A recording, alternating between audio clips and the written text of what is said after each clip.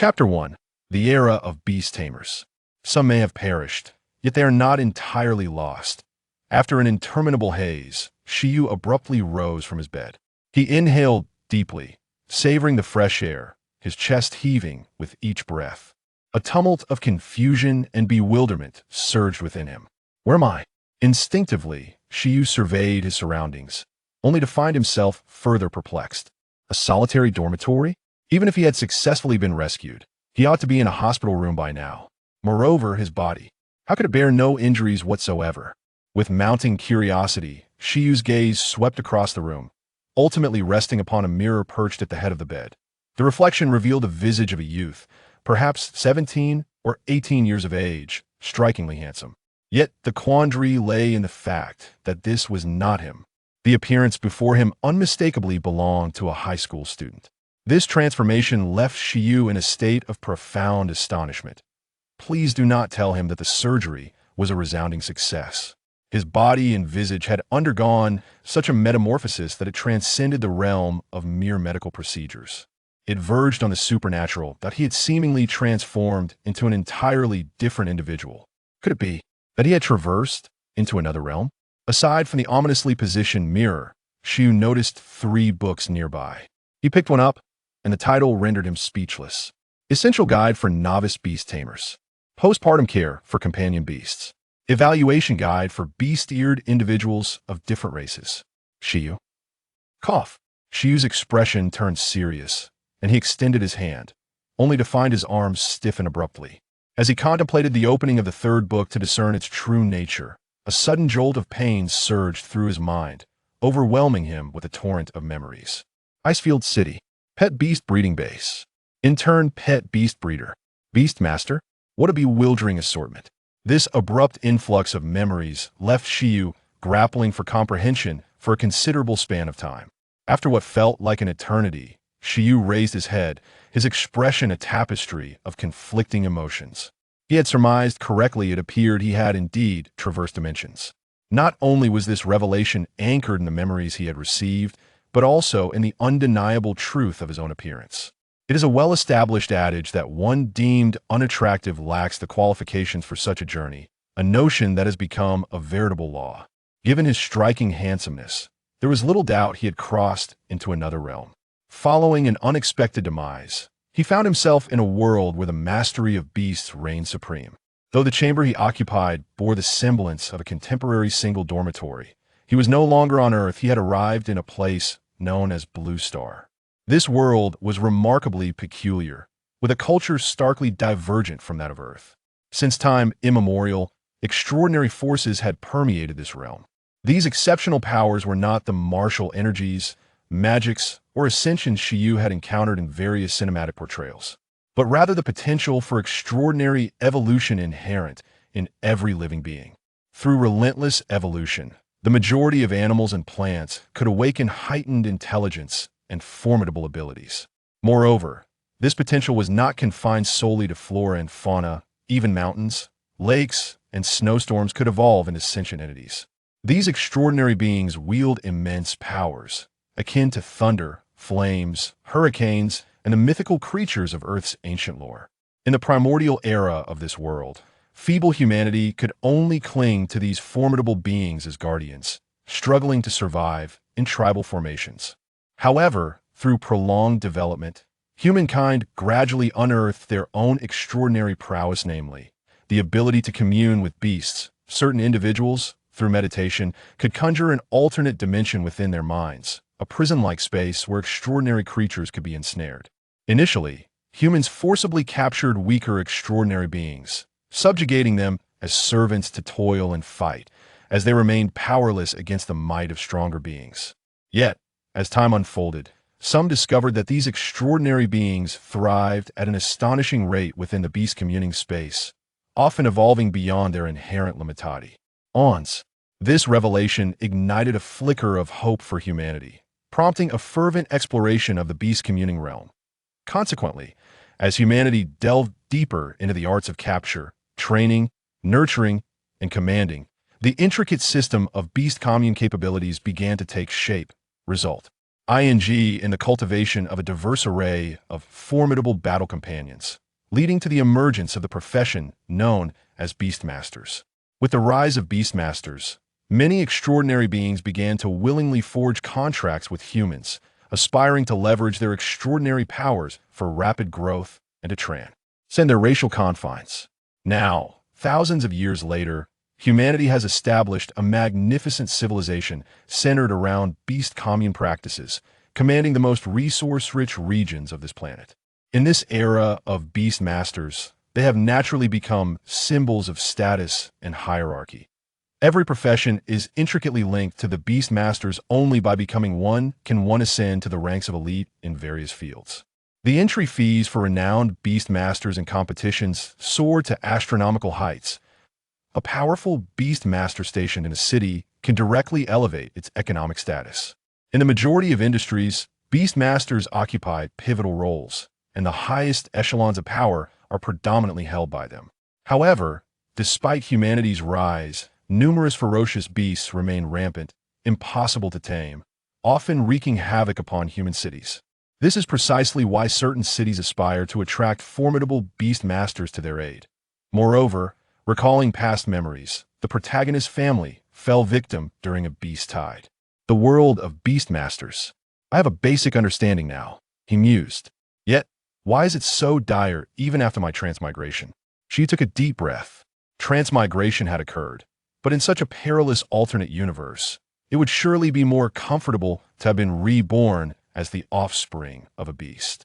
Master, alas, it seems that transmigration, much like reincarnation, is a skillful endeavor. He still bore the name Shi Yu, yet his identity had shifted from that of a mythologist on Earth to an unremarkable intern at a pet breeding facility in Icefield City, tasked with ing for beasts. He was not a beastmaster, rather. He resembled a mere assistant to one.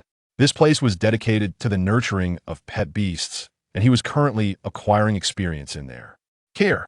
His daily duties consisted of feeding young beasts, cleaning their waste, and maintaining hygiene. As a steadfast worker at the societal bottom rung, Shi Yu found himself grappling with the contents of several books, finally realizing they were meant for his education. His former self had labored diligently, driven by the aspiration to become a beastmaster. Yet, reality had its own harsh truths. As an orphan unable to sustain even his own existence, the notion of nurturing magical beasts seemed a distant dream. Given Shi Yu's circumstances, the ambition to become a beastmaster appeared daunting. Nevertheless, he was blessed with a modicum of talent and a dash of determination that his current profession was at least tangentially related to his lofty aspirations. The prospect of one day becoming a beastmaster was not entirely out of reach. He had already taken significant steps towards this goal, even deciding to secure a loan to acquire high-quality magical beast cubs. At such a young age, he had resolved to shoulder the burden of beast loans. Shi Yu felt overwhelmed, for it was indeed a grim situation. With substantial housing and car loans weighing him down, he found a strange sense of empathy. He had not anticipated that his journey through time would also entail financial obligations. However, that was a matter for another time. For now, Shi Yu was merely a humble laborer. Moreover, he had tasks awaiting him shortly, adhering to the strict 666 work schedule. To be frank, aside from his high school days, it had been quite some time since he had risen at 6 in the morning. Shi Yu rubbed his temples in frustration and approached a wall adorned with a work schedule. This was the weekly task list distributed just yesterday. As an intern at the breeding base, his daily responsibilities were meticulously assigned. Today's tasks were listed under Monday. In the morning, feed the snow wolf pack individual task, transport feed group task afternoon, recording the growth data of the King Mianu. ORM, a collective task, that if his memory serves him well, the snow wolf is indeed a social, yet exceedingly fierce and brutal carnivorous beast, is it not? This task appears rather perilous. Is it truly meant for a solitary individual? Shi Yu fell into contemplation. Having been bitten by a dog in his childhood, he naturally harbors a certain trepidation towards canine creatures. This assignment poses a significant challenge for him. However, it should not be too problematic. Suddenly, Shi Yu recalled that he possessed the gift of telepathy, enabling him to communicate effortlessly with any creature, thus alleviating his concerns. His ability to partake in this internship stemmed not only from his exemplary theoretical performance in school, but also from his unique beast-taming talent known as telepathy. When a human successfully opens a beast-taming space through meditation, it is accompanied by the awakening of a beast-taming talent. Although he has yet to contract an initial pet, Shi Yu has successfully opened his beast-taming space and has awakened his talent. There are numerous types of beast-taming talents, primarily categorized into two main types: enhancement type and special type, with an awakening ratio of approximately 9-to-1. Enhancement type talents, such as flame enhancement, entail that a beast master possessing such a talent should seek out beasts with flame abilities for cultivation. In battle, the beast master can utilize their beast-taming talent to amplify the potency of the flame-based skills of their pets. In contrast to enhancement type talents, special type talents are exceedingly complex and lack a discernible pattern, with significant disparities in the manifestation of abilities among different talents. For instance, the unique talent of sharing allows a beastmaster to share one skill of a contracted pet, thereby granting themselves an extraordinary ability. Typically, beastmasters endowed with such talents possess significantly greater self-defense capabilities and combat prowess than their ordinary counterparts. Moreover, there exists a special talent known as fusion, which permits a beastmaster to momentarily merge with their pet, assuming a new form, perhaps the existence of beast-eared maw. Aiden's is not entirely unfathomable. As for Shi Yu's telepathic ability, while it is indeed a special type, it is rather commonplace, ranking among the most prevalent of extraordinary talents. A beastmaster who has mastered this telepathic gift can communicate with any sentient being, transcending language barriers. Generally, a beastmaster can only comprehend the thoughts of the pet with which they have formed a contract. However, those endowed with the telepathic ability can engage in dialogue even with others' pets or wild creatures. In the historical context of the beastmaster profession, although the telepathic talent may not directly contribute to combat strength, its significance remains unassailable and indispensable. After all, the ability to communicate with other species can potentially avert unnecessary conflicts. Positions within the realm of beastmasters, such as caregivers, educators, researchers, and caretakers, are predominantly occupied by those possessing telepathic talents, rendering it a versatile and invaluable gift. With such a practical talent at his disposal, it stands to reason that he should find it relatively effortless to coexist harmoniously with wild creatures. With this thought in mind, Shi Yu exhaled in relief for the utilization of telepathy. Although Shi Yu cannot be deemed particularly adept, he certainly possesses a commendable dagger of skill. Instinctively, he endeavored to employ his beast mastery talent, attuning himself to the surroundings, intending to familiarize himself with the procedure in advance to avert any potential mishaps later on. Yet, at that very moment, an unexpected transformation occurred. As Shi Yu's beast mastery domain resonated within his mind, his vision suddenly blurred, and astonishingly, an image of a black, stone-like manual materialized within his consciousness. It seemed he had awakened a second beast mastery talent. Chapter 2. Skill Compendium. What has transpired? Where did this compendium originate? In a moment of disorientation, Shi Yu's mind received a plethora of information. This information materialized in his consciousness through images and text that he could readily comprehend. After a brief spell of dizziness, Shi Yu's expression shifted in astonishment. The stone-like compendium that appeared in his mind instinctively revealed to him some of its functions. This function was exceptionally advantageous, akin to a cheat code. The compendium was named the Skill Compendium. It possessed the remarkable ability to replicate the extraordinary capabilities of supernatural beings, cataloging them within its pages. Furthermore, Shi Yu could impart the abilities recorded in the compendium to other supernatural entities, excluding humans. The strength of supernatural beings lay in their mastery of an array of exceptionally unique skills. The notion of replication in teaching seemed almost implausible. Could the abilities of mythical creatures truly be duplicated and imparted to ordinary pets? The information relayed by the compendium indicated that to successfully replicate the abilities of other supernatural beings, 3 conditions must be fulfilled. 1. The user must witness the ability being employed firsthand. 2. There must be physical contact with the entity. 3. The process from observation to contact must occur within 1 hour. These constitute the prerequisites for replicating and recording skills. Additionally, to teach a skill to another being, certain conditions must also be met, depending on the skill level. The teacher is required to expend a portion of their stamina during the instruction. Moreover, the recipient of the teaching must possess a certain degree of affinity with the skill. While the restrictions were somewhat numerous, Shi Yu remained silent. Although he was not yet a beast tamer, he could clearly discern that this compendium, with its capabilities for replication, recording, and teaching of skills, would undoubtedly leave all beast tamers envious. The prowess of a beast master is not solely contingent upon the capabilities of their companion beasts. It is intricately linked to three pivotal aspects. Firstly, it hinges on the innate talent of the beast master and the development of their beast taming abilities. For instance, a beast master endowed with a talent for fire enhancement may experience varying degrees of amplification in the potency of their beast skills, depending on the extent to which they have cultivated this talent. Secondly, the acquisition of skill tomes is paramount. The vast majority of companion beasts can only awaken skills indigenous to their own species, and the innate ability to awaken such racial skills serves as a significant benchmark for their species rank. The strength of a beast's combat capabilities is critically determined by the potency of its skills. Generally, it is exceedingly challenging for beasts to learn skills outside their racial repertoire. Teaching such skills is akin to instructing a 7-year-old child to pilot an aircraft. However, through specialized pedagogical methods, there remains a chance for beasts to acquire additional skills. This method of skill instruction resembles the revered martial arts manuals found in wuxia novels, which are invaluable for swiftly augmenting a beast's strength. Should a beast master master the techniques for imparting powerful skills and successfully enable their beast to grasp them, the creature may even triumph over opponents across different species and ranks. Thirdly, the methodology for evolution plays a crucial role.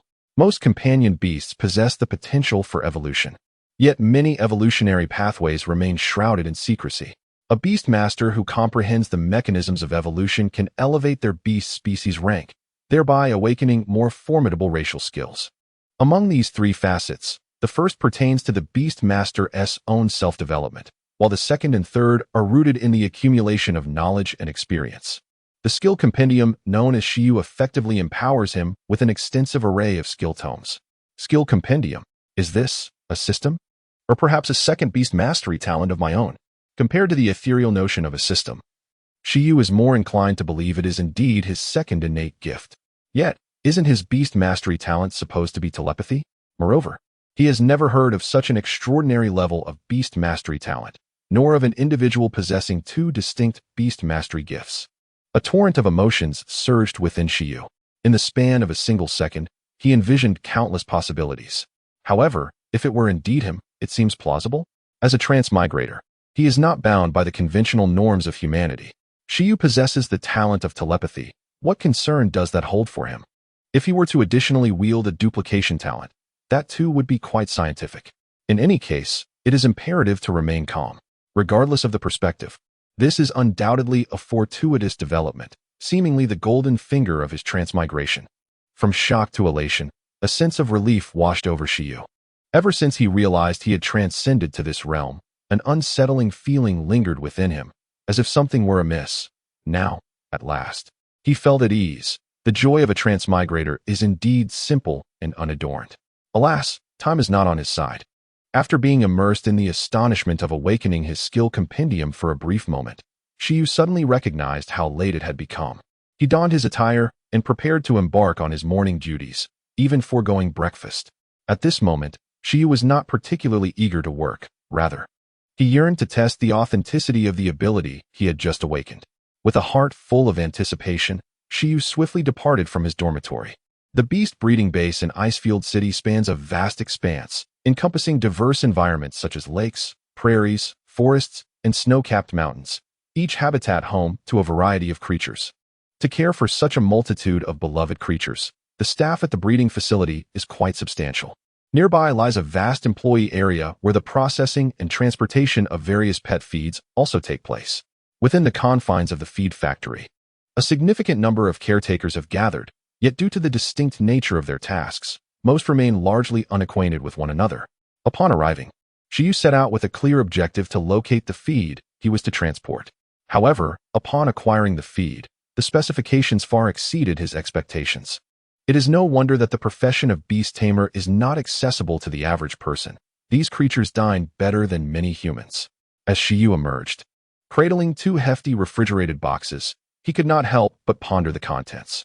Within the boxes lay layers of fresh meat, comprising at least 7 or 8 different varieties, seemingly curated as a balanced nutritional meal. Such refrigerated boxes were strewn about the room, filled with the breakfast intended for the snow wolf pack he was to feed. Shi Yu, are you heading to feed the snow wolves?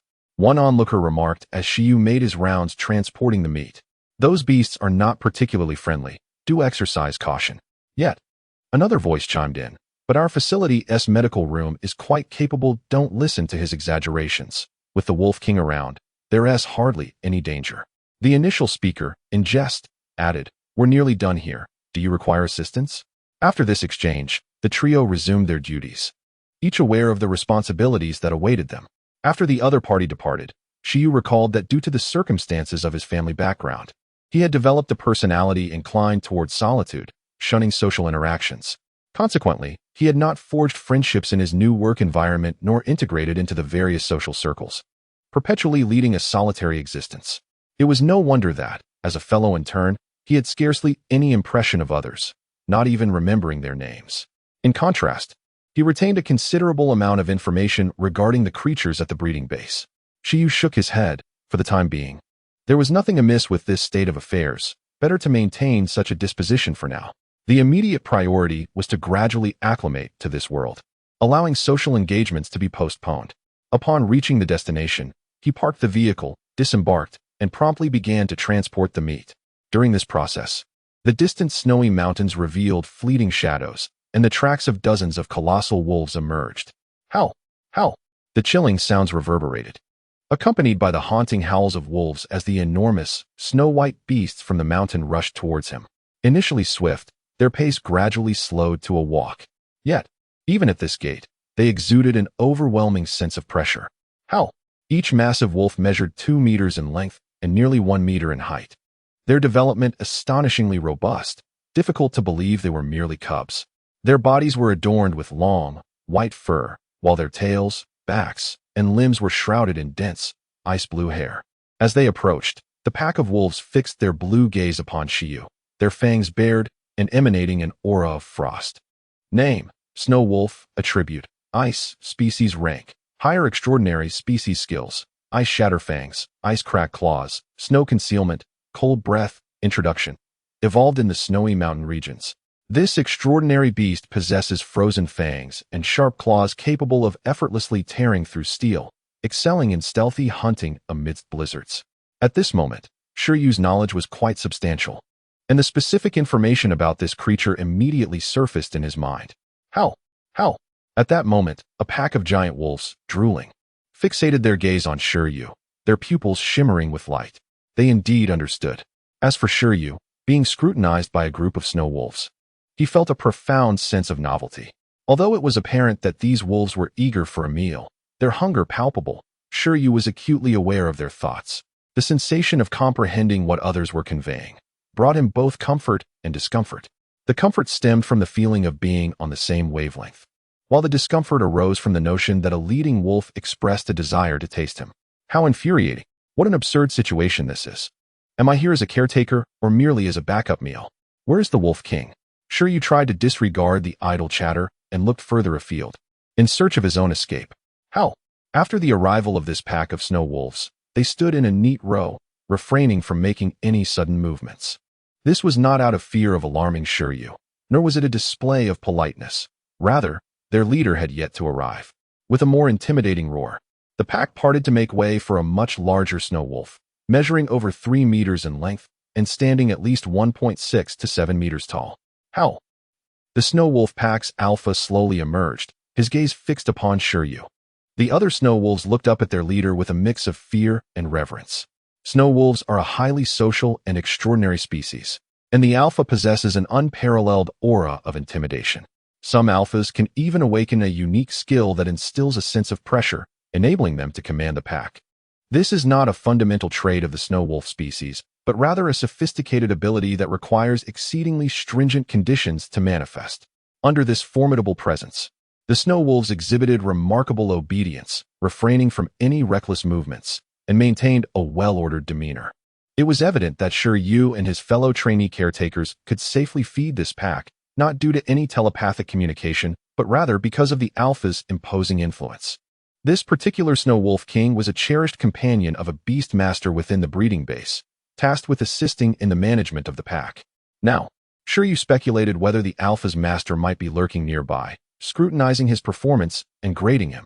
However, given their esteemed status within the breeding base, it seemed unlikely that this individual would take an interest in the activities of mere interns. Could it be that this wolf was his evaluator? Shi Yu's expression turned peculiar. As the Snow Wolf King approached indifferently, step by step, he came to stand beside Shi Yu. A wave of tension washed over Shi Yu as he regarded the magnificent beast with a sense of unease. The pressure emanating from this alpha was incomparable to that of the ordinary snow wolves. Just a glance from him sent Shi Yu's heart racing uncontrollably. At this moment, the Wolf King was also observing Shi Yu. It refrained from feeding immediately. Instead, a chilling aura enveloped it as it continued to approach Shi Yu. Then, it brushed past Shi Yu, its head making contact for a brief moment. According to custom, the Wolf King would leave its scent on the trainee caretaker, imbuing them with a unique aura of intimidation. This would ensure that the pack of snow wolves would remain relatively docile during feeding. As Shi Yu felt the icy presence beside him, he realized that he had been marked by the Wolf King. Was this its method of scent marking? Quite civilized compared to urination, he mused. Just then, his skill encyclopedia activated. The Wolf King had instinctively emitted an aura of intimidation and made contact with Shi Yu. This remarkably dramatic and seamless process left Shi Yu momentarily bewildered. He had been contemplating how to find an opportunity to replicate a snow wolf skill. Yet it turned out to be so effortless. Furthermore, it was a high-level skill belonging to the Wolf King. The first page of the encyclopedia opened, displaying the image of the Snow Wolf King at the top. Below it was a plethora of text. Skill. Intimidation skill level. High-level description. A psychic skill capable of instilling fear and commanding authority through sheer presence. It can also induce fainting in creatures significantly weaker than itself, serving as a hallmark of royal potential. Status. No teaching target available. The encyclopedia had indeed been updated. Upon discovering this change, Shi Yu's heart surged with excitement. He had successfully replicated the intimidation skill. According to the established rules, one should be able to impart this skill to other pets at any time upon identifying the target. The deterrence skill is the ability used by the Wolf King to command the pack. If this skill can be taught to ordinary snow wolves, could it not facilitate the manual mass production of Wolf Kings? Moreover, if this skill could also be imparted to pets of other races, it is likely that other sovereigns could be cultivated as well. Upon reflection, what an extraordinary exploit. Yet, it is precisely such exploits that bring joy. Possessing such a formidable talent for taming beasts is truly a testament to my capabilities.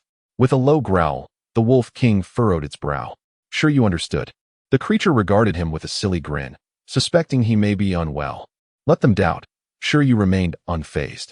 His happiness was beyond the comprehension of the Wolf King. The joy shared between man and wolf is seldom mutual. Having just taken advantage of the situation, Shi Yu now found the Snow Wolf King quite appealing. Your deterrence skill appears formidable, yet at this very moment, it is already mine. The Snow Wolf King was unaware that its skill had been replicated. Upon confirming that Shi Yu was not frightened by it, it turned its attention to devouring meat. Once it had satisfied its hunger, the ordinary snow wolves of the pack dared to approach. Undoubtedly, this was due to the lingering scent left by their king. After its departure, these ordinary snow wolves displayed a noticeable reduction in hostility towards Shi Yu. Just as other interns had remarked, they were remarkably docile. This docility significantly facilitated Shi Yu's subsequent feeding process and the exploration of the illustrations in his mind. Indeed, the ability to teach was evident. After distributing food to the snow wolves, Shi Yu felt a surge of excitement within. Earlier, as a snow wolf came into view, the information on the first page of the stone-like compendium in Shi Yu's mind underwent an immediate transformation. The skill status shifted from no teaching target to available for instruction. This indicated that he could indeed impart the intimidation skill from the compendium to every snow wolf he had just fed. Truly, the manual creation of a Wolf King. However, despite this newfound ability, Shi Yu was clearly reluctant to utilize it recklessly. Not only was he uncertain of the energy cost involved, but hastily assisting the snow wolves in learning the intimidation skill could undoubtedly lead to significant complications. Continuing with the feeding, Shi Yu immersed himself in the task, and soon it was complete. Regrettably, he did not manage to replicate any additional skills from the snow wolves during the feeding process. After all, apart from the ever-imposing Wolf King, The other snow wolves were not inclined to exhibit their racial skills while engaged in their meal, but it was of no consequence. Shi Yu was not overly greedy. Acquiring a high-level psychic intimidation skill was already a substantial gain for him. Having completed the feeding duties for the pack of snow wolves, Shi Yu turned his attention to other tasks. Within the breeding base, he spotted a blue-backed eagle soaring through the sky on patrol. With his gaze and intention locked onto it, he noted that, despite the considerable distance, the status of the intimidation skill in his mental compendium shifted once more from no teaching target to available for instruction. Behold, not only could he cultivate a wolf king, but he could also nurture a bird king. Shi Yu was genuinely tempted to experiment. Nevertheless, his rationality compelled him to focus on his work. Interns often bore the brunt of the most arduous and menial tasks, and their endeavors rarely involved any technical sophistication. Let Shi Yu and his companions undertake challenging tasks, such as training beasts, but they must possess the requisite capabilities. Much like the wolf pack we observed earlier, managing and training such a group would be exceedingly difficult without a commanding alpha wolf endowed with intimidation skills. The responsibility of training these snow wolves to become suitable companions for beast masters, worthy of a contract, falls to the seasoned trainers. For Shi Yu and the other interns, their role is limited to more fundamental tasks. Nevertheless, in addition to these basic duties, the professional trainers periodically guide interns like Shi Yu in various activities, providing them with opportunities to acquire new knowledge. With 3 months remaining in their internship, it is prudent to focus on solid learning. The previous incarnation aspired to become a beast master and made extensive preparations, viewing the role of a beast caretaker as a stepping stone. Though he has gained a unique advantage, Shi Yu reflects on his limited understanding of beast mastery. Relying solely on his fragmented memories would be insufficient for him to achieve greatness. Thus, a cautious approach to his development seems more prudent. Undoubtedly, the skill compendium is designed for those aspiring to become beast masters. It would be a pity to abandon that path. However, aside from the educational potential of the compendium, he currently lacks other resources to claim the title of beast master. Consequently, Shi Yu resolves to diligently embrace the role of a beast caretaker, seizing this opportunity to deepen his understanding of the skill compendium and the world around him before formulating further plans. Additionally, the beast cubs he has reserved from the iron bamboo breeding base in the flat city of Icefield require his internship certification for collection. The iron bamboo breeding base, taking into account Shi Yu's repayment capability, has determined that he is currently not eligible to receive the pet beast. However, once he completes his internship and obtains the breeder's certificate, he will qualify for the loan. Thus, this internship is of paramount importance to Shi Yu. If all goes according to plan, becoming a beast master should pose no problem for him. However, this will lead to a lengthy repayment journey, a path that could either elevate him to great heights as a beast master or drag him down, for raising pet beasts indeed consumes resources. The name of the pet beast Shi Yu has reserved is the Iron Eater. Name: Iron Eater. Attribute: Metal racial level, Intermediate extraordinary. Racial skills: Hardening the Iron Eater is essentially a giant panda. Shi Yu never anticipated that the giant pandas in this world had evolved into the intermediate extraordinary Iron Eater. He feels quite satisfied with the initial pet beast chosen for him by his predecessor. The national treasure's aesthetic appeal and rarity significantly enhance its value, unless unforeseen circumstances arise. He does not intend to change his choice, especially since he has already paid a deposit. However, it is rather tragic that the once ordinary national treasure has fallen to such a state. Clearly, in a contest between an ordinary giant panda and a regular wolf, the panda could easily incapacitate the wolf with a single strike. Yet, the Iron Eater ranks lower than the snow wolf in terms of racial level. Nonetheless, Shi Yu understands that this disparity is related to their racial skills. Compared to the snow wolf's 4 skills, Frostbite Fangs, Ice Shatter Claws, Cold Breath, and Snow Veil, the Iron Eater possesses only 1 racial skill. Much like the name Iron-Eating Beast, this world's giant panda has evolved to consume metallic minerals, thereby hardening its body to attain a toughness akin to steel. However, the upper limit of this racial skill, hardening, is rather modest, and it can only engage in close combat, categorizing it as a low-tier ability. Naturally, it pales in comparison to the snow wolf, favored by the heavens. The low-tier racial skills and commendable physical prowess combine to place the Iron-Eating Beast at a medium race level, which is not insignificant, though it is somewhat regrettable. After all, in Earth's legends, it was once the steed of Shi Yu, yet in this world, it has lost much of its prestige. appearing rather ordinary and unremarkable. Shi Yu suspects that the slow evolution of the giant panda is due to its lethargy, spending its days either feasting on bamboo or napping, along with its gentle temperament. If only it possessed a bit more ferocity, has it truly devolved to such a state? Nevertheless, this outcome has its advantages, otherwise Shi Yu would not have been able to afford an iron-eating beast. His local residency in Pingcheng, thanks to favorable policies for natives, has made this purchase possible, otherwise it would have been merely a distant dream.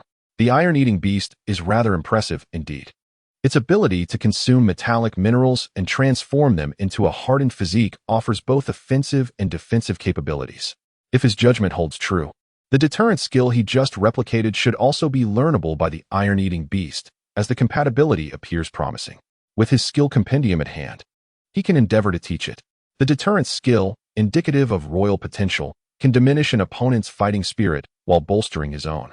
The hardening skill enhances both defense and attack power, providing a balanced approach to combat. The synergy of these two skills conjures peculiar thoughts in Shi Yu's mind. Thus, is there not a perceptual skill yet required to enhance speed? If one could replicate a similar skill, then perhaps the Iron Eater could be aptly renamed the Panda King. This combination of techniques has likely never been attempted by any Iron Eater beastmasters. Contemplating this, Shi Yu felt it might be worth a trial. Remaining at the pet breeding base is not solely for the sake of learning. The environment here appears to facilitate the collection of rare skills. By gathering a considerable array of them, in the future, when other beastmasters grapple with teaching their pets various skills, he could swiftly assemble a remarkable arsenal for his own creatures. Gratitude is owed to Yi Qian for their silent contributions, along with esteemed figures such as Beichuan Nanhai, Baiwa Ji Zhao, Lushir Madame Xianjing, Shifeng Songyu Mingting Shu, and Super True Newcomer, among others. Thanks are also extended to the Hall Master of Wonkong Dreamland, as well as to Shi Tingshuolei, DDO, Upper Lane King Carp, Yin Yoya, Zhongxing Jiang, Xiao Wu, Bai Ning Shiho, Lian Xia Beishi, and the First Helmsman of July. Heartfelt appreciation goes to all the readers for their generous rewards, monthly votes, and supportive recommendations. New URL. Chapter 4. Seeking a goal. Latest URL. It was not until nearly noon that he found a moment of leisure. Yet the afternoon was still meticulously scheduled. Following lunch and a brief rest, the afternoon tasks for Shi Yu and the other interns in their dormitory building were unified. They were to observe and document the behavior and growth of the Qingyan worm, as indicated on the previous worksheet. In the afternoon, Shi Yu discreetly followed the larger group into the forest teeming with Qingyan worms. The forest was lush and dense, making it difficult for light to penetrate. The Qingyan insect is the most abundant pet creature inhabiting this area. Within the Beastmaster base of Icefield City, there are merely over 50 snow wolves. Yet the population of Qingyan insects exceeds 1,000. They can essentially be described in 5 words. Their numbers are overwhelming. Their strength, however, is lamentably feeble. In contrast to the snow wolves, which can steadily awaken 4 racial skills during their growth phase, the Qingyan insect possesses only the skill of silk threads. Moreover, the silk threads, while perfected in their application, are comparable in strength only to that of unrefined steel, a skill of little merit. Beastmasters categorize the abilities of extraordinary creatures into various tiers based on their potency and effectiveness, ranging from no-tier, low-tier skills, mid-tier skills, high-tier skills, to super-tier skills. The silk threads mastered by the Qingyan insect do not even qualify as low-tier skills and lack any classification whatsoever. Thus, the racial tier of the Qingyan insect is designated as low-tier extraordinary, a categorization that barely does it justice, considering it cannot even triumph over most ordinary animals, save for its potential for growth. However, depending on the nurturing method employed, the applications of the silk threads can be quite diverse. Nonetheless, the pet breeding base does not rear Qingyan insects solely for the production of silk threads. The reason for cultivating such a diminutive creature lies in the fact that, in the natural world, the Qingyan insect is one of the few that can naturally evolve once. Upon absorbing sufficient nutrients, it can metamorphose into the wind crystal butterfly, with a chance to awaken a new racial skill, Windblade, thereby enhancing its combat prowess. Although its racial tier remains classified as low-tier extraordinary post-evolution due to lifespan constraints, the wind crystal butterfly is among the easiest insect-type pets to rear and is the preferred initial transitional choice for the majority of ordinary beastmasters. Subsequently, Shi Yu and his companions embarked on the task of meticulously documenting the growth status of the silk moths, discerning the opportune moment for their successful evolution. In contrast to the snow wolves, the silk moths posed a far lesser threat, as they were merely the size of a palm. With their verdant bodies, innocent gazes, and two yellow antennae adorning their heads, they bore a striking resemblance to the caterpillars of the citrus swallowtail butterfly found on Earth. Having encountered them personally, Shi Yu came to understand why they were deemed the weakest in the realm of companion beasts. The untrained silk moths utilized a skill known as silk thread, which could be effortlessly severed by Shi Yu's gentle tugging. During the observation, he found himself ensnared by a strand of silk thread. Compared to the snow wolves, the silk moths exhibited a lower level of intelligence, and Shi Yu's telepathic abilities remained unrefined, resulting in poor communication and inciting a display of resistance from the silk moths. Yet, this resistance was remarkably innocuous. However, what rendered Shi Yu utterly speechless was the revelation in his mind's eye that the stone-like compendium indicated that the advanced psychic skill of intimidation could also be imparted to the silk moths. Could it truly be that these silk moths possessed the qualifications of a king? Was the standard for compatibility so lenient? Shi Yu's perception of the silk moths shifted dramatically. It appeared that the skill compendium was indeed a complex entity, considering that silk moths were regarded as the lowest tier of companion beasts, believed to be incapable of learning any skills beyond silk thread prior to their evolution. As Shi Yu pondered these thoughts, a silk moth slipped from his grasp, prompting yet another transformation in the compendium. At that moment, the stone-like compendium turned to its second page, revealing an illustration of a silk moth, accompanied by a plethora of text below. Skill: Silk of insects, skill level, none, introduction. An insect-based skill, which may prove useful when mastered to its fullest potential. Status: no teaching subjects available. Shi Yu: never mind. So, has the silk of insects skill been recorded once again? It seems I have met the 3 criteria. At present, the skill encyclopedia has successfully catalogued a second utterly useless skill, silk of insects. Fong Ran did not feel elated, as this skill appeared to be quite ineffective. Yet, perhaps this feeble skill could serve as a subject for experimentation to test stamina consumption. For the remainder of the afternoon, while others were diligently observing and documenting the Qingmian worm, Shi Yu too engaged in observation and recording. However, his endeavors were augmented by his continued study of the skill encyclopedia within his mind. The sole valuable discovery was that, aside from the copied subjects, other Qingmian worms that had already learned the silk of insects skill could also impart this skill to others. Remarkably, even after mastering silk of insects, they remained in a teachable state.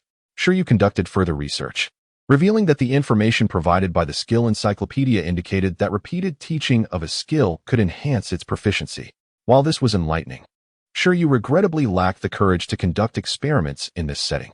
As evening approached and he returned home, he began to consult a manual. This was not an evaluation guide, but rather a different volume altogether.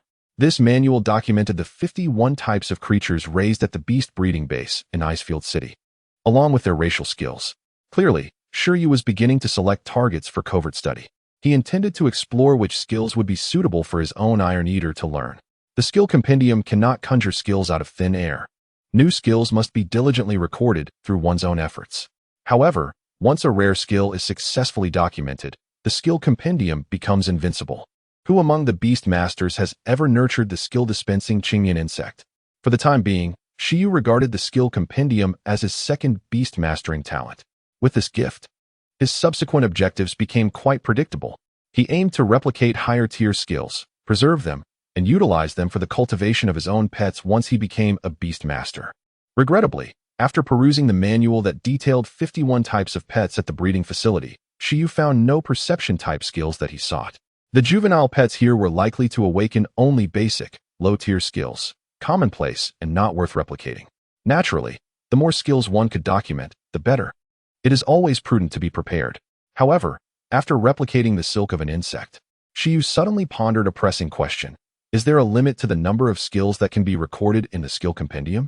Until he clarified this recording limit, he hesitated to squander pages, determining that his primary focus should remain on mid to high-tier skills. It seemed he would need to adjust his goals. In truth, the location where Shi Yu resided, the beast breeding facility in Icefield City, boasted not only a plethora of wild pets, but also numerous beast masters. The skills of their pets could serve as viable replication targets, much like replicating the intimidation skill of the Snow Wolf King. The probability of a Beastmaster's pet mastering rare skills far surpassed that of the juvenile pets raised here. Contemplating this, Shi Yu fell into deep thought, and a bold idea began to form. Chapter 5. 3 Skills in the Evening. A figure emerged from the dormitory building, making its way directly to the infirmary. Within the confines of the beast breeding base, skirmishes among the wild creatures were a common occurrence, and it was not unusual for caretakers to sustain injuries. Consequently, most reputable breeding facilities are equipped with medical facilities. Here, the infirmary is unpretentious in its treatment of patients, capable of addressing the ailments of both humans and beasts, employing remarkably straightforward methods. In the era of beast taming, one naturally relies on the healing abilities of the creatures. Upon arriving swiftly at the infirmary, Shi Yu encountered the on-duty doctor, who was seated and engrossed in paperwork. "What brings you here?" she inquired, lifting her gaze upon noticing his presence. "Doctor, it seems I have sprained my wrist. I am concerned it may affect my duties tomorrow." Shi Yu approached and extended his hand, revealing a slightly swollen wrist that trembled slightly. "Let me take a look." The female doctor maintained a stoic expression as she assessed Shi Yu's wrist. Through the fabric, she discerned that he was an intern from the breeding facility, a recent graduate. Such employees often find themselves in predicaments. She had grown accustomed to this reality. "I will provide you with some basic treatment." With that, she murmured softly. In an instant, Shi Yu felt a sudden drop in temperature, as if a gust of wind materialized from nowhere. The gentle breeze stirred the curtains within the room. Concurrently, at the doctor's mental command, a vast array of white and green, shimmering with countless points of light, resembling a celestial map, materialized in the air before Shi Yu. Immediately, the formation produced ripples akin to those on the surface of water, and a large white dandelion puff floated into existence. This white dandelion puff was larger than Shi Yu's palm, and, having no roots, descended directly onto the back of Shi Yu's hand upon being summoned by the female doctor. "It will heal quickly," the doctor assured him. As her words fell, the white dandelion puff emitted a faint glow, enveloping the back of Shi Yu's hand. In an instant, under the radiant light, Shi Yu felt himself being healed. The twist in his hand was indeed real, yet not as severe as he had initially thought. It was an injury he had sustained on the way. While he had experienced some pain earlier, it had now completely vanished. Shi Yu marveled at the wonder of it all. No wonder the intern had previously remarked that the medical facility at the breeding base was quite impressive. It truly was remarkable. The existence of extraordinary beings does not solely pose disadvantages to humanity. In fields such as medicine, they can indeed provide substantial assistance. As the healing concluded, the white dandelion puff gently detached from Shi Yu's hand. At that very moment, a page in his stone-like compendium turned to reveal the image of the white dandelion, a creature of medium rank within the plant category. Skill: rapid healing, skill level. Intermediate. Description: a wood-type healing ability that accelerates the healing speed of ordinary injuries. Status: no teaching target available. This successful replication was an exceedingly rare healing ability, possessing immense value and versatility. The white dandelion not only utilized its skill, but also established contact with Shi Yu, just as he had anticipated. The doctors in the infirmary of the breeding base are all beast masters, each having contracted with rare healing beasts. Previously, other staff members who suffered injuries due to unforeseen accidents received treatment here. Therefore, Shi Yu quickly thought of attempting to replicate the healing skills. However, he realized that he was being overly hasty. With 3 months remaining in his internship, there would undoubtedly be other opportunities ahead, rendering such impulsiveness unnecessary. Furthermore, it was rather exaggerated of him to react so strongly. Pipewine had merely mentioned it was a minor injury. At that moment, Shi Yu's expressive demeanor led her to believe that the injury was far more serious than it truly was. Nevertheless, seeking medical attention promptly for physical ailments is commendable. She had encountered many beast masters who neglected minor injuries, which, when accumulated, often transformed into more severe issues. "Shi Yu, I apologize. I have already wrestled with considerable inner conflict over this minor injury. I will be more cautious next time. Thank you." He quickly nodded in gratitude, feeling somewhat embarrassed for having disrupted another's work. Perhaps he should purchase some treats favored by plant-type beasts to express his thanks tomorrow. The treatment method employed in the infirmary of the breeding base involves utilizing healing abilities to mend wounds, even for minor cuts. The doctors here prefer to utilize beasts in the process. The rationale is simple. Repeated treatments also serve to enhance the proficiency of the beast's skills. Mastering a skill does not inherently mean one can wield it adeptly. It often requires extensive practice to truly internalize the ability. Thus, the instructional repetition of skills in the skill compendium, which enhances proficiency, is rather flawed, as it accelerates the training efficiency of the summoned beasts. Through the infirmary at the breeding facility, Shi Yu successfully acquired a rare healing skill, which greatly elevated his spirits. As he prepared for bed, he began to anticipate the day he would become a beast master. Once he attained this title, myriad paths would open before him. Particularly, if he could pass the professional beast master assessment, he would be required to fulfill only minimal obligations while receiving a monthly stipend from the Beastmaster Association, representing a significant leap in social status. A newly contracted Beastmaster is classified as a trainee Beastmaster. Once the mutual abilities of the initial summoned beasts reach a certain standard, they can participate in the unified assessment conducted by the Beastmaster Association. Upon passing this evaluation, they become fully fledged professional Beastmasters. Shi Yu pondered quietly, uncertain how long it would take him to transition from a trainee to a professional with the aid of the skill compendium. Possessing this compendium should offer him considerable advantages in nurturing summoned beasts. At around the age of 18, he was at the prime age to become a beastmaster. Lost in thought, Shi Yu eventually drifted off to sleep. After traversing into this new realm and spending a day acclimating himself, he solidified his forthcoming objectives. Early the next morning, Shi Yu arose with purpose and began his new day's endeavors. Additionally, he took the time to purchase a token of gratitude for the kind woman who had assisted him in healing his injuries the previous day. With a balanced mindset and suppressing his eagerness to become a beast master, Shi Yu gradually began to integrate into this world. In the blink of an eye, 3 months have passed, and the internship is drawing to a close. Shi Yu is finally poised to claim his beloved pet. Taking advantage of his work, he has successfully acquired and recorded 2 skills during this period. The first is the intermediate skill of enhanced vision, derived from the high-ranking, extraordinary avian creature known as the azure-backed hawk, which patrols the skies above the breeding grounds. As the name suggests, enhanced vision is a skill designed to augment visual perception.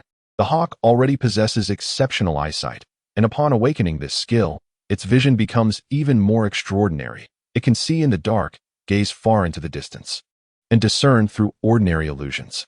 To the hawk, the movements of its opponents appear to unfold in slow motion. While it may seem that this skill does not directly translate into combat prowess, its potential is immense, and it serves a wide array of purposes. In various cities, creatures that rely on sight for reconnaissance and patrols commonly master the enhanced vision skill.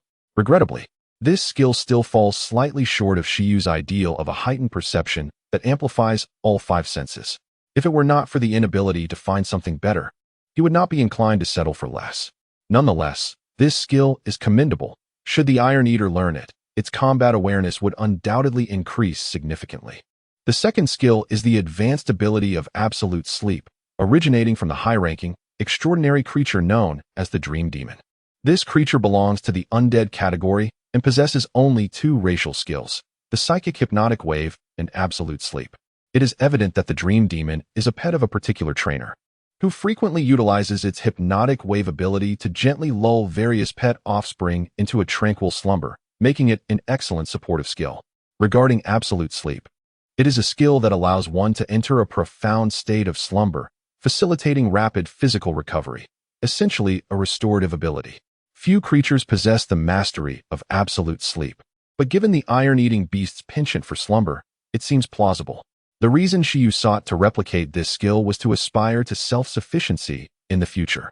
As he transitions into the role of a beast master, he wishes for his companion to grow swiftly, which necessitates training. However, training is quite taxing on a creature's energy, and they require rest. For those with considerable wealth, purchasing nutritional supplements is an option. Yet Shi Yu has different aspirations. He envisions a scenario where his beloved creature could learn absolute sleep, thus enabling it to recuperate its energy at an accelerated rate. This would be both economical and efficient, especially since the iron-eating beast relishes sleep, regardless of the setting. Even in the event of an injury during training, there would be no need for medication or hospital visits, as he could impart healing skills to enable his creature to mend itself. This would lead to substantial savings. Truly, He considers himself a genius. Of course, Shi Yu's intention in replicating these skills is not to shirk responsibility, but rather a necessity of life. He firmly believes that the iron-eating beast, which he has yet to meet, will understand his plight. Their financial situation is dire. Both skills were acquired through immense effort, akin to clandestinely learning rapid healing. However, he wonders why he has only managed to replicate 2 skills. It appears that upon cataloging 5 skills, a limit is reached, which has left Shi Yu in a state of frustration. Although he anticipated a cap, the initial allowance of 5 seems rather meager. Fortunately, he did not hastily replicate lower-tier skills. Otherwise, it would have been a significant loss. Currently, the upper limit for the skill compendium is 5 skills. To add new pages, Shi Yu speculated that it would likely require elevating his Beast Master level, similar to the development of certain unique beast-related talents. The methods for a Beast Master to enhance their abilities are quite straightforward, primarily involving continuous meditation to reinforce, transform, and expand their beast space. The sturdier the beast space, the higher the level of contracted creatures, and the greater the control over them. A more favorable environment within the beast space accelerates the growth of the creatures. A larger beast space allows the Beast Master to contract more creatures. Depending on their own positioning, a Beast Master can selectively develop their beast space, as it is not necessary to perfect all 3 paths. Moreover, as the beast space upgrades, the accompanying unique beast talents will also be strengthened. Gratitude is extended to Label 0v0, the guild leader, and to the elder, book friend 20210701213959660. The 6th chapter, Iron Bamboo Breeding Base. The latest website, the 3-month internship period has swiftly passed. At the pet breeding base in Icefield City, the dormitory building for interns is bustling, with the majority of interns packing their belongings. Like Shi Yu, he is filled with anticipation, for once the internship concludes and he receives his certification, he will finally be free to develop his potential. During the internship, Shi Yu was among the diligent and hard-working employees, completing his tasks excellently. While other interns indulged in leisurely card games in small groups, Shi Yu was different. He temporarily assumes the reclusive demeanor of his former self, rarely engaging in conversation with others. However, Shi Yu is not socially stifled. His reluctance to interact with fellow interns stems from the existence of more pressing matters. Rather than conversing with people, he prefers to confide in and bond with his beloved beasts, nurturing their relationship. This not only hones his telepathic abilities, but also provides opportunities to surreptitiously acquire skills. If it were not for the limitations of the skill tome's entries, he believes he could have replicated dozens of skills by now. Shi Yu has discovered that employing telepathy in conjunction with the skill tome yields superior results, should he encounter formidable extraordinary beings in the future. Leveraging telepathy to form alliances while utilizing the skill tome to glean advantages seems like a promising strategy. In summary, he has made the most of these 3 months. After successfully obtaining his internship certificate, Shi Yu departed with a sense of joy.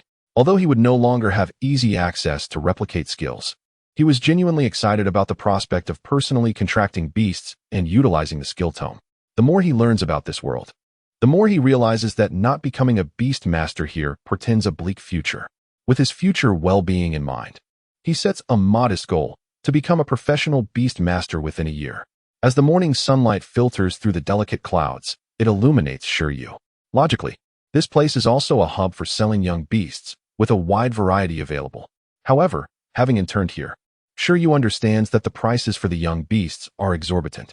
Of course, this is not a fault of the beast base. Rather, it is his own predicament. Thus, he finds solace in the familiarity of his suburban hometown. While the variety of beasts may be limited, at least the local populace enjoys preferential policies. The city where Shi Yu currently resides is known as Icefield City, encompassing both his school and internship location. In the country, Icefield City is classified as a secondary city. There are over 100 such secondary cities across the nation. Icefield City can be considered relatively developed, as only a handful of 9 primary cities can surpass its urban infrastructure. In prosperous regions, the cost of living tends to escalate, which compels Shi Yu to seek more affordable options for the time being. His hometown is a suburban area under the jurisdiction of Icefield City, called Pingqing. Although it is a suburb, it has experienced considerable redevelopment, and the beast taming industry there is quite thriving. Furthermore, to bolster the local beast taming industry, Residents are offered discounts when registering as beast tamers and purchasing companion beasts. Previously, taking advantage of a promotional event, Shi Yu hastily paid a deposit for a young iron-eating beast. Currently, that batch of young iron-eating beasts should be ready for collection. A decade ago, Pingqing suffered from a beast tide, leading to the devastation of numerous families, including Shi Yu's own. However, in the years that have passed, the area has regained its former order. 10 years have brought significant changes. What was once a Pingqing lacking defensive structures has now established towering city walls, along with the presence of a branch of the Beast Tamer Association and a beast-taming military corps. Presently, while Pingqing may not boast the bustling vibrancy of larger cities, it is not particularly backward either. At least its transportation and communication systems are adequate, though it lags behind in the entertainment sector. In the urban area of Icefield City, various beast-taming competitions are frequently held. However, such events are relatively rare in Pingqing. His destination was distinctly defined: the Taizhou breeding base, one of the 3 major breeding facilities in Pingqing. Before his return, he had meticulously arranged all necessary procedures, all in anticipation of acquiring a pet beast at the earliest opportunity. His impatience was palpable. In Pingqing, there existed 3 pet beast breeding bases, all established through a collaboration between private individuals and the government. The variety of pet beasts was notably limited, with the highest-ranking species merely reaching the intermediate extraordinary level, far inferior to the official breeding bases of Icefield City. The Taizhou breeding base he intended to visit was family-operated and nestled within the dense Taizhou forest on the rear mountains of Pingqing, housing approximately 800 iron-eating beasts. The iron-eating beast had become a signature species of Pingqing and, indeed, of the nation, with a national population likely not exceeding 5,000 and virtually non-existent in other countries. It is noteworthy that this world diverges from Earth, as the vast majority of its regions are dominated by extraordinary beings, with humanity confined to merely 7 nations. The realm where Shi Yu currently resided was referred to by other nations as the Eastern Glorious Ancient Kingdom, one of the oldest countries, abbreviated as Dongwang. Shortly thereafter, Shi Yu arrived by bus at the vicinity of the rear mountains of Pingqing, intending to embark on a hike. The mountains were equipped with well-paved paths, serving not only as a breeding base, but also functioning as a scenic tourist area at designated times. After a brief walk, Shi Yu reached the entrance guard station of the Taizhou breeding base, the sole access point, surrounded by barricades. He cast a glance at the adjacent pavilion before proceeding towards it. Beside the window of a pavilion, an elderly man clad in a blue overcoat, his hair sparse, was engrossed in reading a newspaper. Upon noticing someone approaching, he adjusted his reading glasses, straining to discern the visitor's identity. Shi Yu mused, so this gatekeeper is earnest? Perhaps I should not judge by appearances. After all, a seemingly unreliable individual might effortlessly summon a dragon. Good day, I previously reserved a young iron-eating beast here and intend to complete the collection procedures shortly. I came to take a look today, Shi Yu announced loudly, concerned that the elderly gentleman might not hear him clearly. Although the old man appeared somewhat disheveled, he was far from oblivious. Upon hearing Shi Yu's words, he quickly grasped the situation. After relaying the details to the telephone receiver, Shi Yu settled in to wait. He was not kept waiting long. A figure nearing 2 meters in height, adorned in a striking black and white coat, plump and round, with a short tail, emerged from the breeding area. Shi Yu observed this swaying creature, lost in contemplation. Soon after, this being, reminiscent of a standing giant panda, approached Shi Yu and gestured to a badge affixed to its chest, which read, Staff Member. Greetings, it intoned, rubbing its paws together, emitting a deep voice that was difficult to classify. Shi Yu was taken aback. Could we perhaps have a more conventional employee? Do not be alarmed. This is merely a life-sized iron-eating beast costume, the staff member explained. It is precisely because you are clad in a costume that surprises me. Who, in their right mind, would wear a costume on such a hot day? I am Lin Xiuzhu, a staff member here. I am Shi Yu. Shi Yu remarked, but won't you feel hot dressed like this? Lin Xiuzhu replied, there is no other way. This is essential for truly understanding the emotions of the iron-eating beasts. Shi Yu responded, that makes sense. I suppose I should believe you. Whatever you say goes. As long as you are happy. I recall from the information that you, Mr. Shi Yu, are also a graduate of the animal husbandry program, which explains your understanding of my perspective. There should not be many individuals reserving iron-eating beasts lately, and yet the other party seems to know my details just by my name. Indeed, but I am still merely a newcomer, far from matching up to Senior Lin. Despite the masculine connotation of the name, Shi Yu discerned from the voice that the other individual was a female and deduced that she too was a graduate of the animal husbandry program. The term senior instantly bridged the gap in their relationship, and Shi Yu hoped for some discounts later on. Lin Xiaozhu responded, "You flatter me. This approach is something anyone can try. Once you acquire your pet, I can sell you 2 sets of costume outfits at a discount." Shi Yu thought, while the discount is appealing, it is not entirely generous. Are you truly a commercial genius? I refuse. He refrained from voicing his thoughts for the moment, deciding to decline after selecting his pet. Selling bundled food is one thing, but selling cosplay outfits alongside it seems rather excessive. Subsequently, the staff member named Lin Xiaozhu led Shi Yu into a nearby pavilion, where she began to remove her costume outfit. At that moment, Shi Yu finally discerned the appearance of the person beneath the doll costume. The individual was a striking young woman, approximately 24 or 25 years of age. With delicate features and an elegant stature, she possessed a cascade of lustrous black hair, albeit slightly disheveled due to the recent wear of the costume. Nevertheless, she appeared unfazed. Her demeanor remarkably casual. Shi Yu felt an overwhelming curiosity and wanted to inquire just how fond she was of giant pandas. For the outfit beneath the doll costume was also reminiscent of the beloved creature. She donned loose-fitting white shorts adorned with black spots and a somewhat billowy black and white hoodie, complete with a hood featuring panda ears. Was she perhaps planning to sell him a set of such attire as well? Taking a deep breath, she addressed Shi Yu, inquiring whether all the necessary materials were in order, as the process of acquiring a pet from the breeding facility could be quite cumbersome. Moreover, for someone like Shi Yu, who intended to finance the purchase through a loan, the breeding facility required comprehensive certification documentation. The entire procedure would entail considerable effort and time. Fortunately, during his time in Icefield City, Shi Yu had already secured all the requisite credentials, and he was confident that he possessed everything needed. With the materials in hand, Shi Yu, assisted by Lin Xiaozhu, proceeded with the registration process, verifying each document meticulously. Once completed, Lin Xiaozhu nodded and remarked, "You should be able to collect your pet today." "Today? So I can select one right now?"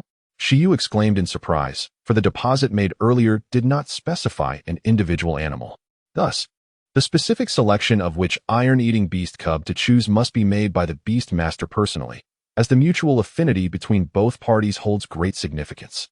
Lin Xiaozhu shook his head and remarked, "Had you arrived a bit earlier, you might have had the opportunity to make a choice. However, the current situation is such that only one cub remains from this batch, and unfortunately, this particular one has some issues concerning its constitution and temperament." Shi Yu was taken aback, pondering the implications of this unfolding situation. Was it possible that this little creature was a reflection of himself? The environment of the iron bamboo breeding base is distinct from that of the breeding base in Ice Plain City. Here, one finds only the high mountain bamboo forest region. In this world, Shi Yu often encounters numerous phenomena that defy logic. For instance, the harmonious coexistence of 3 or 4 types of environments that would be utterly incompatible on Earth is entirely feasible here. Upon closer examination, one can discern that these occurrences are influenced by the extraordinary powers of the beings inhabiting this realm.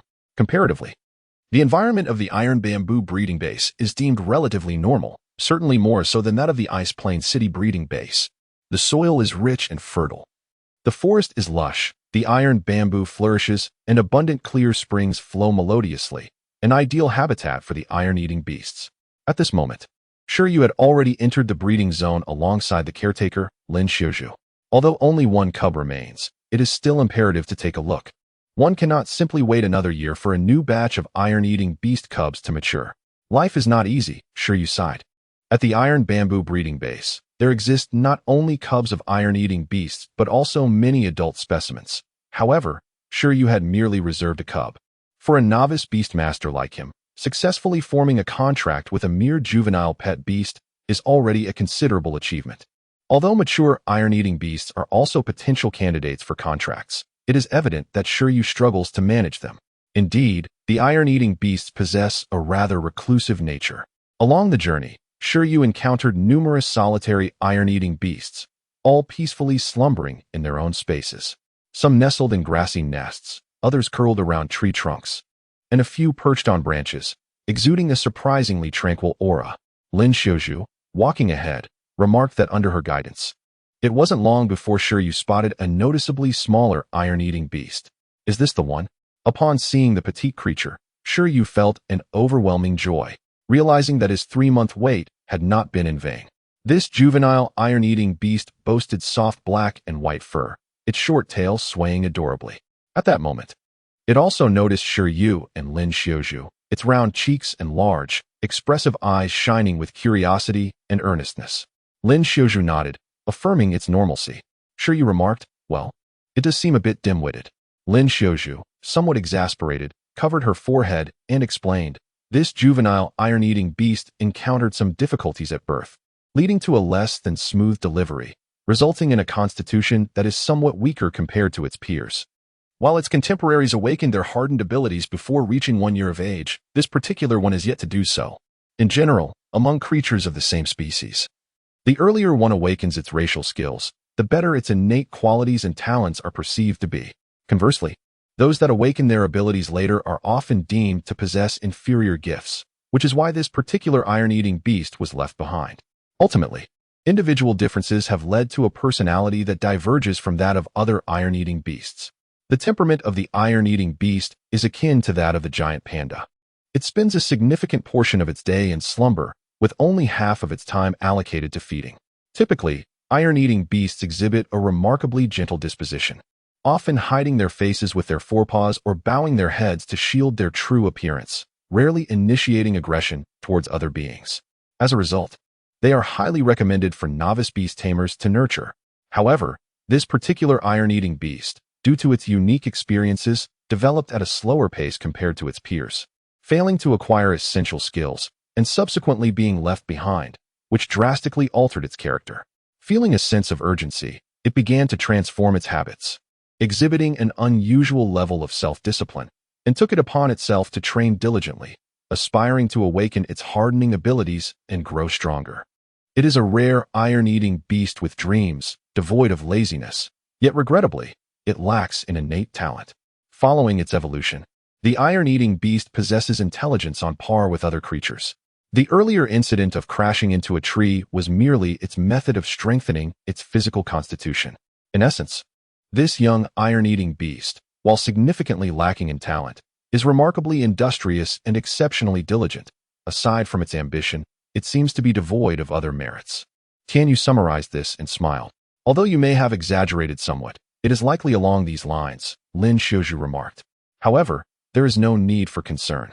It simply suffers from a congenital developmental deficiency. If placed in a beast master space for nurturing, it can be adjusted in due course. Moreover, such a disciplined iron-eating beast is indeed rather rare. This temperament is generally considered an asset. Of course, there are drawbacks associated with this disposition, as Lin Xiuzhu quietly mused, which include erratic sleeping patterns leading to an increased appetite. After all, training necessitates adequate nutrition. So I shall take it. While a typical iron-eating beast is quite commendable, Shi Yu does not desire a docile creature that merely consumes and slumbers. That would be excessively lazy. One can only endure so much idleness. The quality of its innate abilities is of little consequence, for he possesses a skill compendium. It is widely acknowledged that relentless effort is the true path to success. Have you made your decision?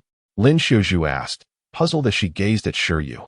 Typically, beast masters are quite concerned about the innate abilities of their companions. Otherwise, this young iron-eating beast would not have been left behind.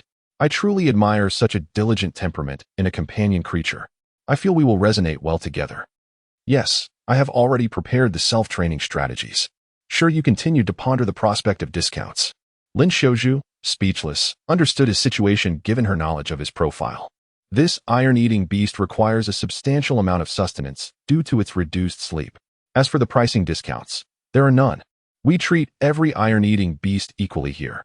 However, should you choose it, we can offer an additional month's supply of iron bamboo. The iron bamboo breeding facility serves not only as a sanctuary for the iron-eating beast, but also produces one of its favorite sustenances, the iron bamboo. This bamboo, as resilient as steel, belongs to a mutated species and is the quintessential nourishment essential for cultivating the iron-eating beast's hardening abilities. Its cost is not insignificant, especially considering the substantial appetite of these creatures. A month's supply of iron bamboo is indeed a commendable bonus, for it is a necessity. Thank you. Shi Yu expressed his gratitude. Lin Xiaozhu nodded in acknowledgement. Since Shi Yu had made his decision, she approached the slightly bewildered young iron-eating beast, which had been jolted by the recoil. Number 11, at last, a beast master has chosen you. Are you delighted? She squatted down and smiled at the little creature. Each iron-eating beast here is designated by a numerical identification, including the young ones. This particular juvenile, known as number 11, is commonly referred to by the caretakers simply as 11. The young iron-eating beast silently sat up and gazed into the distance at Shi Yu, blinking its eyes. Although it felt a surge of joy at being recognized by a beast master, it could not shake off the feeling of being late. Sitting on the ground with its arms raised high, it let out a fierce roar. Iron-eating beast, never a slave. I can grow stronger on my own. With that proclamation, it sprang to its feet, intending to escape before the staff of the breeding facility. Iron-eating beast, fearless. I do not need a beast master. However, before it could make its escape, Lin Xiaozhu swiftly seized it by the neck and lifted it off the ground. The telepathic Shi Yu remarked. Quite spirited indeed. Meanwhile, Lin Xiaozhu sighed as she pressed the troublesome iron-eating beast down onto the ground. Although she is merely a girl, her strength is surprisingly formidable. Without a doubt, she is destined to become a beastmaster. Upon forming a contract with her contracted beast, the creature's power will also enhance her own, elevating her mental fortitude and physical prowess. While she may not reach the level of battling extraordinary beings barehanded, she can certainly outmatch the most skilled fighters and athletes on Earth with ease. Listen closely. Once you become the contracted beast of a beastmaster, your rate of growth will multiply exponentially compared to your current state, and abilities that were previously dormant will awaken swiftly. Moreover, you will enjoy a more comfortable resting environment and a greater variety of nourishment, far surpassing the happiness of remaining here. Lin Xiaozhu earnestly conveyed this to the young iron-eating beast, who seemed to possess an innate telepathic ability, possibly due to her prolonged role as its caretaker. For the creature comprehended her words. After she finished speaking, the young beast appeared momentarily stunned, its expression one of confusion as it turned to Shi Yu. After a moment of silence, Shi Yu stated, all meals and accommodation included. He mentally added that this was contingent upon having sufficient funds. The young iron-eating beast emitted another cry, its expression growing more bewildered and conflicted, drool escaping its mouth. Ultimately, however, the allure of the benefits offered by the beast master outweighed its mental resistance, and the creature reluctantly nodded in agreement. It could no longer withstand the temptation. The iron-eating beast is never a slave, fearless and unyielding, unless provided with food and shelter. This iron-eating beast appears to have been astute from a young age.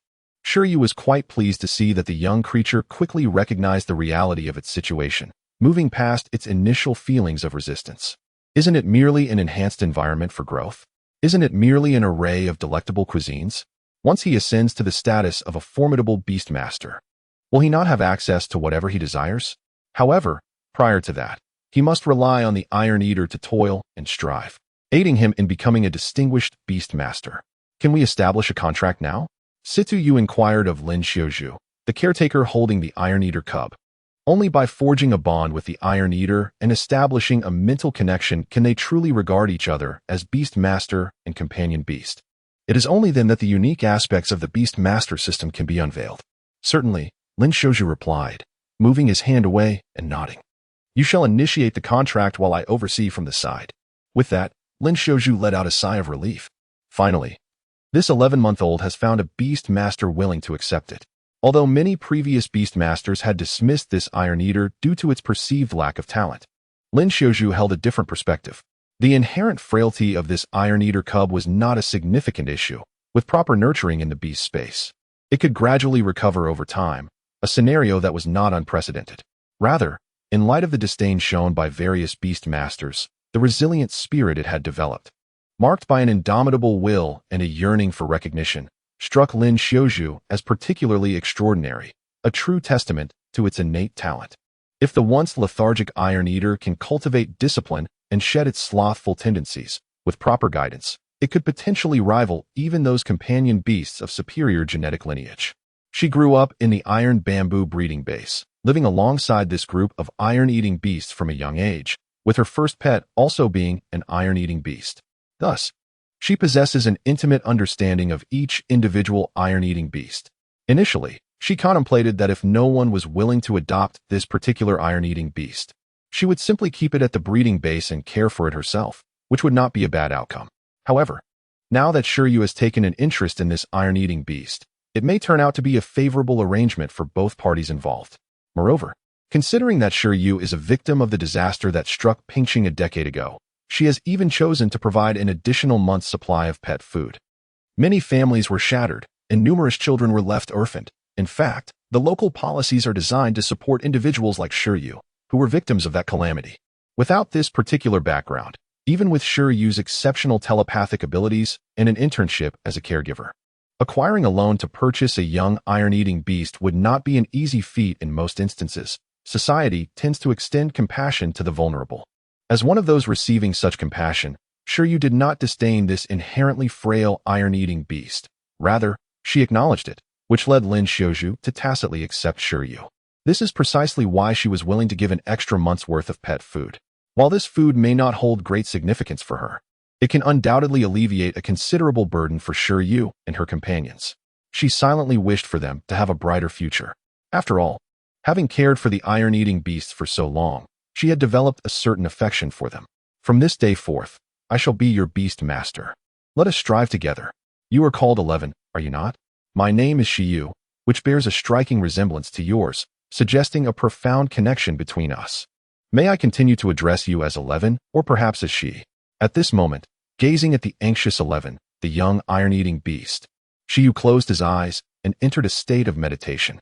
In that instant, he seemed to perceive the beast mastery realm within the confines of his mind. It was a world characterized by transparent barriers, akin to a white expanse of clouds. As Shi Yu communicated with the beast mastery realm, employing the methods he had learned, he initiated the capture pact. A gentle breeze stirred, and as dust rose from the ground, countless points of light flickered before him. Two circular formations, reminiscent of a star map and imbued with a translucent quality, materialized above and below the young iron-eating beast, enclosing it in between. In the next moment, the formations emitted numerous faint points of light that enveloped the young beast, as if to shroud it completely. Relax, do not struggle, Lin Xiaozhu advised the young iron-eating beast. Sensing that Shi Yu was not exerting his full strength in the pact, thus the binding was not overly restrictive. A slight struggle would suffice to interrupt the pact, hence her cautionary words. Simultaneously, Shi Yu observed the young beast with a serious demeanor. Enveloped in the soft white light, 11's expression remained tense. However, in this state, the telepathic connection between Shi Yu and the beast ascended to a higher realm. The young iron-eating beast could clearly sense Shi Yu's emotions. Shi Yu held a deep affection for this creature, having been a solitary figure in both of his lives. He understood that this iron-eating beast might be the companion who would accompany him throughout his life. With a mindset akin to that of a nurturing parent, he resolved to cultivate this young beast with the utmost care. Alas, he had yet to find a wife, but had instead acquired a pet that was even more challenging to raise than a child, leaving Shi Yu feeling a bit weary. Though Shi Yu appeared somewhat disheveled on the surface, it was his sincere heart that allowed the young iron-eating beast to lower its guard and begin to accept their bond. It fully acknowledged its choice of master. Soon, a radiant white light enveloped the young beast, and the array connecting to the beast mastery space began to ripple. Under this shimmering light, the young iron-eating beast gradually transformed into a glow and vanished from the external world, entering the beast mastery space. Buzz. Everything transpired rapidly. Shi Yu had not yet comprehended the situation when he felt a warm current coursing through his body.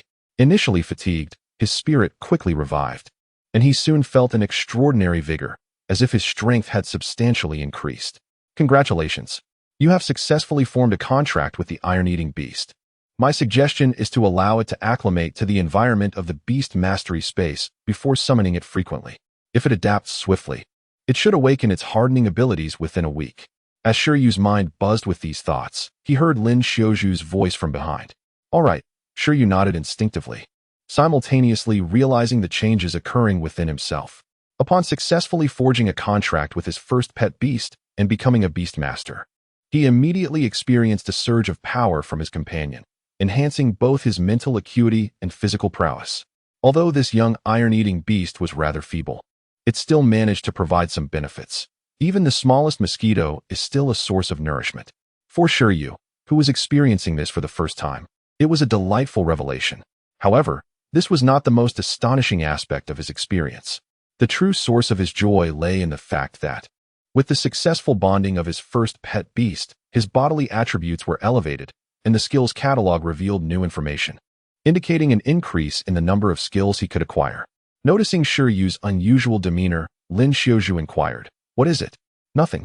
I just feel that my physical capabilities have improved, but I am somewhat unaccustomed to it," Shi Yu replied promptly.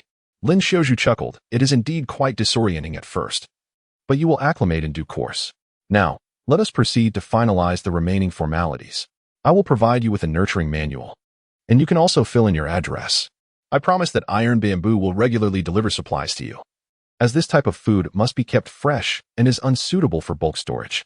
Once you have consumed these provisions, you are welcome to return here to place an order for more iron-eating beast sustenance, though it will incur a fee then."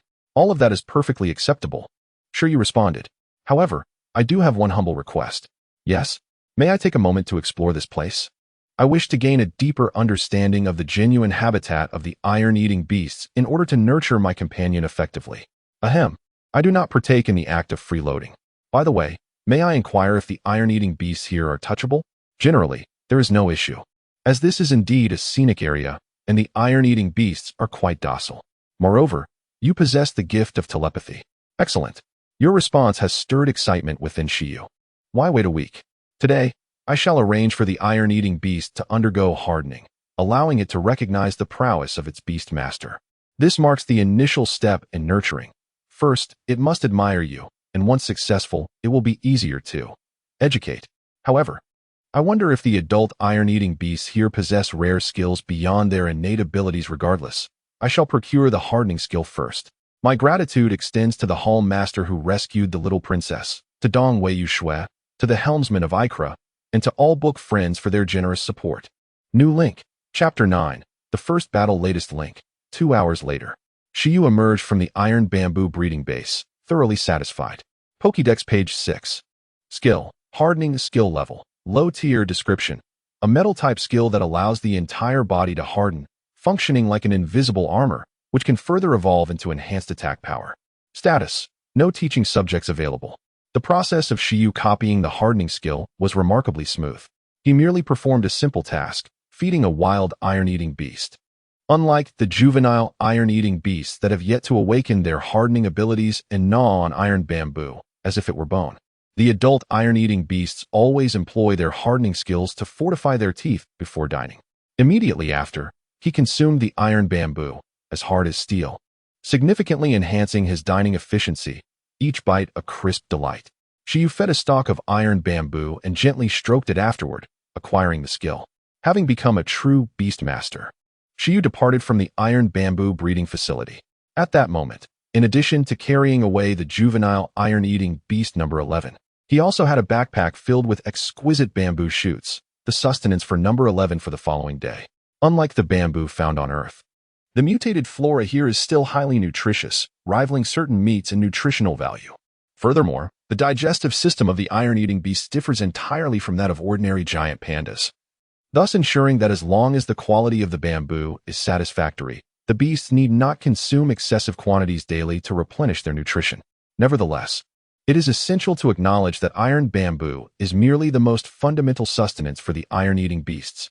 Undoubtedly, there exist many more expensive upgrades, which Shi Yu may not currently afford. The pursuit of wealth is imperative.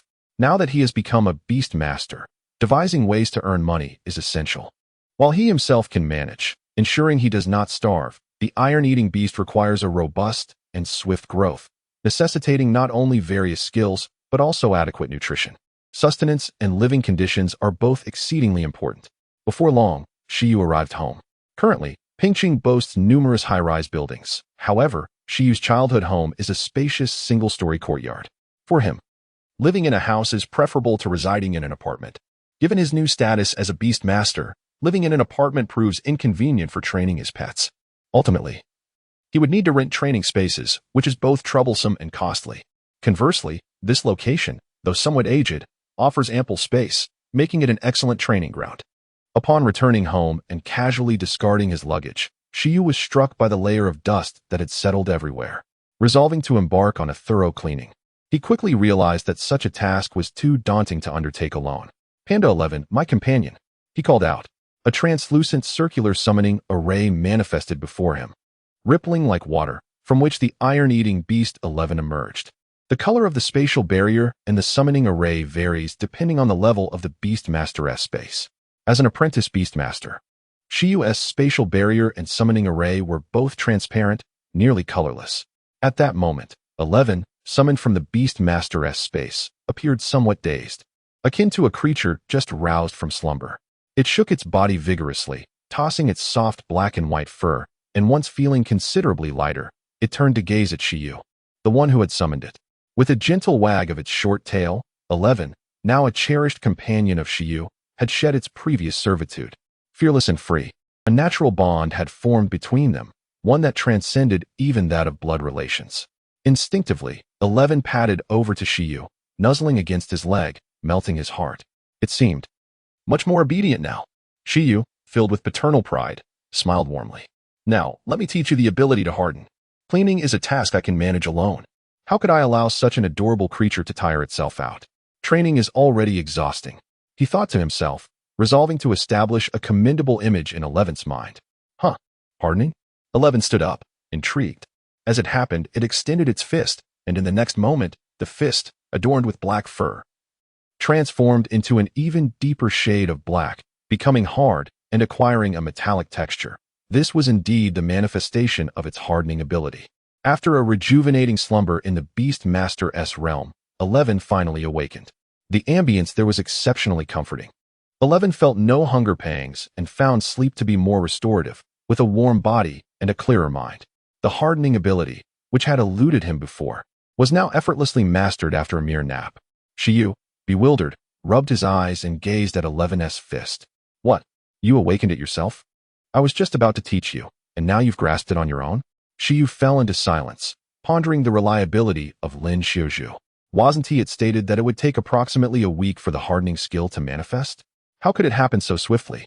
While Shi Yu felt a surge of happiness, he also experienced a pang of disappointment, for he had anticipated the moment when he would teach the iron-eating beast the hardening skill and witness its adoration and response. "Let us tidy up the courtyard," he suggested. 11 looked bewildered, as if pondering, "Cleaning? Oh well." Noticing 11's confused expression, Shi Yu decided to postpone the cleaning. It was not urgent. Suddenly, an idea struck him. The skill manual could be utilized to teach already acquired skills, and teaching repeated skills could enhance their proficiency. Proficiency was of utmost importance. Two beasts utilizing the same skill, one newly acquired and the other honed over a decade, would inevitably yield different results. It was entirely plausible for a low-level skill with high proficiency to surpass a high-level skill with low proficiency. Shi Yu retrieved the foundational nurturing manual for the iron-eating beast that Lin Xiuzhu had provided. The manual succinctly summarized that skill proficiency could be encapsulated in 5 words: mastery, proficiency, expertise, perfection, and transcendence. These terms respectively signify the stages of entry-level, skilled, proficient, flawless, and extraordinary. Shi Yu was curious about how many days of proficiency could be equivalent to a single teaching session using a skill compendium. He glanced at 11, who was observing the surroundings, and fell into contemplation. It occurred to him that utilizing the skill compendium for instruction might indeed consume physical energy. How much stamina would be expended in teaching a basic skill like hardening? Lacking any prior experience in such endeavors, Shi Yu was uncertain. He had felt a bit anxious earlier, fearing that a mere teaching session on a low-tier skill might leave him utterly exhausted. Perhaps it would be wiser to experiment with the most rudimentary skill, silken thread, from the compendium, as lower-tier skills presumably require less energy. It seemed a viable option. However, it was unfortunate that Shi Yu would need to find another subject for the experiment, for the iron-eating beast bore no compatibility with the silken thread skill, rendering instruction impossible. Forcing the iron-eating beast to produce silk would be an unreasonable demand. Since it had already acquired the skill, why not engage in our inaugural battle? Suddenly, Shi Yu's gaze shifted to the 2 persimmon trees in his yard. More specifically, he focused on a particular tree where a green figure was perched. A silkworm lay comfortably on the branch, leisurely resting, displaying remarkable audacity by not fearing the birds that passed by. As a creature of disgrace in the realm of the extraordinary, the silkworm's combat prowess was dismal, even an ordinary sparrow, unenhanced and without any evolution. stood a chance of defeating it. Moreover, it was abundantly common, and upon spotting it, Shi Yu instantly recognized that it was indeed the perfect candidate for his experiment. The green silkworm appeared to be malnourished, significantly thinner than those raised in the pet beast facility. Typically, such a silkworm is unlikely to evolve and often falls prey to avian predators. However, upon encountering Shi Yu, this silkworm was fortunate indeed. He granted it an opportunity to enhance its silk spinning skill proficiency. 11. Capture it gently, Shi Yu commanded. 11 glanced at the silkworm, momentarily taken aback. Was this little creature to be its first combat target? Nevertheless, a beastmaster's orders must be obeyed. It promptly ascended the tree and, with a swift motion, snapped the branch upon which the silkworm rested. The skill was unnecessary, as the silkworm plummeted to the ground along with the branch, momentarily dazed by the fall. Victory! Victory! 11, perched on the tree, exclaimed joyfully. For its inaugural battle, having limbs was sufficient. Splendid! After all, 11 was still just a child. And Shi Yu offered a touch of praise. Raising a pet beast is akin to nurturing a child. One must offer encouragement rather than constant criticism. The level of this silkworm seemed to be merely 1. After commending 11, Shi Yu turned his attention to the silkworm. It was the pet beast he had studied most extensively. Thanks to his 3-month internship experience, he had meticulously recorded several volumes of growth data on silkworms. Judging by the pattern on this silkworm, it bore a single line, indicating it had awakened only once, rendering it weak in combat. Thus, Shi Yu boldly reached out to it. The levels of pet beasts are categorized into growth levels and racial levels. Generally speaking, the higher the growth level, the stronger the overall prowess of the creature. As for the racial level, it primarily signifies the creature's potential for growth. A higher racial level corresponds to a greater maximum attainable growth level. Currently, this Qingmian worm is at the initial awakening stage of its growth level. With each awakening, it ascends 1 level, enhancing its physical attributes and increasing its internal energy capacity, while also providing a chance to awaken its innate racial abilities. After 10 awakenings, it can aspire to reach the extraordinary tier, becoming a genuine extraordinary being. This Qingmian worm is at level 1, whereas the Iron Eater contracted by Shi Yu is at level 3, indicating that they have undergone 1 and 3 awakenings, respectively. However, the number of awakenings does not solely determine a creature's strength. The power of a creature in the awakening phase is primarily linked to the racial skills it has awakened. In other words, among creatures of the same growth level, those with higher racial levels possess greater combat capabilities. Unless a lower-tier creature has mastered formidable skills beyond its basic racial abilities. Thus, even if a Qingmian worm awakens 10 times, but only possesses the non-ranked skill of silk production, it could never prevail against an Iron Eater that has learned the hardening skill, regardless of the latter's significantly lower growth level, as this embodies racial dominance.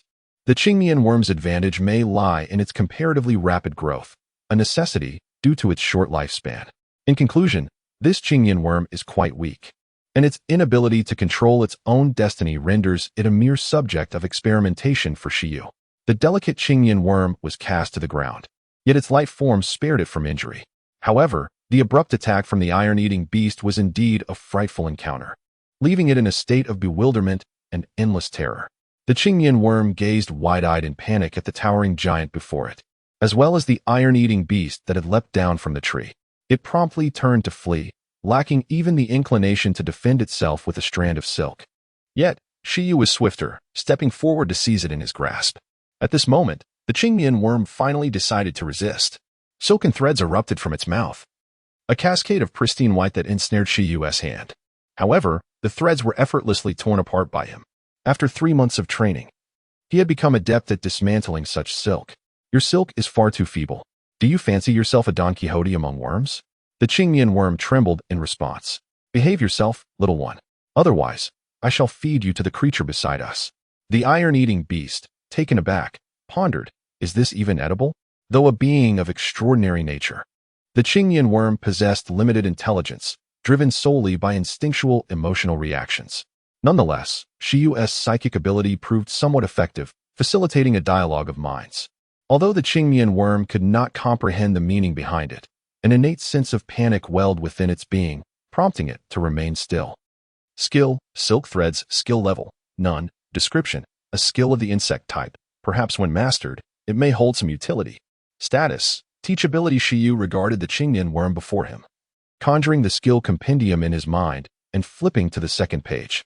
Among the 6 skills recorded, the least useful one, the silk thread ability, was designated for this particular silkworm. The silkworm's innate racial skill, silk thread, is something it possesses from birth, thus this silkworm would undoubtedly utilize this ability, a fact that Shi Yu was aware of from the very beginning. As Shi Yu attempted to trigger the Pokédex under the bewildered gaze of the silkworm, he whispered a thought, feeling a mixture of anxiety and anticipation. This was his inaugural attempt, and he was quite apprehensive. However, contrary to Shi Yu's expectations of the silkworm learning the skill instantaneously, his hands began to emit a radiant glow.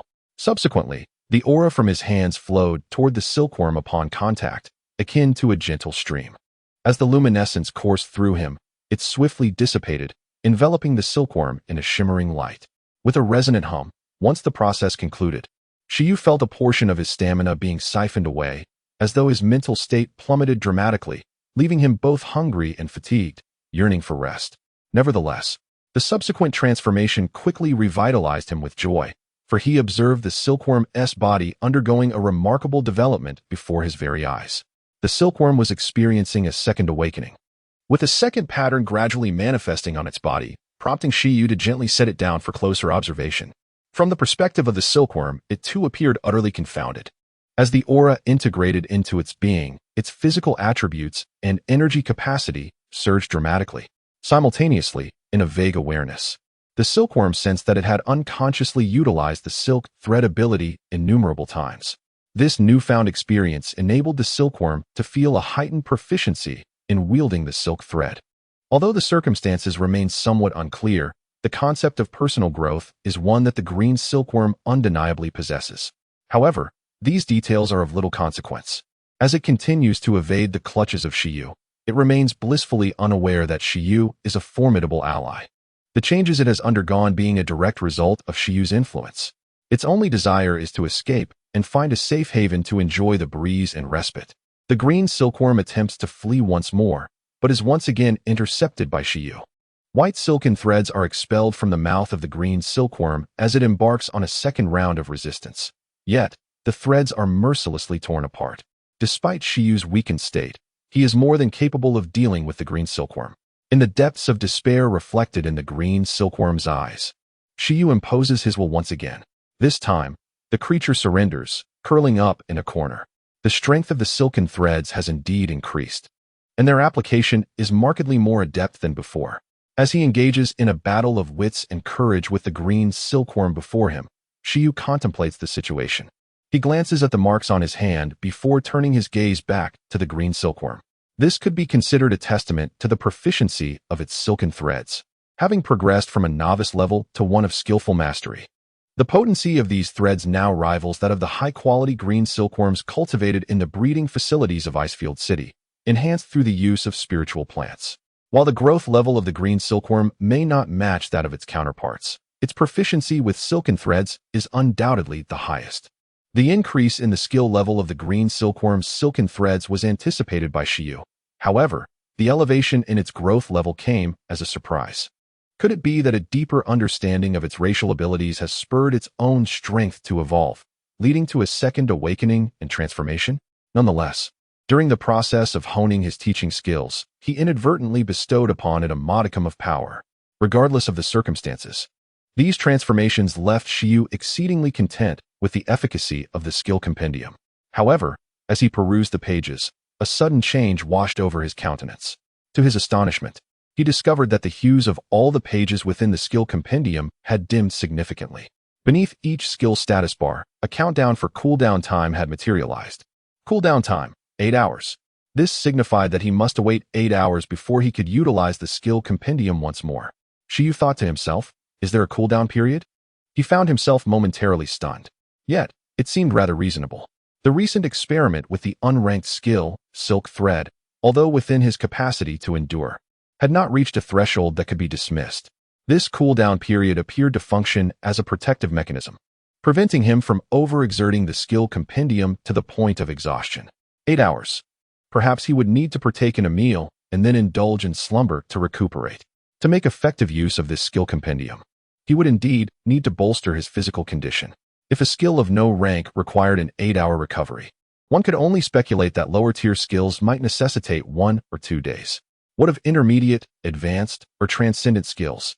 Shi Yu suddenly realized that the skill compendium was not as advantageous as he had initially perceived. It was the creatures under his command that were at ease. While he bore the burden, he pondered whether consuming nutritionally rich foods could expedite his recovery. If so, it would be prudent to prepare some in advance, as it might allow him to swiftly regain his status following the conclusion of the teaching skills. After all, the beasts possessed nutritional supplements, and surely, the beast masters did as well. Shi Yu glanced at the utterly perplexed iron-eating beast beside him. At that moment, 11 was completely oblivious to the actions of its tamer. The iron bamboo pole was indeed rigid, yet the bamboo shoots were edible for humans and exceptionally nutritious, far surpassing the common vegetables in terms of nourishment. Shi Yu felt compelled to replenish his strength, ensuring he could teach the iron-eating beast the hardening skill with full vigor the following day. Eating bamboo shoots? The iron-eating beast's eyes sparkled with excitement. However, it soon realized a grave concern. Oh no, were the bamboo shoots not meant for its own consumption? After the experiment, Shi Yu found himself famished, exhausted, and drowsy. Initially, he intended to tidy up the courtyard and the room, but given the current circumstances, he decided to manage for one night. It was getting late, so he resolved to prepare dinner promptly. 11, why don't you rest for a while? Wait for me to call you for dinner, Shi Yu advised. Turning to 11, the iron-eating beast behind the tree exclaimed. It shook its head vigorously. How could it possibly rest? Having finally awakened its hardening ability, it could not afford to take a break. It had already fallen behind its contemporaries in training and needed to seize every moment to catch up. Without completing 2 hours of training, it would feel uneasy about dinner. Shi Yu, possessing a telepathic bond with the beast, was taken aback. The caretaker Lin Xiaoju's words rang true. This iron-eating beast was indeed somewhat peculiar. It yearned for delectable food, but felt unsettled about dinner due to incomplete training. Was this not a case of excessive self-discipline? There was no need to rush. Today was an exceptional circumstance, and it was perfectly acceptable to take a good rest. Shi Yu urged gently, while the Iron Eater shook its head vigorously. All right, you should first practice your hardening ability in the courtyard, Shi Yu suggested. The Iron Eater, momentarily distracted, nodded, entirely forgetting that Shi Yu also intended to savor its bamboo shoots. Its expression grew increasingly solemn. If we are to train, let us train. It glanced at the surrounding walls, a gaze that startled Shi Yu. Wait a moment. Focus first on maintaining and retracting your hardening ability. Aim to quickly arm and harden a specific part of your body in the shortest time possible. Everything else can wait. In truth, practicing the hardening ability is quite straightforward. The training methods for such rudimentary skills are generally quite basic. For instance, the cultivation manual given by Lin Xiaoju contains clear instructions. The proficiency of hardening can be categorized into 4 aspects: duration, coverage area, retraction speed, and hardness intensity. Just now, the Iron Eater's gaze clearly indicated a desire to practice hardness intensity. The foundational method for training hardness intensity was already mastered by 11 at the breeding base, which involved subjecting its hardened body to relentless trials akin to steel being forged. In other words, it required enduring blows or inflicting damage upon itself. Previously, 11 had not mastered hardening, which was manageable, but now that it had acquired the skill, Shi Yu realized that allowing it to practice hardness intensity here would be disastrous. Thus, Shi Yu promptly halted the eager Iron Eater, insisting it first practice the maintenance and retraction techniques that would not create too much commotion. The training for hardness intensity could be addressed later. After Shi Yu's advice, 11 scratched its face and finally nodded. Very well, then. Meanwhile, Shi Yu felt a sense of relief. However, an inexplicable weariness lingered within him. It was undeniably a positive thing for one's pet to exhibit self-discipline, yet he wondered why he still felt fatigued. How peculiar. Sigh. After ensuring the proper care of the iron-eating beast, Shi Yu chose not to dwell on it further. He cast a glance at the corner where the silkworm rested, rummaging through his home to find a bundle of wire. With some tools, he fashioned a rudimentary birdcage to nurture it. Upon completing his experiments with the silkworm and observing the improvement in its silk spinning skill proficiency, an entrepreneurial idea began to blossom in Shi Yu's mind. The versatility of the silkworm's silk varies significantly based on its rearing method. Its silk finds applications across various domains, including textiles, medicine, and industry. Thus, both in Pingqing and in Icefield City, specialized breeding facilities for silkworms exist solely for the purpose of silk production. However, while the silk produced through such assembly line processes is of decent quality, it seldom reaches the pinnacle of excellence. The highest quality silk is typically crafted by beast masters who specifically breed silkworms. Numerous channels eagerly seek to acquire this silk at premium prices. The superior the quality of the silk, the greater the purchasing price. Such occurrences are quite commonplace, not only with silk, but also with various parts of a pet's body, which possess diverse applications. Many beast masters regard the rearing of pets as a lucrative venture. Beast masters who contract with wooden-type pets may hasten the growth of spiritual plants, while those who bond with healing-type pets often assist others with medical needs. These avenues are merely ways for beast masters to earn supplementary income. Thus, Shi Yu pondered, since enhancing the proficiency of the green silkworm posed no significant challenge, and acquiring silkworm silk was one of the most commonplace enterprises in the market, why not first amass a fortune through this method? While nurturing the iron-eating beast, he could also devote some time to cultivating this green silkworm, which, for now, only required ordinary plant leaves for sustenance. These were abundantly available. Eventually, once its silk proficiency reached perfection, the quality of the silk would undoubtedly be commendable. Consequently, selling a bundle of silk could swiftly alleviate the economic pressures at home. The green silkworm in the cage lay dejectedly down, while Shi Yu gazed at it with a smile, apologizing for the harshness of life. Regrettably, the green silkworm possessed limited intelligence. Otherwise, had it been another creature, it would have eagerly seized the opportunity to rapidly enhance its skill proficiency. As night fell, after dinner, both Shi Yu and the iron-eating beast felt fatigued. The frequent use of its hardening ability during training had significantly drained Eleven's energy. Upon finishing its meal, it immediately collapsed into a deep slumber, its round body curling into a ball. Despite being in an unfamiliar environment, it slept soundly and securely, even breaking into a smile that was absent when awake. Shi Yu chuckled at the sight of the iron-eating beast, still smacking its lips in its sleep. The development of such a personality could be attributed to talent. But perhaps the individual differences born from varied experiences were genuinely significant to it. It clearly relished food, yet it refrained from eating unless training was completed, perhaps out of fear that a lack of effort would lead to abandonment once more. As a beast master of the iron-eating beast, Shi Yu could subtly sense its thoughts. It seemed evident to him that the previous beast masters had overlooked and undervalued its potential due to its lackluster performance. Rest assured, regardless of the circumstances, I will never abandon you.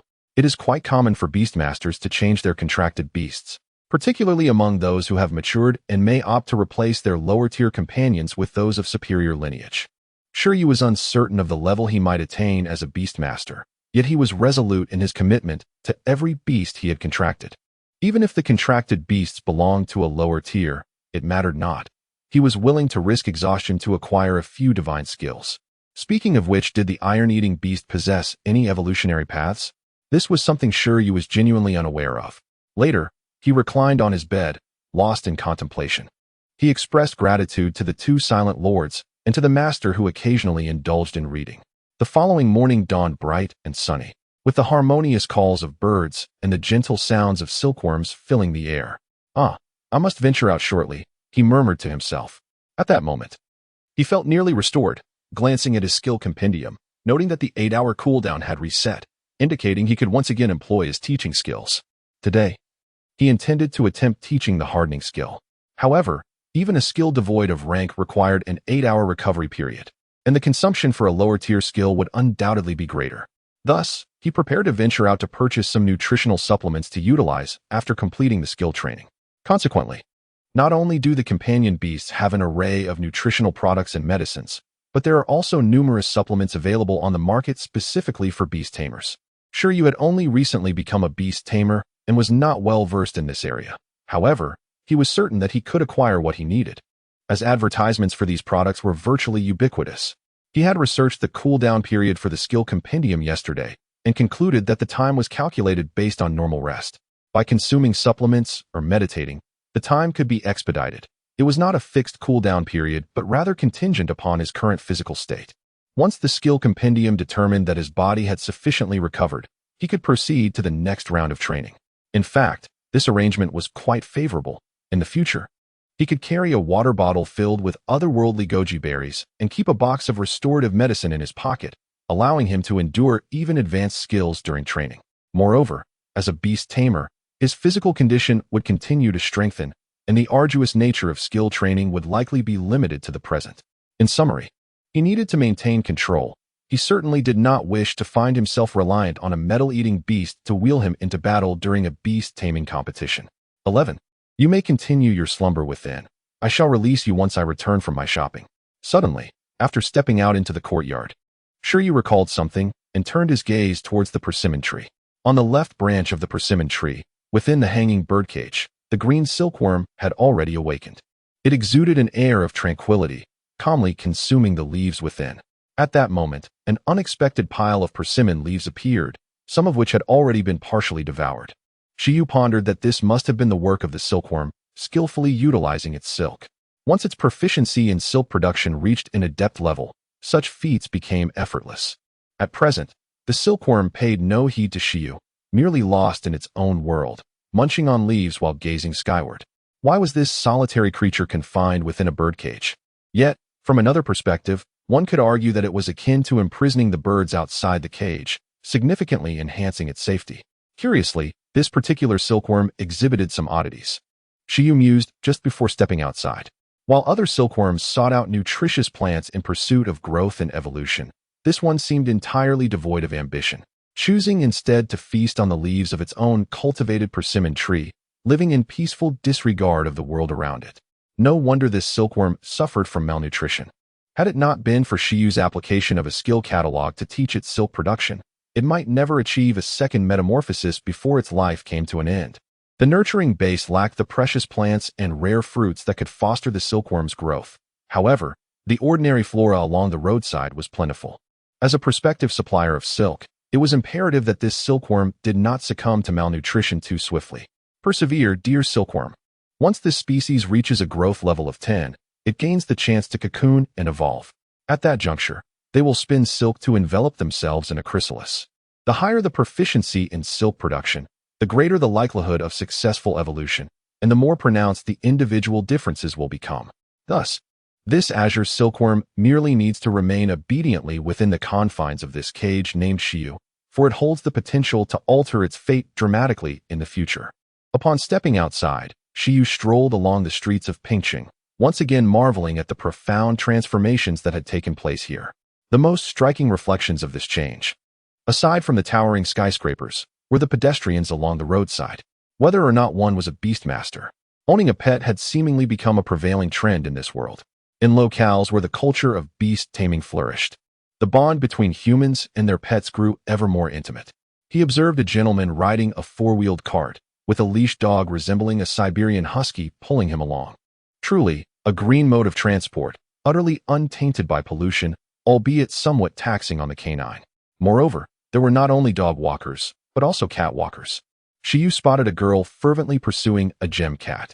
If walking a dog resembled riding a horse, then walking a cat was akin to bullfighting. It was not so much the human walking the cat, but rather the cat leading the human. This uncontrollable scenario likely stemmed from the fact that the cat's owner was not a beast master. No contract had been established, and the gem cat was treated merely as a pet. The gem cat bore a striking resemblance to the ragdoll cat on Earth, exuding beauty, yet possessing combat prowess superior to that of the azure silkworm. Furthermore, akin to the azure silkworm, its evolutionary process was transparent, with a high ceiling for advancement. By possessing rare cat's eye gems, one could enable the gem cat to acquire various racial abilities and attain evolution based on the type of gem. The more precious the cat's eye gem utilized, the greater the power bestowed upon the gem cat. Essentially, a gem cat devoid of cat's eye gems could only serve as a pet, whereas one endowed with such gems became a formidable battle companion. After all, the price of cat's eye gemstones is far more exorbitant than that of the gemstone cats themselves. Gemstones are natural resources, exceedingly rare, whereas cats can reproduce endlessly. Over time, the value of cat's eye gemstones has risen while that of gemstone cats has diminished. At this moment, as Shi Yu savored the ambience of the city, he sought out an apothecary. Ultimately, he arrived at a place called Baikayatang Pharmacy, situated 4,000 meters from his home. The layout here bore little difference from pharmacies on Earth. Upon entering, Shi Yu observed an array of boxed and canned medications within various glass cabinets. The distinction might lie in the fact that this world's pharmacies cater to both humans and beasts alike. due to cultural disparities. Even physicians who primarily treat humans possess a modicum of knowledge in treating animals. The reason is simple: profit. It merely requires obtaining an additional certification, effectively doubling one's income. Do you require any assistance? Inquired a young physician at the front desk as Shi Yu entered the pharmacy. Noticing a sign within the pharmacy, Shi Yu asked, "Do you also purchase silkworm threads here?" The sign detailed the various medicinal materials the pharmacy acquires, including the threads produced by the Qingmian silkworm. Indeed, however, we specifically require threads from Qingmian silkworms that have been fed certain special herbs, and they must meet high-quality standards. Once the components pass inspection, we can purchase them directly. The types of medicinal materials are listed above for your perusal. All right, Shi Yu nodded, genuinely examining the information presented. The nature of the silken threads produced by the silkworm varies according to the different types of food consumed. For instance, certain textile factories require silks with exceptional cold resistance and thermal insulation properties. Garments crafted from such cold-resistant silk command exorbitant prices, akin to the snow-capped peaks beyond the icy city. Essential attire for any beastmaster aspiring to explore such frigid terrains. Conversely, the silks procured by pharmacies for medicinal purposes necessitate specific compositions. As for the so-called premium quality, it correlates with the mastery level of the silkworm's silk production. If the proficiency reaches a state of perfection, the price can soar several times higher. Upon reviewing the purchasing prices, Shi Yu swallowed hard. Considering his inheritance and various subsidies, along with the necessity of monthly loan repayments, he realized that he and his iron-eating beast could sustain themselves for no more than a year. Should he fail to achieve recognition within that time, such as becoming a professional beastmaster, he would be compelled to find a stable job at a breeding facility, jeopardizing the funding for raising his iron-eating beast. However, if he could elevate the quality of the silkworm's threads to perfection, even factoring in food costs, a single silkworm could sufficiently support the iron-eating beast. Establishing a silkworm farm could lead to complete financial independence. It seemed he had indeed stumbled upon a lucrative opportunity. The bug-catching youth was none other than himself. "Are you a beastmaster? Do you have any intention of selling silks?" "Not at the moment. Please provide me with 2 vials of that medicine." Shi Yu gestured towards a designated area. The physician responded with confusion, "Thank you, but I'm just here to read." "What about you, esteemed leader?" Chapter 13. From introduction to conclusion, the supplement he purchased is known as the Ming Shin capsule, seemingly composed of materials derived from various extraordinary plants. Much like the effortless treatment provided by the physician at the breeding base in Icefield City, the efficacy of medicine in this realm is exceedingly remarkable. After all, in the previous life, medicinal materials were primarily extracted from ordinary flora, whereas here, high-quality medicinal sources predominantly originate from extraordinary botanical entities. Of course, the Ming Shin capsule is merely one of the most common varieties and is not overly miraculous. The function of the Ming Shin capsule is quite straightforward. It primarily serves to alleviate symptoms of bodily weakness and enhance physical constitution, allowing the user to maintain a state of alertness and tranquility even in a weakened condition. It is reputed to be highly effective, and many beast masters enjoy taking one after a battle, instantly feeling revitalized. However, moderation is key, as excessive consumption of any medication can lead to adverse effects. And Shi Yu's financial circumstances do not permit him to indulge in these capsules as if they were mere candies. Upon returning home, Shi Yu first summoned his iron-eating beast. After a refreshing nap, 11 appeared quite spirited, gazing at Shi Yu with twinkling eyes. It had been enjoying its slumber significantly more than during its time at the iron bamboo breeding base, and 11 could distinctly sense its remarkably enhanced condition, a testament to the wondrous effects of the beast master space. In this invigorated state, 11 felt capable of enduring at least 6 hours of intensive training. Moreover, the most comforting aspect is that once the training is completed, as long as it absorbs sufficient energy from the beastmaster space, it can swiftly recover from fatigue. Do not rush into training. Remember the importance of balancing work and rest. Shi Yu sensed the thoughts of the iron-eating beast and raised an eyebrow. Did this creature not realize that the energy it absorbed from the beastmaster space stemmed from him, its beastmaster? It should be more considerate of its master. On one hand, he must meditate to enhance the beastmaster space, while on the other, he has to utilize the skill compendium. Shi Yu felt a profound fatigue. It seemed that such self-discipline in a pet at this early stage was not necessarily advantageous for the beastmaster. The arrangement for absolute sleep must be prioritized. A mature iron-eating beast should learn to manage its post-training fatigue independently. Meanwhile, 11 remained oblivious to Shi Yu's contemplations. Upon hearing the phrase balance work and rest, it immediately shook its head, its round little head bobbing like a rattle. While the concept of balance is commendable, one must not become overly lax, as wasting too much time could hinder their training progress. Shi Yu thought, once I recover and teach you absolute sleep, you may train as you wish. Skill. Hardening skill level. Low-tier description. A skill of the metal element that enables the body to harden, functioning like an invisible armor, which can also evolve into increased attack power. Status. Teachability at present. Shi Yu was not inclined to engage in a debate with the industrious iron-eating beast and decided to attempt teaching the low-tier skill of hardening. Yesterday, 11 had made initial progress in learning the hardening skill, achieving a beginner level of proficiency. After rigorous practice, it has become capable of fortifying its fists, claws, and teeth with hardening abilities. However, it can only reinforce one part at a time. The duration of this enhancement fluctuates depending on the area covered, but it lasts no more than a few seconds. Furthermore, once the hardened part strikes, the ability dissipates immediately. This is indeed reflective of its beginner proficiency. The hardness is commendable, reaching a level suitable for demolishing structures, and it should pose no issue when colliding with rock. 11. Look here, Shi Yu called out to 11, prompting the little iron eater to lift its head in curiosity.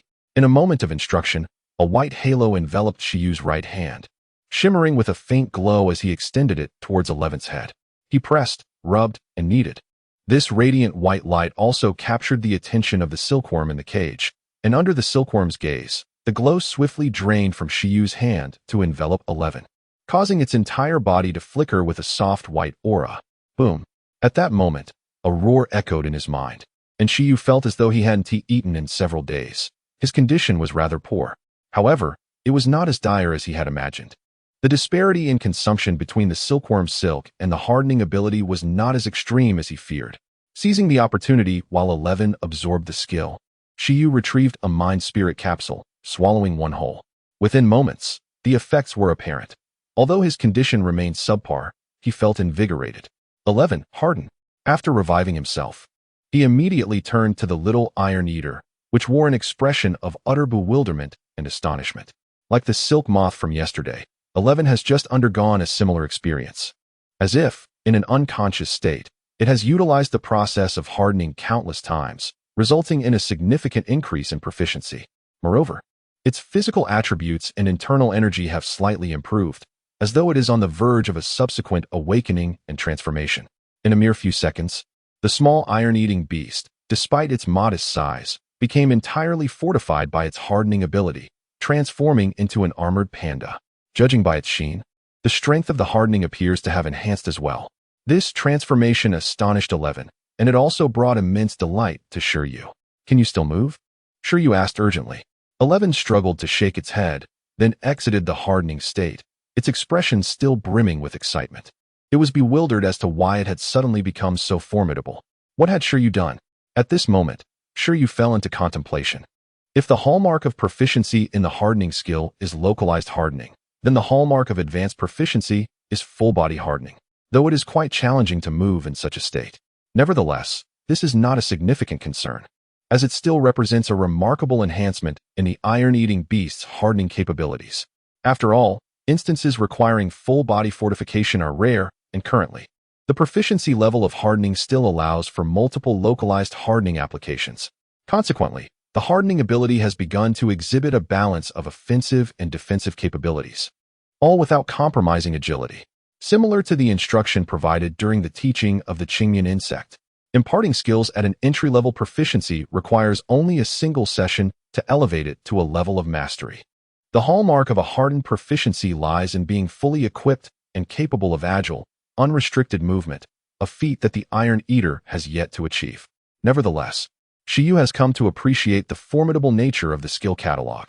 After all, as documented in the supplementary manual for the cultivation of Iron Eaters provided by the Tizhuz breeding base, even with the assistance of a beast master and an abundance of nutritional supplements, a typical Iron Eater requires a minimum of 1 month of rigorous training to attain a hardened proficiency.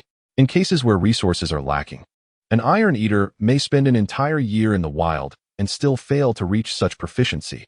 After all, apart from utilizing their hardened ability for sustenance. They seldom employ this capability. Consequently, the combat strength of 11 is likely to double. It is clear that it is taken aback by this transformation. Shi Yu eagerly gazes at the little iron eater, awaiting its look of admiration. So, are you still anxious to train? Have you come to recognize my prowess? 11 is undoubtedly astonished by its newfound abilities, yet upon hearing Shi Yu's inquiry, it instantly becomes perplexed. Iron Eater, W. What? How is it that its hardened ability has increased so significantly without any effort? What exactly has its Beastmaster done? This is not scientific. This proficiency feels too uncertain and unsettling. Shi Yu? This represents a considerable portion of my stamina. Iron Eater, D. No. Alas, 11 shook its head vigorously, insisting that it should not be collected, that it was quite satisfactory to remain as it was. This level of proficiency did not align with its belief that effort equates to reward. However, it could indeed supplement its training. To punish itself for today's unearned gains, it resolved to undergo a grueling 24-hour training regimen, sacrificing sleep for the night. Shi Yu, on the other hand, was truly befuddled. This iron-eating beast had completely reshaped Shi Yu's understanding of self-discipline. Never had he encountered such a disciplined creature, one that could enhance its efforts through sheer will. Had any of the authors of the novels I avidly followed in my previous life possessed even half of this discipline, I would not have faced a drought of reading material. Shi Yu felt a pang in his stomach. Moderation. A 24-hour intensive training session was not merely a transition from novice to adept. It felt more akin to a journey from novice to the grave. At noon, after gorging himself once more, Shi Yu opened the skill compendium. Cooldown time, 24 hours. This indicated that he would need to rest another day before embarking on the next round of skill acquisition. Shi Yu felt compelled to venture out in the afternoon, primarily because 11's unwavering discipline made him uneasy during moments of inactivity. While a fondness for training may not seem detrimental, it was indeed 11's self-discipline that endeared it to Shi Yu. Had it been a lazy and indulgent pet, he would have been reluctant to expend such effort in teaching it skills. Although the skill compendium was undoubtedly convenient, reliance upon it should not be absolute. A pet must engage in fundamental training, which also serves to cultivate the spirit, mind, and willpower. However, given that the training has commenced, it is imperative to enhance its efficacy. Otherwise, it would be a futile endeavor. Consequently, he intends to seek out some training equipment for 11. It appears that training apparatus for pets is rather expensive. Thus, he must find a method that offers a superior cost-to-benefit ratio. After careful contemplation, Shi Yu set out in the afternoon to search for suitable tools. Throughout the day, 11 diligently practiced the maintenance, retraction, and coverage of its hardening ability. Once the hardening skill reached a proficient level, its duration could now be sustained for half a minute without the hardening being compromised by even moderately forceful impacts. Furthermore, the speed of retraction and deployment has also improved. Currently, 11's primary focus is to rapidly harden and cover multiple areas simultaneously, which is crucial in combat. Mastering this skill would effectively balance both offense and defense.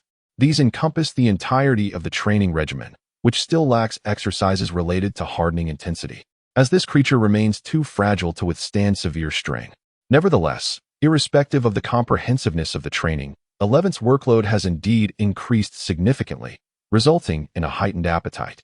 Additionally, the consumption generated within the beast mastery space has escalated. This situation has led Shi Yu to initially ascertain the trajectory of his forthcoming cultivation.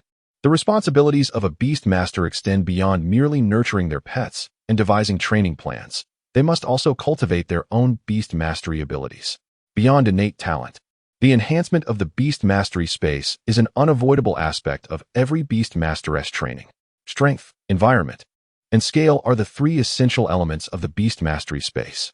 Beast tamers possess the liberty to select their enhancement paths freely, or they may opt for a comprehensive approach.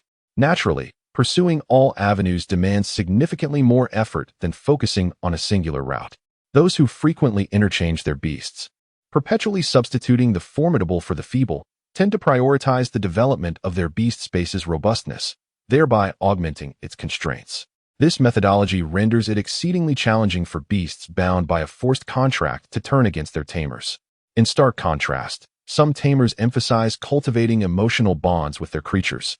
Thus, even in the absence of spatial restrictions, the beasts are unlikely to rebel. The environment within the beast space dictates the efficiency with which beasts assimilate nutrients and combat experience. A superior environment fosters accelerated growth in beasts, making it a paramount consideration for tamers. Additionally, the spatial dimensions of the beast space signify the number of creatures a tamer can contract. Some specialists, devoted to nurturing a singular beast, may disregard this factor entirely, while others who favor collective combat and numerical superiority will primarily develop in this direction. For Shi Yu, the focus is undoubtedly on enhancing the environmental conditions of the beast space. 11. A creature cultivated by a reputable breeding facility is ideally suited for novice tamers. Its foundational education has been exemplary. Unlike the forcibly captured wild beasts, 11 exhibits minimal defiance towards its tamer. Furthermore, Shi Yu did not impose a forced contract upon 11, granting it the autonomy to choose. Consequently, Shi Yu believes he can initially overlook the constraining attributes of the beast space, as long as he ensures its strength is sufficient to support 11's growth within. Simultaneously, Shi Yu had no intention of contracting a second beast for the time being, and the size of the beast space was of little concern. Thus, the priority remained to create a comfortable environment for the growth of the little iron-eating beast. When the time comes, with the beast space and absolute slumber combined, it could train as it pleased without any physical burden. Given the little iron-eating beast's self-discipline, along with the support from its beast space and skill compendium, as long as nutrition was adequately provided, it would likely mature in a remarkably short time. The following day, Shi Yu sat in the courtyard, cradling a thermos, meditating on the transformation of the beast space. Not far away, the little iron-eating beast, 11, diligently practiced its hardening abilities. Occasionally, Shi Yu would open his eyes to check on its training progress and take notes, fostering a sense of development. Accompanying Shi Yu was the green silkworm in the birdcage atop the tree, which, in addition to persimmon leaves, was presented with a variety of new foods that day, such as bamboo leaves and the leftover cabbage leaves from Shi Yu's lunch. This state persisted throughout the day, with both Shi Yu and the little iron-eating beast gradually adapting to this new lifestyle. Before long, a new day arrived. The iron-eating beast, feeling particularly spirited early in the morning, experienced a surge of excitement. After mastering its hardening ability and allowing a day for digestion, 11 found its growth level had significantly increased. Within the beast space, it underwent its fourth awakening metamorphosis, enhancing its physical attributes and internal energy, achieving the fourth level of awakening. Not only was 11 elated, but Shi Yu, as its beast master, was equally thrilled. The journey towards becoming a professional beast master has taken a significant step forward. Today, I ventured out to procure some delectable treats. In celebration of this milestone, I have decided to enhance your meal. Shi Yu, in a rare display of generosity, expressed his thoughts aloud. The iron-eating beast nodded vigorously in agreement. Furthermore, I believe it is time to prioritize training for hardened strength. However, as you are well aware, the current environment is not conducive for you to utilize your hardening abilities destructively. 11 turned to Shi Yu, displaying a resolute expression. It suggested that Shi Yu could employ some sturdy implements to strike it, which would not only serve to enhance the hardening strength, but might also yield even better results, as it could withstand the impact. Brave iron-eating beast, unafraid of pain. Yet, Shi Yu shook his head, expressing reluctance to strike 11. The latter felt touched by this sentiment. The truth, however, was that Shi Yu worried about exhausting himself by striking 11, the hardening lump of iron. Such an endeavor would surely leave his body rattled, resulting in inefficiency. Nevertheless, I have prepared equipment that allows for independent training of hardening strength, which should arrive shortly. As soon as Shi Yu finished speaking, there was a knock at the door, and several movers entered, bringing with them an array of high-strength alloy steel plates. Gazing at the scattered steel plates, the little iron-eating beast 11 wore a perplexed expression. These are high-strength alloy steel plates. While the walls are off-limits for your hammering, you are free to strike these plates. Additionally, if you find your strength lacking and the training effects insufficient, feel free to lay them on the ground, stacking several layers for enhanced impact. Then, harnessing the power of gravity, allow this planet to assist you in your training. Leap from the trees or rooftops, your entire body hardened, plunging downwards. A typical iron-eating beast would undoubtedly sustain no harm from a fall to the ground. Yet if it were to land in a hardened state upon a steel plate, its cushioning abilities would be rendered ineffective. The impact force, would it not be akin to striking oneself with a wolf's fang? On the other side, After grasping the training concept, 11's eyes sparkled with excitement. What a brilliant training method. How could he have not thought of it? He believed his beast master to be exceptionally ingenious.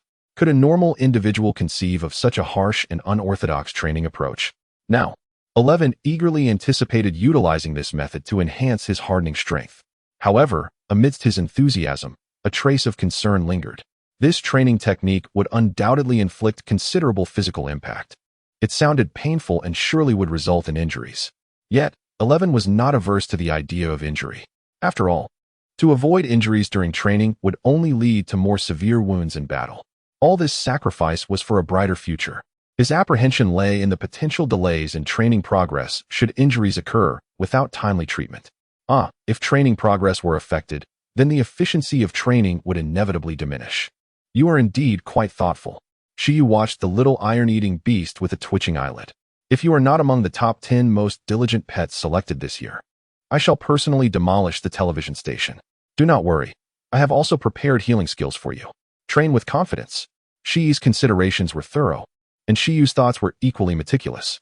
Skill, rapid healing, skill level, intermediate, description, a wood-based healing ability that accelerates the recovery of ordinary injuries. Status, teachability. Shi Yu first consumed 2 Mingshin capsules and then, with a resolute expression, pressed his hand, enveloped in a radiant white light, against the head of the iron-eating beast. He began to knead in a spiral motion once more. In fact, the cooldown period for his skill catalog had reset yesterday, and with Shi Yu reaching level 4, his physical prowess and mental acuity had also seen some enhancement. This inspired Shi Yu to consider imparting intermediate healing skills. After all, it was inevitable that he would need to teach eventually. Starting early would alleviate future concerns. Given that the catalog indicated teachability, theoretically, even if he attempted to teach higher-level skills, he would not meet with failure. At worst, he might just need to rest for a few days. As the light faded, the cooldown for the skill catalog reappeared, now extending to 48 hours. The duration mattered little to Shi Yu. Survival was paramount. However, the iron-eating beast's compatibility with learning rapid healing was quite moving for him. It seemed that indulging in bamboo had indeed bestowed it with a touch of the wood element. Perhaps this also hinted at the potential for the iron-eating beast to evolve in a wood-oriented direction? A druidic panda? According to Shi Yu's knowledge, besides the wood element, the iron-eating beast could also potentially harness abilities related to thunder and flames. In Pingcheng, there were beastmasters dedicated to cultivating iron-eating beasts who had developed relevant skills. In the future, it might be worthwhile to explore this further, enriching the skill repertoire of his own iron-eating beast. At this moment, after the conclusion of the lesson, Shi Yu felt utterly drained, a kind of exhaustion that no amount of divine capsules could alleviate. The intensity was overwhelming. Perhaps it would be prudent to postpone teaching the advanced skill of absolute sleep until he had conditioned his body for a month. Otherwise, something dire might occur. One day, I shall cultivate a physique capable of hand-to-hand combat with the iron-eating beast, Shi Yu vowed fervently within himself. Meanwhile, as the energy transmitted from Shi Yu transformed the constitution of the little iron-eating beast, the concept of rapid healing gradually crystallized in 11's mind. The wondrous effects of entry-level rapid healing immediately elucidated its benefits to 11. In that instant, the scene from 2 days prior replayed itself. The Beast Master had somehow enabled it to acquire a new ability, leaving 11 utterly bewildered. Was this a healing capability? The iron-eating beast stared incredulously at the weakened Shi Yu, struggling to comprehend. The only thing it grasped was that this daunting training method was unavoidable.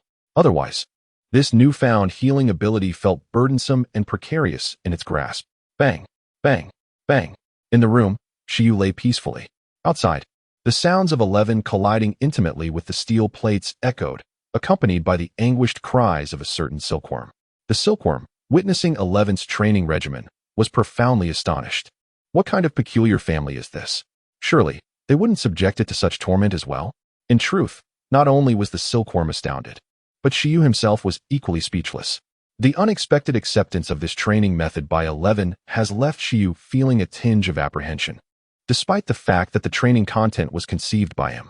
Pondering the implications of nurturing 11's character, he wonders what manner of beast he might cultivate over the next decade. The Iron Eater, even my Beastmaster is terrified of my training. Regardless, why dwell on such thoughts? Ultimately, The dual training of hardening and rapid healing undoubtedly escalates the nutritional demands of food. Shi Yu plans to take a brief respite before embarking on another shopping expedition, as the provisions provided by the iron bamboo breeding base appear insufficient to sustain 11 for an entire month. Exhausted, Shi Yu finds himself drowsily resting. Yet the commotion outside prevents him from falling asleep. This leads him into a spiral of restless contemplation. He cannot shake the feeling that something is amiss. Although 3 months have passed since his arrival in this world, lying in bed, Shi Yu still feels a sense of emptiness. The vocation of a beastmaster is undeniably intriguing and promises to enrich one's life. While the Iron Eater is undeniably charming, he finds himself yearning for a mobile phone. The absence of a phone feels oddly disconcerting. He has not accessed the internet in 3 months. Shifting his thoughts, he grows increasingly frustrated. If only he had a phone. He could effortlessly procure training equipment, food, and medicine online, simplifying the process immensely. Unlike the current situation, where he must make numerous trips outside. It's not that this world lacks technological advancement. Televisions, computers, and mobile phones do exist. However, in daily life, Shi Yu is occupied with school and internships, rendering these possessions unnecessary. Thus, he refrains from squandering his finances on them. Although he currently finds himself in a state of financial constraint, Shi Yu has resolutely vowed that once he acquires wealth, he will equip himself with the finest possessions. He yearns for a super-intelligent smartphone capable of detecting the energy levels of pet beasts. In many respects, the technology of this world, despite its widespread availability, is remarkably advanced. Not only have animals and plants evolved into extraordinary beings, but in recent times, machinery has also transcended into such forms, with artificial intelligence reaching impressive heights in certain nations. In some regions, beastmasters even contract mechanical life forms as their companions. Interestingly, they prefer to identify themselves as mechanics rather than beastmasters. The term beastmaster is merely a relic from ancient times. Throughout history, as the types of contracted beasts diversified, many specialized beastmasters have adopted distinct titles for their professions. Those who specifically train and contract dragons are known as dragon tamers, while those who communicate with and contract the undead are called necromancers. Mechanics, who specialize in the enhancement and contracting of mechanical life forms, have also established their own professional nomenclature. Despite these new titles, their essence remains that of beastmasters. Yet, despite the fundamental similarity, a hierarchy of disdain often arises solely from the differences in nomenclature. Among them, necromancers, who contract the undead, are the least esteemed, as few are willing to engage with the realm of the deceased. Conversely, those who cultivate mechanical life are regarded as individuals of high intelligence, facing the highest professional barriers, creating a significant gulf between them and ordinary beastmasters. Dragon tamers, owing to the formidable nature of their dragon companions, often assert their superiority over all branches of beastmasters, deeming them inferior. The most common practitioners among the extraordinary beast contract holders are the beast tamers. This prevalence is largely due to the ease with which animal-type pets can be bred. Shi Yu, reflecting on the disdain hierarchy he has observed within these professions, finds it both juvenile and tedious. As an ordinary beast tamer, he occupies a central position within this hierarchy. However, he sees no significant issue with it. A beast tamer is simply a beast tamer, with the intensity of the training for 11. He believes it is not far from being able to tear apart a colossal dragon. After this round of training, he plans to seek out a genuine combat opponent to test his skills. On the 7th of July, 177 years into the Alliance, 3.5 months have elapsed since Shi Yu arrived in this world, and it has been 4 days since he became a beast tamer. On the first day, his contracted pet, Iron-Eating Beast 11, awakened its hardening skill and celebrated its first victory against the most widely distributed and numerous pet, the blue cotton worm. The following day, Shi Yu utilized the skill compendium to elevate 11's entry-level hardening skill to proficiency. By the third day, 11 engaged in daily training to enhance its hardening abilities. On the fourth day, 11 reached level 4 and, through the skill compendium, learned the intermediate skill of high-speed healing, commencing its falling training. Falling training is an excellent method. If the steel plate at the landing point remains intact, it indicates that 11's hardening strength is still insufficient and requires further practice. Conversely, if the plate is damaged, it signifies that the training has yielded results. There is no need to worry about wasted broken plates, as they can be fed to the iron-eating beast as sustenance. At that point, It should possess the capability to gnaw on and digest metallic substances. Thus, Shi Yu not only acquired training equipment, but also essentially procured a reserve of sustenance for 11, making the cost-effectiveness exceedingly remarkable, leaving him breathless with admiration for his own sagacity. In the ensuing days, specifically the 5th and 6th, Shi Yu dedicated himself to recuperating his health, recovering from the exhaustion brought on by the rapid healing of his teaching endeavors. During these 2 days, 11's appetite surged once more, its voracious consumption fueled by the frequent utilization of its 2 skills, which demanded immense energy and heightened its reliance on the Beastmaster's space for the swift assimilation of nutrients from its food. On the 7th day, marking a week since he became a Beastmaster, Shi Yu made a startling discovery. The consumption incurred by utilizing the skill compendium was not solely detrimental due to the resultant fatigue, but also bore hidden advantages.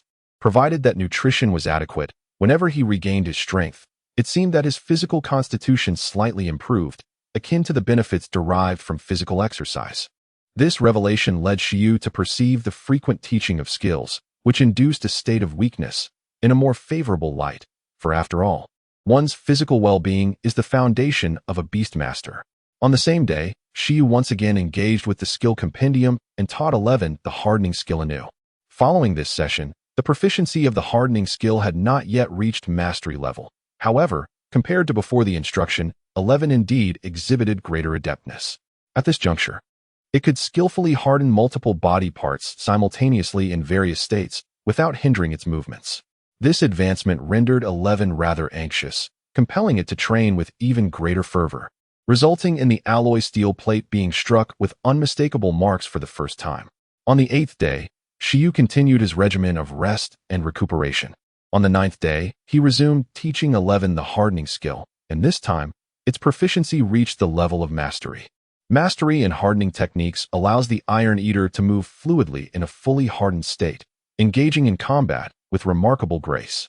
With the enhancement of skill proficiency, Shi's growth level has been further elevated, achieving the 5th stage of awakening.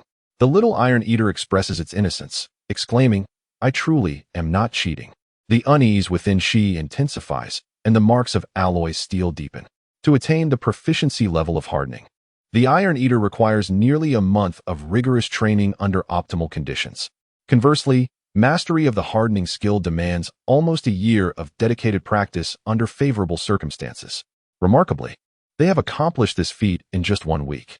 In the courtyard, Shi Yu, reclining in a chair, reflects on Shi's progress, increasingly convinced of his promising future as a professional Beastmaster. Both he and Shi are brimming with potential. On the 10th day, they take a moment to recuperate. Following this, Shi Yu refrains from utilizing the skill compendium to further augment Shi's hardening proficiency. The transition from novice to proficient requires but a single lesson, whereas advancing from proficient to master seems to necessitate 2.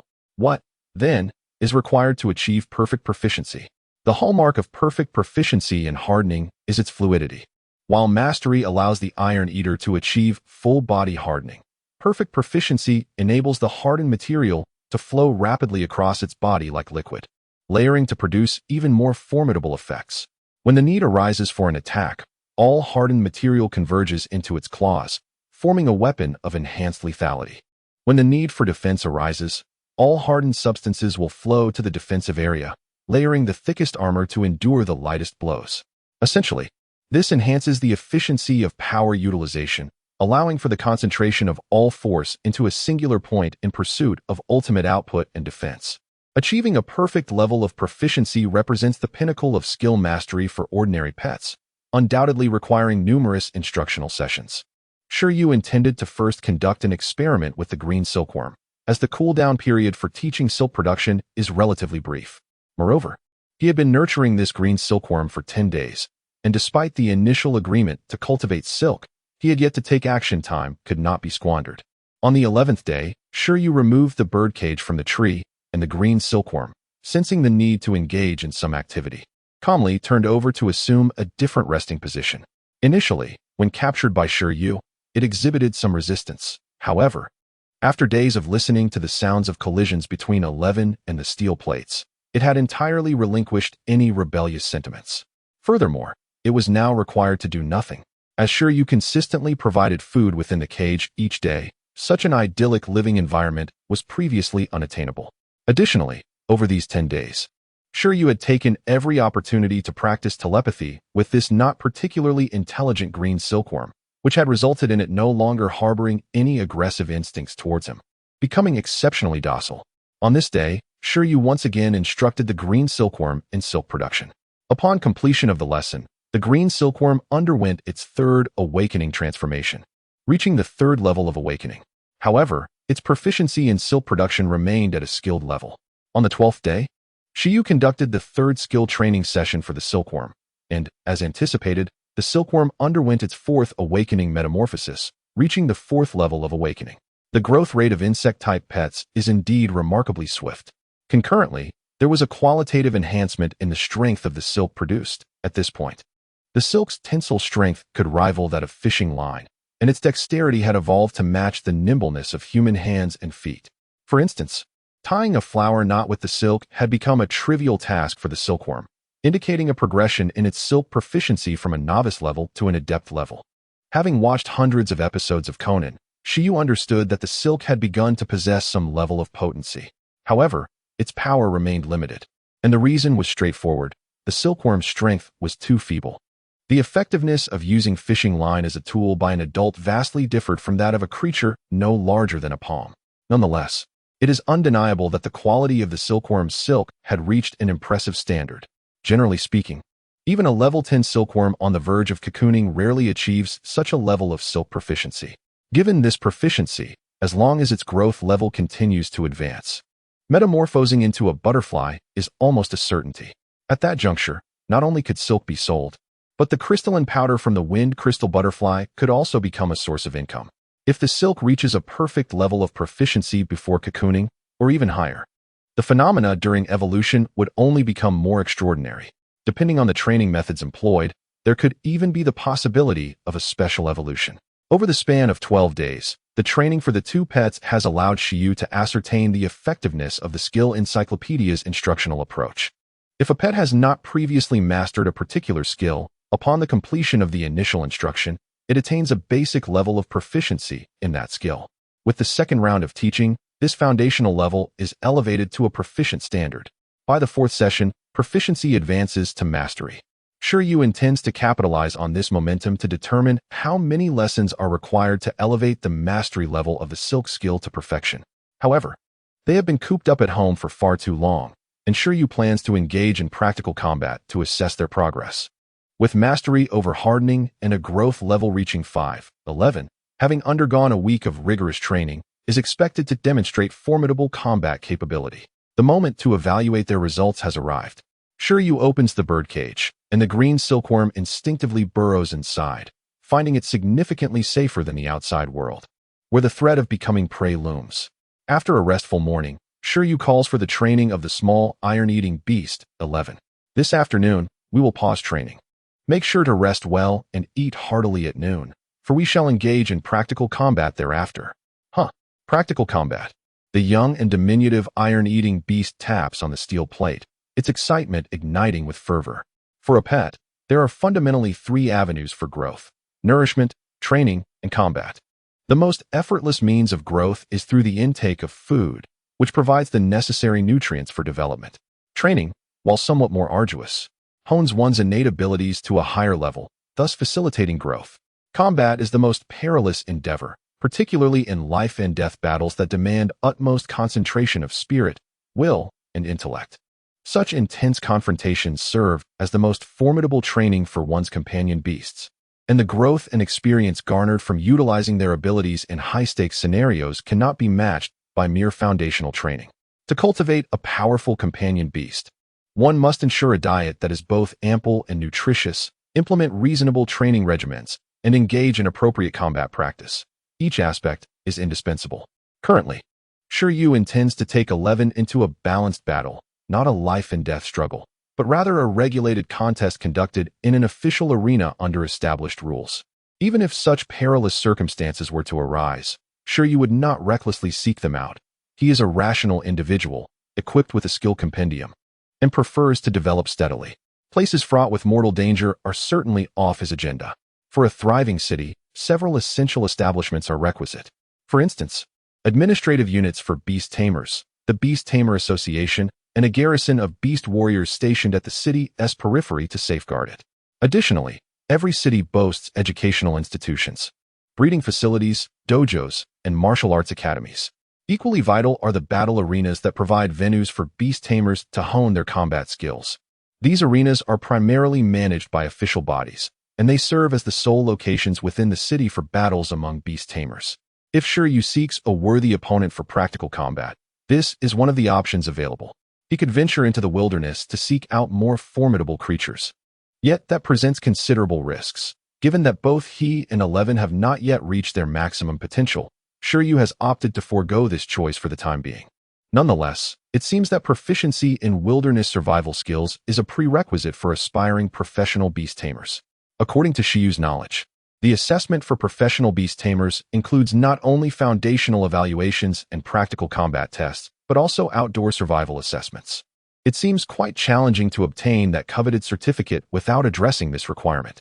Ultimately, it reflects their current inadequacies. If they could effortlessly overcome any danger, there would be no need for hesitation. If Shi Yu recalls correctly, the Beast Tamer Association organizes regular outdoor training for apprentice beast tamers who can enroll voluntarily. In such activities, the training areas are typically cleared of high-level extraordinary creatures, and there are experienced beast tamers and rescue teams stationed nearby to handle any unforeseen dangers. Should one decide to embark on outdoor training, Shi Yu believes that joining a group would be a prudent choice, offering greater security compared to solo ventures. Although participation requires personal expenditure, the potential to gather rare materials and acquire unique skills in the wilderness may render the investment worthwhile. After spending some time, Shi Yu arrived at a battle arena situated quite a distance from his home. With a permanent population of 130,000, Pingqing boasts a significant number of beast tamers, particularly apprentice tamers who comprise an even larger proportion.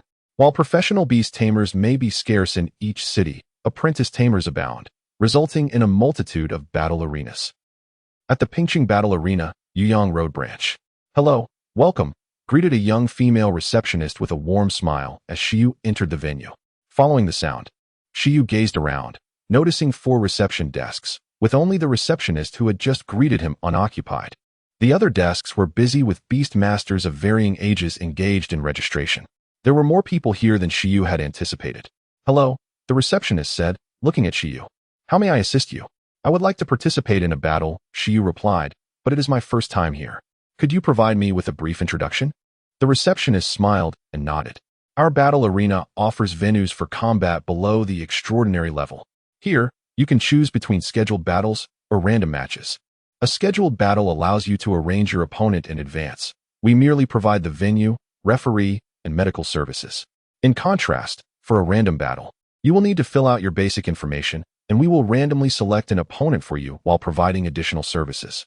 Random battles are categorized based on the level of your beasts, divided into 2 groups, those below level 6 and those between levels 7 to 10. We will match you with an opponent within the suitable level range according to your beast's rank, regardless of the mode chosen. The venue fee for a battle is 100 yuan per person. 100 yuan? Shi Yu winced at the thought. That's quite expensive for a single battle. With that amount, I could sustain myself for 3 days. Nevertheless, considering the costs for venue maintenance, referees, and even medical services, this price seemed reasonable. If it weren't for official support, the charges might even be higher. "Oh, and there is also the option for wagered battles," the receptionist added. "Before the battle commences, both parties may place wagers, with the losing side responsible for covering the venue expenses amounting to 200 yuan, which the defeated must pay, while the victor enjoys a complimentary experience. I opted for a random wager battle, selecting a range of pets below level 6. Shi Yu promptly chose the option. Currently, my little Iron Eater is at level 5, possessing advanced hardening abilities and even exhibiting astonishing rapid healing capabilities. Even if the opponent boasts a high-level pet of 6, victory is not guaranteed for them. To conserve a bit of money, I must apologize to my opponent. As for the possibility of my own defeat, if I lose, I shall accept it. If I cannot secure a win against an equally matched opponent, I might as well resign myself." "Very well, please fill out this form," the receptionist said, handing over a sheet. Shi Yu took it, scrutinized the contents, and swiftly began to fill it out with a nearby carbon pen. Name, identification number, pet species. and pet growth level. These 4 items encapsulated the essential information required. The remaining details were merely options, such as selecting random battle and confirming the wagered battle. Since I am already gambling, why not aim for something substantial? After all, Pokemon trainers profit from their victories. Surely, Beastmasters can as well? I apologize, but that exceeds our service scope. Shi Yu. Another avenue for profit has been closed off. Subsequently, based on the information Shi Yu provided, the young receptionist began inputting the data into the large computer before her. As she spoke, she said, "You may wait in the hall for a moment. Once a suitable opponent is matched, your name and the room number for the battle will be displayed on the hall screen." "All right, thank you." Shi Yu nodded and proceeded to the chairs in the hall, taking a seat to await his opponent. Meanwhile, a boy clad in a blue and white school uniform, wearing glasses, was also registering his information at the front desk.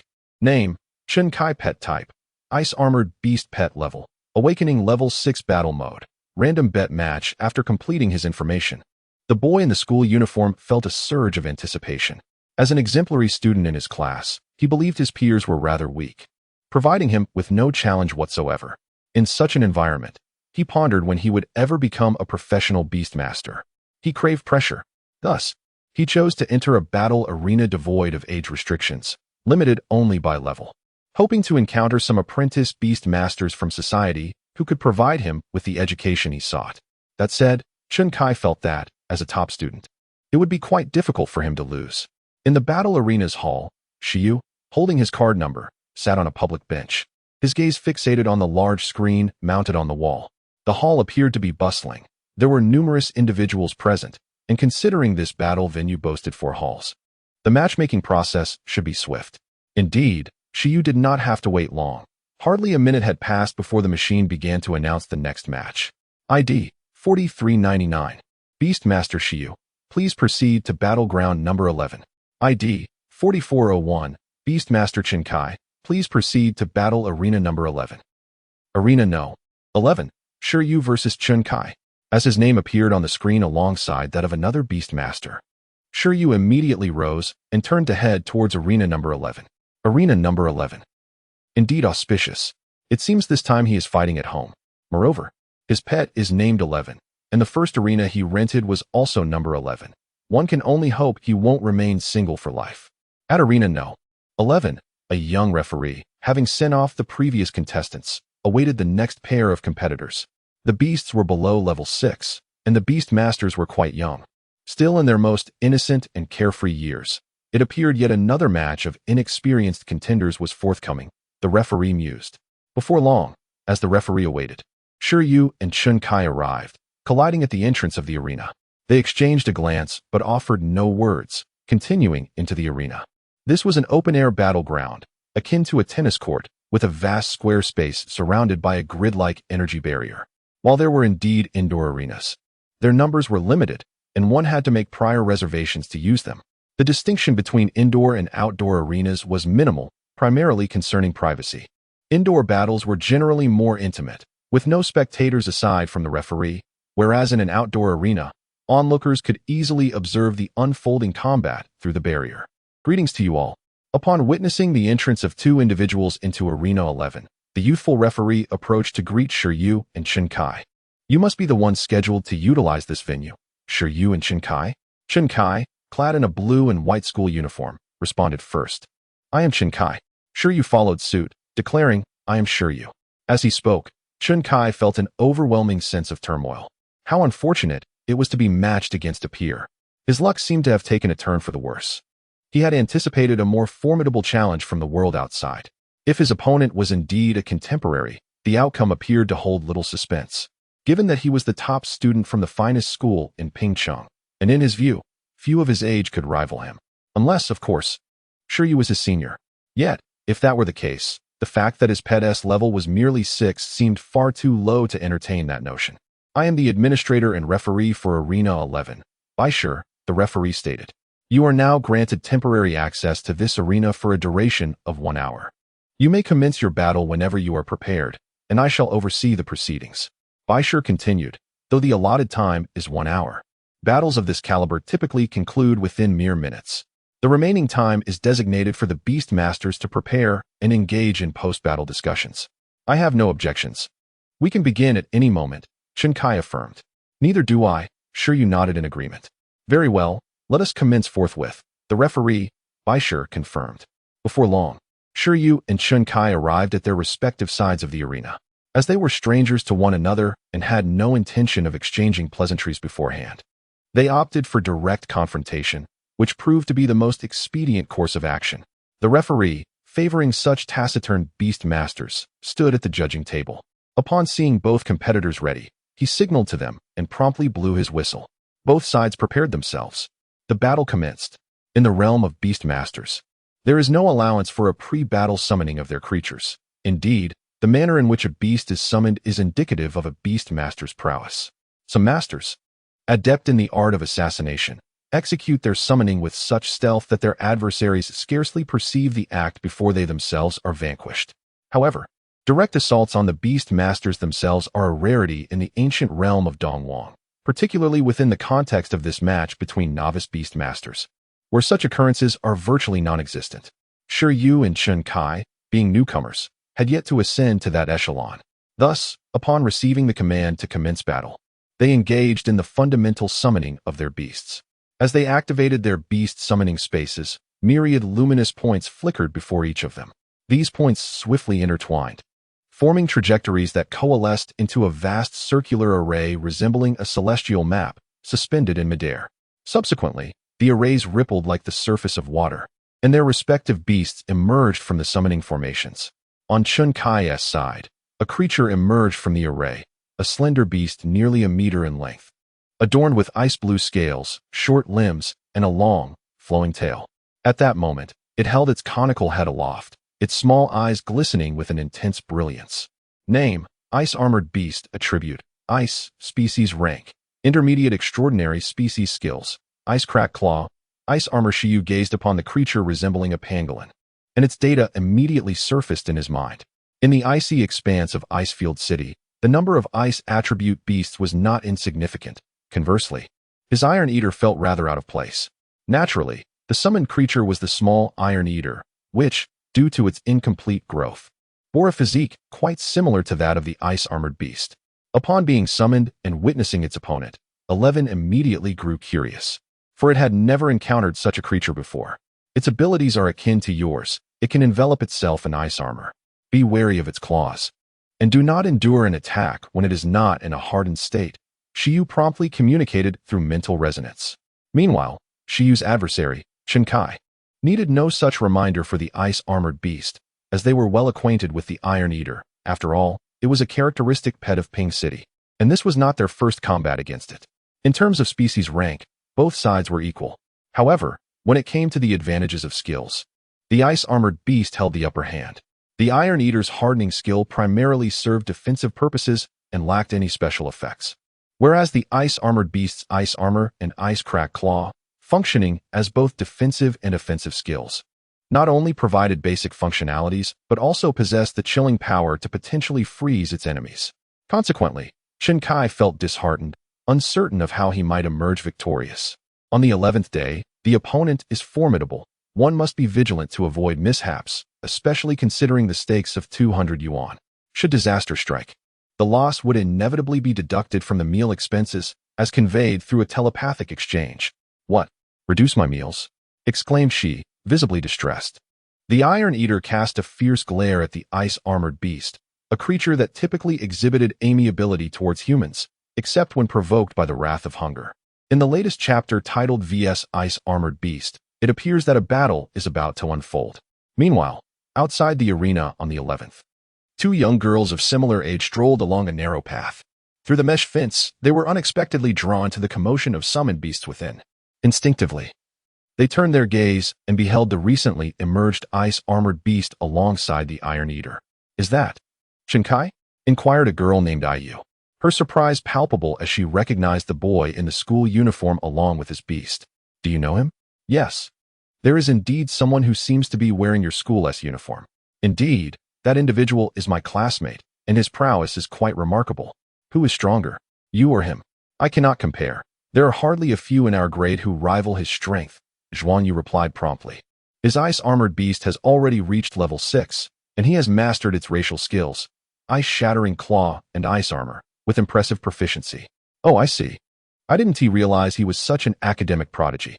Do you know his opponent? The beast is the Iron Eater, just like yours. Unfamiliar with the creature.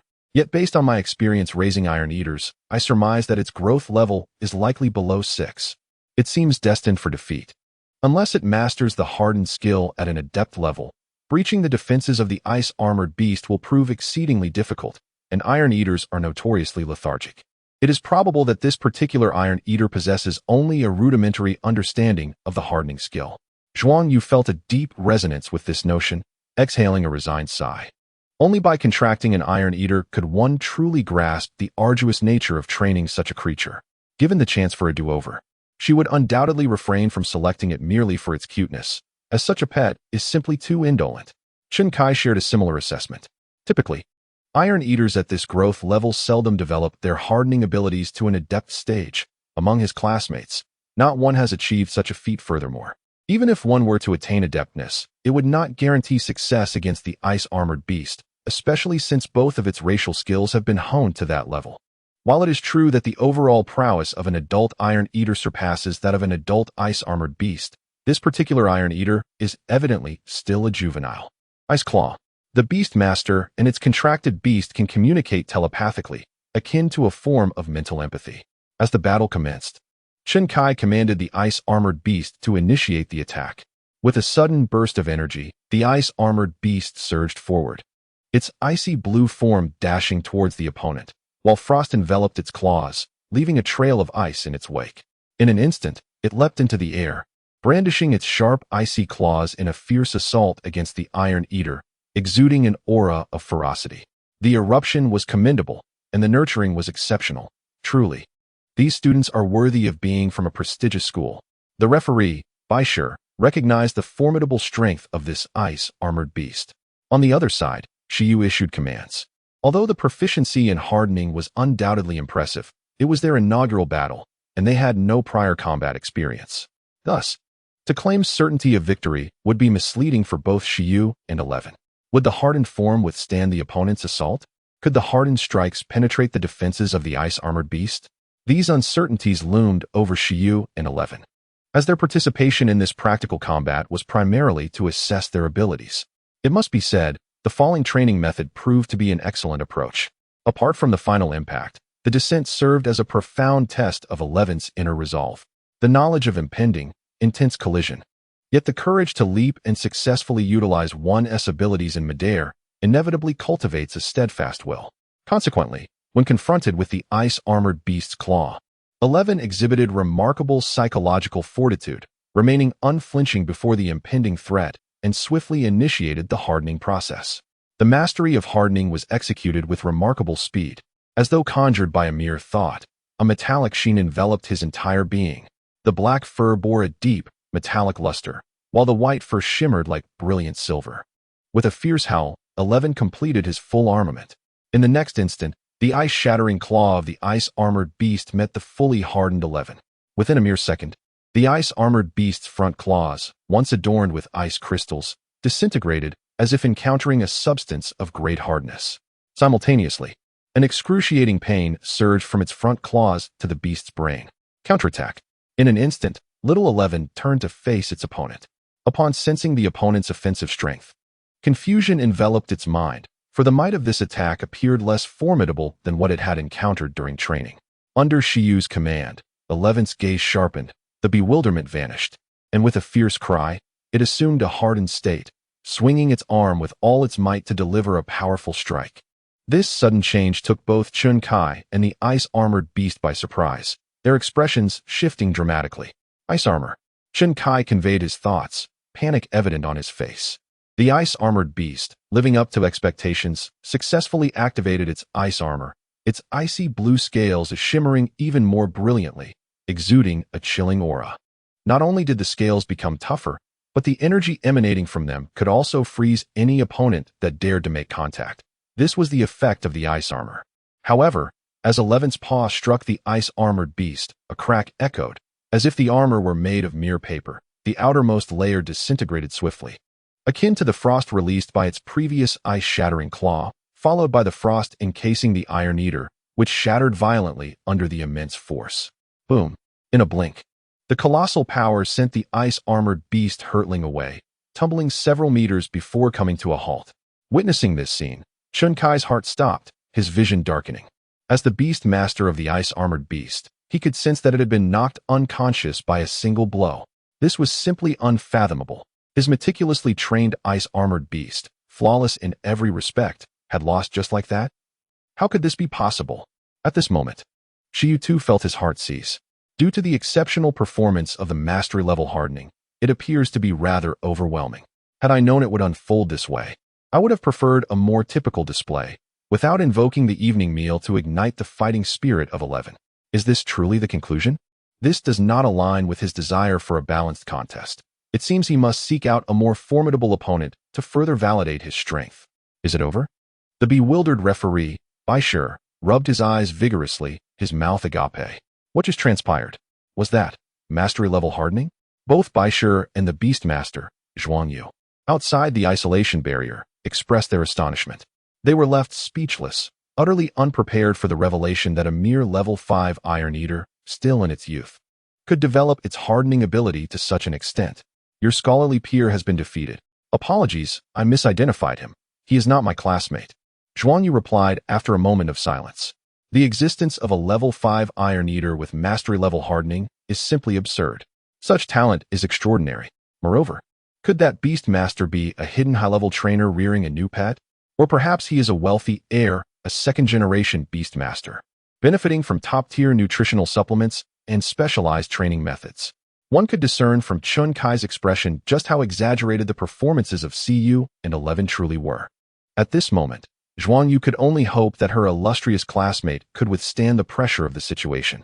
Meanwhile, Chun Kai felt a strong urge to vomit blood, unable to comprehend why he had ventured to this place in search of an opponent. This Iron Eater, this Beastmaster, stands in stark contrast to any adversaries he had previously encountered. Defeat is defeat, yet the crucial aspect is that it served no purpose in terms of training. It ended in an instant. How on earth was this Iron Eater cultivated? In the most absurd moment, when Chun Kai gazed at the Iron Eater, 11 inexplicably burst into laughter, plunging another dagger into Chun Kai's heart. Regret washed over him. Indeed, school was where he belonged, for the world outside was filled with strange creatures. 11. Oh, hee hee. At that moment, Shi Yu, Chun Kai, and those around them experienced a myriad of emotions. But the one truly elated was none other than 11, for he had secured his dinner. Preserving one's supper was a monumental victory. This was more gratifying than winning a battle. Chapter 20. The Beastmaster Association.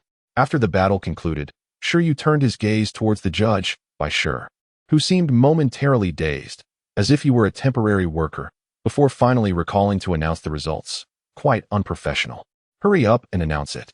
The ice-armored beast is in pain, and the Beastmaster is anxiously waiting to take their companion for treatment. The ice-armored beast has lost its fighting capability. Thus the victor is Shi Yu. Once the judge, Bai Shi, regained his composure, he promptly declared victory. Upon the announcement of the result, Shi Yu immediately called 11 to his side, vigorously rubbing its head in a spiraling motion as a form of encouragement. Although there were rumors that petting one's head stunted growth, Shi Yu could not resist. The sensation was simply delightful. Are you a student? Or not? He sought clarity. I am a Beastmaster from Pingcheng, having just graduated this year, though I studied in the city of Bingshan. Shi Yu smiled slightly, recognizing that the other party was attempting to glean information. As he finished speaking, Chun Kai was momentarily taken aback, and so was the approaching referee, Bai Shi. Pingcheng is a suburban area of Icefield City, and its educational standards naturally do not compare to those of the city. Thus, although Chun Kai is considered a relatively outstanding student in Pingcheng, when juxtaposed with students from the city, it is uncertain who truly excels more. In this moment, Chun Kai grasped the reason for his significant defeat, yet the disparity still left him perplexed. He could only subconsciously speculate that even within the city, Shi Yu belongs to the most exceptional cohort of young Beastmasters. In a certain sense, Chun Kai's speculation was not unfounded. Despite his demeanor, Shi Yu is indeed an academic prodigy. Even at the prestigious schools in Icefield City, his academic performance ranks among the top, excelling in various written assessments. Otherwise, he would not have had the opportunity to study in the city and in turn at the breeding base of Icefield City. Becoming a beastmaster is inherently challenging, as merely memorizing the thousands of common pet species, their appearances, and skills is a formidable task for the average student. This is just the foundation. One must also learn to infer growth levels based on the physical conditions of the pets, understand the weaknesses, habits, and dietary preferences of different species. Whenever Shi Yu encounters a new pet, relevant memories and data automatically surface in his mind, which is intrinsically linked to his academic prowess. It can be said that had Shi Yu not been financially constrained and faced certain disqualifications, his academic achievements would have allowed him to pursue further studies at a more prestigious institution rather than merely applying for graduation after his internship. In this world, there exists no traditional pathway to higher education akin to the Gaokao. Rather, the majority of students are thrust into the workforce by the age of 18. For instance, Shi Yu is preparing for assessments to become a professional beastmaster and a professional breeder, which serve as alternative examinations resembling the Gaokao. However, participation in these assessments requires graduates from various fields to enroll independently. Successfully passing these evaluations not only grants one a stepping stone towards more comfortable employment, but also provides an opportunity to gain admission into prestigious institutions, which is precisely why Shi Yu is keenly interested in obtaining certifications for professional beastmaster and professional breeder. Without such vocational credentials, one cannot even afford to care for a pet beast. Having concluded his affairs, Shi Yu bid farewell to Bai Shi and Chen Kai before departing. Chen Kai, in a state of confusion, nodded vacantly. He felt an unsettling discrepancy. After all, he too was a prospective graduate of this cohort, with graduation still a month away. Suddenly, it dawned on him. How could Shi Yu claim to have just graduated? The graduation timeline he mentioned pertains solely to the combat specialty, while students in other fields such as judging, medical assistance, and breeding, owing to their internship obligations, graduate earlier. Bai Shi, the judge nearby, elaborated. Chen Kai was left bewildered. Casting a glance at Shi Yu's retreating figure, his mind racing with frustration. Wasn't Shi Yu a student of the combat specialty? Chen Kai, do you need to take your ice armor beast to the infirmary? Additionally, since your match was a wagered battle, please ensure to cover the venue usage fee for both participants afterwards, the voice of an official echoed. Chen Kai, feeling a throbbing headache, replied, I'll head to the infirmary first. The beast mastery space not only facilitates growth, it also significantly slows the deterioration of injured beasts within its confines. As the level of the beast mastery space increases, it can even expedite the healing process. However, except for those beast masters endowed with special medical talents, the recovery effects of the beast mastery space tend to be rather gradual, merely providing relief. Thus, having spent 200 yuan, Chen Kai could hardly forego utilizing the medical facilities available here. After departing from the battle arena, Shi Yu found himself feeling somewhat bored. He might have underestimated the combat enhancement conferred by mastery-level hardening. Upon reflection, it appeared that unless he engaged in battles within the 7th to 10th tier brackets of the arena, finding a worthy opponent would prove challenging. Before leaving, he inquired about the grouping process. Beastmasters are only permitted to select groups based on the growth level of their beasts and cannot opt for mismatched tiers, as opponents may not wish to fight those weaker than themselves. The only alternative would be for Shi Yu to bring an adversary to the arena solely to rent the space. But the issue remained that he had no acquaintances to challenge. Perhaps he should visit the Beastmaster Association, given that the battles concluded more swiftly than anticipated. And feeling it unnecessary to squander time at the arena, he resolved to seek out a suitable practical training venue elsewhere. After spending a little time, he made his way directly to the Beastmaster Association in Pingxing District. This establishment comprised a vast complex situated at the heart of the district, with a notable 13-story building at its center. Shi Yu had previously visited this place to handle various formalities, so it was not his first time. Thus, he skillfully navigated to his objective, the task hall. The Beastmaster Association also serves the function of receiving and publishing task rewards, allowing Beastmasters to undertake various assignments and earn remuneration upon completion. These tasks are meticulously curated by the Association for Novice Beastmasters, serving to hone their diverse abilities. Regardless of the city, there is a collective aspiration for an increase in the number of professional Beastmasters, as well as their prowess. Whether through tasks or training, all efforts contribute to laying a solid foundation for aspiring Beastmasters. Initially, Shi Yu had no intention of coming here. as the tasks below the extraordinary level primarily focus on training both the beast masters and their companions. The core purpose is to provide a venue for practice, which is typically both exhausting and minimally rewarding. In the same amount of time, having a steel-eating beast perform manual labor might yield greater profits. However, the current situation is that he did not come for monetary gain. He purely wished to ascertain whether he could find suitable combat partners among the tasks here. Even if no combat partners were found, there were still other tasks appropriate for training 11, considering 11's physical and mental well-being. Shi Yu believed it unwise to confine it to home training. Daily confinement could lead to adverse effects on its mind. Engaging with the outside world could prove beneficial, and Shi Yu could distinctly sense 11's joy during this outing for a battle. 1-star task: capture a stray cat. Demand introduction. Recently, a well-organized and large-scale team of stray cats engaged in thievery has emerged in this district. In the task hall, Shi Yu stood before the task board, his expression one of bewilderment. Can stray cats really be organized? Considering the intelligence of certain extraordinary beings, it is indeed plausible. What are they stealing? Seafood, cat food. Well, that is not a concern. 1-star task: sparring partner. Demand introduction. Designate a wind-type beast of level 6 or higher as the sparring partner. The reward for this task is quite appealing. Unfortunately, 11 cannot fly, so it's a no-go. 1-star task: field escort. 1-star task: capture live wind locusts. 1-star task: eliminate groundhogs. With a plethora of tasks numbering in the hundreds, Shi Yu began to scrutinize them closely. Though there are numerous tasks, it seems that few are suitable for 11. Here, the tasks are merely a means for individuals to seek out beast masters for temporary work at a low cost. For example, the task of capturing live wind locusts was commissioned by a restaurant through the Beast Master Association. Wind locusts are extraordinary creatures, agricultural pests, and highly sought-after delicacies. Compared to purchasing live wind locusts directly from a farm, acquiring them through this task format is considerably more economical. The only downside is potentially slower efficiency. However, this is clearly not an urgent time-sensitive task, but rather one that values a steady, sustainable approach. Capturing flying wind locusts is indeed quite troublesome. Although they are not significantly stronger than silkworms, their agility is remarkable, and their racial skill, wind wings, grants them impressive speed.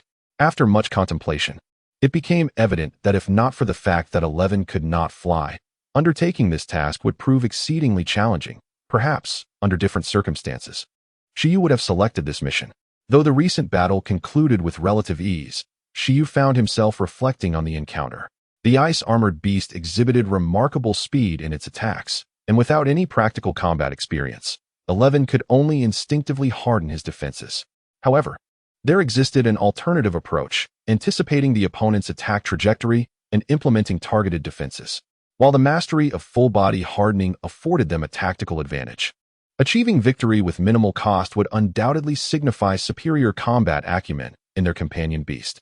Perhaps the next skill to be acquired could be enhanced vision. Although the iron-eating beast demonstrated rapid explosive speed, its reaction time and visual acuity were lacking. Shi Yu mused that even wearing sunglasses would afford him superior vision compared to 11. This inherent limitation within the species hindered 11's ability to accurately gauge the enemy's attack positioning during the recent skirmish, necessitating a full-body hardening response. Yet, with the introduction of enhanced vision, this predicament could be significantly ameliorated, allowing for a clearer perception of enemy strikes during combat. Moreover, tasks such as capturing agile wind locusts would serve as excellent training opportunities for honing enhanced vision and reflexes, naturally positioning them as viable alternatives for Shi Yu. In truth, the task of eliminating the sand shrew could also be considered. Given 11's inability to fly, Shi Yu cast his gaze toward another mission. The earth mouse is regarded as a lowly creature within the realm of domesticated beasts, possessing the innate ability of earth escape. These creatures excel in subterranean evasion. However, their combat prowess, even in their awakened state, is comparable to that of a wild dog, easily manageable by an adult armed with a weapon in a one-on-one confrontation.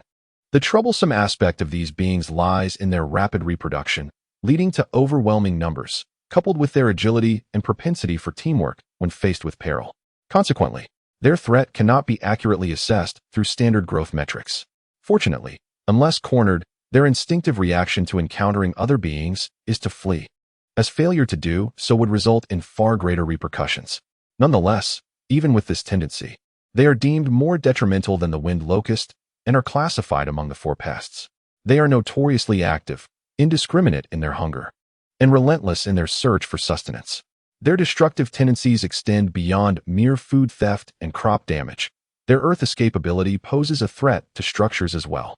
While their numbers may be fewer in urban areas, they proliferate in rural locales, rendering eradication a formidable challenge that causes considerable frustration. The task of eliminating earth mice has been jointly initiated by several towns under the jurisdiction of Pingqing District, constituting a long-term endeavor. Each day, beast tamers form groups to venture into the countryside to exterminate these pests. The eradication of earth mice is not necessarily easier than capturing live wind locusts, and it could also serve as a means to hone the reflexes of the young 11. This brings to mind a game, whack-a-mole.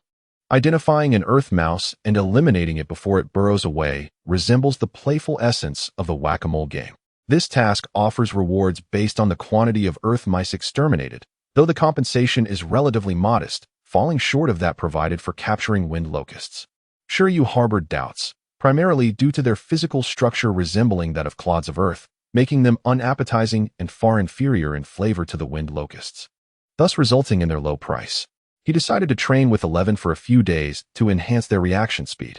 To cultivate a pet beast, one must develop comprehensively. After confirming the task of eliminating the groundhogs, Shi Yu prepared to register with his identification. However, while he was in line, he encountered someone who looked strikingly familiar. What a coincidence! Had the ice-armored beast recovered? The individual before him was none other than Chen Kai, the exemplary student whom Shi Yu and 11 had effortlessly bested earlier after class. Is it restored? Shi Yu inquired, sensing Chen Kai's discontent. Yes, Chen Kai replied curtly. Are you here for a task as well? Shi Yu nodded. After being treated by the Beastmaster with expertise in healing at the battle venue, Chen Kai felt increasingly disheartened about his loss. Consequently, he resolved to strive harder and seize the opportunity over the weekend to undertake a task for self-improvement, arriving here even quicker than Shi Yu, who was reluctant to take a taxi. Are you also? What task do you intend to undertake? Chen Kai asked after nodding in acknowledgement. He wished to ascertain what kind of training tasks a skilled individual like Shi Yu would choose, hoping to glean some valuable insights. Eliminating the ground squirrels. No, wait, I believe it's groundhogs, Shi Yu responded. By yourself? Chen Kai exclaimed, taken aback. Shi Yu nodded again. Is there a problem? No. Typically, this task is more suited for a team, as groundhogs are quite cunning, and collaboration often facilitates their large-scale elimination. How about teaming up with me? I can take on this task as well. Chen Kai eagerly inquired. Shi Yu, I'm hardly a beauty, and considering I just bested him, why the enthusiasm? The difference between one person and two seems negligible. I could summon a couple of classmates, with one controlling, another drawing aggro, and someone else dealing damage. Our efficiency would undoubtedly increase. Shi Yu pondered. Are you attempting to engage a boss here? After some contemplation, Shi Yu recognized that while a few ground mice posed little threat, a larger group could indeed become troublesome. Forming a team appeared to be a prudent choice. He resolved not to isolate himself as he had before. All right, Shi Yu nodded. Let's undertake this quest together. Great. I'll gather 2 classmates tonight to form a proper 4-person squad, Chen Kai replied with a smile. Were it not for Shi Yu's remarkable strength, he would not have been so eager. He was keen to further observe how Shi Yu trained his beast companions. How could he possibly train a lazy iron eater into something extraordinary? After finalizing their plans, they agreed to meet here tomorrow morning. You again? The young physician in the pharmacy regarded Shi Yu with a peculiar expression. This was the 3rd time Shi Yu had visited in the past fortnight. What could he possibly be doing daily? The physician suspected that Shi Yu possessed a unique innate talent. Cough.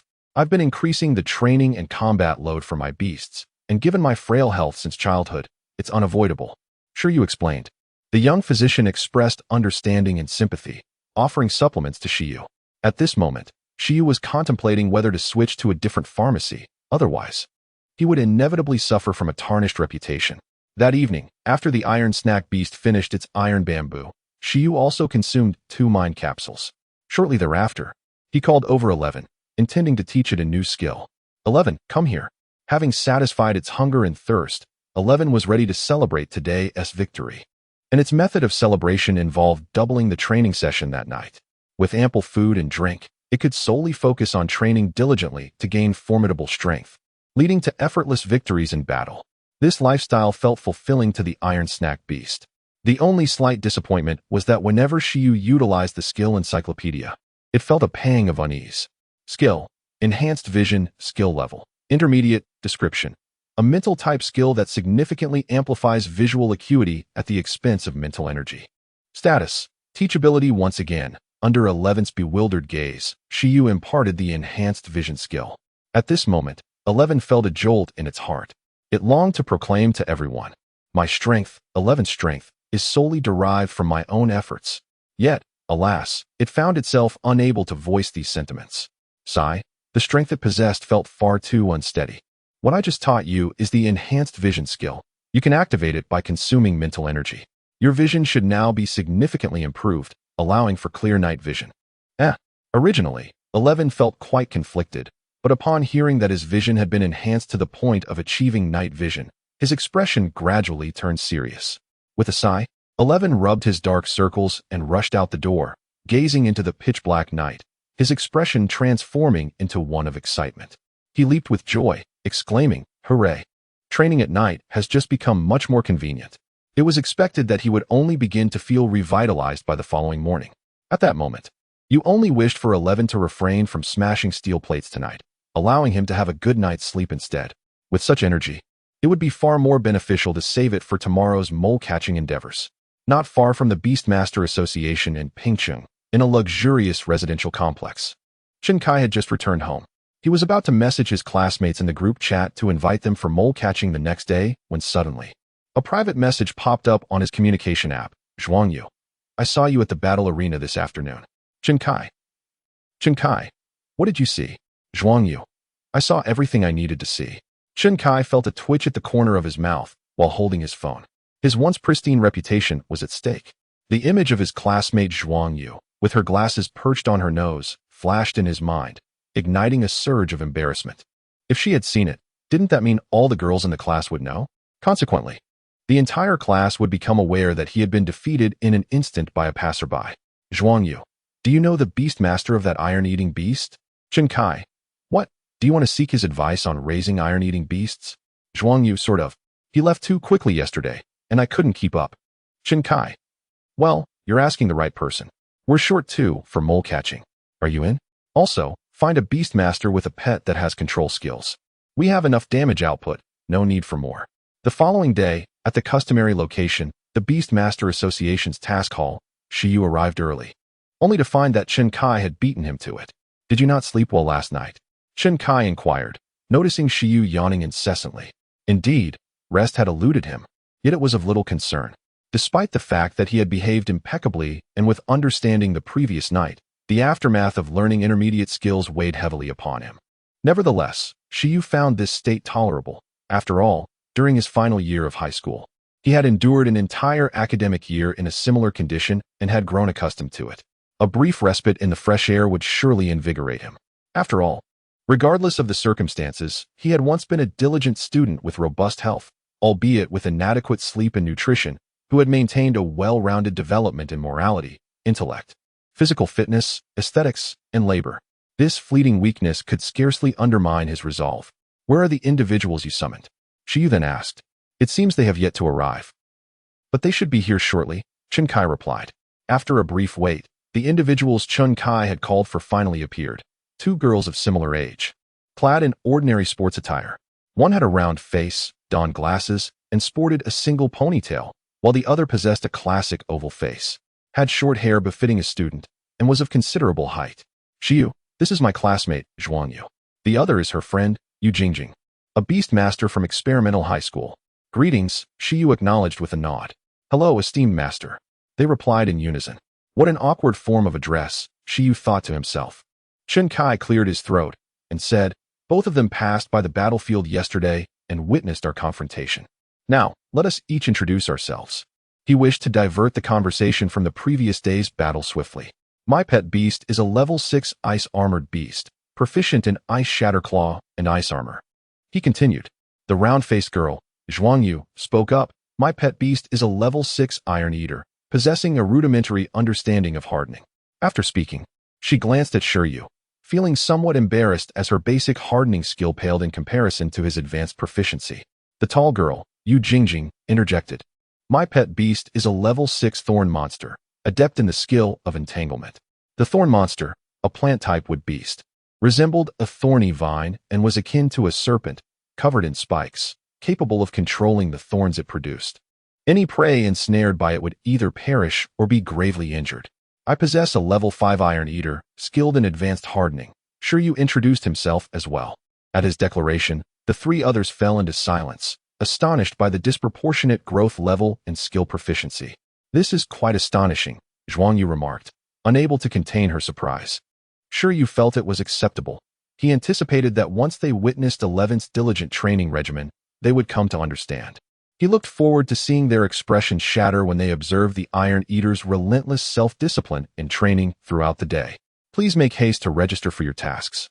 We shall depart promptly at 8 o'clock, Chen Kai instructed. By 8 o'clock that morning, the group boarded the bus, preparing to head towards the rural outskirts of Qiping City. They were heading to a place known as Baishi Village, which falls under the jurisdiction of Yuan Town in the city of Bingtan, a region characterized by its relatively underdeveloped economy. The village primarily relies on agriculture, which has led to significant issues with the presence of pests such as locusts and burrowing rodents. Once settled in their vehicle, the four companions, finding themselves momentarily at leisure, could not resist engaging in light conversation. Chen Kai was the first to direct a question at Shi Yu. I forgot to ask yesterday, you mentioned you've graduated. Are you not a beast master specializing in combat? Not a combat specialization? Zhuang Yu and Yu Jingjing exchanged glances, seemingly captivated by this revelation. How can one be so formidable without specializing in combat? Actually, I specialize in animal husbandry, Shi Yu replied calmly. Compared to combat, nurturing and breeding beasts was his forte. Engaging in violence seemed rather crude. Mastering the art of cultivation was the true path. It was entirely reasonable for a beast master of the husbandry specialization to train a proficiently hardened creature. The other three fell silent. After approximately an hour's journey, the quartet arrived at Baishi Village. Upon disembarking at the bus station near the village committee office, they were promptly welcomed by the staff there. Although they were not professional beast masters, their willingness to assist in eradicating the burrowing rodents was warmly received by the village. Given the urgency of their task, they exchanged no further pleasantries. Upon reaching their destination, they headed straight for the areas heavily afflicted by the rodent infestation, namely, the farmlands and adjacent woodlands. As they surveyed the vast farmlands and the encroaching trees, a moment of silence enveloped Shi Yu and his companions. Where should we begin? In truth, many of the less intelligent and weaker burrowing rodents had already perished under the assault of farmers' pesticides and the predation of domesticated dogs and cats. Thus, they eliminated only the more advanced and cunning moles. These moles are elusive, adept at concealment, and possess formidable combat skills, making them quite challenging to eradicate. Let us summon our beasts, proposed Shi Yu. In such a convoluted environment, only 11's extraordinary vision could effectively pinpoint the moles. Very well. Upon Shi Yu's words, the four individuals communicated with their beast space and summoned their companions. Before Shi Yu and Zhuang Yu appeared a steel eater, while Chen Kai summoned his ice-armored beast. The other girl, Yu Jingjing, conjured a thorny creature resembling a snake. Just after they summoned their beasts, Zhuang Yu's gaze was drawn to 11. Yesterday, she had merely observed from a distance, but today, in close proximity, she realized that Shi Yu's steel eater was remarkably well-developed, exhibiting vibrant fur and a robust physique, indicative of excellent health. Master, is your steel eater also from the iron bamboo breeding base? Indeed, Shi Yu nodded. All steel eaters in Icefield City should be bred by the iron bamboo breeding base, including Zhuang Yu's. However, Zhuang Yu's steel eater was noticeably larger than Shi Yu's, suggesting it was older and that the two beasts were not from the same litter. Meanwhile, Chen Kai's ice-armored beast remained apprehensively focused on 11, as if it might melt away.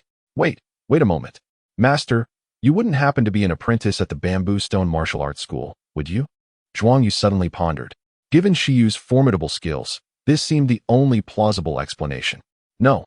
Shi Yu shook his head. The Bamboo Stone Martial Arts School and the Iron Bamboo Breeding Base are part of the same establishment. The owner of the martial arts school and the breeding facility is the same individual. The Iron Bamboo Breeding Facility serves as a breeding ground for the Iron Eaters. While the Bamboo Rock Martial Arts School is dedicated to training beast masters who have contracts with these creatures. The current head of the Bamboo Rock Martial Arts School is a master-level beast master renowned for his expertise in cultivating Iron Eaters. His Iron Eaters possess not only the ability to harden, but also command the powers of lightning and flames, utilizing exceptionally unique breeding methods. In the city of Icefield, it is universally acknowledged among beast masters that the most knowledgeable in the cultivation of Iron Eaters is undoubtedly the practitioners of the Bamboo Rock Martial Arts School. Zhuang Yu's suspicion that Shi Yu might be an apprentice at the Bamboo Rock Martial Arts School is entirely reasonable. Even if Shi Yu claimed to be a direct disciple of the school, she would likely believe him. However, although Shi Yu currently has no ties to the Bamboo Rock Martial Arts School, it is only a matter of time before he seeks their guidance. A mutual learning experience, perhaps. I had thought you were surely a direct disciple of the Bamboo Rock Martial Arts School, Zhuang Yu laughed. Among the beast masters in our Ping City, the most formidable is likely Master Lin, Chen Kai remarked. The ranks of beast masters are categorized as trainee, professional, and master, with the professional level further divided into beginner, intermediate, and advanced. The Master Lin Chen Kai refers to as a master-level beast master whose prowess is noteworthy even within the entire Icefield city. I cannot say if Master Lin is the most powerful, but her daughter seems to be the youngest professional beast master in our Ping City, Yu Jingjing added. It appears she passed the professional assessment at the age of 18 and subsequently enrolled in one of the 9 major institutions for further studies. I wonder what level she has attained since graduating. However, I find it rather challenging. Master Lin dedicated his entire life to nurturing the iron-eating beast, yet he never discovered any potential for its evolution. It seems the iron-eating beast is destined to remain as it is. Moreover, even if such a possibility were to arise, it would bear no relevance to us. The iron-eating beast before Zhuang Yu dozed off, embodying an unfazed demeanor, indifferent to the world around it. Let us cease this discussion. I have spotted a sand mouse, Shi Yu remarked. While the group engaged in conversation, the 11th, utilizing its extraordinary vision, had already pinpointed a sand mouse. Whether it could evolve was of no concern to it. It was content in its current state. Prompted by the 11th's indication, Shi Yu followed its gaze. In a corner of the farmland, a sizable rodent, approximately 30 centimeters in length, devoid of fur and exuding a stony texture, was stealthily plucking red fruits.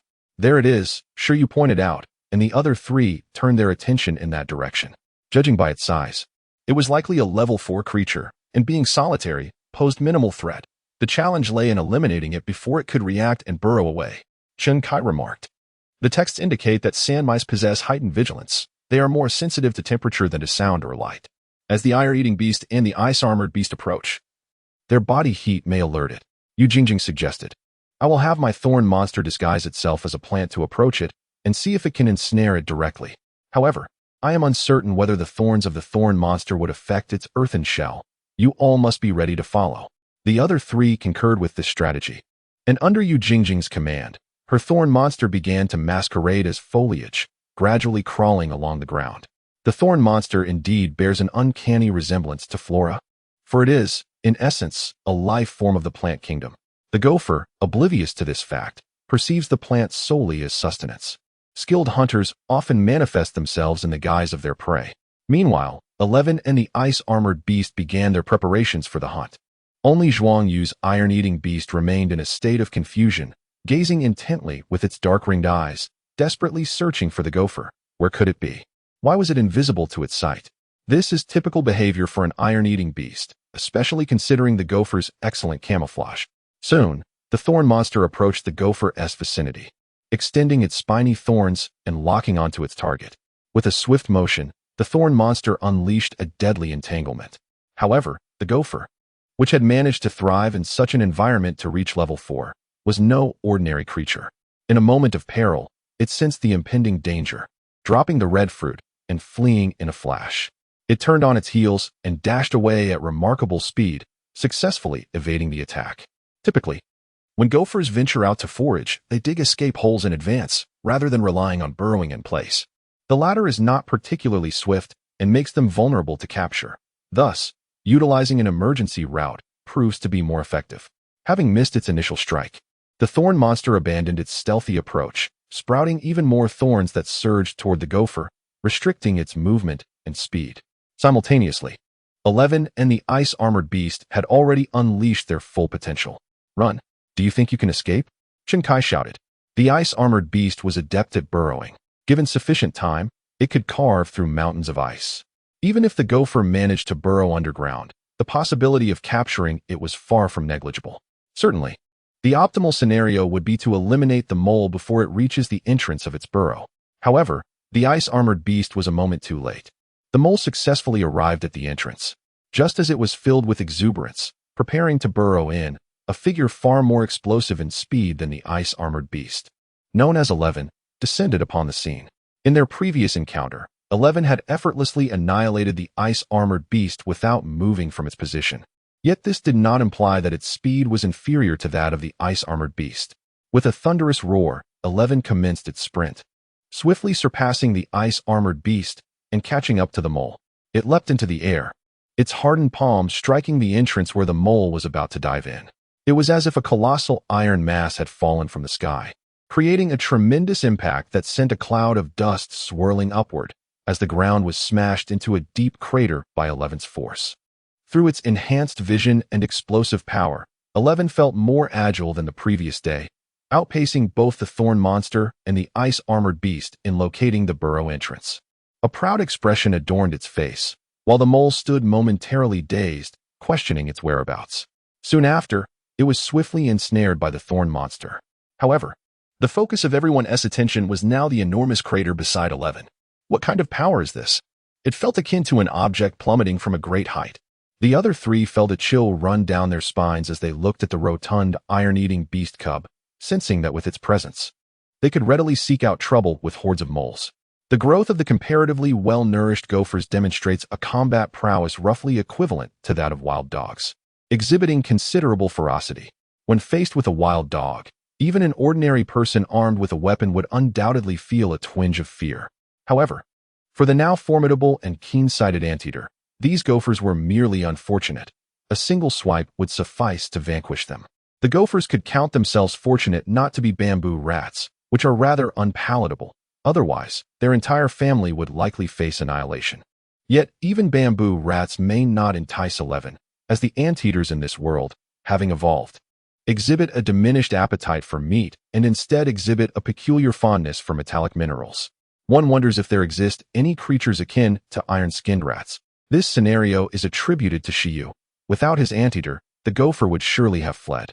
As the thorny creature relinquished the gopher, which had been ensnared and rendered immobile, Yu Jingjing remarked on her initial underestimation of the gopher's reflexes. The thorny creature, a predator of the natural world, failed to capture the gopher promptly, indicating that their training still requires refinement. Chen Kai and Zhuang Yu expressed no objections. The reward for eliminating a single gopher is a mere dozen yuan, hardly appealing, even to Shi Yu, let alone to students from well-off families.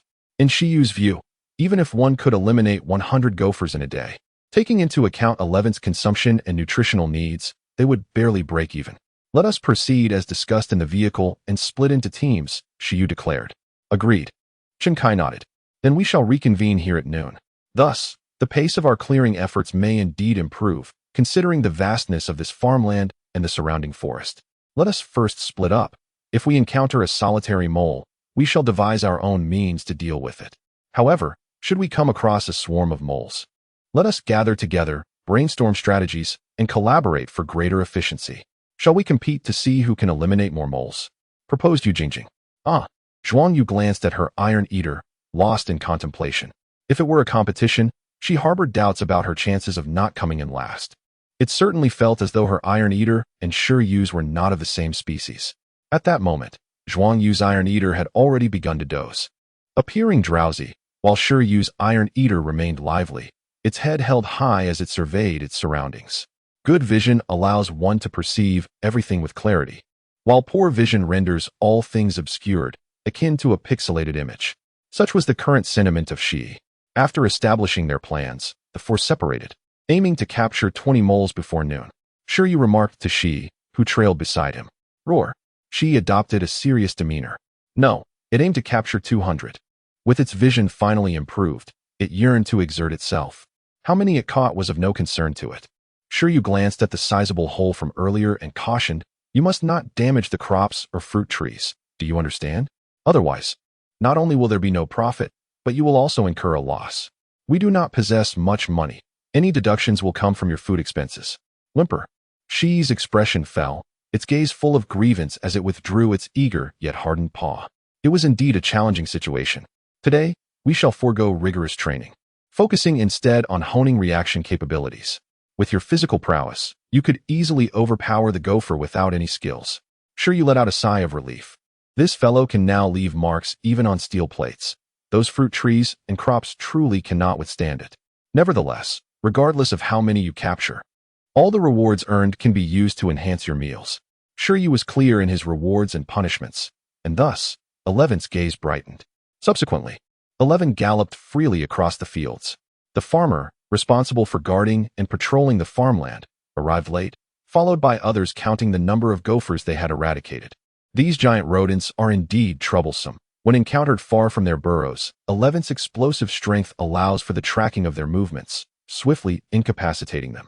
However, when near their burrows, despite 11's best efforts, a few managed to escape, inciting a desire to implore Shi Yu to teach him the earth escape skill, so he could simply chase them underground. Shi Yu was speechless. Hadn't he previously expressed disdain for skills that required no effort to acquire? Now he realizes that possessing more skills is advantageous. Nonetheless, copying the earth escape skill is impossible. The skill repertoire has a maximum capacity for skills. Henceforth, each skill must be replicated with precision. Have you not seen how he has been seeking opportunities with the insect silk skill? If he were to acquire the earth escape skill as well, he feared he might inadvertently initiate a subterranean construction business. Time passed swiftly.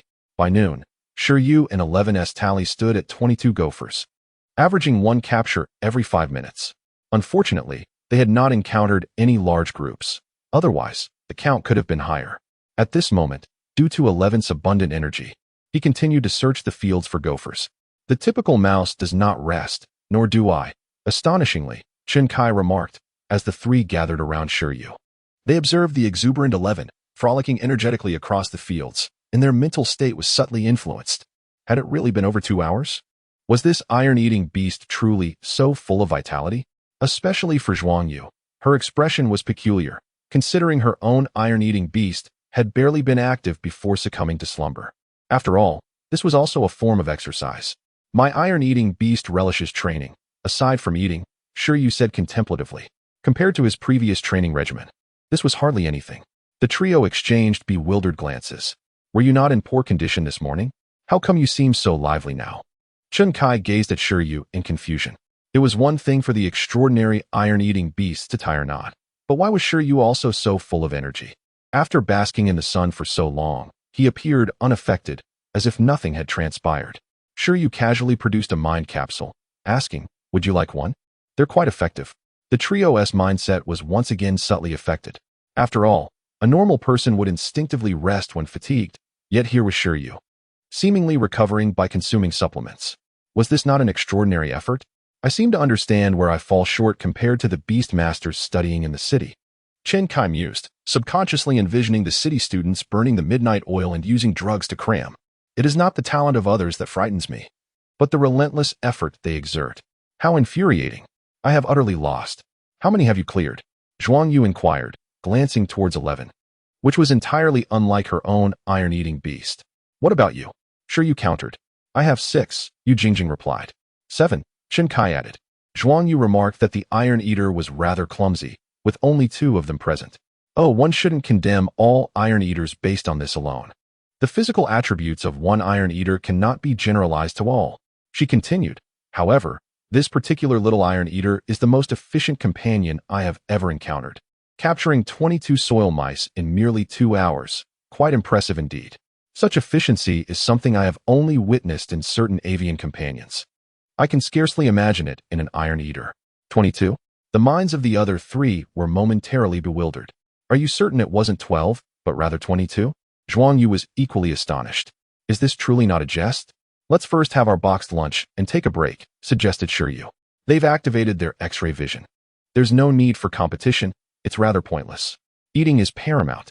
The village committee staff provided them with boxed lunches, and after a brief meal, they would resume their work. This had been the initial request of the 4, as they had come to train. A simple lunch sufficed, and there was no need for an extended break. Soon after, the four began to eat their boxed lunches, accompanied by chilled mineral water. After hastily devouring a few bites of the bamboo shoots packed in Shi Yu's backpack, he decided not to squander too much time and went off to train diligently on his own. He felt that his explosive speed was still lacking, or else he would not have let so many soil mice escape. In a state of distress, he began to sprint back and forth along the rural path. This behavior left Chen Kai and the others utterly bemused. Although they had mineral water, they found the boxed lunch quite unpalatable. They looked toward Shi Yu, who appeared to find it all perfectly normal. "Does your iron eater not require rest?" Zhuang Yu inquired, voicing her perplexity. "This defies logic. An iron eater should not behave this way. How is it that during my extensive selection at the breeding facility, I failed to find such a lively iron eater? Otherwise, do you not wonder why it has mastered advanced hardening techniques?" Shi Yu maintained an air of calm throughout. The three were rendered speechless, acknowledging the soundness of his reasoning. Yet, the notion of a beast master, equipped with supplements, practicing sprint drills with an iron eater in the midday sun, struck them as rather unusual. In truth, it has been demonstrated that not only foolishness and laughter can be contagious, but also diligence may exhibit similar tendencies. After finishing their boxed lunches and enjoying a brief respite, Chen Kai and his companions observed the iron eater still engrossed in its training, feeling increasingly restless. If even the inherently lazy iron eater exerted such effort and diligence, wasting no time, what right did they have to rest? Now I finally understand why the pass rate for the Beast Master vocational assessment in the city is so remarkably high. Are all the Beast Masters studying in your city this dedicated? And how on earth did you cultivate such discipline in your pet? Chen Kai's face twitched in disbelief. Could it be that the educational standards in the city are indeed so vastly superior to those in the suburbs?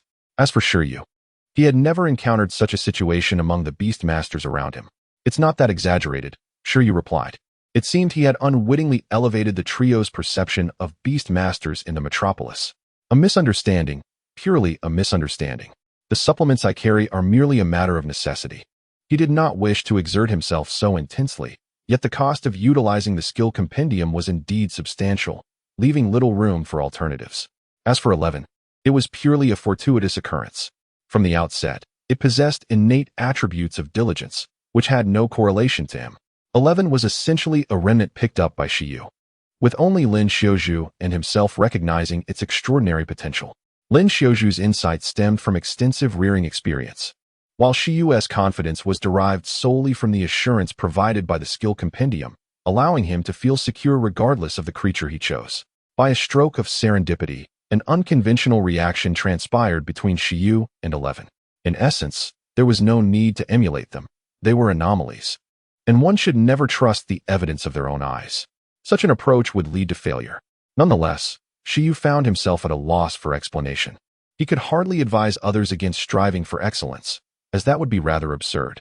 However, a touch of exaggeration might indeed be beneficial, as it could pave the way for future opportunities. Henceforth, I shall demand that the ice-armored beast undergo training of this caliber. As for myself, I shall procure a box of Ming Shen capsules from the apothecary tomorrow and engage in late-night study. I refuse to believe that we are not all equipped with 2 arms and 2 legs. I can accomplish this as well, Chen Kai asserted through gritted teeth. His relentless pursuit to accompany Shi Yu on tasks was driven by a desire to uncover the secret behind Shi Yu's remarkable strength. Now that he had finally discerned it, he was determined to give it a try himself. Zhuang Yu and Yu Jingjing exchanged glances. Although they remained silent, they sensed that they too had perhaps grown slightly complacent. There remained ample time for effort. "Tomorrow, indeed," Shi Yu remarked. "If you are truly intent on such exertion, I wish you all success. Nonetheless, diligence and hard work are by no means detrimental. One's commendable qualities can indeed influence others, which brings great solace to Shi Yu." "Are you preparing to participate in the vocational beast tamer assessment?" Chen Kai inquired. "Well, the vocational beast tamer is essentially the traditional path for advancing as a beast tamer, focusing on the combat prowess of the practitioners. Conversely, the vocational breeder assessment evaluates the breeding and nurturing capabilities of beast tamers, with most future endeavors centered around breeding facilities. Those at a more advanced level may venture out independently, aiding other beast tamers in caring for their companion beasts, and even branching into roles such as skill instructors and evolution planners. Logically speaking, since Shi Yu specializes in breeding and possesses a skill compendium. Pursuing the vocational breeder certification would undoubtedly yield substantial financial rewards in the future. However, his peculiar secondary talent is indeed a source of trepidation. Shi Yu fears that exposing it could lead to dire consequences.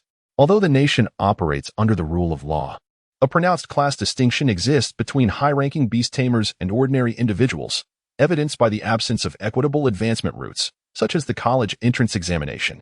This world is plagued by monopolistic practices, with incidents of foul play among beast tamers during public battles being alarmingly common, a slight remnant of innocence remaining only during student years. Moreover, there are highly intelligent, extraordinary beings that eye human territories with insatiable interest. Shi Yu pondered that if the instructional method of the skill compendium cannot be altered, he shall refrain from imparting the skills of companion beasts to others until he possesses formidable self-defense capabilities. Even when it comes to wild creatures endowed with a modicum of intelligence, he would not risk sharing such knowledge. Unless one is dealing with nearly mindless pets like the azure silkworm, which, after instruction, remain oblivious to what transpired, there exists no safety concern. In any case, it is only with those beasts bound by a soul contract that Shi Yu can teach with confidence. Thus, Shi Yu contemplates taking the vocational beast master examination first, to bolster his combat prowess in a more reliable manner. Many accomplished beast masters are capable of imparting skills beyond the native abilities of their pets. Much like the Iron Eater from the Zhu Martial Arts Academy, which has mastered numerous techniques involving lightning and fire. Moreover, certain exceptionally gifted rare wild beasts may also acquire skills outside their inherent repertoire. For instance, the Wolf King of the Snow Wolf clan typically possesses intimidation skills. Such private skill teaching manuals, though seemingly absurd, are relatively commonplace in the higher echelons of beast mastery and are not beyond the realm of possibility. However, the ability to replicate skills instantly upon contact, a talent yet to be witnessed among beast masters, is particularly rare, especially considering he is a dual-gifted transmigrator. In other words, it is an invasive species, posing a potential risk. In this relatively perilous world, strength is the foundation of all. Enhancing one's own abilities is undoubtedly prudent. Although my field is in breeding, I wish to prepare for the vocational beast master examination first, Shi Yu stated. Shin Kai replied, let me calculate. The next one. Or perhaps the one after that. It seems we might even be able to participate together. The vocational beast master examination is scheduled for January 1st, held annually. As it is currently July, there remains less than half a year until the next examination commences. At present, Shi Yu's Iron Eater is at the 5th level of awakening, while Chun Kai's ice-armored beast has reached the 6th level. This distinction fails to meet the standards required for participation in the professional assessment. The initial round of the professional Beastmaster examination mandates that a Beastmaster's companion possesses extraordinary combat capabilities, a level that is only attainable after reaching the 10th level of awakening. Given that it is unlikely for their beasts to reach the 10th level within 6 months, the prospect of attaining extraordinary status seems even more distant. Consequently, Shen Kai instinctively presumes that Shi Yu shares his inclination to partake in the subsequent examination cycle. However, Shi Yu remarked earnestly, if I do not succeed in the next assessment, the one after that could indeed be a possibility. With his limited savings, sustaining the training of a beast for a year and a half without a steady income source would be untenable. Hence, acquiring a professional certification promptly would alleviate some of Shi Yu's financial burdens. He intends to directly participate in the upcoming examination in 6 months. Shin Kai responded with confusion. But your Iron Eater has only just reached level 5. Isn't it a bit ambitious to aim for extraordinary status within 6 months? Naturally, the progression of growth levels becomes increasingly challenging as one advances. The threshold between awakening and extraordinary status has stymied countless creatures. The metamorphosis from the mundane to the extraordinary hinges entirely on the ability to surpass this formidable barrier. Nonetheless, while achieving extraordinary status may pose significant challenges, reaching the 10th level of awakening should be relatively feasible. As long as the racial skills of the Iron Eater are consistently enhanced, its growth level will follow suit in transformation. Shi Yu is confident that attaining level 10 within 6 months should not be overly difficult, with a substantial possibility of reaching extraordinary status as well. Even if one cannot attain the extraordinary level, it is not impossible for those at the awakened level to participate in vocational assessments, as individuals of genuine capability have always enjoyed certain privileges. You mentioned that special assessment. Chen Kai began to realize something. The challenge of surpassing levels? The other two girls had also heard of it. For some exceptionally talented beast masters and their high-tier pets, a unique standard exists for the vocational assessment. This stipulates that even if one has not reached the extraordinary level, those who can triumph over true extraordinary beings during the awakened phase, possessing extraordinary combat prowess alongside their pets, are permitted to partake in the forthcoming vocational assessment. Indeed, that challenge of surpassing levels. If one cannot reach the extraordinary level, this path is certainly viable. Shi Yu smiled.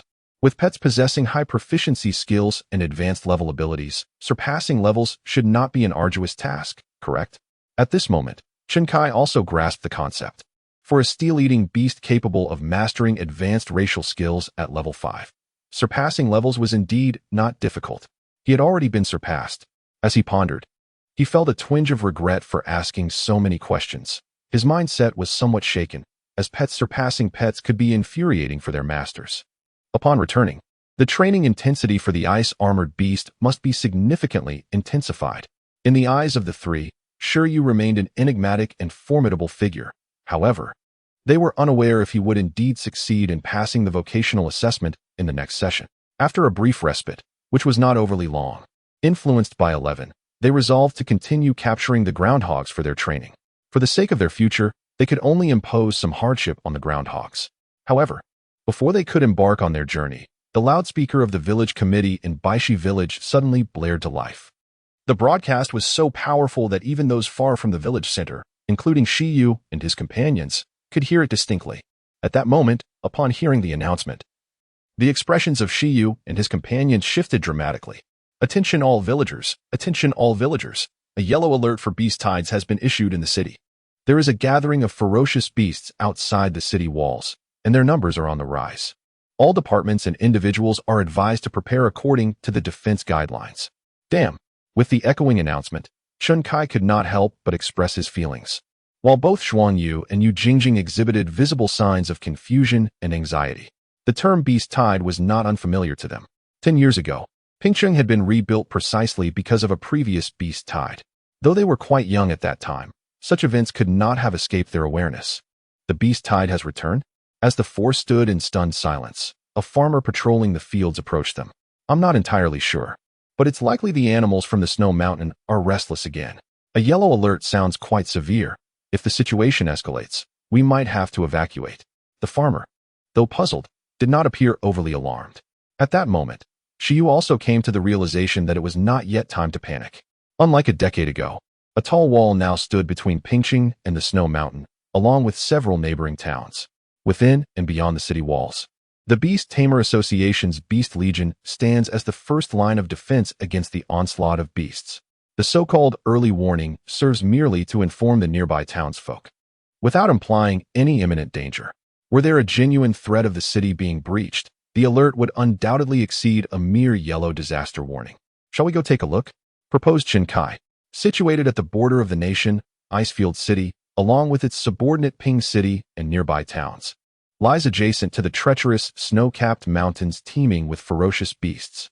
This proximity explains why, a decade ago, only Ping City and its surrounding districts bore the brunt of the beast tide. What are you looking at? During such times, the city walls are certainly fortified with warning lines. Wouldn't your presence only cause disruption?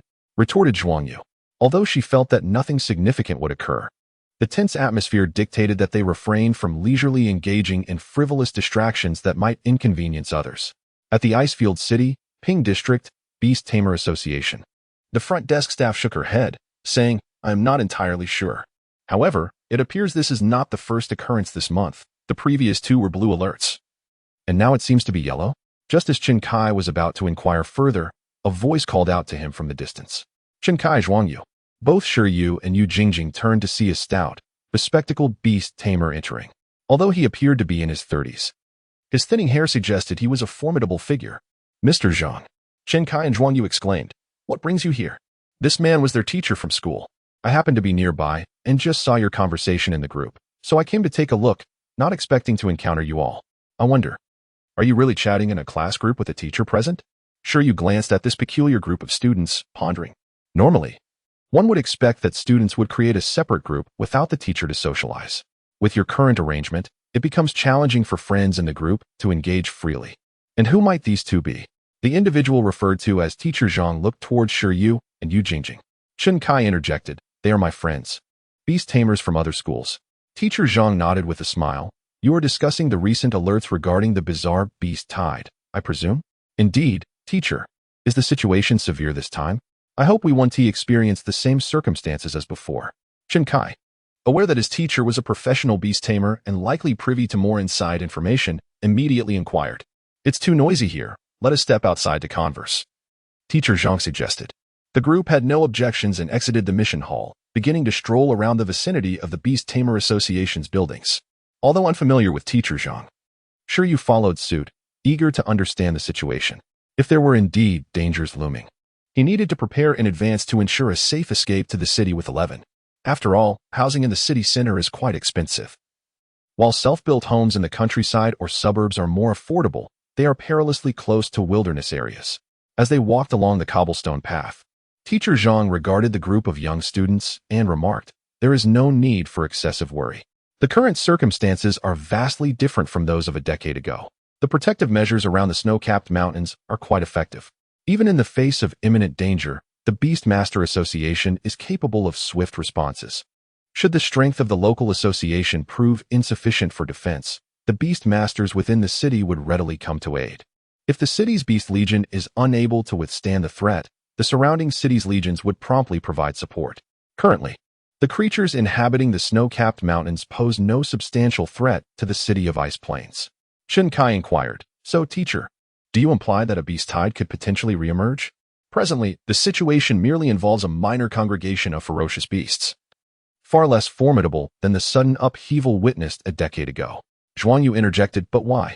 Aren't these ferocious beasts predominantly ice-based creatures?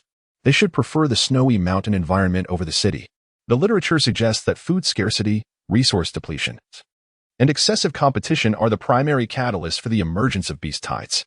Shi Yu gazed toward the snow-capped mountains, pondering, "Yet, this should not be the principal cause of a beast tide in the mountains. After all, such tides typically occur with frequency and forewarning, rather than erupting as unexpectedly as the one that transpired a decade ago." Teacher Zhang regarded Shi Yu and nodded in agreement. "Indeed. However, the precise cause remains elusive. The trigger for the beast tide from 10 years ago continues to be an unsolved mystery. Yet, if we indulge in speculation, there is currently an emerging theory within the city of Ice Plains. Are you familiar with the city's history?" The others shook their heads. "It may not truly qualify as history, as it has yet to be thoroughly substantiated. It remains mere conjecture. Based on archaeological findings, it appears that 2 millennia ago, the area surrounding the city of Ice Plains lacked the snowy mountain environment we see today. Here lies the territory of a once thriving beastmaster tribe from ancient times. However, an ice dragon descended from afar, alighting upon the surrounding mountains. This formidable creature, merely by residing in the vicinity, inadvertently ushered in the onset of a mini ice age, plunging the Beastmaster clan into profound distress. In response, the tribe resolved to expel the ice dragon, forming a campaign department to engage in a protracted conflict against the dragon within the mountains. It is said that the snow-capped peaks were born from that tumultuous period. When Shi Yu inquired about which side emerged victorious, Professor Zhang replied that it was likely the Beastmaster tribe that triumphed. Atop the snow mountain lies a relic of the ice dragon, rumored to contain the sealed remains of the creature, encapsulated by the Beastmasters of that era. Even now, the area surrounding the relic occasionally reverberates with the dragon's might. Yet, 2 millennia have passed, and even that ice dragon should have met its complete demise. There exists a speculative theory that the sealed ice dragon has transformed into a spirit, influencing the ferocious beasts within the snow mountain, causing them to lose their rationality and retaliate against the cities. Shi Yu and his companions turned their gaze once more towards the direction of the snow mountain. An ice dragon specter? This was the first they had heard of such a phenomenon. Professor Zhang gestured towards a stone giant statue not far ahead, stating, "Do you see that? It is one of the ancient artifacts unearthed by archaeologists, said to be the totem of that tribe." Engaged in conversation, they soon found themselves in a vast garden area. In the heart of the park stands a colossal stone statue, a representation of an elemental superlife, akin to a tamed beast. Its presence here is intended to enrich the historical tapestry of the city, imbuing the atmosphere with a sense of antiquity. Was it this tribe that wielded this entity to vanquish the ice dragon?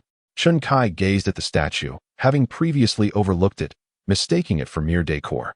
To his surprise, it turned out to be an ancient relic of Icefield City. The attention of Shi Yu and his companions was drawn to the stone giant, their focus unwavering. Suddenly, Shi Yu felt his heart race. His mind erupted with a cacophony, as if his telepathic gift had activated spontaneously, allowing him to perceive a peculiar sound. It was not as it should be. This abrupt noise sent a shiver down Shi Yu's spine. Yet, as he looked around, he noticed that Teacher Zhang and Chen Kai appeared unaffected. The statue exhibited no signs of life. After all, the telepathic ability was supposed to reveal the thoughts of living beings. If the statue were anomalous, it would not have been placed here. It was not as it should be. Shi Yu continued to hear the sound, convinced of its existence. The sensation mirrored that of employing his telepathy. As he searched for the source, he pinpointed the origin of the sound, undoubtedly from the statue.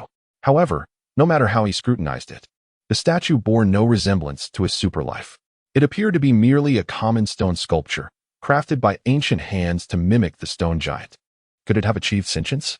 Unlikely. If it had evolved into a superlife, it would have drawn the attention of other beast tamers long ago.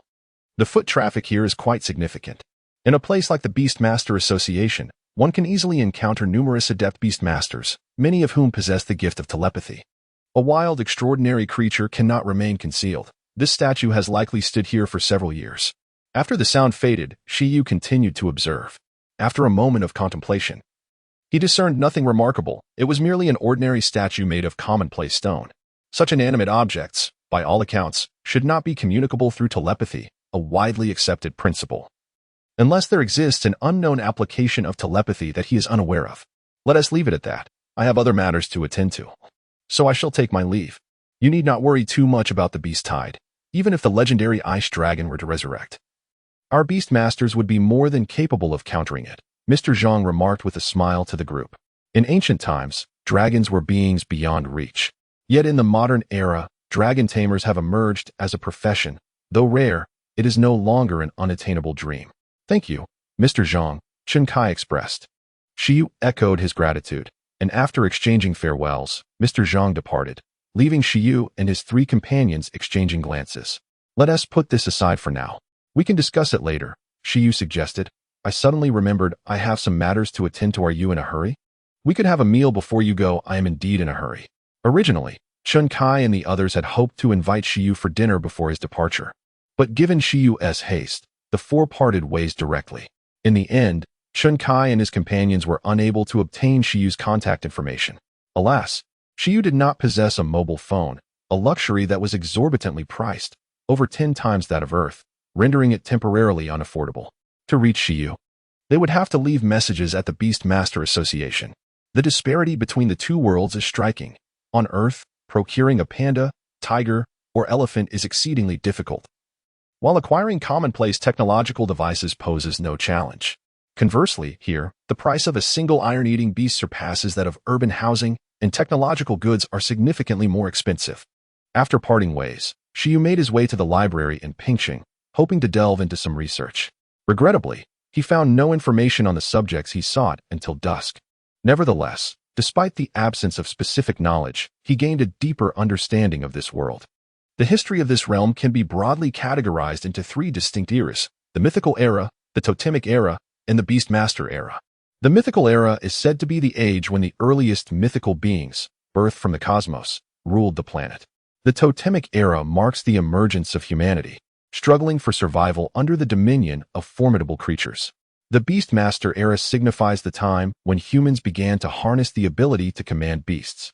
This Beastmaster era can further be divided into ancient and modern periods, with a pivotal turning point occurring over a century ago when 7 human nations united to form an alliance. Such a simple classification of eras belies the complexities of this world's history, which is riddled with numerous discontinuities due to certain peculiar circumstances. For instance, the collective disappearance of the first batch of mythical beings remains an enigmatic historical phenomenon, shrouded in the mist of time. The events that transpired in Icefield City over 2 millennia ago remain an enigma that has yet to be thoroughly unraveled by contemporary society. Do not be curious. Do not be curious. Do not be curious. Shi Yu incessantly reiterated to himself after exiting the library. He compelled himself to refrain from contemplating these matters. A recurrent flaw in his character. In his previous life, Shi Yu was an archaeologist who, due to unforeseen circumstances, encountered an arcane mythological system. His insatiable curiosity led him to transition into a scholar of mythology, embarking on journeys to ancient ruins and sites. Accompanying his mentor in the exploration of this uncharted mythological realm, which became his quotidian existence. Ultimately, however, he met a tragic end, caught in an unforeseen disaster during an expedition. He was buried alive in a landslide, and subsequently found himself transported to this realm. How perilous curiosity can be. Shi Yu recalled the version of himself, consumed by the pursuit of unknown mythological histories, and felt an urge to slap himself. Was it not preferable to remain at home, indulging in video games and anime, rather than venturing into various treacherous locales for research? In any case, having been transported to this more perilous world, Shi Yu yearned to thrive within safe confines, to savor life more richly. This lifetime must be enjoyed to the fullest. Although the history of this world seems shrouded in even greater mysteries, possessing a more authentic mythological framework, Shi Yu was determined not to tread the same path as before. Absolutely not. At this moment, beneath the statue of the stone giant in the Beastmaster Association of Pingcheng, twilight had descended, and the park was virtually deserted. Shi Yu gazed upon the statue illuminated by the moonlight and inquired, "Were you the one speaking during the day? Are you refuting the history spoken by that man?" It certainly appeared as though he were contradicting the words of that teacher Zhang, yet this contradiction was audible only to Shi Yu. "Oh, statue, do utter a word." He communicated through telepathy. However, unlike during the day, the statue remained utterly unresponsive. "If you choose not to speak, I shall take my leave," he remarked. Yet the statue remained indifferent. Shi Yu fell into silence, contemplating whether something was amiss with his own state. At that moment, he perceived the voice of the statue. "Tell me." It beckoned. "Tell me, and I shall restore history to its truth." In that instant, his desire was not merely to hear the statue's voice, but to listen to the voice of history itself. He believed his current state was strikingly similar to that of the afternoon. Once again, he activated his telepathy, seeking that feeling from earlier in the day. It seemed to be a thunderous roar echoing within his mind. Boom. The sound erupted, jolting Shi Yu to the core. However, this sound was not merely resonating in his mind, but rather exploding beside his ear. He lifted his head, mouth agape, for it seemed as though the very sky had trembled momentarily. Crack. Then, Shi Yu's attention was drawn back to the statue. This time, it indeed emitted a sound, albeit one of cracking. Before his eyes, the statue split open with a fissure running from top to bottom. "Oh no, this is trouble," Shi Yu exclaimed, turning to flee, vowing that if he ever engaged with his former profession again, he would be a fool. This industry is fraught with peril, far more treacherous than that of beast tamers. 11. Save me. Chapter 28. The Tremor of Icefield City in the year 177 of the Alliance. The recent unusual activity of ferocious beasts in the snow-capped mountains has heightened the vigilance of every beast tamer association in Icefield City. This is particularly true for the professional beast tamers of the Pingcheng Beast Tamer Association, who have long since entered a state of readiness. A decade ago, the beast tide had already inflicted grave wounds upon Pingcheng, and it took an immense expenditure of human and material resources to rebuild the city. This time, under no circumstances can the ferocious beasts breach the city walls and wreak havoc once more. In such a tense atmosphere, the beast tamers are acutely attuned to any disturbances from the outside world. Boom. During this critical period, a tremendous sound resonated through the air above Pingcheng, causing the tightly wound nerves of several beast tamers to snap in an instant. Could it be that the beast tide is attacking the city? Why is there no news at all? On a brighter note, perhaps it is merely an earthquake. What exactly is happening? The sound was immense, audible not only to the beast tamers, but also to ordinary citizens, who instinctively stepped outside their homes to observe the surroundings. Yet, it was merely a deafening noise. And thereafter, no further anomalies were detected. At the headquarters of the Pingcheng Beast Tamer Association, atop a towering building, a middle-aged man clad in a gray suit stood lost in thought, gazing up at the sky, which appeared shattered like a mirror. "President, what was that just now?" Others inquired, as associations in various districts and within the city also sensed the disturbance. The grand entrance of the top floor swung open, revealing a tall, anxious secretary hastening forth. The impact of that commotion on the icy city was unexpectedly profound. Even in distant regions, a subtle change was perceptible. The chairman, clad in a gray suit, remarked, I have only heard tales of such occurrences. I cannot ascertain if my suspicions are correct.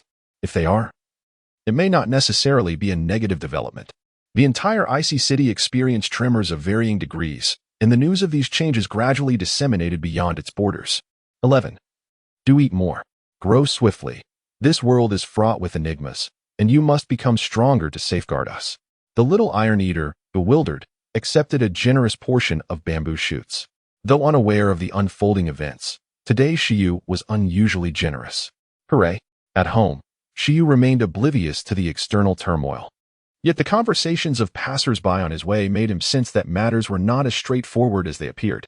The commotion seemed excessively loud. Shi Yu, your tongue is quite loose. What are you chatting about with the stone? Is there a problem now? Aside from shopping for groceries and medicine, he had no other intentions. Just then, as Shi Yu resolved to act, a call came from the persimmon tree nearby, the green silkworm in its cage. Upon witnessing the abundance of delicacies Shi Yu provided for the Iron Eater, emitted a fervent plea for food. You should indulge as well. The fatter you become, the more silk you can produce. Following this, Shi Yu prepared a heap of leftover vegetable leaves for the silkworm, which delightedly began to feast. You are far easier to please than 11. Sigh. I've finished preparing their meals. Perhaps I shall retire for the night. It has been an exhausting day. The aftermath of yesterday's intense training on enhanced vision has yet to dissipate, and now another issue has arisen, leaving him utterly drained. He resolves to rest for a while, hoping that tomorrow may dawn with renewed optimism. Once he regains his strength, he will focus on enhancing the 11th skill to bolster its combat prowess. Name: Iron Eater. Attribute: Gold. Species: Rank: Moderate. Extraordinary growth level: Awakening level 5. Skills: Hardening, Mastery, Rapid Healing, Novice, Enhanced Vision, Novice. Currently, he is quite satisfied with the 11th attributes. Among the 6 skills he has gathered, he has yet to teach Dissuasion and Absolute Sleep. Moving forward, he intends to prioritize the refinement of the skills he has already mastered. The next day, he indulges in some much-needed recuperation. To utilize all available resources, he releases the silkworm from its cage and assigns it a task, much to its bewilderment. Today, you are responsible for training alongside the 11th. A good training session will earn you extra rations. In the courtyard, he delineates 2 areas, one for the silkworm and the other for the 11th. After accumulating the silkworm's silk to mastery level, it can be employed in various innovative ways. For instance, the technique known as silk ray involves the silkworm concentrating a length of silk in front of itself, approximately the length of a finger, and then propelling it forward with force, akin to an arrow or concealed weapon. Although its current power is insufficient to pierce even the garments purchased from a street vendor, its speed remains commendable. Under the assault of the silken threads produced by the silkworm, the strands can swiftly traverse from one end to the other. Moreover, a silkworm adept in the art of manipulating these threads can unleash a barrage of rays, akin to a torrential rain of arrows. It is evident that Shi Yu has orchestrated this arrangement to enable 11 to further hone the utilization of its supervision. Whether it be evading the minute and inconspicuous high-speed rays or accurately predicting their impact points, preemptively conducting micro-hardened areas proves to be an excellent training method. Most importantly, it is discreet. Shi Yu understands that the intellect of the silkworm is limited, thus he endeavors to communicate through telepathy, offering various examples. The silkworm, however, remains perplexed. Ultimately, Shi Yu is uncertain whether it comprehends his instructions, yet 11 certainly does. Evidently, 11 perceives this as a commendable training opportunity. Without hesitation, it seizes the silkworm, urging it to join in the training. How could one merely slumber in a cage daily? The essence of life lies in training. So let us embark on this journey together. The silkworm emits an innocent chirp. Following this, Shi Yu cheerfully departed to procure groceries, during which he inquired about the events of the previous day. Tasks akin to whack-a-mole are now beyond reach. A sense of unease washed over Shi Yu. The shattered statue in the park must have attracted attention. Would it ultimately lead back to him? At that moment, there were few witnesses, and this world lacks surveillance cameras, so it should be unlikely.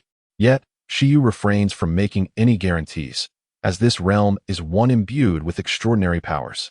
Unsure of what transpired, he dares not confess, continuing instead to feign ignorance. On this day, the presidents of the Beast Master Associations from various districts of Icefield City gathered in Pingqing District. In a certain valley of Pingqing, 9 master-level beast masters of varying ages gazed in awe at the spatial portal formed by the fissures cascading from the sky. Indeed, This was a realm of secret mysteries, perhaps an ancient relic. In addition to these 9, there was a 10th individual present. The youngest among the 9 masters was over 30, whereas the 10th was remarkably youthful, a woman in her early 20s with chestnut hair.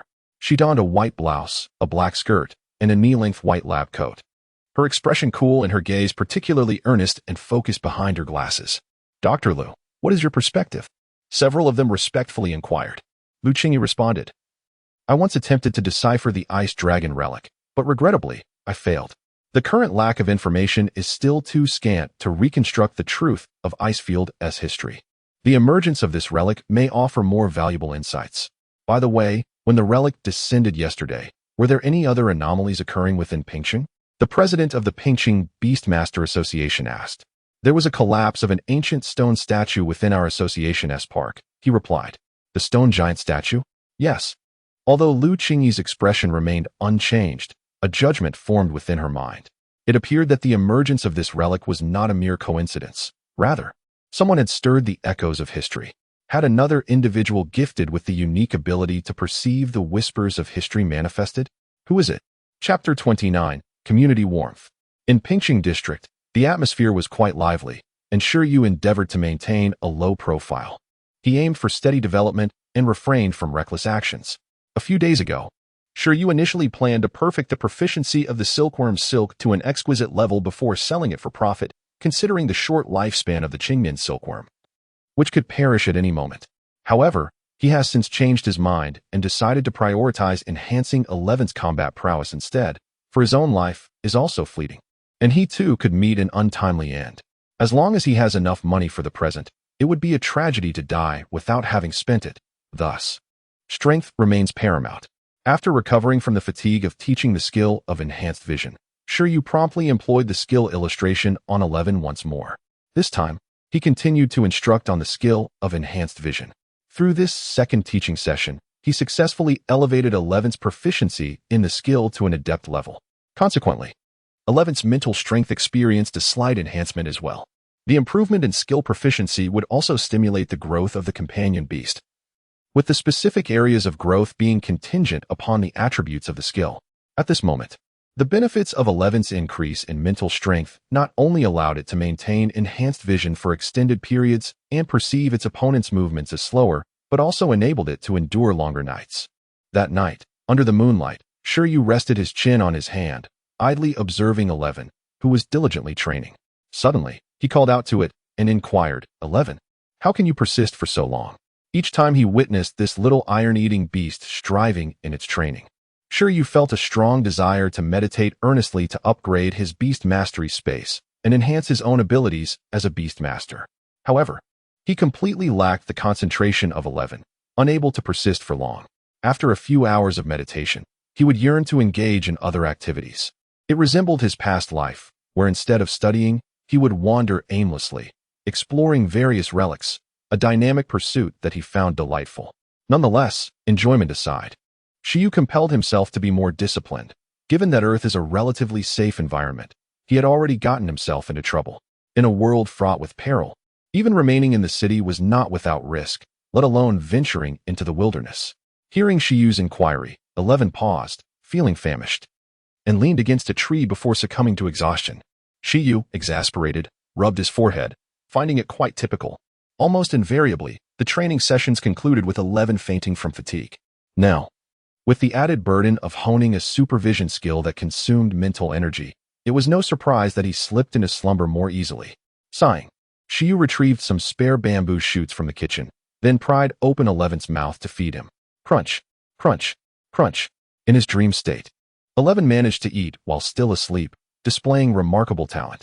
After finishing, he joyfully rolled over and struggled to rise, preparing to resume training. Stop right there, Shi Yu exclaimed, pushing 11 toward the bathroom. As for himself, he collapsed onto the bed and fell into a deep slumber, utterly exhausted from his duties as a beast master. The sun rose as usual the next day. The sun rose again on the third day. On the fourth day, peace reigned in the world once more. Thus, after conversing with the statue and encountering anomalies, Shi Yu had confined himself to his home for an entire week. Aside from the extraordinary vision during this period, Shi Yu also taught the 11th level skill of rapid healing and a skill of hardening. Now he has achieved a mastery level in rapid healing, extraordinary vision, and an expert level in hardening, creating an invincible combination. Shi Yu genuinely wishes to see how the currently awakened 5th level 11th, fully unleashed, fares against opponents several levels above him.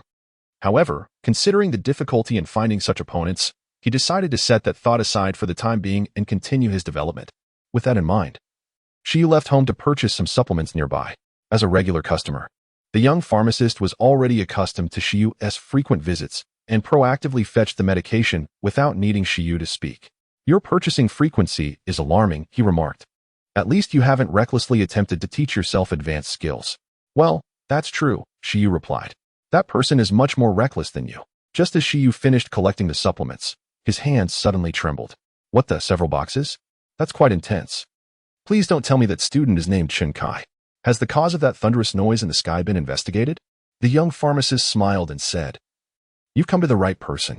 Although the specifics haven't been announced yet, there is a strong possibility that our pingxing is about to soar. Please elaborate? Having visited multiple times for medication, Shi Yu was aware that this young pharmacist was also a beast master at the apprentice level, making him quite attentive to such matters. Rumor has it that a hidden realm may have emerged, the young pharmacist explained. A hidden realm? What is that? Shi Yu inquired. The young pharmacist replied. You can understand it as another alternate space, independent of our current realm. For instance, your Beastmaster space can indeed be regarded as a distinct alternate realm. Allow me to elucidate. The precursor to the mystic realm is, in fact, the Beastmaster space. Please, continue, Shi Yu implored. After a week of anticipation, he was eager for any morsel of information, having endured a prolonged period of uncertainty. Presently, it seems that the situation is not one of peril, otherwise this physician would not exhibit such fervor. During these past few days, the anxious Shi Yu had even entertained the notion that he might have inadvertently unleashed some monstrous entity, akin to the creature Melba that rends the sky asunder. There exists a theory that upon the death of a Beastmaster, their Beastmaster space may also collapse. However, in instances where formidable Beastmasters meet their demise, it is conceivable that their Beastmaster space may endure, evolving into an independent mystic realm, or what could be described as a miniature world, shaped by the will of the deceased Beastmaster.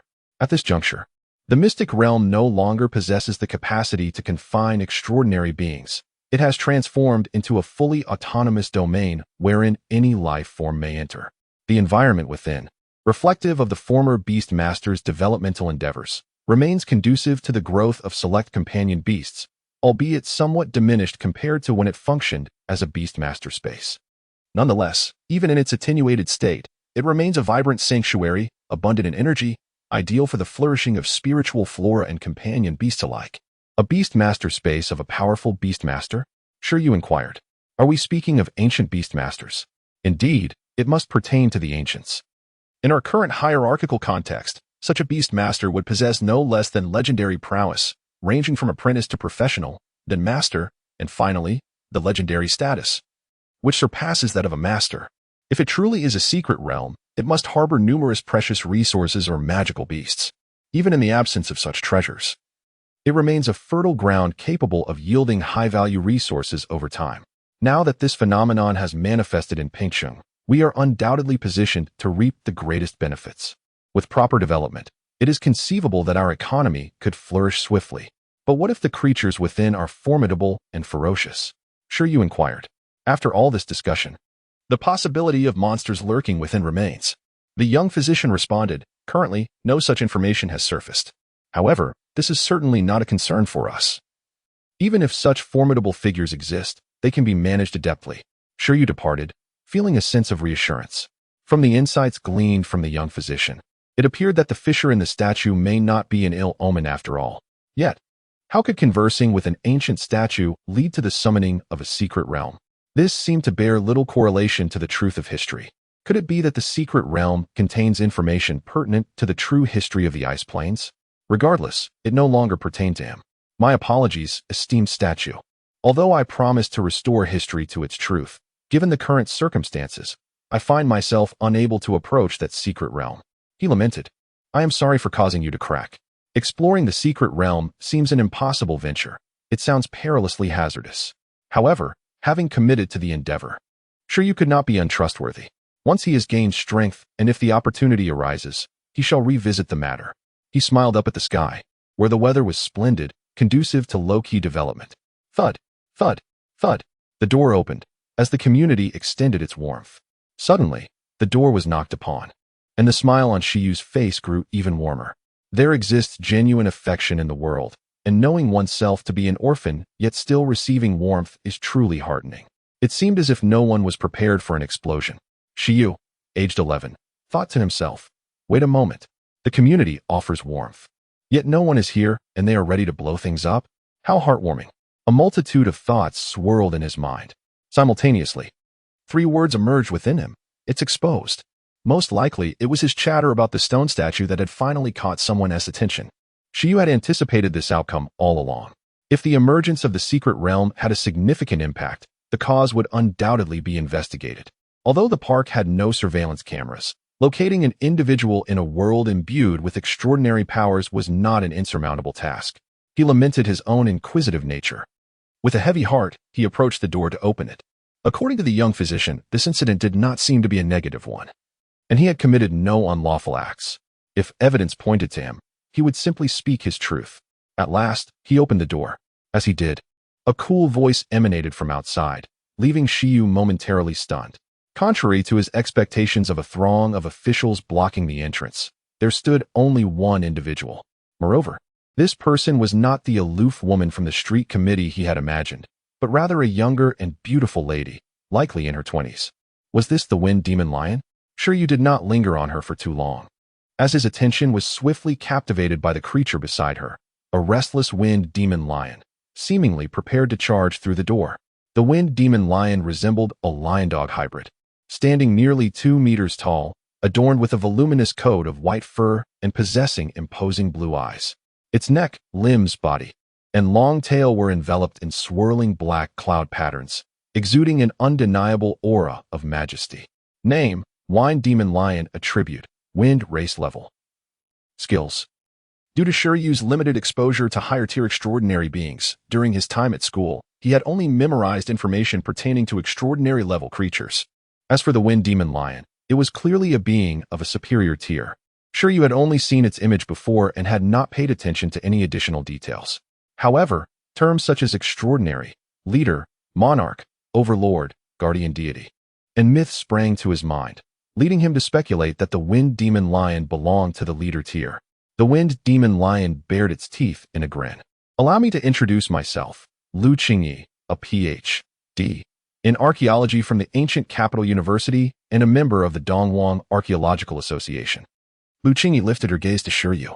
I wish to discuss certain matters with you, and I hope for your cooperation. A Ph.D. in archaeology?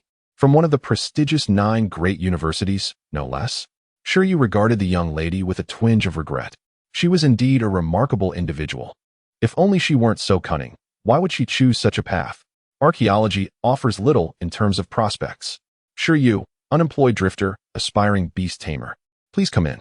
Upon her introduction, Shi Yu was now entirely certain of the matter at hand. After arriving in this world, the only matter related to archaeology that remains is the anomaly of the stone statue. Shi Yu opened the door, feeling a sense of foreboding as he prepared to face interrogation. Subsequently, Shi Yu led Dr. Lu into the courtyard. At that moment, the iron-eating beast had obediently stacked the steel plates and was peeking from behind a tree. Upon entering the courtyard, Lu Qingyi and the Wind Demon Lion immediately directed their gaze towards the little iron-eating beast concealed behind the tree and the green silkworm in the cage. Only then did they turn their attention back to Shi Yu. I spoke candidly, stating that the shattering of the stone statue at the Pingcheng Beast Master Association is indeed related to him. I harbored no malicious intent, so there was no need for concern. I merely wished to ascertain whether he had heard the sound emanating from that statue. Shi Yu inquired, is that statue a living being?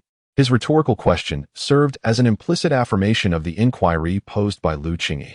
No, the statue is an inanimate object. Your ability is telepathy, and as you understand, telepathy should only facilitate communication with living entities, Lu Qingyi responded. Shi Yu nodded, having conducted a brief investigation, though he regrettably found no new revelations. Nevertheless, exceptions do exist. Certain inanimate objects that embody the beliefs, convictions, will, and emotions of numerous living beings, when subjected to the test of time, may indeed give rise to a spirit. This spirit is an ethereal concept, unrelated to life, mind, or soul, in the field of archaeology. It is referred to as traces of history. Such traces can only be perceived by a select few individuals endowed with extraordinary telepathic abilities. Thus, those beast tamers who possess such telepathic abilities are referred to in the archaeological realm as those who can hear the echoes of history. Shi Yu inquired, so, does this mean I am that extraordinary individual? Lu Qingyi nodded, stating, the ability to listen to the voices of history is truly remarkable. Throughout the vast expanse of time, history has experienced numerous fractures, and countless truths have been buried. The remnants of the past serve as the primary means through which we, in the present, seek to comprehend history. However, these preserved artifacts are often safeguarded by extraordinary forces, rendering their decipherment and discovery exceedingly arduous. Those who can hear the echoes of history possess a far greater aptitude for uncovering or deciphering the crucial information related to these relics. This time, by awakening the spirit of that statue, you have triggered the emergence of an ancient relic, which may unveil the truths entwined with the history of the icy plains. Shi Yu felt an ominous foreboding and asked, so, what is your purpose in bringing me here? Lu Qingyi replied, you are exceptionally gifted, a natural-born archaeologist, and I would like to extend an invitation to you. Impossible. Absolutely impossible. I could never return to the field of archaeology in this lifetime. Earning a modest income, caring for a giant panda, finding a lovely girlfriend to share a delightful cat with, and living a joyful, carefree life in a safe city seems far more appealing, does it not? Shi Yu expressed his apologies. I am truly uninterested in archaeology. I have no desire to join any archaeological society or attend any archaeological university. Lu Qingyi, perplexed, asked, who said I wanted to invite you to join the archaeological society? Isn't it? Your remarkable talent seems somewhat squandered in the archaeological society.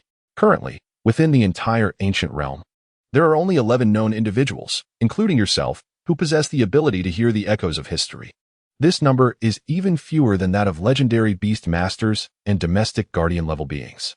Do you comprehend what this signifies? The invitation extended to you comes from another organization. Furthermore, there is no need for you to hastily decline. Men are often creatures of contradiction. Possessing this gift implies a profound affinity for this field. Otherwise, you would not be able to discern the whispers of stone statues. Lu Qingyi approached the birdcage, gazing at the silkworm, and uttered a phrase that stirred unease within Shi Yu. Why, after all this, can I not escape the ties of archaeology? This innate ability of yours, characterized by thick brows and large eyes, is quite rare, is it not? How could you betray me in such a manner? Shi Yu's heart vehemently resisted this notion. Were it not for archaeology, he would not have met such a fate.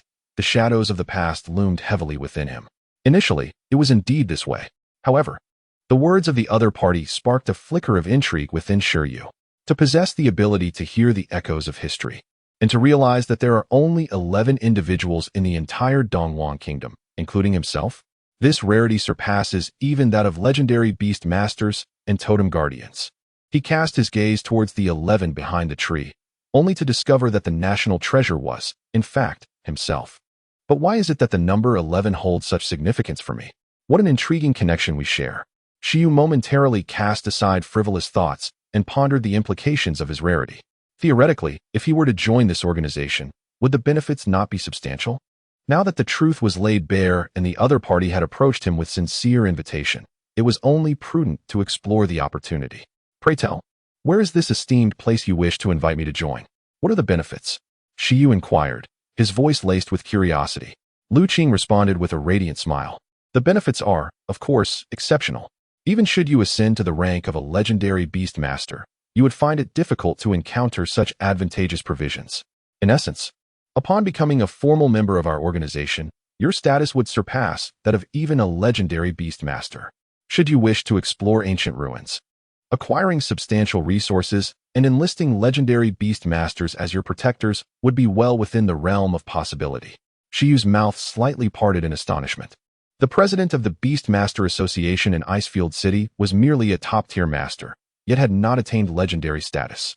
Legendary rank represented the ability to command apex-level creatures, typically reserved for those in significant positions within first-tier cities.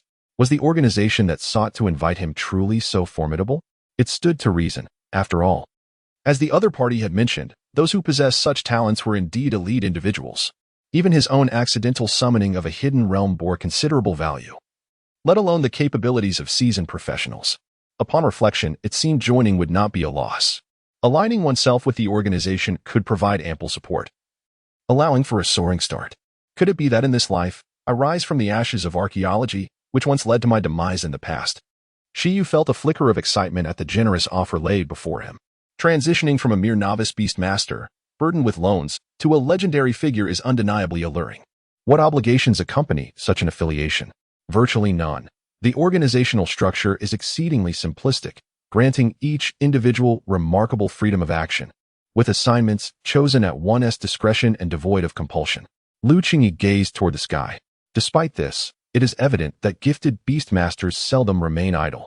Whenever new information regarding mythical relics surfaces, those capable of perceiving the echoes of history invariably rush forth, either aiding in exploration or assuming leadership roles in such endeavors. After all, it is not commonplace for an ordinary individual to awaken such extraordinary abilities. Is there truly no obligation? Shi Yu pondered, momentarily taken aback by the leniency. Thus, as long as one exercises self-discipline and avoids reckless behavior, even after joining, there would be no necessity to venture into perilous realms for tasks.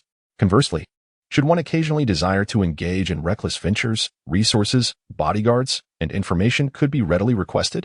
Shi Yu felt a flicker of temptation. What then? Is the name of this organization? The Bureau of Strategic Investigation and Support for Territorial Relics, also referred to as the 11th Bureau by its designation. One may perceive its personnel as specialized operatives within the archaeological community, dedicated to managing various significant relics. The recurring theme of 11 had become familiar to Shi Yu, and he dismissed the significance of the name. Upon Lu Qingyi's conclusion, Shi Yu fell into contemplation. The organization's title indeed conveyed a sense of grandeur. Thus, should he join? Having inquired extensively, and with the organization seeking him out, coupled with his unique talent, it appeared increasingly challenging to dismiss such an opportunity. In light of this, I shall join. Ultimately, Shi Yu exhaled deeply. Joining poses no significant issue, as long as freedom is not curtailed. The decision to thrive or falter ultimately lies with oneself, provided one conducts affairs with a modicum of prudence. He would never concede that he yearned to return to his former pursuits. Dr. Liu, are you also a member of the 11th Bureau? Yes, counting you and me. There are currently 11 individuals in the 11th Bureau. Welcome to our ranks. From this day forth, you shall be a probationary member of the 11th Bureau. Lu Qingyi revealed a smile for the second time, seemingly pleased with Shi Yu's response. Talents in this field are exceedingly scarce. Every time they explore relics, she often feels the strain of insufficient manpower. Now, with the prospect of nurturing a newcomer, Lu Qingyi envisions a future where Shi Yu, upon his growth, becomes a valuable asset. As the least experienced member of the 11th Bureau, she too yearns for a capable ally, rather than perpetually serving as a mere assistant to her mentor. Probationary? At that moment, Lu Qingyi's words struck Shi Yu with the realization that he might have been deceived. After all, the benefits she described seemed to pertain exclusively to formal members. Indeed, probationary.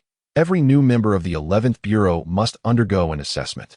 Only upon successful completion of this evaluation may one attain formal membership. Shi Yu felt a pang of regret. However, her next statement prompted him to nod in agreement immediately. Furthermore, your current strength and abilities are considerably lacking. The organization will provide you with an initial funding of 10 million, and your foremost task will be to expedite your growth. At the very least, you must become a professional beast master and engage in systematic studies of archaeological knowledge. No problem. I assure you the task will be accomplished. When can the funds be credited? Compared to the benefits of legendary beast masters and bodyguards, the allure of 10 million in cash is evidently more enticing for Shi Yu at present. With this sum, why would he continue to nurture the Qingyan worm? Farewell, dear worm. You are now free. Tomorrow, Lu Qingyi said. By tomorrow, your documents and funds will be in order. However, unless in special circumstances, I advise against indiscriminately revealing your identity as a member of the 11th Bureau. Otherwise, certain foreign intelligence agents may become an unbearable nuisance. By the way, regarding the relics that have descended upon pinching, only the 11th Bureau is privy to matters related to you. Until you become an official member, I shall serve as your liaison with the organization. That is all I have to convey. Shi Yu nodded, reassured that he was not one to seek the limelight. Only 11 individuals nationwide possess such a talent. Being a crucial figure capable of unraveling the secrets of the relics, he is certainly prone to scrutiny, especially given his current frailty. I almost forgot the most important detail. Your assessment task is to investigate the historical truth of Bingtian City. There is no time limit, and upon your success, you will become an official member. I have previously explored the Ice Dragon relic in the Snow Mountain, yet due to a lack of critical information, I was unable to decipher the mechanisms. With this new ice field relic appearing because of you, you may indeed be the key to unlocking it. Even with the talent to hear the echoes of history, one cannot perceive everything. A certain opportunity is required to grasp the traces of the past. Lu Qingyi experienced failure herself, yet Shi Yu triumphed. After conducting her investigation, Lu Qingyi came to understand that it was only natural for Shi Yu, a native of the Ice Plains, to perceive the sounds around him. His yearning for the truth of the Ice Plains undoubtedly surpassed her own. This assessment task was almost tailor-made for him. Am I permitted to access the newly emerged secret realm? Shi Yu inquired. Indeed. This secret realm is a special type of relic. Even without utilizing your status as a member of the 11th Bureau, there is a considerable chance of entry. As for what follows, that will be a part of your assessment, Lu Qingyi replied. Lastly, as your recommender, allow me to present you with a gift. To facilitate Shi Yu's swift development into her assistant, she resolved to advance his salary. As for money, I believe you may not require it at this moment. Therefore, would you prefer a skill manual for the iron-eating beast, the unique evolution method for the Qingmian worm, or perhaps a hybrid pet offspring? What would you like? The iron-eating beast pup should be your initial companion, correct? And the Qingmian worm, is it an additional pet you are nurturing?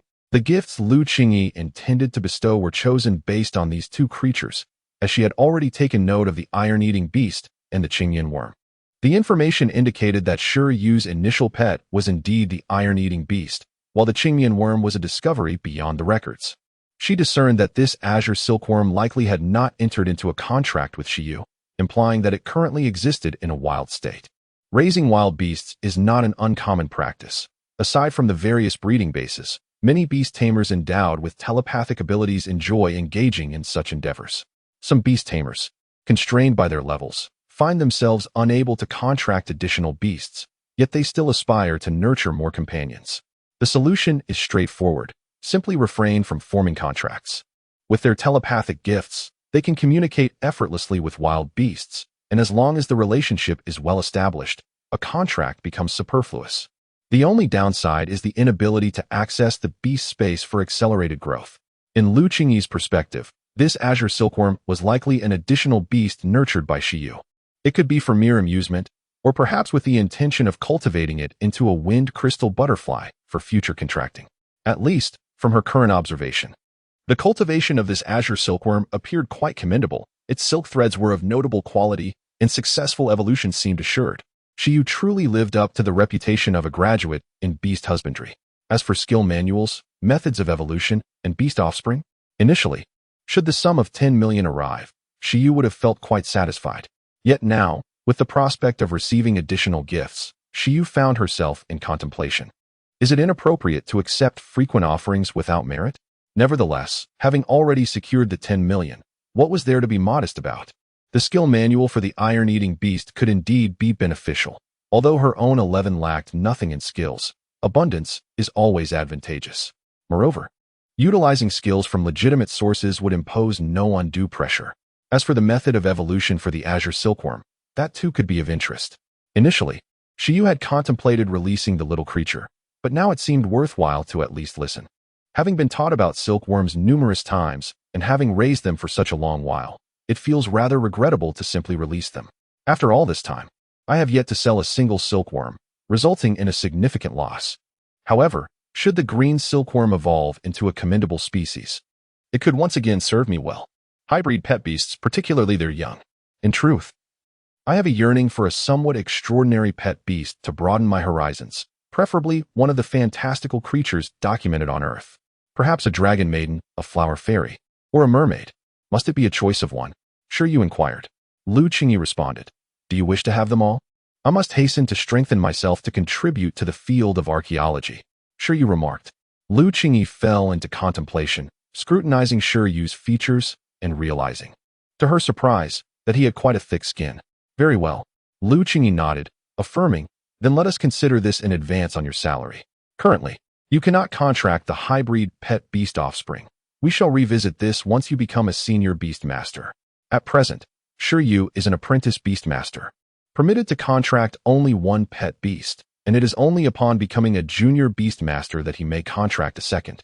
Although the quantity requirement has been met, a junior beast master still lacks the capability to contract the hybrid pet beast offspring she refers to, as the level of the beast master space is insufficient to sustain the accelerated growth of such hybrid young. Shi Yu acknowledged. Indeed, at this moment, even an excess of pet beast offspring would be beyond my capacity to contract. As for the skill manual for the iron-eating beast, I am not particularly familiar with this type of pet beast. Yet I have heard that the Zhu Martial Arts Hall in Pingxing has knowledge of 2 skills suitable for the iron-eating beast to learn. Tomorrow, I shall simultaneously provide you with a letter of recommendation, granting you the opportunity to study under the esteemed master at the Zhu Martial Arts Academy. Shi Yu. This was already within his plans. Initially, he intended to infiltrate the academy and clandestinely learn the techniques. However, now it has transformed into an opportunity for direct instruction from a master-level beast tamer, offering a legitimate and formal avenue for education.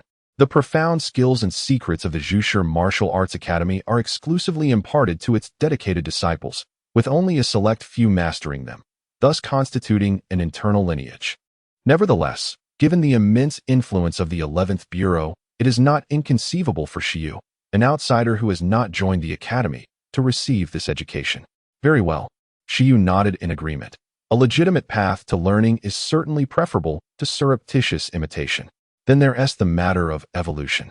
By the way, you are cultivating the Qingmian worm, intending to transform it into a wind crystal butterfly for a contract, correct? Lu Qingyi inquired, casting one last glance at the Qingmian worm in the birdcage. No, I merely view the Qingmian worm as one of the most malleable pets, and I couldn't resist the urge to experiment with its cultivation. In essence, the silk produced by the Qingmian worm is highly adaptable, depending on the cultivation method. It attracts various buyers. In dire need of funds, I could not help but engage in its rearing. Qingmian worm. Shi Yu grasped one perspective, while Lu Qingyi comprehended another. Indeed, the Qingmian worm is among the most adaptable of pets. Currently, it boasts the widest array of known evolutionary paths. As a fully metamorphic creature, it can evolve into a vast multitude of moths and butterflies based on varying cultivation schemes. With dozens of known species already identified in its initial evolution, nearly every researcher in the field of evolution considers the silkworm as the initial subject for experimentation. The rationale is quite straightforward. The breeding cycle of the silkworm is remarkably brief, and the metamorphosis into a butterfly resembles a lottery, where each participant is akin to a gambler, utterly oblivious to the outcome of the emergence. This sense of anticipation is profoundly exhilarating. I shall refrain from elaborating on the extraordinary evolutionary paths leading to transcendent levels, but I am aware of 3 distinct paths leading to leadership levels that you may choose from. Upon successful cultivation, this silkworm possesses the potential to surpass the diminutive iron-eating beast, making it an ideal candidate as your second companion. Lu Qingyi remarked. 11. Nearby. 11 sensed a whisper of disparagement, seemingly from that wicked woman. The silkworm remained blissfully oblivious, its intellect appearing rather limited. It showed no interest in evolution, for one cannot reasonably expect an insect to possess the cognitive abilities of a mammal. Perhaps only evolution could endow it with greater wisdom. What are the 3 paths? The 3 evolutionary routes represent varying levels of leadership: low, intermediate, and high, with conditions ranging from simple to complex. Firstly, we have the ice crystal phoenix butterfly, representing the low leadership level, a dual-element creature of wind and ice, capable of awakening the formidable racial skill of blizzard. Secondly, the ghost beauty butterfly, classified as intermediate leadership level, an entity of dark attributes, excels in curse-type abilities, and is proficient in stealthy assassinations. Lastly, the radiant goddess butterfly, embodying the high leadership level, a being of light attributes, adept at wielding various forms of light and mastering illusions. Apart from certain specific materials and foods, the minimum requirement for the green silkworm to evolve into these races is that the proficiency of its silk must reach the master level before it enters the cocoon, with perfection being the ideal standard. This ensures the maximum potential of the creature can be harnessed during its evolution. After elaborating on the 3 evolutionary paths, Lu Qingyi awaited Shi Yu's choice, aware that he could not select them all, as the green silkworm could only evolve into one type of being: the ice crystal phoenix butterfly, the ghostly beauty butterfly, and the radiant goddess butterfly. Frankly, Shi Yu found each option appealing. After all, they all represented leader-level beings, which possess a significantly higher growth ceiling than extraordinary-level creatures. Securing a contract with a leader-level being would almost guarantee his success as a professional beast master, provided he could afford to nurture it. At that moment, any aspiring beast master would likely have already been exhilarated by the choices presented. However, upon hearing the options, Shi Yu did not immediately express his delight in selecting one. This was not due to indecision, but rather because he had grasped a crucial piece of information. To evolve into a leader-level being, the green silkworm required only a mastery level of silk proficiency, rather than the perfection he had previously assumed was necessary. Was striving for perfect proficiency in silk too arduous? What if he pursued an unparalleled level of silk proficiency? Would that not potentially unlock 200 of the creature's inherent capabilities? Is there a green silkworm that has achieved an unparalleled level of silk proficiency before evolution? Shi Yu inquired. Lu Qingyi responded, "It is not impossible. If one could discover a hidden realm conducive to the growth of the silkworm, a space of ancient relics, and invest a considerable fortune in its cultivation, it may be possible to elevate the proficiency of its silk within its lifetime to a remarkable level." Essentially, these are the two primary methods available. Presently, there are indeed successful cases within the country. One particular silkworm has evolved into a monarch-level species known as the ice phoenix moth. Are you intrigued? Shi Yu chuckled softly. I was merely inquiring. Lu Qingyi cautioned, do not be overly ambitious. Should you aspire to evolve, the silk level of the silkworm need not be excessively high. While a higher silk level undoubtedly offers greater potential post-evolution, it concurrently complicates the evolution process, increasing the risk of unsuccessful metamorphosis. This is the very reason one should not relentlessly pursue perfect proficiency, unless you can ensure that the evolutionary materials employed will unequivocally awaken formidable new racial abilities in the silkworm during its evolution, and that such abilities will invariably facilitate the breaking of its cocoon. However, such assurances, even the most elite evolutionary planners cannot guarantee. Shi Yu began to grasp the concept, the relationship between the silk level of the silkworm, the cocoon's grade, the difficulty of breaking free, and the potential post-evolution is positively correlated. To successfully emerge from the cocoon, it is essential to awaken potent new racial skills within the cocoon, utilizing these abilities to break free. As for how to awaken these new racial skills during the evolution process, one must provide suitable evolutionary materials prior to the silkworm entering its cocoon. Should the provided materials be inappropriate, the awakening of skills may fail, resulting in an unsuccessful metamorphosis. After contemplating these intricacies, Shi Yu felt a stirring in his heart. If the evolutionary mechanism of the silkworm operates in such a manner, perhaps it need not adhere strictly to the known evolutionary paths. Shi Yu gazed at the silkworm within the birdcage, contemplating the potential outcomes if he were to teach it skills from the skill encyclopedia before it spun its cocoon.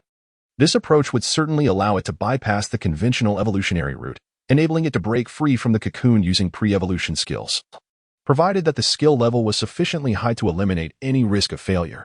Concurrently, he could amass the silk level to its maximum without concern, nourishing the silkworm within the highest level cocoon. This strategy appeared plausible. Initially, Shi Yu thought that commanding level creatures were quite admirable, but now he found himself yearning to cultivate an entirely new evolutionary form. He could indeed transcend the traditional evolutionary methods and employ an unconventional approach. Mastering new skills before evolution, coupled with the flexibility of attribute-determining evolutionary materials, was quite an enticing prospect. Suddenly, Shi Yu began to empathize with those researchers who were captivated by the exploration of new evolutionary forms for silkworms. The thrill of discovery was undeniably exhilarating. He nodded and declared, "Then I shall choose the goddess of light butterfly." Although evolution was not guaranteed, selecting the most precious option was undoubtedly wise. He intended to examine how other evolutionary routes configured their materials. Lu Qingyi remarked, "As expected, you have chosen the highest tier. However, I must remind you that the difficulty of evolving these three is ranked from easy to challenging, so you must be thoroughly prepared before allowing the silkworm to attempt evolution. While wasting precious evolutionary materials is a minor issue, should the cocoon break fail, your silkworm might become trapped within." Understood. The method of evolution may be a private collection or harvest of Lu Qingyi. She promptly shared the evolution technique with Shi Yu. detailing the material's weight and classifications comprehensively. The value of a method capable of cultivating the stigma of the pet world, the Qingmian worm, into a creature of the high-ranking sovereign level is self-evident. It could easily establish a family of beast masters. Yet, Lu Qingyi casually divulged this information to Shi Yu, which further convinced him of the formidable prowess of the so-called 11 Bureau. Perhaps, in the future, a legendary beast master bodyguard could indeed be arranged. Name: Qingmian worm, evolution path, radiant goddess butterfly, skill requirements, proficient level mastery of silk skills, evolution materials, 1 immature heart of light, 1 to 3 years. 10 mature sun petals, 3 glowing cores, 50 grams of luminescent fungi, a substantial amount of sunstone powder. A considerable amount of mature light grass, evolution method. Once the Qingmian worm reaches level 9, soak the light grass, which serves as the primary sustenance, in a 9:1 ratio of sunstone powder to purified water for 1 hour. This should continue until the Qingmian worm attains level 10. Upon reaching level 10, within 1 day, it must consume 1 immature heart of light, 10 mature sun petals, 3 glowing cores, and 50 grams of luminescent fungi. After completing this consumption, it can utilize its silk skill to spin a cocoon. The evolution process requires approximately 30 days, if all proceeds smoothly. The Qingmian worm will awaken the skill rainbow light within the cocoon, thus emerging as the radiant goddess butterfly. The materials. The heart of light is the name of a unique fruit. The sunflower is a rare spiritual plant. The fluorescent core is the crystallized energy of glowworms. The luminous fungus is a eukaryotic organism found on the radiant mushroom, and the sunstone is a precious mineral, while the light-emitting grass is also a cherished spiritual plant. Just from their names, Shi Yu could already surmise that the prices of these materials would be exorbitant, leaving him feeling somewhat overwhelmed. Would his 10 million suffice to procure them all? Even the iron bamboo, as the least expensive material among the primary resources, is still quite costly. And none of the materials here are below the 3rd tier. Insects, it seems we should indeed explore a more formidable evolutionary path ourselves. The High Commander is simply too lowly. If the time comes and we lack confidence, we can always fall back on this alternative. After imparting the evolution method of the green cotton bug to Shi Yu, Lu Qingyi departed with her wind demon lion, leaving only Shi Yu, the iron-eating beast, and the green cotton bug in the courtyard. Watching Lu Qingyi leave, Shi Yu sighed. He was uncertain whether joining the 11th Bureau was a boon or a bane. Although he verbally resisted his former profession, it was indeed as Lu Qingyi had said. If he truly harbored an aversion, he would not have resonated with that statue. Never mind. He decided not to dwell too much on it.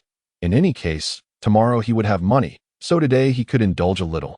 Shi Yu tucked away the evolution blueprint and resolved to purchase a mobile phone first. He had been longing for one for quite some time. And now he could finally indulge himself. Chapter 34. The Awakening of the Ruins. Having unraveled the mystery surrounding the transformation of the stone statue, Shi Yu felt a surge of joy as a substantial sum of money was soon to be deposited into his account. That very day, he found himself beneath the towering edifice of the Century Group, eager to indulge in a shopping spree. The Century Group stands as the preeminent enterprise in the realm of high technology within the Eastern Huang ancient nation, with a presence in nearly every city of 3rd tier and above. Shi Yu intended to procure a smartphone of superior quality. In truth, he had previously inquired about the provision of a device when Lu Qingyi was present. She had informed him that he could utilize a portion of his initial capital of 10 million to make a purchase, as individuals of his rank did not necessitate a dedicated device at this juncture. This was indeed disheartening. Nevertheless, even a relatively advanced smartphone would only cost around 100,000, which pales in comparison to the 10 million he had at his disposal.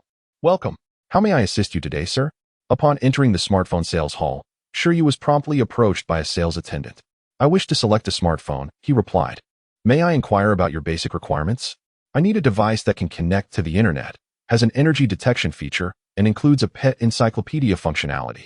Upon hearing this, the attendant swiftly retrieved a sleek smartphone with a silver-white casing from the counter. What do you think of this model? It is the latest offering from the Century Group, the Encyclopedia Machine M30, which catalogs 6,029 types of pets along with their skill data. Additionally, it can accurately detect the energy fluctuation levels of pets below the extraordinary tier. Its price is 99,998 yuan, and should you choose this model today, you will receive a bonus of 1,000 yuan towards your purchase. May I have a trial? Shi Yu inquired. Of course, came the reply. Shi Yu took the phone and accessed the encyclopedia feature. This feature, however, was not as remarkable as it seemed. It functioned similarly to the scanning feature on Earth's smartphones, requiring the camera to be aimed at other living beings to activate. Upon opening the encyclopedia, Shi Yu directed the phone towards a menacing black and orange dog lying outside the hall. In an instant, the phone began to vocalize information.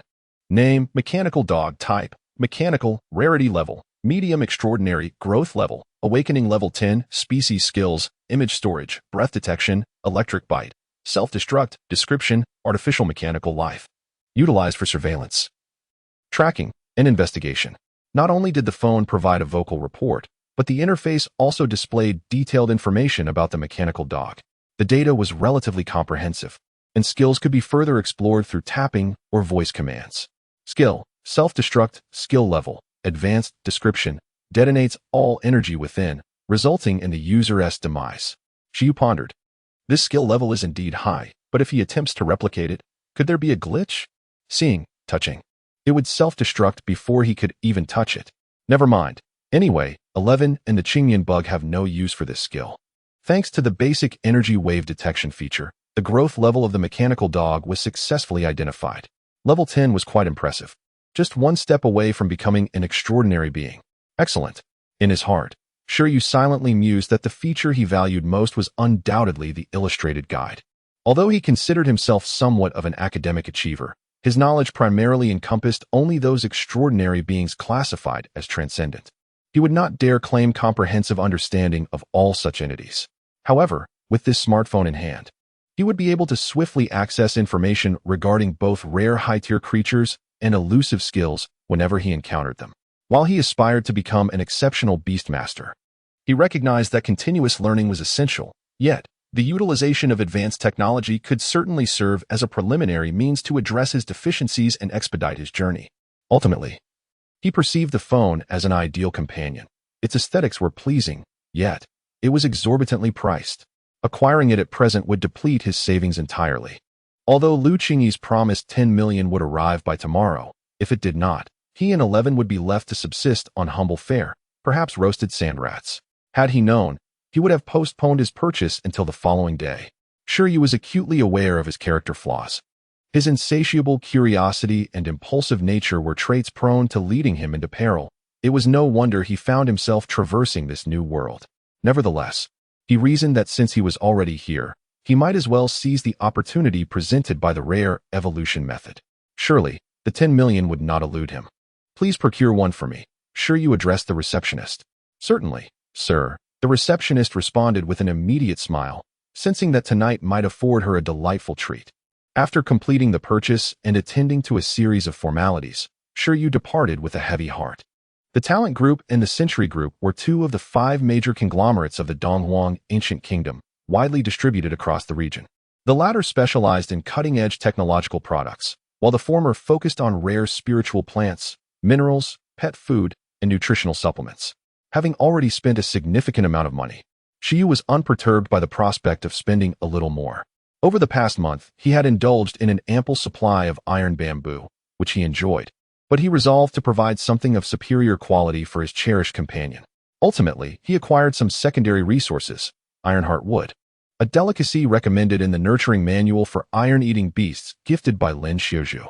This wood, as its name implies, harbors metallic minerals within, rendering it a rare and enriched spiritual plant, and it constitutes one of the dietary staples for iron-eating beasts.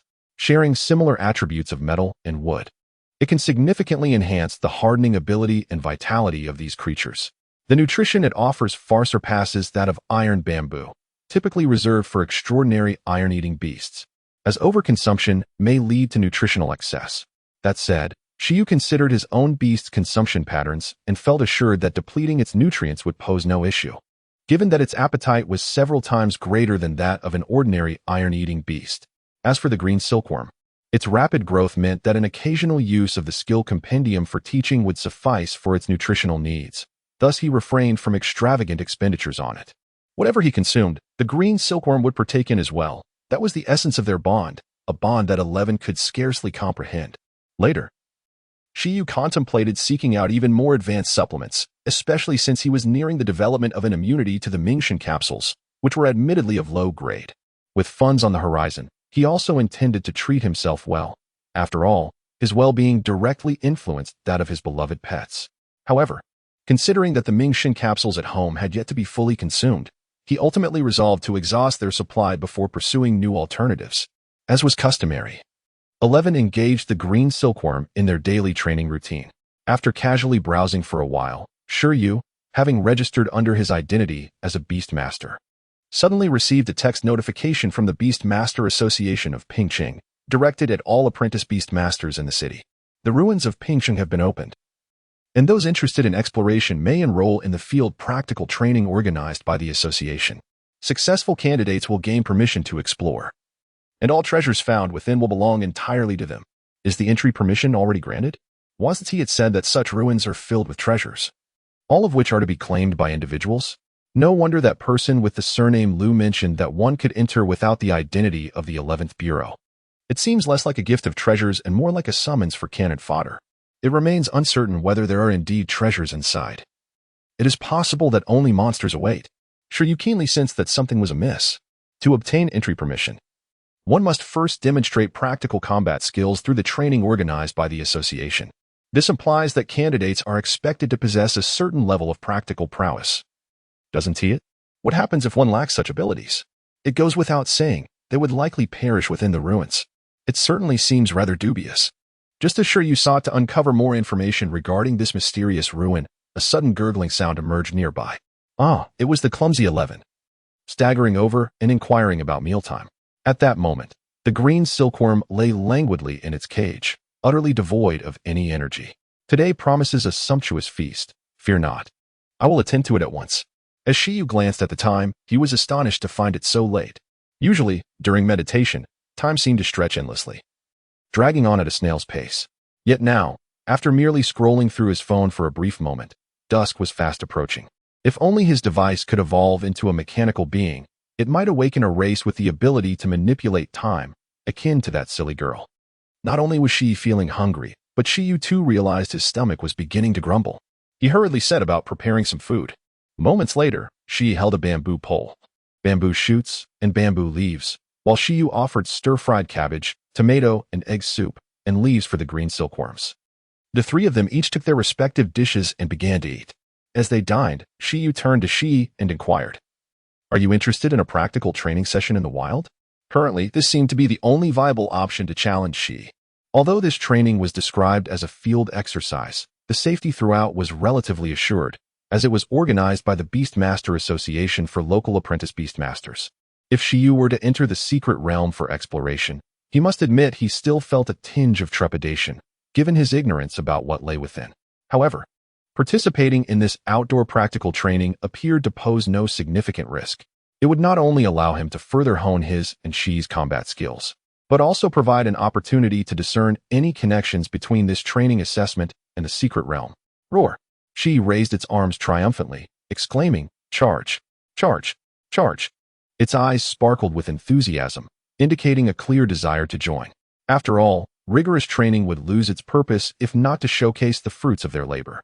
That ice-armored beast and the group of sand mice simply could not demonstrate the full extent of its training achievements.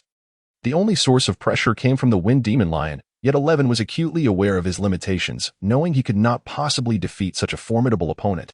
The wind demon lion was a leader-class creature, and the oppressive aura exuded by such beings was indeed formidable, especially for a young one like 11 still in his growth phase. The pressure emanating from king-class creatures was so intense that it could instantaneously annihilate lower-tier beings. Once a pet reached the king level of growth, it could autonomously awaken its intimidation abilities.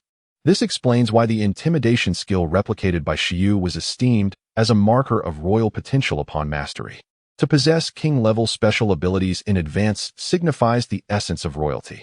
Let us participate together and see how it unfolds. Shi Yu nodded in agreement, then turned to the silkworm in the birdcage and added, "You shall join us as well." Chirp! The summoned silkworm displayed an expression of innocent bewilderment. As far as I know, based on my findings, the evaluation criteria during field training assessments primarily revolve around the types of creatures one has defeated or the rare resources one has collected. While the task of combat will undoubtedly be entrusted to 11, the act of gathering resources would be far more efficient with your silk. Shi Yu smiled. Considering the effort of harvesting plants growing on sheer cliffs, far too tedious for him to undertake, delegating this task to the silkworm seemed the most effortless solution. Moreover, pilfering resources guarded by certain creature groups would certainly prove more efficient than engaging in battle. Chirp! The silkworm buried itself in its meal, envisioning its last supper. The next day, Lu Qingyi returned, bearing the credentials that represented Shi Yu's status as a preparatory member of the 11th Bureau. Simultaneously, the bank card, which held a deposit of 10 million, was entrusted to Shi Yu, while the recommendation letter from the Zhushi Martial Arts School paled in comparison to the previous two. With this document, one could gain direct access to explore the vast majority of relics, such as the Pingxing ruins, where this credential would grant immediate entry. Additionally, there were the Ice Dragon ruins in the Snowy Mountains. However, I would advise you to possess professional capabilities before venturing into the Snowy Mountains. Otherwise, even clad in winter gear, your constitution would undoubtedly struggle against that frigid temperature. Are there bodyguards? Shi Yu inquired. You may apply for a bodyguard at the Ice Dragon ruins in the Snowy Mountains, but for the summoning you triggered, that would not be permissible. As I mentioned earlier, this relic is rather unique, so regrettably, it cannot be arranged. Lu Qingyi smiled lightly. The cracked stone statue still awaits the restoration of its truth. However, if it proves too perilous, it will have to wait until next time. It does no harm to inform you in advance. The origin of the relic space is the Beast Master's realm, as you are aware, correct? Shi Yu nodded. Firstly, this relic space is quite unstable. Experiments have shown that only apprentice beast masters can enter normally.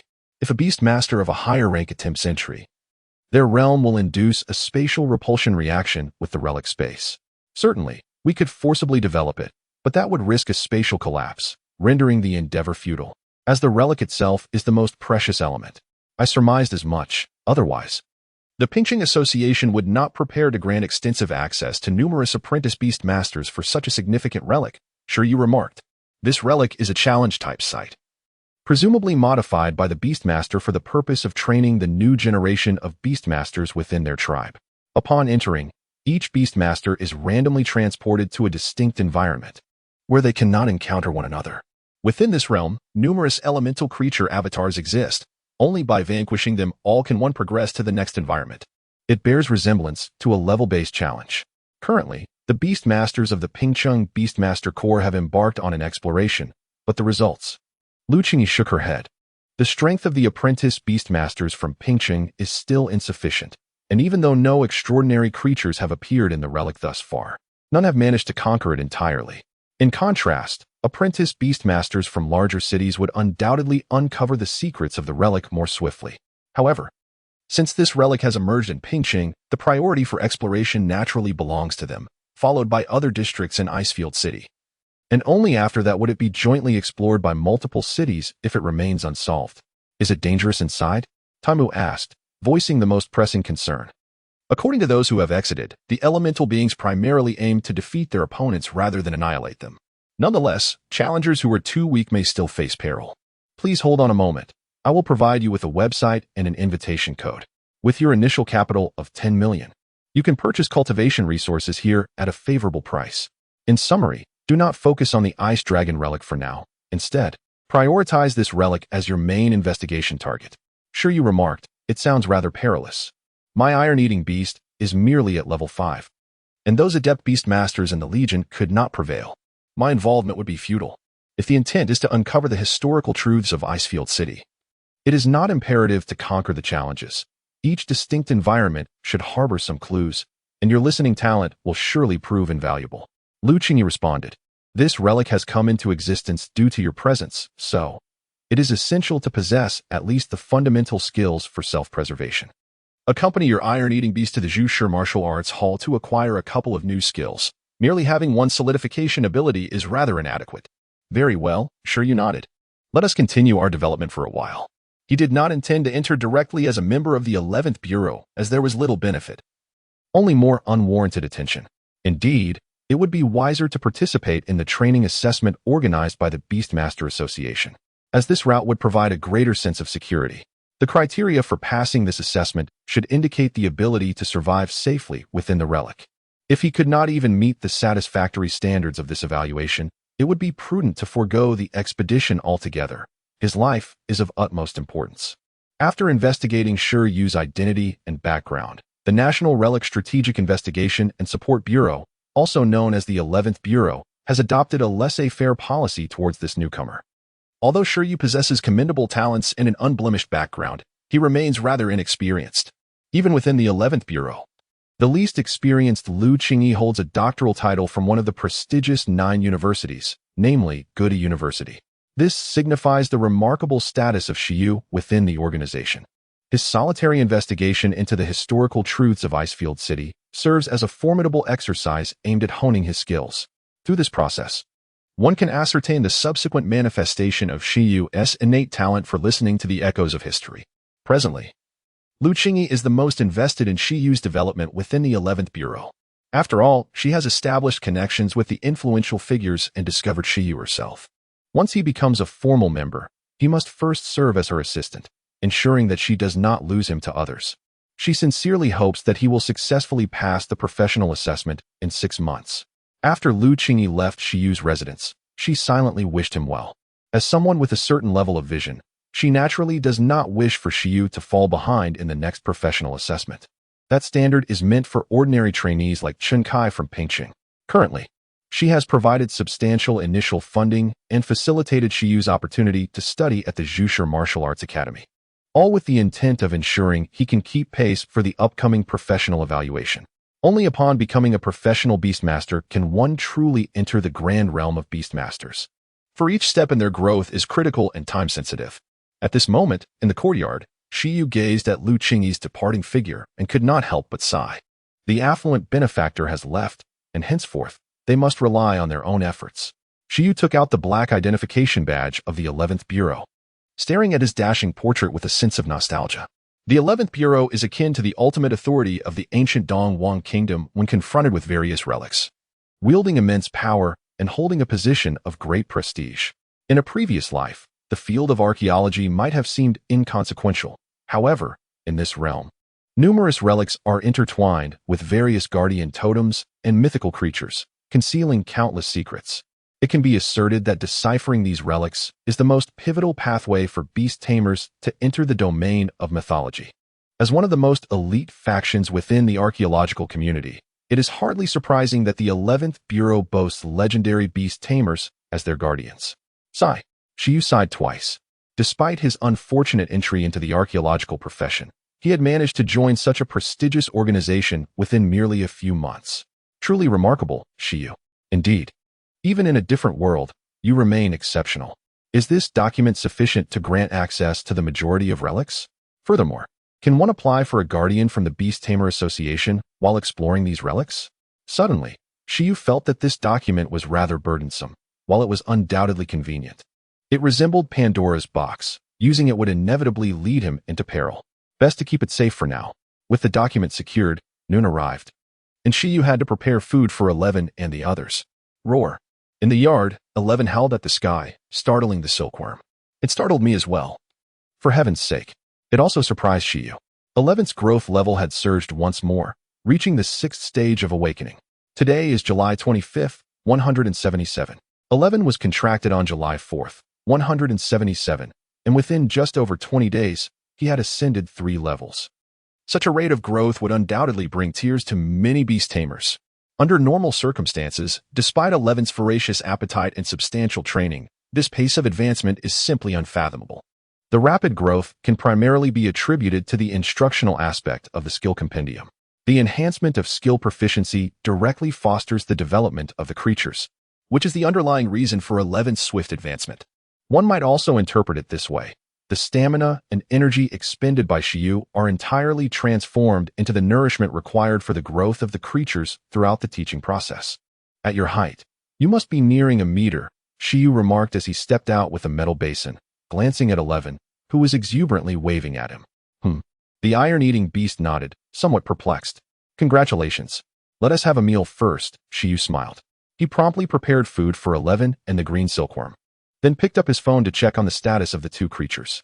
Name, Iron-Eating Beast, Growth Level, Awakening Level 6. Name, Green Silkworm, Growth Level, Awakening Level 4, one at Level 6, and the other at Level 4. However, They should not be regarded as typical creatures of their respective levels, as their skill proficiency far surpasses that of other creatures in the same tier. Should he enroll in the field combat assessment organized by the Beast Tamer Association, Shi Yu was curious about the results he could achieve with these two little companions. His purpose for visiting this place was indeed to register for the field combat assessment organized by the Beast Tamer Association in Pingqing. How absurd! There are so many people. However, upon arriving, Shi Yu immediately felt overwhelmed. The crowd was astonishingly large, seemingly composed entirely of individuals here to sign up for the field combat training assessment. In Pingqing, the emergence of the enigmatic ruins has ceased to be a secret, and the implications of these ruins are well understood by the majority of Beastmasters. They symbolize opportunity and wealth. The Beastmaster Association has announced that all treasures obtained from the ruins will belong entirely to the individuals, inciting a frenzy among those impoverished Beastmasters like Shi Yu. This is a chance to seize fate. It appears that the association will eliminate a number of less promising Beastmasters during the field assessments, subsequently guiding those with potential into the ruins for further trials. In a certain sense, the mere announcement of the ruins has invigorated the enthusiasm of the apprentice Beastmasters in Pingqing. The previous field exercises had not attracted such a crowd. Soon enough, Shi Yu's turn arrived. There are 3 designated locations for the field assessments in Pingqing, and the specific sites will be allocated based on the circumstances of each Beastmaster. Among the 3 locations, there are bound to be both simpler and more challenging options. Shi Yu surmised that, given his current rank, he would likely not be assigned to the most arduous site. Greetings, your assessment location is Taming Mountain. The duration of the assessment will be 3 days, commencing on July 28th, which is 3 days from now, and concluding on the 30th. Please arrive at the Taming Mountain training base by 9 a.m. on the 28th. Late arrivals will be considered as voluntary forfeiture, and the registration fee will not be refunded. Thank you. Shi Yu turned to leave. The registration fee for each trial is 10,000 yuan, which is quite reasonable, almost a bargain. It is worth noting that for each assessment site, the Beastmaster Association has ensured that senior Beastmasters have already mitigated potential hazards, and throughout the entire process, a professional security team will be responsible for the safety of the participants. To enhance the richness of experience, the Beastmaster Association organizes the introduction of numerous exotic creatures not found locally, providing apprentice Beastmasters with an opportunity to broaden their horizons. Moreover, the rare resources at the training locations are meticulously regulated to maintain a plentiful supply, allowing participants to freely acquire them. Upon their return, they will share the proceeds with the Beastmaster Association in a predetermined ratio. This time, Shi Yu's objective is not to seek profit but rather to avoid any losses. Subsequently, he perused the registration hall for the guidelines pertaining to this training session. There were no significant points of concern, merely a reminder for participants to bring along essential supplies. After a brief review, Shi Yu returned home. With 3 days remaining until the so-called wilderness combat assessment, he intended to pass the time normally, deeming it unnecessary to engage in any last-minute, intensive training that could adversely affect his condition. If he aspired to dominate the competition, he would not have been so hasty in registering. Rather, he could steadily develop over 6 months with his 10 million, achieving everything he desired. The 3 days swiftly elapsed. During this period, Shi Yu and his companions indeed maintained their usual routine. 11 and the silkworm continued their regular training and feeding. Shi Yu spent his time meditating and using his phone. Notably, during these days, he utilized the skill compendium 3 additional times, teaching the silkworm 2 instances of silk thread and once hardening. Calculating this with a previous instance, 11 has now been instructed in hardening, nearing the mastery level, while the silkworm has been taught silk thread twice further, building upon its proficiency. Only 2 additional attempts, their proficiency and skills naturally fall short of perfection. Given their meager daily training compared to the vast experience required, it is evidently insufficient. After this, Shi Yu found himself pondering a mathematical conundrum. When a pet possesses no foundational knowledge of a skill, disregarding its training volume, a single lesson from the skill encyclopedia qualifies as entry level, 2 lessons as proficiency, and 4 lessons as mastery. But how many lessons are necessary for perfection? 8 or 16? This problem proved too challenging to resolve. Shi Yu relinquished his struggle, deciding it was best to validate it through personal experience. That morning, Shi Yu rose early and, feeling affluent, whimsically hailed a taxi. Upon arriving at the base of Taming Mountain, he discovered a throng of beast tamers congregated at the entrance, predominantly around the age of 20. Shi Yu. As soon as he arrived, He heard someone calling his name. He turned to see a figure bearing dark circles under his eyes, reminiscent of a steel devourer. "You indeed came," remarked Chen Kai, the exemplary student who never missed an opportunity. Shi Yu replied, "You too?" With a raised brow, he scrutinized Chen. This fellow was so weak. He had barely survived a single blow from the ice-armored beast. What business did he have here? What is wrong with that? Not only I, but most of our class is here. The teacher encouraged us. Do you know? That night after we left the park, the statue exploded. It was thrilling. Are you able to stimulate me? Shi Yu scratched his cheek, pondering what else he could say. After all, he could hardly confess that he was the one responsible for the explosive conversation, including the revelation about that ancient ruin. By the way, your training methods have proven quite effective. My ice-armored beast has already reached level 7. Chen Kai expressed his gratitude to Shi Yu, realizing through his efforts just how immense their potential truly was.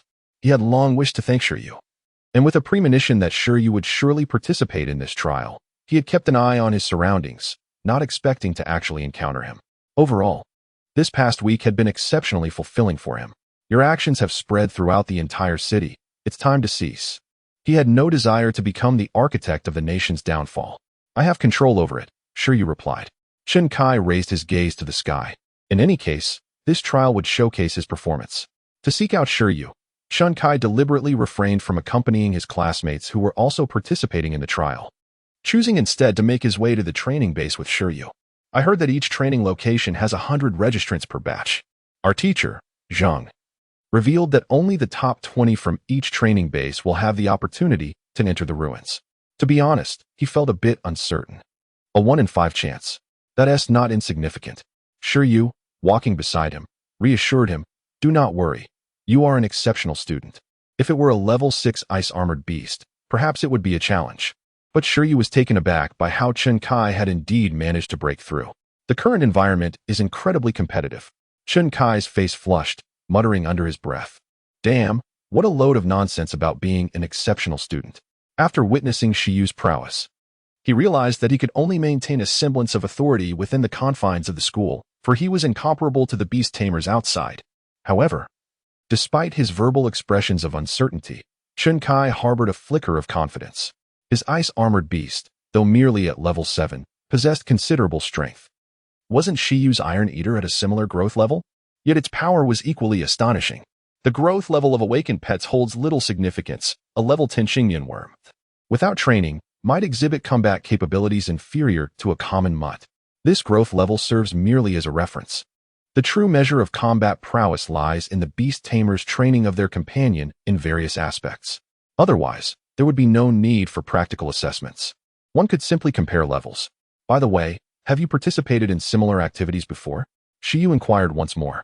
The school organized an event once, but its scale was certainly incomparable to this one.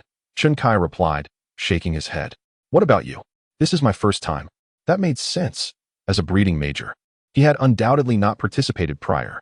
Shi Yu nodded, recognizing that this was indeed his first venture into such a relatively perilous environment since his arrival in this world. At that moment, even his cells stirred with excitement. Alas, it seemed he truly was an unsettled spirit. After a brief while, the two arrived at the interior of the training base, where they discovered that over 50 beast tamers had already gathered. Presently, the aspiring beast tamers, each laden with backpacks, were engaged in small clusters of conversation. In the distance, 5 beast tamers clad in green camouflage attire were conversing among themselves. They appeared to be the coordinators of this training expedition. The surrounding environment grew increasingly cacophonous.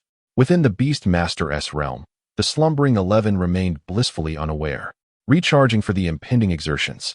However, the Qing Mian Chao, nestled in Shi Yu's backpack, stirred from its dreams, instinctively seeking a breath of fresh air through the gaps in the bag. Have those 2 girls arrived? Shi Yu inquired, glancing around and gesturing towards Chen Kai, indicating Zhuang Yu and Yu Jingjing. Chen Kai responded. Yu Jingjing had ambitions, but was dissuaded by her parents. As for Zhuang Yu, her iron-eating beast struggles even to catch a mouse, let alone participate in the trials. In truth, those brave enough to enlist for the outdoor trials could indeed be deemed warriors, for these challenges were not devoid of peril. A cursory glance revealed a notable scarcity of female participants. Even without considering the myriad dangerous creatures, the mere presence of common animals like insects and snakes could deter many. Chen Kai, come here. What are you doing over there? Just as Chen Kai finished speaking, several voices called out to him from a distance. He quickly turned to Shi Yu, saying, "Those are my classmates. I'll go over for a moment. See you later." "Go ahead," Shi Yu replied with a nod. Subsequently, Chen Kai jogged off, while Shi Yu resumed his observation of the surroundings, primarily focused on the group of beast masters clad in camouflage. He was curious about their identities. Were they hired from a security firm or dispatched from a beast master corps? The former were mere laborers, while the latter resembled soldiers of Earth. For individuals of modest means aspiring to be beast masters, joining the Beast Master Association's corps represented a commendable option. Upon passing all evaluations, new recruits will enter the training camp, where the authorities will uniformly distribute juvenile beasts. During this period, both the beast masters and their companions will undergo a closed-off cultivation process, with all expenses covered by the association. Upon completion of the training, job placements will be allocated by the authorities, such as garrison duties at various city walls or clearing tasks in the wilderness. This approach has its merits and drawbacks. The advantage lies in fulfilling the dreams of those who might not otherwise become beast masters, while the downside is the potential loss of personal freedom. As obedience to commands becomes the primary duty and the beasts do not entirely belong to the individual. This path had been considered by Shi Yu previously. Yet the rigorous training proved too demanding for the average person, leading him to ultimately abandon the idea. "Silence, everyone," as Shi Yu surveyed his surroundings. A middle-aged man with a square face blew a whistle with great force, producing a resounding sound that instantly captured the attention of all the trainee beast masters present. The time had come. All individuals in attendance were to maintain silence and promptly form an orderly queue to sign the Safety Responsibility Agreement. During this process, I will elucidate the key points regarding this training assessment. First and foremost, I am the chief coordinator of this Taming Mountain Training Assessment, Zhou Wanshan. Alongside me are 4 other professional beast masters and a team of security personnel responsible for overseeing your assessment. Without further ado, after you sign the Safety Responsibility Agreement, we will distribute a booklet to each of you. Within the majestic Taming Mountain lies an abundance of ferocious beasts and rare resources, all meticulously cataloged within this compendium, each accompanied by its corresponding point value. The method for you to earn points and enhance your rankings in the assessment is through the hunting of these menacing creatures and the collection of precious resources. Furthermore, prior to your entry, we shall distribute distress signal devices. Within the mountain, we have established numerous safety points, manned by security personnel. Should you encounter peril and wish to abandon the assessment, you may opt to signal for help. Simultaneously, your spoils can be handed over to the security staff at these safety points, who will diligently record and register your achievements. Your task is to accumulate as many points as possible within the span of 3 days. Ultimately, the top 20 beast tamers in terms of points will be granted access to the ruins. Instructor Zhou Wanshan bellowed, ensuring that every apprentice beast tamer grasped the essential points with clarity. The average age of the participants was relatively young, and a few appeared rather plump. Could they truly manage? The instructors grumbled, pondering how such a fortuitous opportunity could fall into the hands of this pampered cohort. Less chatter, remain vigilant, and fulfill our duties to prevent any casualties during this expedition. 5 professional beast tamers, alongside a cadre of security personnel and technicians, constituted the entirety of the supervisory team for this assessment. As they appraised this group of assessors, Shi Yu had already signed the Safety Responsibility Agreement and received a wristwatch-like distress signal device, along with a copy of the compendium. The functions of the watch are rather simple, and Shi Yu casually donned it on his wrist, his attention captivated by the catalog. As he turned to the first page, he was surprised to find the entry of an old acquaintance, the mole.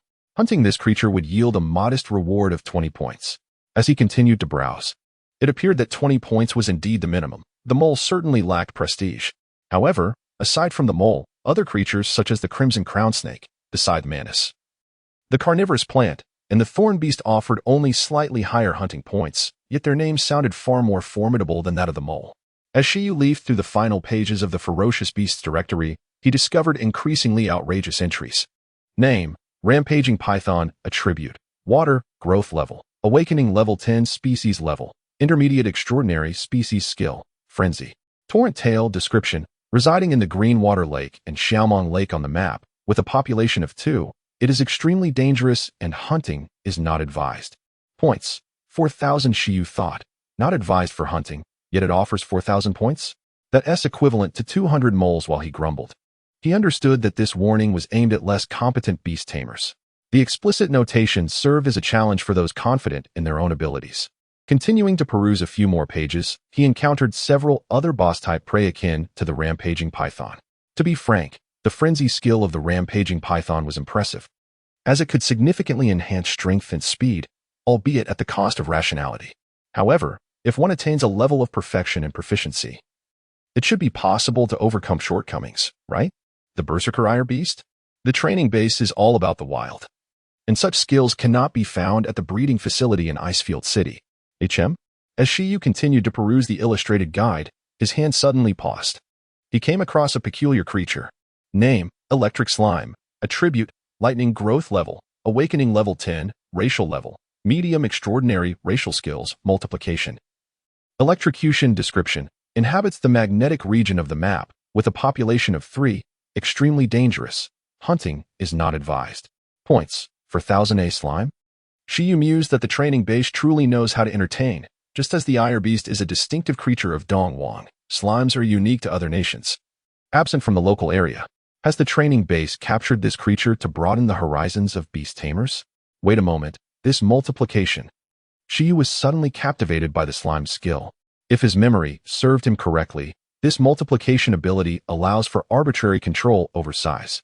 It can be reduced in size to maximize stamina preservation and expedite recovery, while enlarging entails extreme energy consumption, sacrificing speed in exchange for greater strength.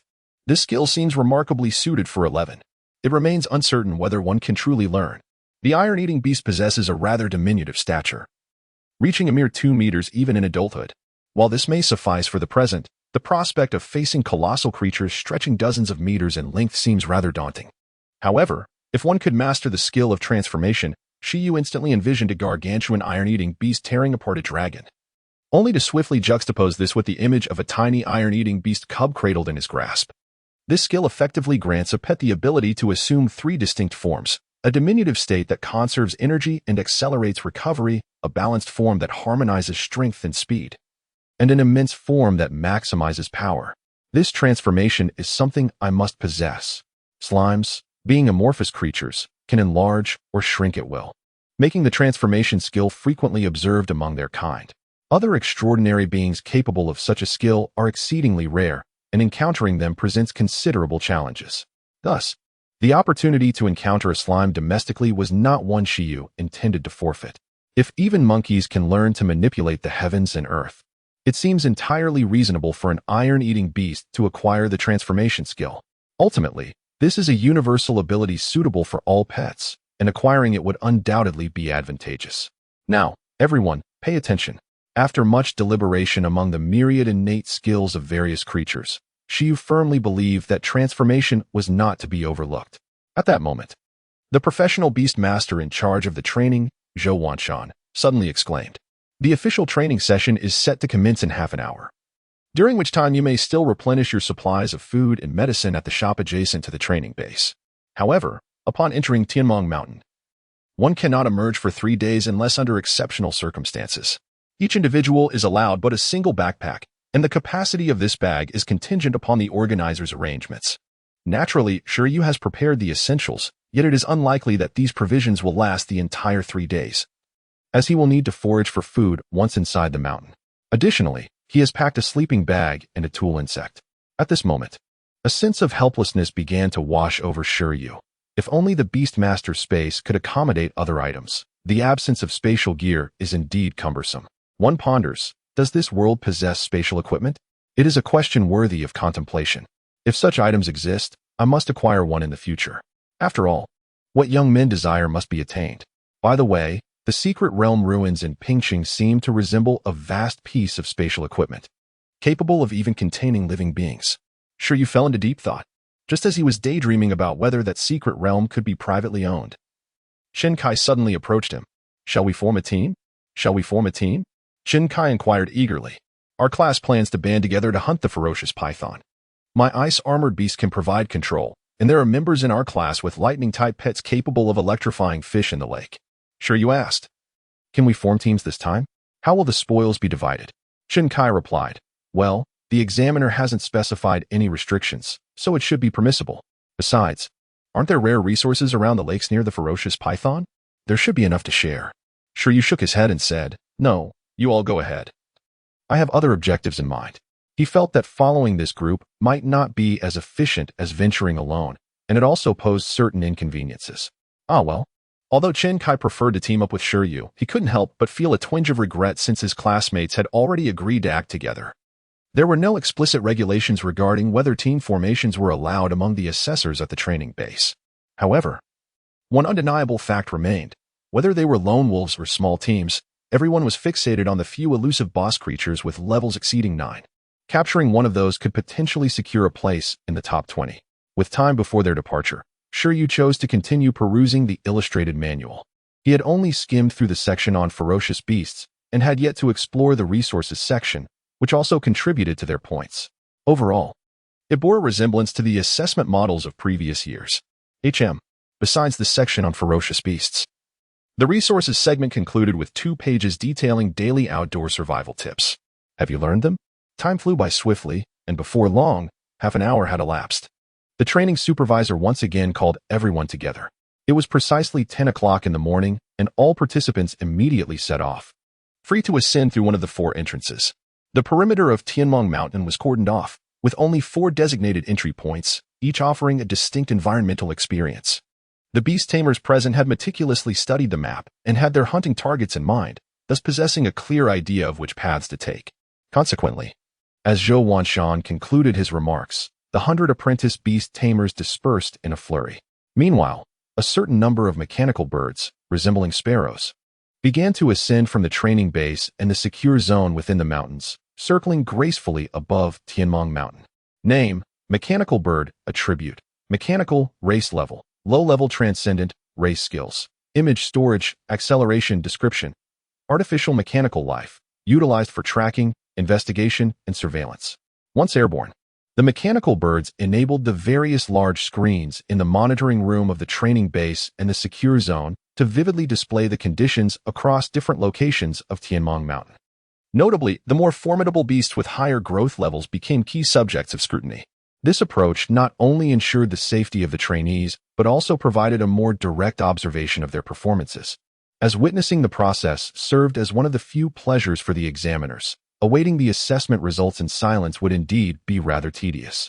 At the foot of Taming Mountain, a midpoint near the entrance of the magnetic district, Shi Yu and approximately 20 apprentice beast tamers opted to enter through this route. As for Chen Kai and his companions, they chose a different direction to prepare for their group hunt of the ferocious python. 11. Emerge. The outermost perimeter of Taming Mountain had undoubtedly been cleared, with virtually no beasts lingering. Consequently, the majority of beast tamers opted to summon their companions here, allowing them to provide close protection. Shi Yu was no exception. He noted the abundance of rare spiritual plants on the mountain. Thus he need not worry about 11 exhausting its energy. They could proceed while foraging, maintaining a basic level of energy expenditure. At this moment, upon emerging from the beast space, 11 looked around in bewilderment, wondering if this was indeed the place. Where are the opponents? I shall lead you to them. Shi Yu possesses considerable confidence in the capabilities of his iron-eating beast. The ferocious creatures in this region can be deemed as untamed wild entities, most of which possess combat prowess inferior to that of the meticulously nurtured beasts of beast masters. Although his iron-eating beast is only at level 6, its adept supervision, rapid regeneration, and advanced hardening skills position it at the pinnacle of the food chain. As long as they do not encounter a horde of ferocious beasts, they shall remain invincible. With a swift gesture, 11 followed closely beside Shi Yu. Shi Yu added, by the way, keep an eye on the surroundings. Unlike its vision, the iron-eating beast has an acute sense of smell, while 11, endowed with supervision, excels in both sight and scent. With this assurance, they could trust that they would not encounter any unforeseen dangers. Thus, the time had come for 11's training, with the ultimate destination being the magnetic mountain region to confront the electric slime. After a brief delay in summoning his beast, Shi Yu set forth with unwavering determination towards the magnetic mountain region. He glanced at the map in his handbook. To reach the magnetic mountain region, he must first traverse the wild boar forest. The wild boar forest is home to a fearsome creature known as the spiked wild boar. A being of immense strength, fearsome appearance, sharp tusks, tough hide, and covered in spines reminiscent of a hedgehog, capable of defending against attacks. Its succulent meat, bursting with flavor, could terrify even the bravest child. Shi Yu, still young, could not help but shed a tear. The spiked wild boar is undoubtedly a formidable creature, possessing considerable combat prowess, which consequently grants it a high score. However, it is precisely this aspect that fills Shi Yu with delight. 11. I shall take you hunting for boars.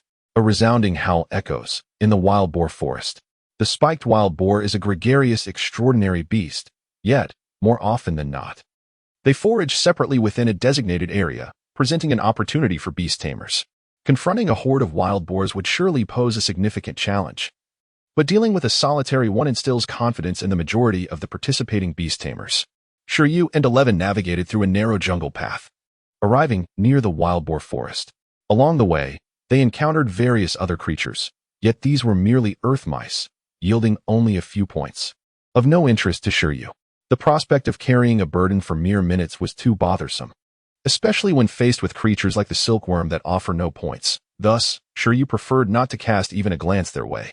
Upon reaching the vicinity of the wild boar forest, Shi Yu soon spotted a spiked wild boar foraging at the edge.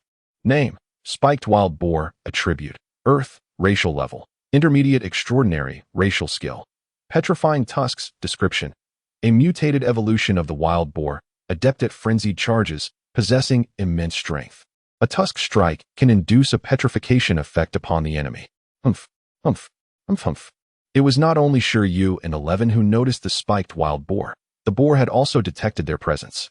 The spiked wild boar has natural enemies such as wolves, bears, leopards, and raptors, necessitating vigilance against any sudden attacks, making it exceptionally clever and fierce, with a keen sense of alertness.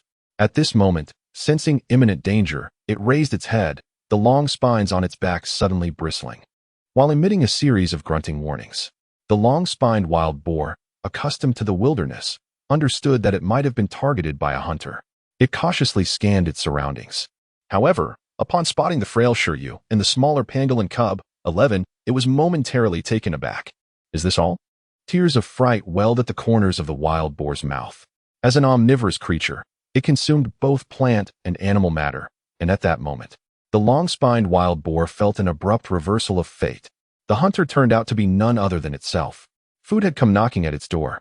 Upon seeing Shi Yu and 11, the wild boar had already contemplated which part of them it would devour first.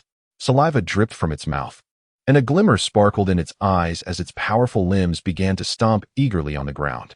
It charged forward with reckless abandon. This was not a skill, but rather a sheer, unbridled assault. The long-spined wild boar initially targeted the unknown bear cub, perceived as a greater threat, and violently lunged with its tusks bared. One must be cautious not to be struck by its tusks, lest one be petrified. Moreover, its mode of attack was primarily characterized by its wild, headlong rush. Shi Yu utilized telepathy to issue a simple command to 11, then retreated to a nearby tree, intending to observe the unfolding spectacle. This wild boar, nearly 2 meters in length, was a formidable presence compared to the nearly 1 meter tall 11. As it charged, 11 experienced a sensation entirely distinct from the previous encounter with the ice-armored beast. The speed of the spiny wild boar's charge is by no means inferior to that of the ice-armored beast, and in terms of strength and physique, it presents an even greater threat. For 11, just a week ago, the only options were to harden its entire body in defense or to evade hastily. However now, standing upright on its hind legs, 11's black and white fur swayed gently in the wind, its focus intensely sharpened, and a glimmer of brilliance flickered in its eyes. Mid-tier skill, enhanced vision. With proficient mastery of this skill, 11's visual acuity was remarkably amplified, granting it an astonishing level of dynamic vision. At that moment, it seemed as though the entire world had decelerated. The previously fierce charge of the boar, accompanied by its petrifying tusks, appeared to slow down significantly in 11's eyes. This clarity allowed 11 to capture the movements of its adversary with remarkable precision, consequently affording it ample time to react. Bang! The spiny wild boar's movements were predominantly characterized by its reckless charge, making it exceedingly challenging to alter its trajectory mid-stride. By exploiting this trait, it became relatively easy to evade its assault and counterattack. As the wild boar barreled forward, 11 deftly sidestepped, successfully avoiding the collision. Where did the prey go? In an instant, the boar sensed the absence of its target, bewildered after missing its mark. In the next moment, the agile little creature, having evaded the charge, reacted with extraordinary speed, launching a counterattack. After all, it had been mentally rehearsing the boar's attacking pattern since it first laid eyes on it. At this juncture, 11's paw was swiftly enveloped in hardened armor, striking directly at the passing spiny wild boar. Crack! The hardened paw made contact with the boar's spines, causing them to shatter instantly. Almost immediately, an immense force surged from the side, sending shockwaves through the boar's body as it sensed impending peril. With a pained howl, the wild boar, propelled by the inertia of its charge and the impact from 11, unexpectedly tumbled sideways. After being knocked over, the long-spined wild boar rolled on the ground in disarray, unable to rise due to the agony it felt, its expression one of sheer terror. 11, finish it off, commanded Shi Yu. As a skilled beast master, he instilled admirable qualities in his companions. At his command, 11 swiftly transitioned to all fours, advancing with a left front and right hind leg, charging towards the wild boar with a ferocity that surpassed its previous assault. Hardening, head, iron head. Utilizing the momentum of its charge, 11 hardened its head and made intimate contact with the wild boar's skull. With a resounding thud, the long-spined boar's eyes glazed over as it succumbed to unconsciousness. Green silkworm, bind it. Shi Yu unzipped his backpack, and a reluctant green worm emerged, weaving its silken threads around the colossal beast. Before long, they had effortlessly hunted down a long-spined wild boar, valued at 350 points and classified at level 7. Indeed, the disparity in combat prowess was evident. Shi Yu gazed at the long-spined wild boar, now ensnared in glistening threads, gaining a newfound appreciation for 11's combat capabilities. It seemed that the only potential threats to 11 in this state were a select few level 10 mini-bosses. Such a singularly aggressive foe as the long-spined wild boar was easily countered by superior vision and hardening tactics. However, if it were Chun Kai's ice-armored beast, Shi Yu believed that even if he could triumph in a duel, it would require considerable effort. At that moment, 11 was reveling in the joy of defeating the spiked wild boar, and Shi Yu bent down to pick up one end of the silk thread, tossing it to 11. 11, with a surprised expression, thought that vanquishing the spiked wild boar marked the end of their endeavor, completely unaware that the boar's carcass could serve as a training tool. Truly, as expected of his beast master, his thoughts were exceptionally thorough. 11 excitedly grasped the silk thread, dragging the boar with a rumbling sound.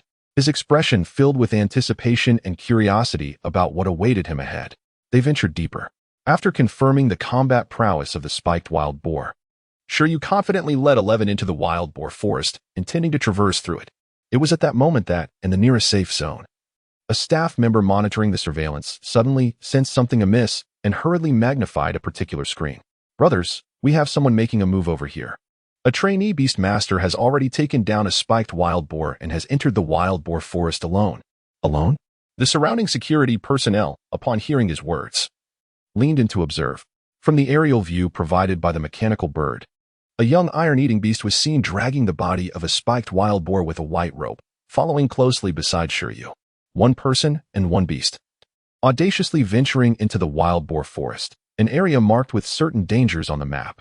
That iron-eating beast, judging by its size, it appeared to be merely a juvenile. Its growth level should not exceed level 7.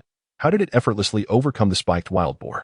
The reason it is deemed effortless is that now 11 is leisurely dragging a wild boar along. If it were a formidable struggle for victory, the first course of action for Shi Yu and his companions would be to traverse the relatively safe paths marked on the map, enter the secure zone, and convert the wild boar into points for a respite, rather than venturing deeper into its territory while still in tow. Did you not notice? The security personnel who first observed Shi Yu and his group remarked. With so many scenes unfolding, how could he have initially focused on them? He would need to scrutinize them closely. Entering the wild boar forest alone poses considerable risks, yet as long as they are clever enough to climb trees, the thorny wild boars would not pose a threat to them, another security personnel commented. Shi Yu and his companions were among the first candidates to achieve significant success, which led to them garnering the particular attention of the security personnel in the nearest safe zone. Soon, under their watchful gaze, Shi Yu ventured deeper into the wild boar forest and stealthily located several thorny wild boars congregating together, concealed behind a distant tree. Shi Yu and 11 observed the 4 foraging wild boars in the thicket, each displaying different expressions. Shi Yu contemplated whether 11 could take on 4 opponents alone, while the small iron eater pondered why Shi Yu had not yet permitted it to charge in. 11, shall we give it a try? You possess advanced hardening, enabling you to engage in combat while fully hardened. They should pose no threat to you. With advanced hardening coupled with enhanced vision, Shi Yu felt confident it would be manageable. Considering the wild boars exhibited predictable movements and were of a low growth level. Roar. 11's wild instincts kicked in. 1 versus 4. How exhilarating it sounds. Very well. I shall cheer you on from behind the tree with the caterpillar. The rest is up to you, Shi Yu encouraged. 11, feeling disheartened, replied, fine then. Subsequently, 11 set aside the spoils of the wild boar he had been dragging and departed from Shi Yu and the others, venturing alone towards the group of spiny wild boars. How audacious! This action provoked an immediate outcry from the security personnel monitoring the safety zone, drawing the attention of their colleagues within the room. What is happening? Exclaimed one of the observers. The trainee beast master, accompanied by a small iron eater, has recklessly charged towards 4 spiny wild boars. What? Has he lost his mind? The security team exchanged incredulous glances. How can a participant be so reckless? Even a level 10 beast would find it exceedingly challenging to confront 4 spiny wild boars alone. As they continued to watch through the surveillance, 11 stepped into the sensory range of the 4 spiny wild boars. Humph, humph, humph.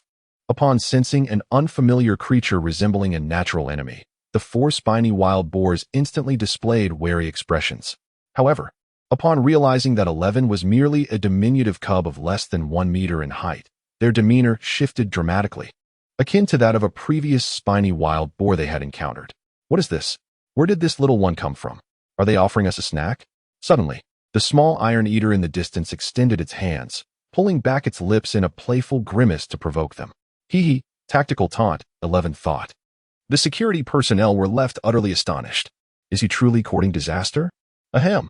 The 4 spiky wild boars launched their assault simultaneously, their sharp tusks aimed at 11. As these ferocious creatures approached from different directions, 11's extraordinary vision, though remarkable, did not yet extend to a complete 360-degree awareness, compelling it to act with caution. In an instant, its body became hardened, radiating a metallic sheen. The black fur possessed an unfathomable metallic quality, while the white fur glimmered with a brilliance akin to silver. Once fully armed, 11 let out a fierce cry and, employing the same strategy as against the previous boar, deftly sidestepped and sent the first boar crashing away. In the next moment, the second boar collided with 11's form, only to feel as though it had slammed into an immense mass of steel. The creature was oblivious to the sensation experienced by its adversary. All it knew was that its own tusks felt as if they might shatter. With a pitiful squeal, the second boar recoiled, while 11, unharmed, had merely accumulated a bit of dirt on its hardened surface. However, the tremendous force of the impact caused 11 to stagger slightly, propelling its body backward. This blow ignited a fierce primal instinct within 11, its expression turning gravely serious as it charged directly at the nearby boar, knocking it over with a powerful collision. Subsequently, it scanned the battlefield with a fierce yet endearing gaze, seeking the remaining foes. The last 2 spiky wild boars, having initially kept their distance, failed to engage 11 promptly, thereby allowing the combat zone to be dominated by the first 2 boars. In this moment, they clearly witnessed how their 2 companions were vanquished by this suddenly transformed little creature, resembling a lump of steel. At that instant, the thought of continuing the fight had vanished. The harsh reality of the wilderness dictated that if not cornered, their instinctive response to a formidable foe was undoubtedly to flee. However, 11 had no intention of granting them the luxury of escape. It resolutely charged towards a turning spiny wild boar, instilling terror in the beast, which squealed and leaped in its attempt to flee. Goodness! This marked the 3rd exclamation of astonishment from the security personnel in the monitoring room. The 4 guards, gathered around the screen, gazed in disbelief, vigorously rubbing their eyes. Wait a moment, could it be that they were not mistaken? A young anteater, facing 4 spiny wild boars, had dispatched 2 with ease and sent the remaining 2 fleeing in panic while pursuing them? A veritable boar slayer. Mastery of skills? Who is this contender? One of the security personnel suddenly adopted a grave expression. The notion of such advanced skills residing in a creature that appeared to be merely 2 years old was, quite frankly, inconceivable. Anteaters are not typically known for their affinity for training. Thus, the proficiency of their skills is generally low. They tend to rely more on their robust physical attributes to overpower opponents rather than on technique. Even if this anteater had been trained since birth, it would still seem utterly implausible. Had it been an adult anteater, it might be justifiable, But the critical factor remains that it is merely a juvenile. Shi Yu. It seems to be that name. Do you recognize him? I recall that you studied at the Zhushi Martial Arts Academy. Is he affiliated with your dojo? A person beside them, holding a list, inquired about the identity of Shi Yu from the security personnel. I do not know him. I have not heard of him. He is likely not a beast master from the Zhushi Martial Arts Academy, replied the security guard. Qingyan Worm? Just then, a rather exasperating scene reappeared. On Shi Yu's side, 11 had successfully subdued all 4 of the spiny wild boars. At this moment, it was Qingyan Worm's turn to take action. It crawled out of Shi Yu's backpack, exerting all its strength to spin silk and bind the spiny wild boars. Isn't he just an apprentice beast master? How does he have a second beast? Upon seeing the Qingyan worm, the onlookers were even more astonished. Perhaps it is not contracted, merely kept as an additional pet? It was not unheard of for beast masters to do such a thing, but for an ordinary beast master, it is exceedingly difficult.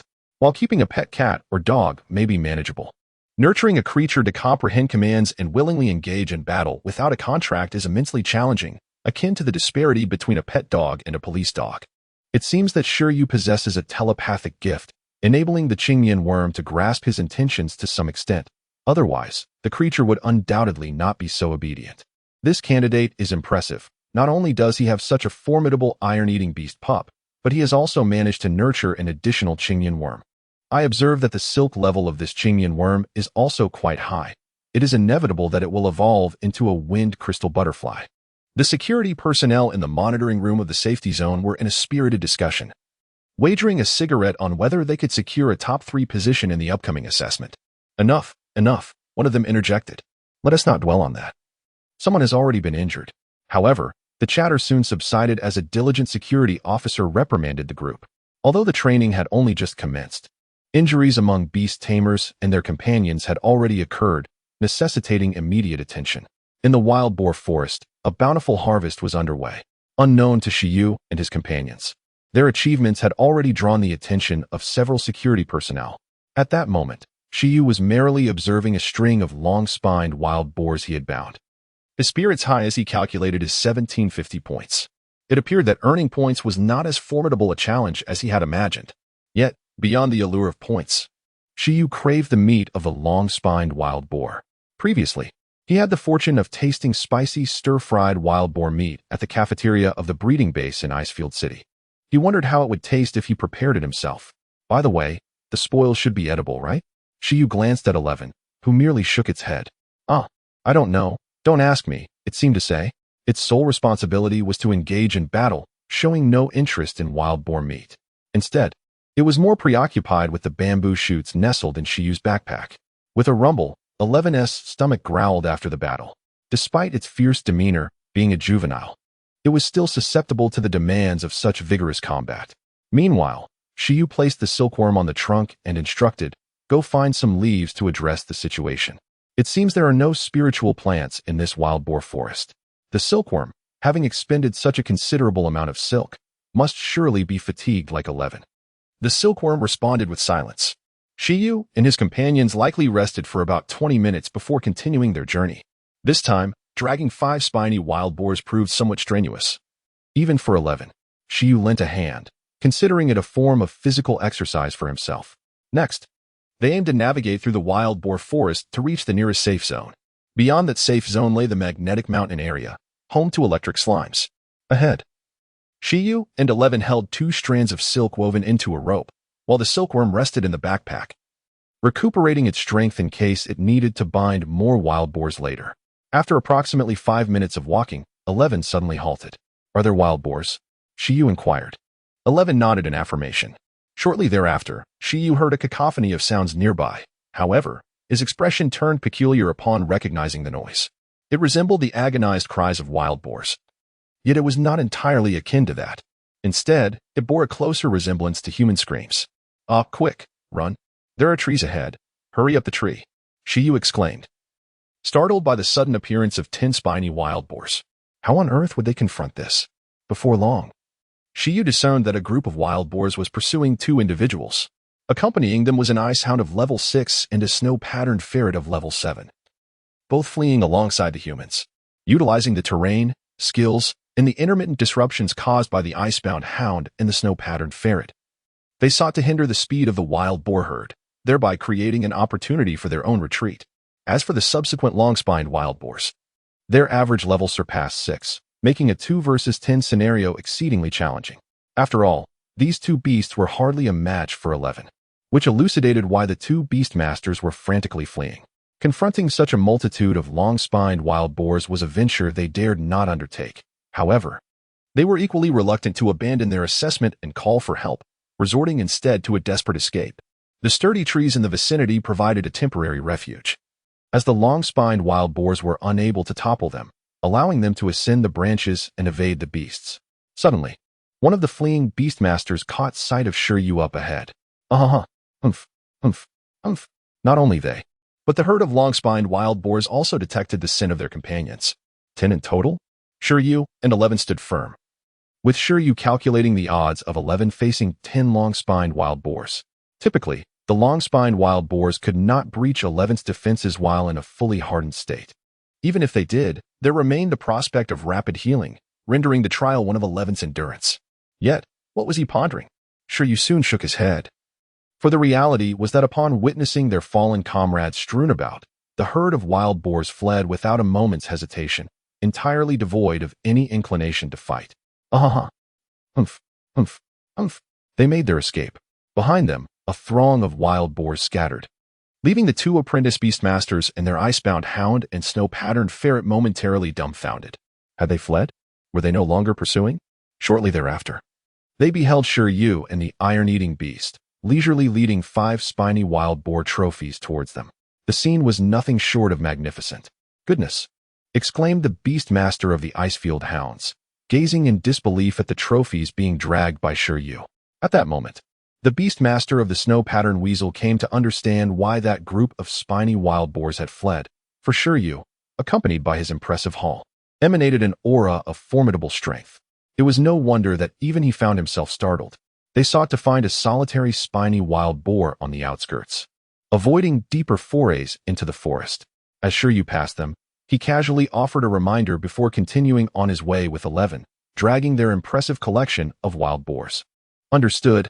Thank you, esteemed one, the two responded quickly. However, having just experienced a chase by the wild boars, they found themselves lacking the inclination to hunt further, opting instead to retreat to a safe zone for a moment of respite. After catching their breath, they decided to follow Shi Yu from a distance. For the path he took traversed the wild boar forest, leading directly to the safe zone. Consequently, due to their impressive haul of 5 spiny wild boars, the wild boars regarded Shi Yu and his companion as top-tier hunters. Not a single boar dared to approach, despite Shi Yu and 11's seemingly vulnerable appearance. With such a substantial collection, Shi Yu harbored no intentions of seeking further confrontation with the spiny wild boars. As afternoon approached, he had yet to take a moment for lunch and preferred to head straight to the safe zone to deposit the wild boars.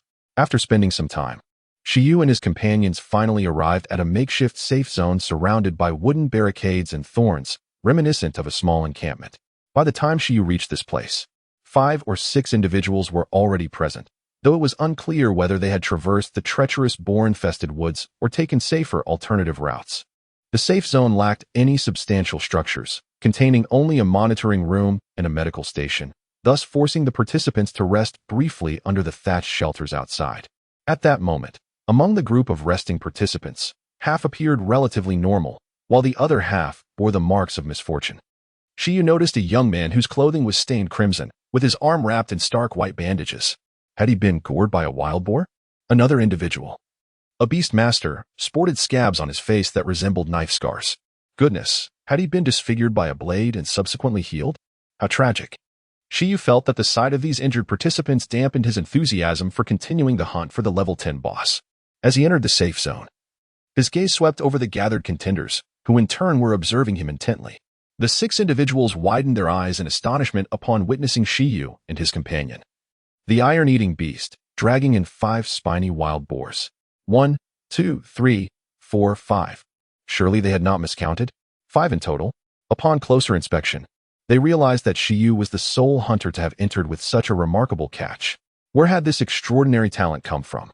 Although the long-spined wild boar is not the most formidable beast of Mount Tianmong, Successfully hunting 5 in one breath is no trivial feat. After all, the stamina of one's pet is limited, and not much time has elapsed. At this moment, a security personnel clad in a blue uniform emerged from the monitoring room, stating, "We have been observing you for quite some time. Your iron-eating beast is remarkably strong. Would you like me to register your points?" Shi Yu glanced over and nodded. "Yes. Please register for me. By the way, am I allowed to eat this wild boar?" The security personnel was taken aback. "How do you intend to consume it? Roasted wild boar? I would advise against it. While the meat of the long-spined wild boar is delectable, it requires extensive processing." Disappointed, Shi Yu lamented. "Then I suppose I can only have the braised beef instant noodles in my backpack? I had hoped to enjoy a hearty meal before duplicating my skills this afternoon." In the Taming Mountain Training Base's central monitoring room, the situation differs from that of each safety zone, where only a fixed range needs to be surveilled. Here, the entire expanse of Mount Tianmong must be monitored, making it challenging to keep track of individual participants. However, with the real-time score uploads from the safety zones, the 5 professional beast masters present can swiftly ascertain which competitors are performing exceptionally well. Currently, the leaderboard displays the top scorer, a trainee beast master named Fei. With a score of 1,500 points, he successfully hunted a level 9 rockback lizard shortly after entering Mount Tianmong, maintaining his lead for quite some time. At this moment, the rankings have finally shifted once more, with the name Shi Yu unexpectedly soaring to the top with 750 points. It seems the first place has changed hands," remarked one of the 5 professional beast tamers in the monitoring room, enjoying the air conditioning as they commented on the real-time scores. They were not directly responsible for security or the rescue of the candidates. Typically, that duty fell to personnel from the security companies. It appeared that 5 spiny wild boars had been hunted, indicating a particularly vigorous combination of a beast tamer and their companion beast. After a brief evaluation, they shifted the conversation, not overly concerned with this change, as only a few hours had passed and there was still ample time before the assessment concluded. The professional beast tamers undeniably possessed extraordinary companion beasts, yet those security personnel who had not yet passed their professional assessments might also possess formidable abilities. A beast tamer must elevate their beast space to level 2, transforming the spatial crystal wall from colorless to gray, and their companion beast must attain extraordinary growth levels. These are the foundational conditions for participating in the professional assessment. The term professional beast tamer refers to the elite selected from those who meet these criteria, excelling in theoretical knowledge, survival skills in the wild, and practical combat abilities. Hence, those who qualify for the professional assessment yet have not succeeded are not necessarily inferior to most apprentice beast tamers. The title of quasi-professional beast tamer may be more fitting for them. One of the security personnel this time, Yen Shi, is an aspiring beast master. He possesses sufficient qualifications and his beast's level is also adequate, yet he has failed to pass the professional assessment, unable to outshine others, which has resulted in him not obtaining that coveted certification. Yen Shi is a native of Pingqing, and his initial beast was an iron-eating beast. He has studied at the headquarters of the iron-eating beast, the Zhushi Martial Arts School. Thus, he has a fair understanding of the creature. Upon observing the performance of Shi Yu's iron-eating beast through surveillance for the first time, he immediately recognized that Shi Yu and 11 were extraordinary. Having spent considerable time at the Zhushi Martial Arts School, he had never encountered an iron-eating beast that mastered the proficiency level of hardening at such a young age. This was simply astonishing. It is worth noting that his own iron-eating beast, which has reached the extraordinary level after 5 or 6 years of cultivation, has only recently attained the proficiency level in hardening. In summary, Shi Yu is undoubtedly remarkable. Out of curiosity, during a break, he used his personal phone to call the Zhushi Martial Arts School and reached Master Lin, who teaches at the school. "Master Lin, do you remember me? This is Xiao Qi, the one nicknamed Little Bear." On the other end of the line came the response. The little bear Yen Shi, who is yet to pass the professional assessment after 2 years and is now working in a security company?" That struck a chord. Yen Shi chuckled bitterly. "I apologize for bringing shame to our Zhushi Martial Arts School. Master Lin, I am currently responsible for security work at the Tianmong Mountain Training Base, and I encountered a rather interesting beast master. His iron-eating beast is only about 2 years old yet has already mastered proficiency in hardening. Isn't this the new junior apprentice we recently accepted at our Zhushi Martial Arts School? I truly have no recollection of this, nor have I heard anyone mention it. Hence, I have come to inquire with you. By the way, his name is Shi Yu. In the elegant abode of the Bamboo Stone Martial Arts Hall, Surrounded by mountains and water, a middle-aged man with a meticulous expression fell into a momentary silence. A 2-year-old iron-eating beast, proficient in advanced hardening? Is this Yin Qi certain he is not jesting? How could this be possible? It is well known that the iron-eating beasts of the entire Icefield city originate from the iron bamboo breeding base. If there were such a gifted iron-eating beast, he would undoubtedly be aware of it. You mentioned his name? Shi Yu. His name is Shi Yu. Shi Yu. Is it him? Lin Hongyan recalled a visit several days prior from Dr. Liu of the ancient capital university to the Bamboo Stone Martial Arts Hall. The other party seemed to have mentioned entrusting him to assist in nurturing a distant relative. That relative? Is it Shi Yu? Due to Shi Yu's initial pet being an iron-eating beast, he sought my assistance. Moreover, he offered a precious high-level resource obtained from a relic as remuneration. Regarding Shi Yu, Lin Hongyan conducted an investigation into the pet acquisition records at the iron bamboo breeding base, and the findings revealed Shi Yu's information was quite ordinary. His pets were purchased on loan, and he was a native of Pengqing. He was utterly perplexed as to how Shi Yu was linked to the renowned Liu Qingyi, who was considered a prodigy on a national scale. Nevertheless, he could not disregard Dr. Liu's favor, especially since the other party had provided a sufficiently valuable reward. This Shi Yu had only acquired that iron-eating beast a little over a year ago, and he had not even possessed it for more than a month, had he? Proficient in advanced hardening? Lin Hongyan discovered a blind spot, his expression turning grave. Was it Dr. Liu who assisted him in nurturing the creature through extraordinary methods? Otherwise, Lin Hongyan could scarcely comprehend how a novice beastmaster could cultivate the racial skills of a young iron-eater to mastery within such a brief period. Perhaps it was Liu Qingyi who provided Shi Yu with some rare nurturing resources. Master Lin. Noticing the prolonged silence on the other end of the line, Yin Qi spoke again. Yin Qi, you mean Shi Yu is currently training over at Tianmong Mountain, correct? Indeed. I understand. So, is he not yet an apprentice at our Zhushi Martial Arts Academy? Lin Hongyan replied, not at present, but he may become one in the future. By the way, since his Iron Eater's hardening has reached mastery level, and he is indeed at Tianmong Mountain, and you are there as well, guide him towards the magnetic mountain region. Let him primarily focus on training there, laying a foundation for learning the academy's skills. Yin Qi was momentarily taken aback. The safe zone. Shi Yu finished his instant noodles and consumed 2 more sausages, barely staving off hunger. He planned to rest for a while before heading straight to the magnetic mountain region to seek out electric slimes for some amusement. As for the 5 spiked wild boars, he decided they could remain there without further dragging them along. While Shi Yu was quietly meditating in the corner of the grass hut, the security personnel responsible for recording his points approached him once more. What is it? Shi Yu opened his eyes and turned to face the individual. Yin Qi chuckled lightly and said, it's nothing much, just a brief introduction. My name is Yin Qi. Are you planning to continue your hunting expedition this afternoon? Shi Yu nodded in response. I suggest we venture to your Sisan area, where there exists a type of electric, or classified as a Tier 1 energy iron or resource, which is part of the diet for iron-eating beasts. In comparison to iron bamboo, it offers little benefit to hardening skills and personal growth, merely serving to satiate hunger. Please follow me. Yin Qi called out to Shi Yu, intending to speak in a relatively open space. Shi Yu felt a momentary pause in his thoughts, curious about the intentions of this security personnel, and decided to follow, eager to uncover what this individual was scheming. I am actually an apprentice at the Bamboo Stone Martial Arts School, and my initial companion beast is also an iron-eating beast. By the way, do you know what the 2 great secrets of the Bamboo Stone Martial Arts School are?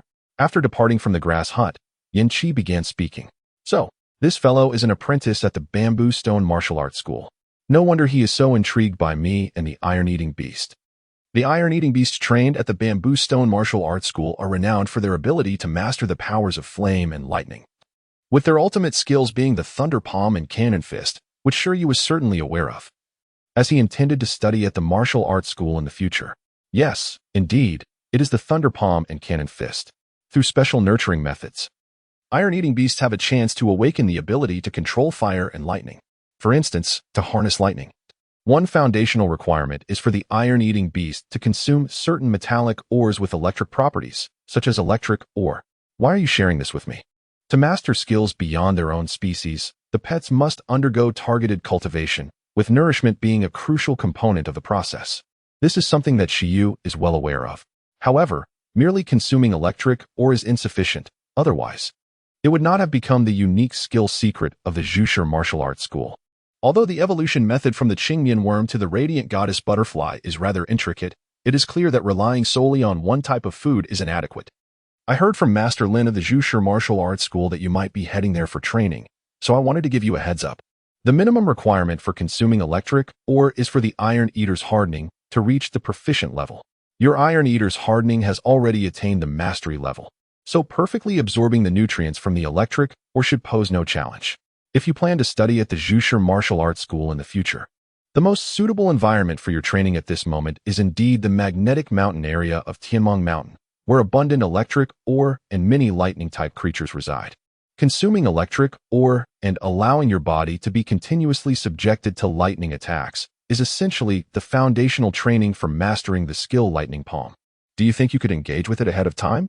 Skill, Lightning Palm, skill level, intermediate, description, a lightning-based skill that gathers high-intensity electrical currents in the palm, rendering it as piercing as a blade and imbued with a paralyzing effect.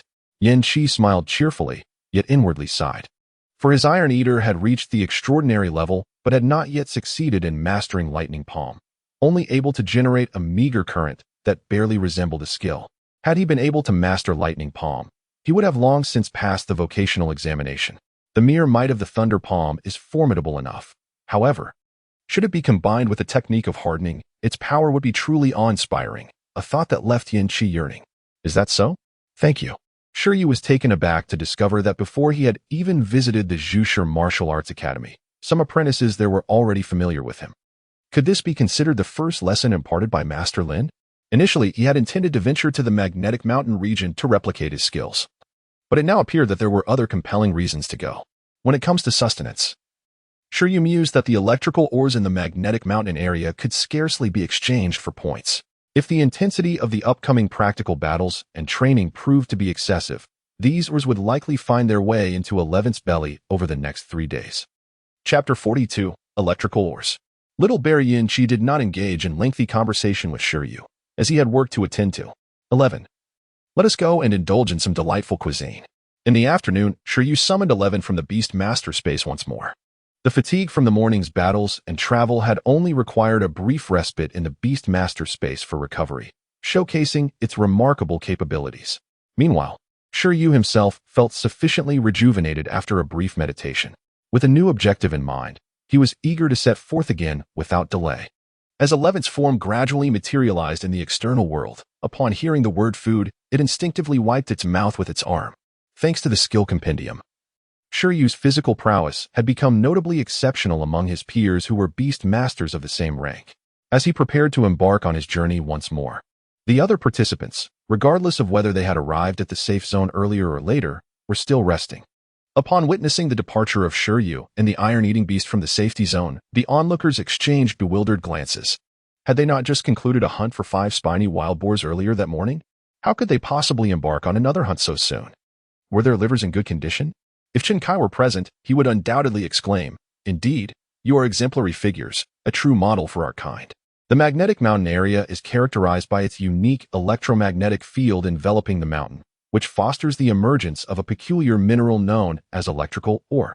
This ore is perilous, as it can discharge electricity unexpectedly. However, such energy is considered a delectable treat by many lightning-type creatures. According to the map in the atlas, the magnetic mountain region is one of the most treacherous zones within the Taming mountain range, inhabited by ferocious beasts of level 10, predominantly renowned for their skillful offensive capabilities and destructive power associated with lightning. Moreover, despite the relatively low intensity of the magnetic field, it is not conducive for weak-bodied apprentice beast tamers to linger for extended periods.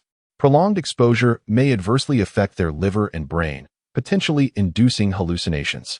Yet, despite the inherent dangers, Shi Yu was resolute in his decision to venture forth. In comparison to ruins, this locale seemed remarkably hospitable and, moreover, provided sustenance.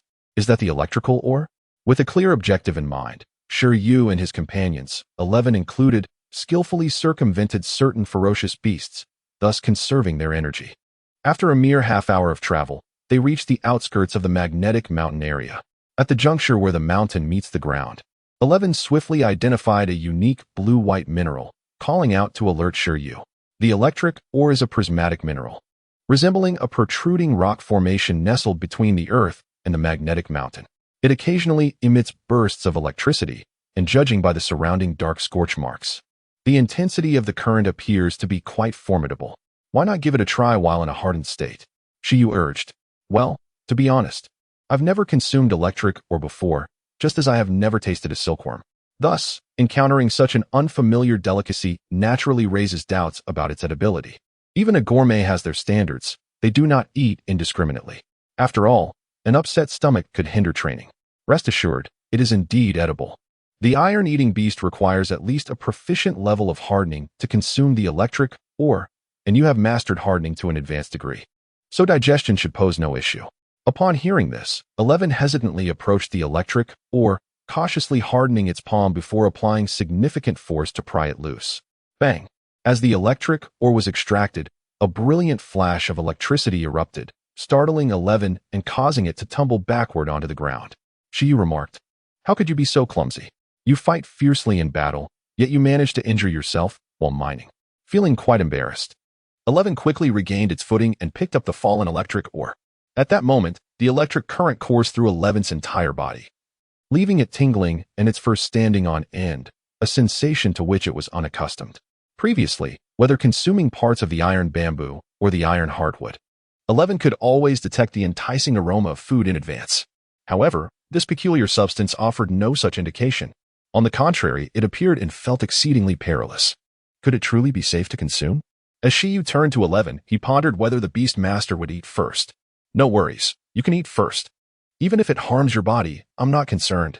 Your high-speed healing is already at an advanced level, capable of autonomously healing from electrical burns within. The world-renowned painting. The compassionate care of a loving parent indeed reflected Shi Yu's reasoning. The prerequisite for the Iron Eater to consume the electrical ore was to master an advanced level of full-body hardening, ensuring that the current would not damage the delicate cells within the Iron Eater's body. However, in truth, even if harm occurred, it would not be an issue. At the beginner level, high-speed healing could mend external injuries, while at the advanced level, it could even heal internal wounds. Thus, there was no cause for concern. Shi Yu felt reassured. With such a healing ability, 11 could safely consume a considerable amount of electrical ore in a short span, hastening the awakening of its lightning attributes without fearing any bodily burdens. Advanced high-speed healing. This was precisely why Shi Yu believed 11 could devour an entire mountain in 3 days. With the Beastmaster's encouragement, 11 displayed a resolute expression. Crunch. It immediately hardened its entire body and bit into the electrical ore with its reinforced teeth. Crackle. 11 diligently chewed the electrical ore. Sensations akin to popping candy dancing through as it savored the experience. Once it finished chewing, 11 made an effort to swallow the fragments. As it gulped down the electrical ore, the currents coursing through its body rendered it tingling all over, followed by an overwhelming shock. While it could not be termed delicious, the surge of numbness that surged upon swallowing the electrical ore felt akin to lightning erupting within, imparting a uniquely exhilarating sensation. It does not reject this sensation. Rather, it feels as comfortable now as during the specialized training. It seems, indeed, that it can consume, with a slight arc of electricity escaping from its mouth. It gently patted its belly and turned to Shi Yu. Is there more? Well, it appears there are no issues. So let us continue our search for additional electrical mines to consume, Shi Yu remarked. According to the apprentice from the Zhu martial arts school, after the iron-eating beast devours a substantial amount of electrical mines, it will develop a certain affinity for lightning, accumulating a degree of lightning talent. During this process, being struck by lightning frequently can also expedite the development of its lightning abilities. These are foundational conditions for mastering lightning skills. In truth, Shi Yu harbors a keen interest in lightning skills. Had this been a situation involving fire mines or cold iron mines, he would not be nearly as invested. Given the limited number of skills recorded in the skill compendium, he is more inclined to have the iron-eating beast learn lightning skills rather than fire-type cannon punches. The rationale is simple. The synergy between metal and lightning is far superior to that between metal and fire. For formidable beast masters, singular skills are merely foundational. Combining various foundational skills to create composite techniques signifies a true entry into the realm of beast cultivation. Composite techniques are exceedingly challenging for the average beastmaster, as they demand a high level of proficiency among the different skills. Without sufficient proficiency, skills cannot be seamlessly integrated. in circumstances where skill proficiency is notoriously difficult to cultivate. The number of beast masters capable of achieving a synergistic effect, where the outcome of two skills exceeds mere addition, is exceedingly rare. Such feats are typically reserved for master-level beast masters. However, for Shi Yu, this may not pose a significant challenge, as he possesses the ability to rapidly enhance proficiency. For instance, he has perfected the skill of hardening to an extraordinary level, enabling it to even synergize with lightning-based abilities to form a long-range combination technique. The hallmark of a perfected hardening skill is characterized by fluidity and layering, while the pinnacle of mastery is defined by external manifestation and application. This implies the capability to coalesce hardened substances into weapons that detach from the body, or to envelop external objects with a layer of hardening. This effect intrigued Shi Yu greatly. Thus, he pondered the potential of mastering the transcendent hardening skill, to condense a metallic projectile before his palm and accelerate it for projectile motion using electromagnetic force. How devastating that would be. The close-range hardening skill would transform into a dual-element, high-destructive power, long-range combination skill akin to an electromagnetic cannon. The primary cultivation path for his iron-eating beast currently revolves around gold and lightning attributes. The majority of pet beasts possess a singular main attribute, however. To forge formidable combination techniques, some adept beast tamers prefer to teach their companions additional attribute skills for synergy, which are commonly referred to as secondary attributes. Shi Yu intends to focus primarily on gold with a secondary emphasis on lightning, as these two attributes lend themselves more readily to forming combination techniques. In contrast, gold and fire do not synergize as seamlessly with lightning. Is that an electric pincer scorpion? During their quest for electric ore and electric slimes, Shi Yu and his companions were the first to discover a new electric ore deposit, not singular, but rather a cluster of 3 or 4. However, unlike previous finds, this time the electric ore was guarded by ferocious beasts. 2 small, arm-sized electric pincer scorpions, adorned with purple bodies and lightning patterns, were absorbing the electric energy leaking from the ore. Name: Electric Scorpion. Attribute: Lightning. Racial rank: Low-level extraordinary. Racial skill: Electric Stinger. The electric scorpion possesses the ability to absorb lightning and store it within its body, subsequently delivering a toxic electric current into the bodies of its foes through its tail stinger, thereby vanquishing its adversaries. Despite being classified as a low-level extraordinary creature, akin to the silkworm, it poses a significantly greater threat. Upon noticing the approach of other beings, 2 electric scorpions, each at approximately level 5, perceived a formidable danger. However, before they could react, they were effortlessly grasped by Shi, who rendered their electric stingers ineffective against his hardened form. With a resounding roar, Shi swung his arm like a windmill, casting the electric scorpions far away. His attention was directed towards 3 level 10 electric slimes, rendering these minor creatures inconsequential. After dispelling the competition, Shi commenced the excavation of these electric ores, with the goal of depleting all electric resources in the magnetic mountain region. Having already paid the registration fee, there was no need to conserve resources, as the Beastmaster Association of Pingqing certainly did not lack such electric ores. Chapter 43. Replication and Multiplication. What are these 2 fellows up to? The magnetic mountain area is evidently a focal point of interest. At the headquarters of the training base, within the monitoring room, Shi Yu garnered attention as he briefly secured the top score through 5 spiny wild boars, becoming a primary subject of interest among 5 professional beastmasters. In a moment of whimsy, a professional beastmaster sought the presence of Shi Yu on the surveillance screen, and surprisingly, he found him. However, Shi Yu's current actions were utterly perplexing. On the screen, Shi Yu and his Iron Eater invaded the territories of various Thunder-type ferocious beasts like bullies. Subsequently, the diminutive Iron Eater dispatched the Thunder beasts with ease, but then a turning point emerged. Shi Yu and the Iron Eater displayed no regard for the fact that they were participating in a rigorous assessment. They unceremoniously hurled the beast far away, seemingly indifferent to the points they represented. Furthermore, although they excavated the electric ore that symbolized points, they had no intention of exchanging it. Instead, the Iron Eater simply opened its mouth and devoured everything in a single crunch. It was as if they were on a rampage, seizing everything in their path. The Iron Eater's proficiency in hardening was extraordinary. A professional beastmaster leaned closer to the screen, his mouth slightly agape, exclaiming, "What sort of monstrous rookie is this?" Truly exceptional beastmasters and their companions cannot remain hidden. Shi Yu's effortless annihilation of the obstructing beasts was attributed to his mastery in hardening coupled with adept supervision. Victorious in every encounter, they faced no obstacles. The group of professional beast masters quickly discerned the remarkable prowess of Shi Yu and 11, expressing their astonishment. No wonder they could hunt 5 wild boars. During my apprenticeship, I was far inferior to them. This candidate clearly had little interest in trivial points. His target was undoubtedly creatures of level 10. Judging by the performance of the Iron Eater on the screen, confronting a level 10 creature was certainly within their capabilities. In the magnetic district, the formidable level 10 biological entities are those 3 electric slimes transported from elsewhere, aren't they? The head of the training department, Zhou Wanshan, remarked, "Indeed, they are slimes, though I am uncertain whether they will be able to cope. Nevertheless, even if they cannot prevail, a complete retreat should pose no issue. Slimes are creatures of notably sluggish movement. Any individual capable of passing the high school physical fitness test would not find themselves pursued by slimes, bouncing and leaping. However, conversely, even if Shi Yu and his companions manage to conquer the electric slimes, it is likely they will incur some losses. This is primarily due to the electric slime's discharge, a formidable lightning-based skill renowned for its penetrating power, compounded by a 4-level difference between the combatants. Thus, even with proficient hardening techniques, they may not emerge unscathed as they would against lower-level ferocious beasts. At Tianmong Mountain, in the magnetic district, within the electric cavern, after consuming a plethora of electric ores, Shi Yu successfully imprinted the flavor of the electric minerals into his memory. Utilizing his keen sense of smell, he and his companions located this place. Finally, they discovered the first electric slime. Outside the modest cavern, Shi Yu wore an expression of exhilaration.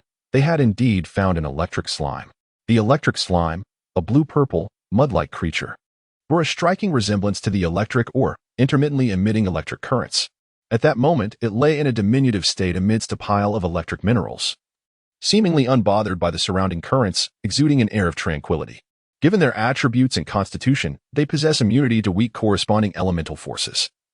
Lightning serves as nourishment rather than harm to them. They had successfully located the electric slime. Shi Yu and the iron-eating beast finally arrived at the electric cave, where several professional beast tamers watched with keen interest. Although the iron-eating beast appeared agile and possessed remarkable strength, it was evident that it had not mastered any long-range skills. In any confrontation, it would inevitably come into contact with the slime, which was enveloped in electricity.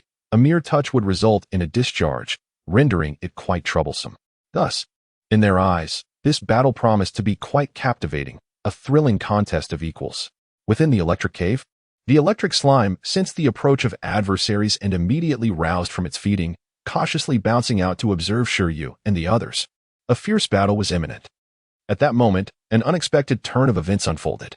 Shi Yu swiftly opened his backpack and tossed a pair of high-voltage insulated rubber gloves to 11, instructing, "Put these on. Seize it, and drain its electricity."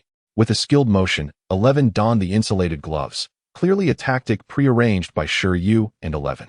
Subsequently, to the astonishment of the professional beast tamers, the small iron-eating beast, equipped with the insulated gloves, charged towards the electric slime.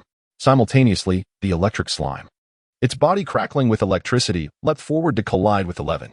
Discharge was a low-tier skill that could only be activated through contact, and its control over the current was limited, making it relatively easy to counter.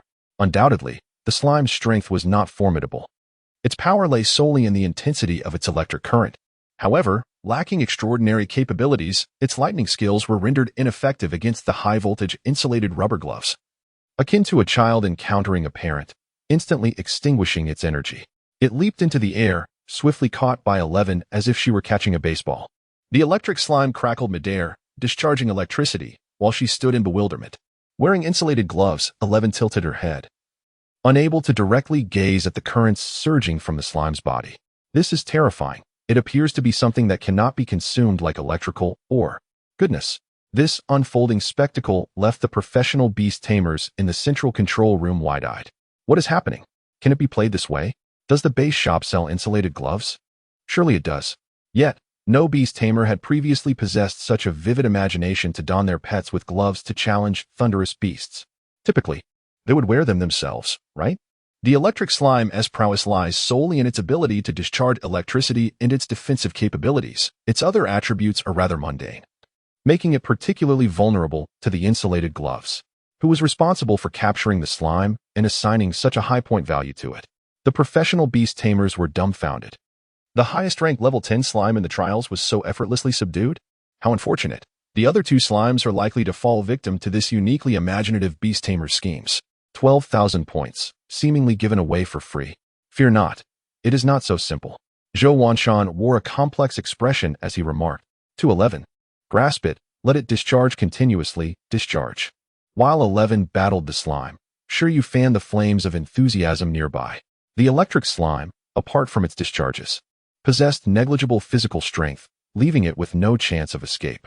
Its formidable defense stems from its gelatinous body, capable of absorbing immense impact. Even a hardened punch might not guarantee a swift defeat. However, Shi Yu and his companions need not expend their energy in combat. They can simply grasp it with insulated gloves and wait for it to release the electrical energy within itself. This is referred to as a tactic. The electric slime felt quite frustrated and enraged, releasing even more intense currents. Nevertheless, it was still unable to affect the insulated gloves. In fact, when facing a level 10 boss, exploiting glitches is far from a simple endeavor. Even in such a disadvantaged state, the slime still held a chance to resist. However, it was reluctant to employ its advanced skill, Amplify, unless absolutely necessary. Should it activate Amplify, its power would escalate, and the currents within would be maximally unleashed. Yet, the side effects could lead to prolonged energy depletion. The ethos of the slime clan dictates that they should minimize their size and adopt a cute demeanor unless in exceptional circumstances. They would never resort to amplifying into a slime overlord. Now, confronted with dire straits, the electric slime evidently faced an extraordinary situation.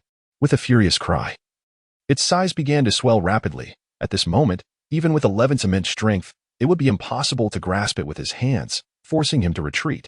As the electric slime expanded swiftly, Shi Yu's eyes sparkled with realization. I am unafraid of your enlargement. This is precisely what I awaited. 11. Harden your entire body. Shi Yu commanded without hesitation.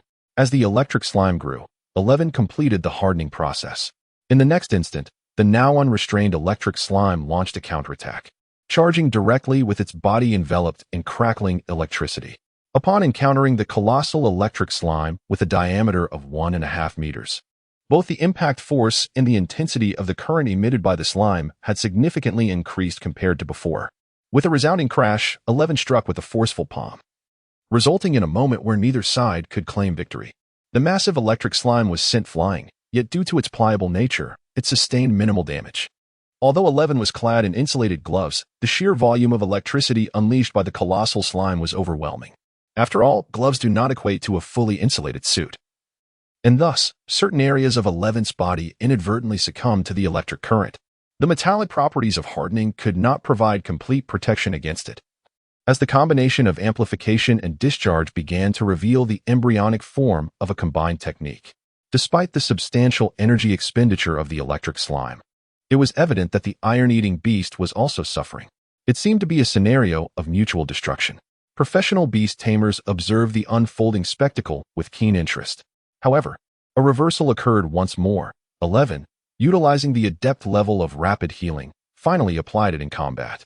Though imperceptible from the outside, the areas within 11's body that had been scorched and paralyzed by the electric current were immediately rejuvenated by a wave of verdant life energy.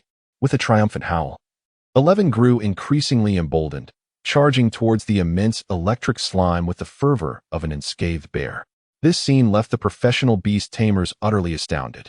Was the advanced hardening truly so formidable that it could withstand such immense discharges? Or was it a testament to the iron-eating beast's indomitable will, resisting the stimulation of the current to mount a defiant counterattack? After all, 11 had a history of treating electric minerals as mere candy. At this moment, the slime found itself utterly bewildered, for it had completely exhausted its energy after that last encounter. Initially, when it was captured, it squandered an excessive amount of electrical energy, leaving it powerless to retaliate after being amplified. The captors continued to drain it relentlessly. Nearby, the malicious commands of Shi Yu echoed ominously. Outside the electric cavern, the energy-drained electric slime dimmed considerably, devoid of any electrical current, and returned to its normal size. It was embraced tightly by Shi, who was exhilarated and breathless, causing the slime to fall into a deep slumber. Meanwhile, Shi Yu approached with a cheerful demeanor, affectionately stroking the slime. With the initial 5 skill slots of the skill compendium filled after forming a contract with his first pet, Shi, an additional 5 slots were unlocked. Soon, the compendium would record the 7th skill, amplification. Although discharge was a possibility, its skill level was too low, inferior even to Thunder Palm, prompting Shi Yu to forego it. In the next moment, the 7th page of the stone compendium unfurled in Shi Yu's mind, revealing the image of the electric slime. A creature of medium racial rank within the lightning category. Skill, amplification, skill level, advanced, description, a special ability that allows the body to shrink or enlarge. In a reduced state, strength diminishes while energy recovery accelerates. In an enlarged state, energy consumption increases while strength amplifies. What a versatile skill to have acquired. Exultation filled Shi Yu as he playfully manipulated the level 10 electric slime in his hands like clay, while the entire monitoring room of professional beast tamers fell into a profound silence. Defeating it was one thing, but daring to personally toy with a level 10 creature? How terrifying this was for both beast tamers and their pets. Was this truly a mere novice? Chapter 44. The Skill Compendium, the Electric Slime's Domain, the Electric Cave, has undoubtedly fallen under the control of Shi Yu. This place is abundant in electric ore, sufficient for 11 to indulge in a hearty meal.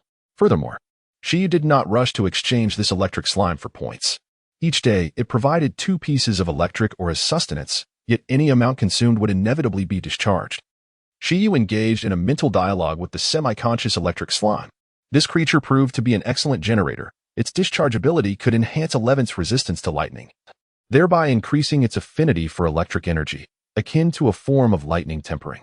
Typically, such training would be unattainable for ordinary beasts, but 11 was a unique exception. With a trace of innate lightning talent and a proficient level of rapid healing, it could swiftly recover from the bodily stresses induced by electric stimulation, allowing it to train freely with lightning.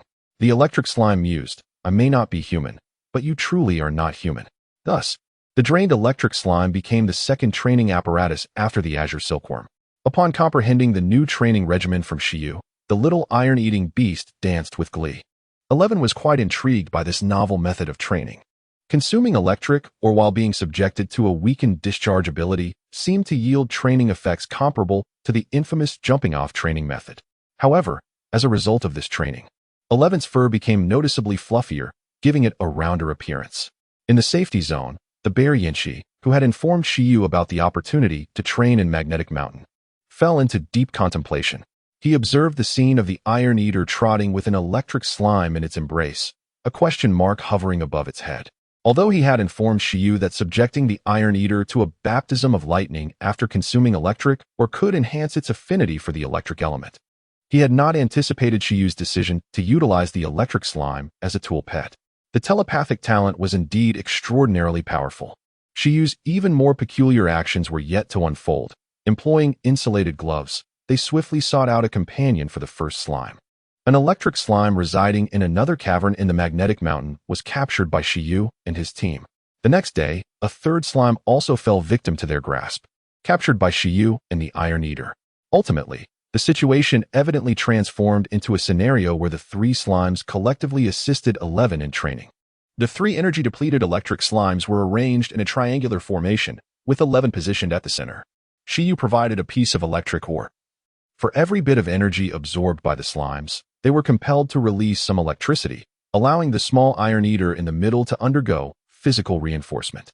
Although the slimes were reluctant, they had no choice but to submit to the overwhelming authority of Shi Yu and the Iron Eater. There was simply no way around it. Shi Yu exercised impeccable control, ensuring the slimes received minimal sustenance, thereby maintaining their combat capability at the level of electric putty, rendering them utterly powerless to resist. With regard to managing their rations, Shi Yu had garnered extensive experience from his interactions with the green silkworm, leaving the electric slimes in a state of utter despair. Thus, with an abundance of electric ore coupled with the slime's discharges for physical training, Shi Yu and his companions reaped rewards after merely 1 day in the Magnetic District. It was the 29th, at noon. At this moment, after a day had passed, all the easily found mining spots in the Magnetic District had been thoroughly explored by Shi Yu and his companions. 11, while enduring the trials of thunder and lightnings, indulged in copious amounts of food, and then trouble ensued. A sudden shock. After being electrified, 11 extended his palm. In the next instant, A surge of blue and white electricity erupted from his hand, spiraling wildly. This was a mid-level skill, Thunder Palm. Goodness! This astonishing transformation nearly caused Shi Yu, who was resting nearby, to stumble. What on earth is happening? Has 11 autonomously comprehended Thunder Palm? He hurried to register this with Mr. Yinchi, calling out to 11 simultaneously. Mr. Yinchi, is the Thunder Palm you mentioned referring to this? With a crackle, the little Iron Eater extended its palm, its expression utterly serious. A second later, dozens of blue and white electric arcs burst forth from its palm. Look, the skill chart, no need for it. Goodness! Yinchi was utterly flabbergasted. How is this possible? This defies logic. He stared, dumbfounded, at the Iron Eater cub, 11, whose palm was now crackling with electricity, lost in contemplation of life. Just a day had passed. How could your Iron Eater awaken its electric talent so swiftly? Currently, his Iron Eater's control over electricity seemed even inferior to that of this little cub. This is absurd, according to common theory. Merely relying on electric minds and being shocked should not lead to such a rapid awakening of electric talent. Otherwise, there would not be so few iron-eating beasts mastering the Thunder Palm within the Bamboo Stone Martial Arts Hall. It seems additional steps are required for assistance. How is it that Shi Yu and his companions managed to complete all their training in just one day with such simple materials? Perhaps it is due to our relentless efforts? Shi Yu pondered deeply. Yinchi suddenly found himself at a loss for words. Each time he observed Shi Yu and the iron-eating beast, they were invariably engaged in combat, training, or feeding. Rarely did he witness them taking a break. And when they did, it was merely for a fleeting moment before they resumed their activities. He feared he might be witnessing a false iron-eating beast. Could it truly be an iron-eating beast rather than an overly energetic canine? It seemed rather implausible. Yinchi gazed at the diminutive iron-eating beast, and even so, such innate talent appeared exceedingly monstrous. So this must be the Thunder Palm. Shi Yu chuckled softly, acknowledging the absurdity of it all. The wood element skill of rapid healing pertains to the utilization of one's life force, signifying growth. In the framework of the 5 elements and 8 trigrams, thunder is associated with wood. The injuries inflicted by the thunderous body tempering, when healed through the wood element skill, not only enhance training efficiency, but likely also trigger some wondrous reactions between the two, thereby accelerating the mastery process of 11. It is indeed unscientific, yet extraordinarily fantastical. Yinchi continued to question the essence of life, saying, although its power appears somewhat diminished, it is undeniably the Thunder Palm. Indeed, the intensity is still insufficient. It barely meets the threshold of an entry-level standard. Only when the palm can withstand high-intensity currents, allowing the condensed lightning to possess a profound, paralyzing, piercing effect, can it be deemed that the Thunder Palm truly wields its might. I understand now, Shi Yu nodded, feeling a surge of joy within. This was astonishingly effortless. Originally, he believed that he would have to visit the martial arts school to enable 11 to master the Thunder Palm. However, 11 astonishingly grasped it independently, providing Shi Yu with a delightful surprise. It seems that there exists a certain correlation between different skills. Once one has acquired a particular skill, learning another becomes significantly easier. For instance, the Thunder Palm can be regarded as an advanced version of the discharge skill. Mastering the Thunder Palm essentially implies the ability to utilize discharge as well. Nevertheless, despite 11's self-learning, Shi Yu still resolved to include the Thunder Palm in the skill compendium. In Shi Yu's perspective, the function of enhancing skill proficiency within the compendium is immensely valuable. A mid-tier skill maxed out may yield results that rival those of a super-tier skill. Could you kindly assist me in recording the points for the slimes? Are you still heading to the Magnetic Mountain? No, there are hardly any electric mines left there. Yinchi exclaimed, you must be joking.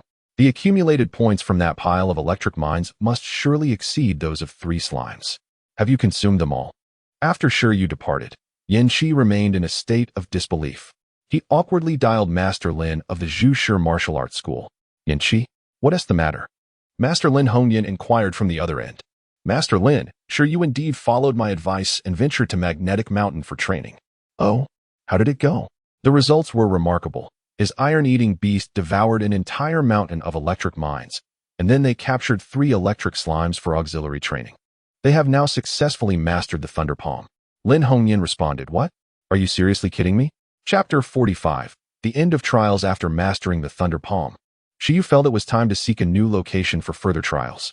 Although remaining in the Magnetic Mountain could allow for continued exploration of electric mines to enhance 11's newly acquired lightning abilities, it seemed rather futile. The exposed electric mines in the magnetic mountain area, particularly the 3 electric caves, had been thoroughly examined, leaving only elusive and hard-to-find resources. Continuing the search would yield low efficiency. Instead, it would be more prudent to utilize the remaining time to gather other resources. 11. Let us assist the silkworm in finding some nutritious food, Shi Yu suggested. After some contemplation, he realized that the silkworm had been with them for a considerable time without a proper meal. Over the past few days, the silkworm had contributed significantly, and it deserved a reward for its efforts. Indeed, 11 nodded nonchalantly, acknowledging the necessity. After their daily training, the silkworm often appeared exhausted, and 11 genuinely feared losing this little companion. The silkworm in the backpack looked teary-eyed. Typically, preparation of evolution materials for the silkworm occurs during levels 9 or 10, as it approaches the cocooning phase. At this juncture, Shi Yu began to ponder the direction in which he should cultivate the silkworm for its evolution. Establishing a clear purpose is crucial when aspiring to nurture a pet beast. In 11's case, Shi Yu had adhered to a standard combat pet template, focusing on versatility and combat prowess. However, for the silkworm, he wished to diverge from the traditional combat pet mold, especially since he possessed a skill atlas, making the process of customization rather manageable. One might consider selecting rare and more utilitarian evolutionary paths. Healing butterflies? Supportive butterflies? For instance, the luminary butterfly, endowed with light manipulation and illusionary abilities, serves as an exceptional and devoted guardian for beast tamers, with a plethora of versatile applications. Alternatively, one could cultivate in the direction of mythology. Traditional mythical creatures, such as dragons and phoenixes, inherently belong to a noble lineage. Take, for example, the nation's first instance of a Qing insect evolving into an ice phoenix moth by integrating the bloodline of the ice phoenix during its metamorphosis, thus enabling it to ascend from the lowest echelons of the beast realm to become a revered monarch-level species due to its divine heritage. Furthermore, if the compatibility is sufficient, one might choose some rare attributes as well, such as those of space or time. Possessing a companion beast capable of instantaneous movement would render one nearly invincible in perilous situations. Moreover, these rare attributes are unlikely to be devoid of strength in other areas. This notion left Shi Yu astounded by the myriad of evolutionary routes available for the Qing insect, overwhelming him with choices. The crux of the matter, however, lies in the skills and materials required. Acquiring rare skills and materials is no trivial task, for instance. Where might one procure the evolution materials utilized by the ice phoenix moth? Likely only through the channels of the 11th Bureau. Nevertheless, it is premature to dwell on such matters. It would be prudent to first observe what materials may present themselves. At this moment, the priority is to cultivate the insect silk to the highest tier. Shi Yu perused the illustrated compendium and discovered a type of spiritual plant well-suited as sustenance for the Qing insect. Dragon beard grass, a first-tier spirit plant, derives its name from its resemblance to the whiskers of an eastern dragon. It serves as the preferred sustenance for beast companions proficient in silk techniques, effectively enhancing the tenacity and sharpness of silk threads. This journey to procure dragon beard grass also entails defeating formidable beasts alongside my companion, 11, thus shaping the day's adventure. The objective of gathering dragon beard grass is considerably less daunting, as the arachnid beasts in proximity are relatively weak. The most formidable among them is a level 10 awakened beast, the ghost-faced wolf spider, valued at 4,000 points. Ultimately, however, it fell to 11's prowess. Although the battle proved to be slightly more challenging than the encounter with the electric slime, it undeniably demonstrated 11's combat strength surpassing that of these untrained wild level 10 beasts. The rationale is straightforward. Despite their higher growth levels, these wild creatures possess a significantly low skill proficiency and primarily rely on instinct, with few engaging in self-training. For instance, the two slimes showcased only rudimentary skills in both electrical discharge and multiplication. Furthermore, the ghost-faced wolf spider encountered later possessed merely one skill at the proficient level, rendering the disparity in levels less pronounced when faced with 11, who wields multiple proficient and even mastery-level skills. In truth, I wish the nearby arachnid beasts were more formidable, ideally possessing a foresight skill akin to spider's sense, which would greatly please me. I envision 11 embodying the renowned abilities of the Straw Hat Pirates from the popular manga One Piece.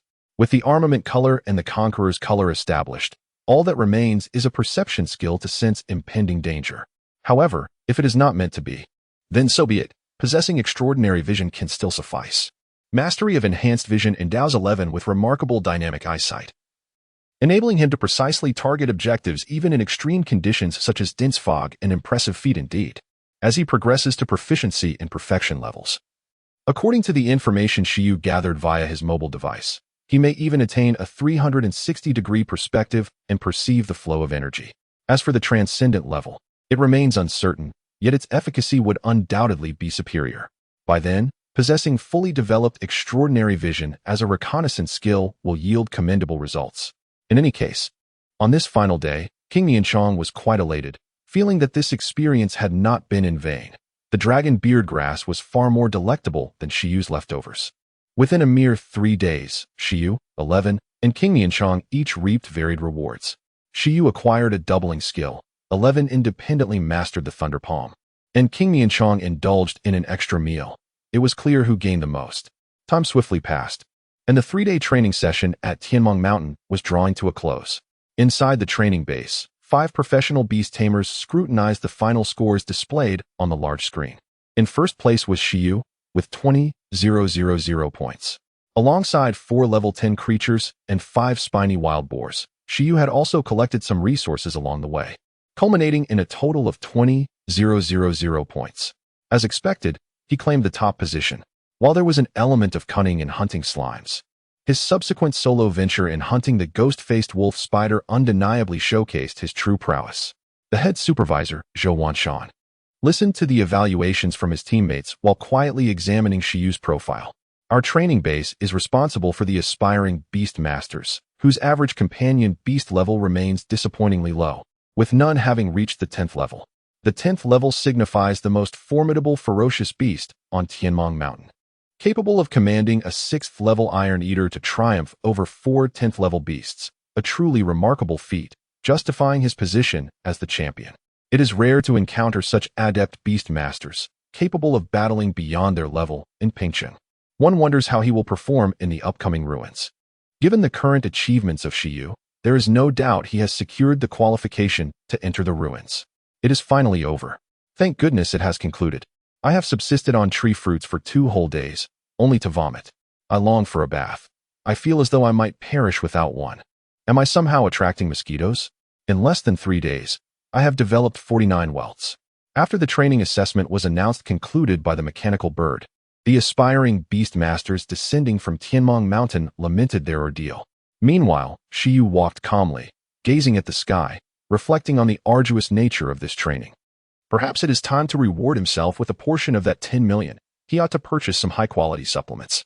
In the vast playground of the Taming Mountain training base, a disheveled group of beastmasters stood. Initially, 100 individuals commenced their journey on Taming Mountain, yet only 73 remained at this moment. The unfortunate 27, no doubt, withdrew along the way. It may be due to an inability to endure the harshness of the wilderness, or perhaps a result of injuries sustained during the trials that led to their premature cessation. The overseer of the trials, Zhou Wanshan, stood upon the podium, speaking bluntly.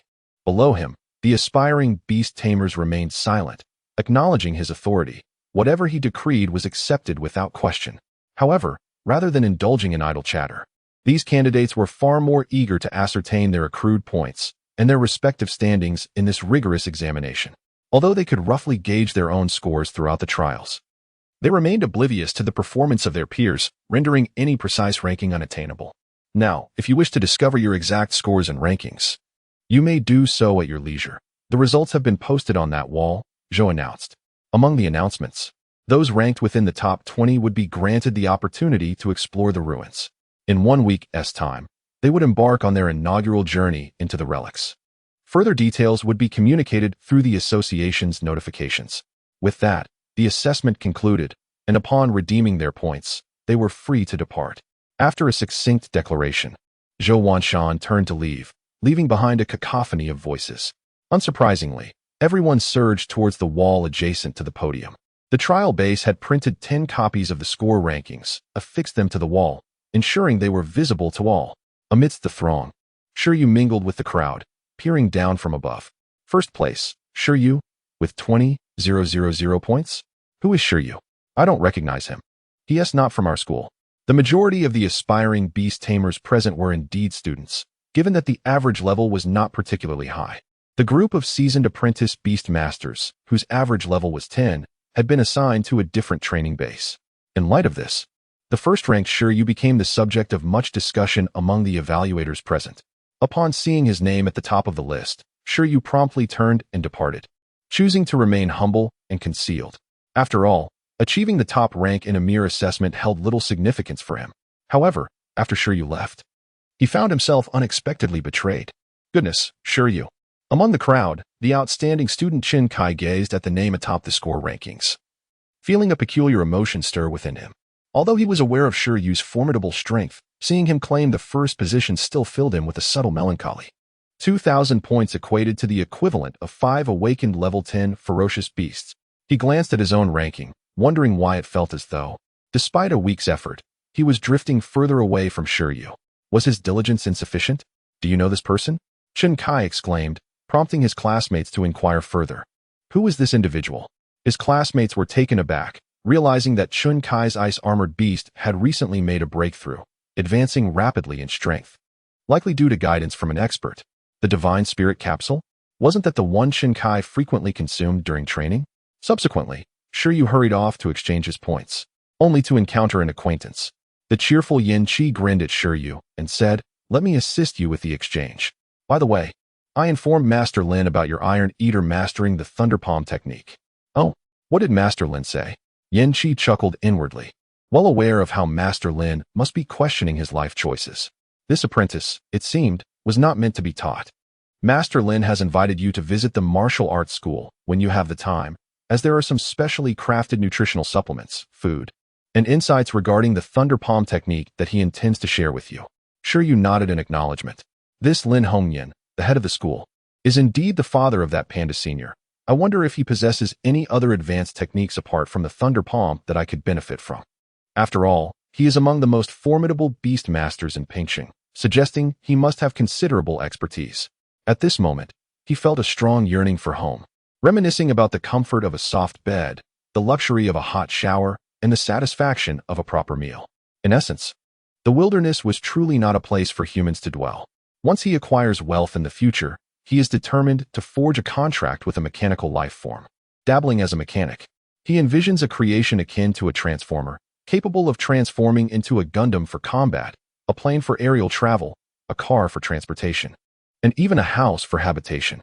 This way, when he ventures into desolate wilderness areas, it seems he could still enjoy a modern lifestyle. Upon returning home, Shi Yu indulged himself for a while before lying down. He turned over, picked up his phone, and logged into the website provided by that person, Lu. He mentioned that if he wished to purchase resources, he could do so through this site, which apparently offered discounts in home delivery. A perfect solution that spared him the trouble of going out to buy supplies.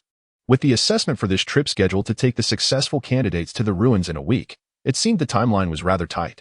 Shi Yu longed to develop steadily first, yet it appeared his reckless spirit was stirring once again. Damn it, I can't seem to control myself. I really want to take a look. Nevertheless, according to Lu Qingyi, this ruin poses little danger, being a trial-type ruin. I shall merely observe, avoiding recklessness, and it should be manageable. Nevertheless, regardless of the circumstances, it is prudent to indulge in a bit of extravagance with resources for the time being. Indeed, in the pursuit of familial bliss, it appears that exploring the evolutionary pathways independently is the most advantageous approach. If fortune smiles upon us, we may very well uncover suitable evolutionary materials within the relics. All of this constitutes a judicious investment. The focus of Shi Yu's search is not merely resources for the beasts, but rather those that would empower the beast masters. Those elixirs capable of sustaining them through grueling battles that last for 10 days and nights without faltering. However, as one ascends beyond the apprentice level, the advantages held by beast masters possessing combat-enhancing talents become increasingly pronounced. A beast master endowed with a unique telepathic talent and another with a combat enhancement talent will, as their levels rise, find the latter widening the gap in practical combat experience. Conversely, it must be noted that after a single battle, the beast master wielding the combat enhancement talent will undoubtedly incur greater consumption. These elixirs are specifically designed for them, unlike the mundane concoctions derived from low-grade materials. The resources available on this exclusive website, which Shi Yu frequents, are predominantly of all-natural origin. Admittedly, the price is significantly higher. Yet Shi Yu believes that a slight increase in cost is inconsequential if efficacy is guaranteed. The tendrils of the extraordinary plant, the royal jelly of the queen bee, the frog oil from the dragon-eating frog of the subdragon species, and the divine beans sourced from the sacred tree's secret realm, which can restore a beastmaster's vigor and energy in the shortest time possible during states of extreme fatigue. These peculiar yet oddly familiar elixirs have certainly multiplied. This divine bean is remarkable, yet even the lowest quality commands a price of 100,000 per grain, which is somewhat exorbitant.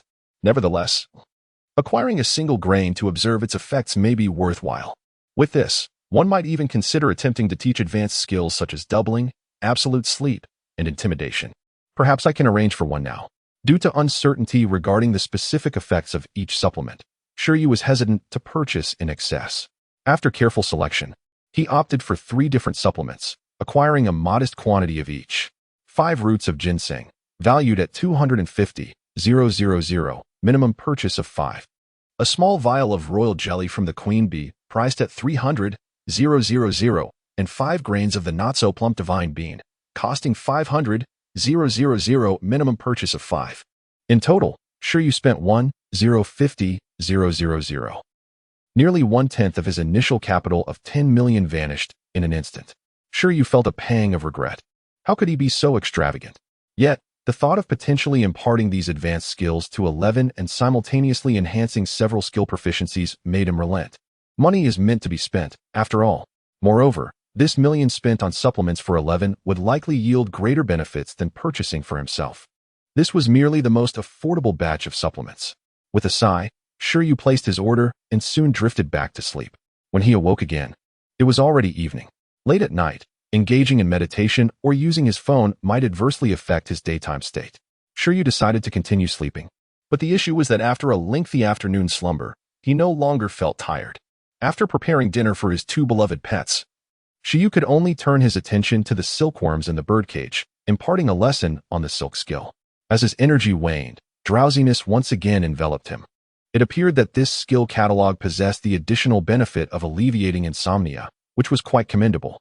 The following day dawned bright and cheerful. Shi Yu rose with a sense of clarity and vitality. Initially, he had intended to visit the Zhu martial arts school, but a message on his phone altered his plans. The supplements he had ordered the previous day were already en route and had arrived in Icefield City, set to reach him today. How remarkably efficient. With that in mind, he decided to remain at home for the day. In the morning, while 11 pondered over the thunder palm technique in the courtyard, the silkworm continued its slumber, and Shi Yu engaged in meditation. Just as he was about to prepare lunch around noon, a knock resonated through the front door. "Your delivery has arrived." He opened the door to find a young courier clad in a blue delivery uniform, accompanied by a towering, 2-meter-tall warbird. The magnificent creature boasted robust muscles, splendid golden-brown feathers, and piercing eyes.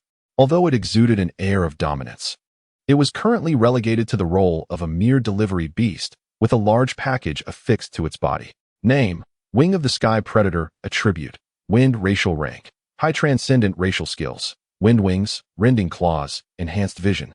Windblade. The young man retrieved the box containing the supplements from the warbird's delivery package and handed it to Shi Yu.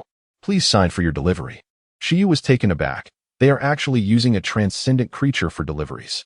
The wings of the void are regarded as the most esteemed and formidable avian companions among the transcendent beings. "Are you a professional beast tamer?" Shi Yu inquired casually while signing. "Indeed, I just started this year. Please do guide me if I falter in any aspect," the young man replied. After receiving the goods, Shi Yu felt a wave of discontent.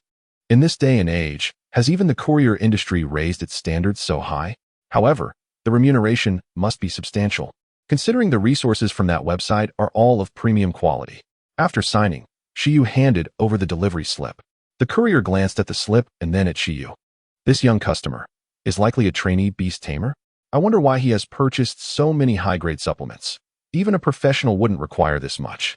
He dismissed the thought, reasoning that it was improbable for someone of this level to be insincere. "Wishing you a pleasant life," he said. "Thank you," Shi Yu responded. And after exchanging pleasantries, the transaction was completed. In the courtyard, Shi Yu began to carefully unpack the supplements. handling them with utmost caution to avoid any damage. He first retrieved a bottle containing 5 small green beans. After glancing at the accompanying instructions, he called for 11. 11, come here. Ing? 11, who had been playing with electricity in the yard, scampered over joyfully. With the acquisition of these superior supplements, Shi Yu felt a surge of excitement. Skill, amplification, skill level, advanced description. A unique ability that allows one to shrink or enlarge their body. In a shrunken state, strength diminishes while energy recovery accelerates. In an enlarged state, energy consumption increases while strength amplifies. Status, available for teaching Shi Yu plans to first instruct 11 in the amplification skill. The reason for choosing this over a deterrent skill that could endow 11 with royal qualities, or the absolute sleep technique that could enhance their training efficiency, is quite simple. Amplification is far more intriguing.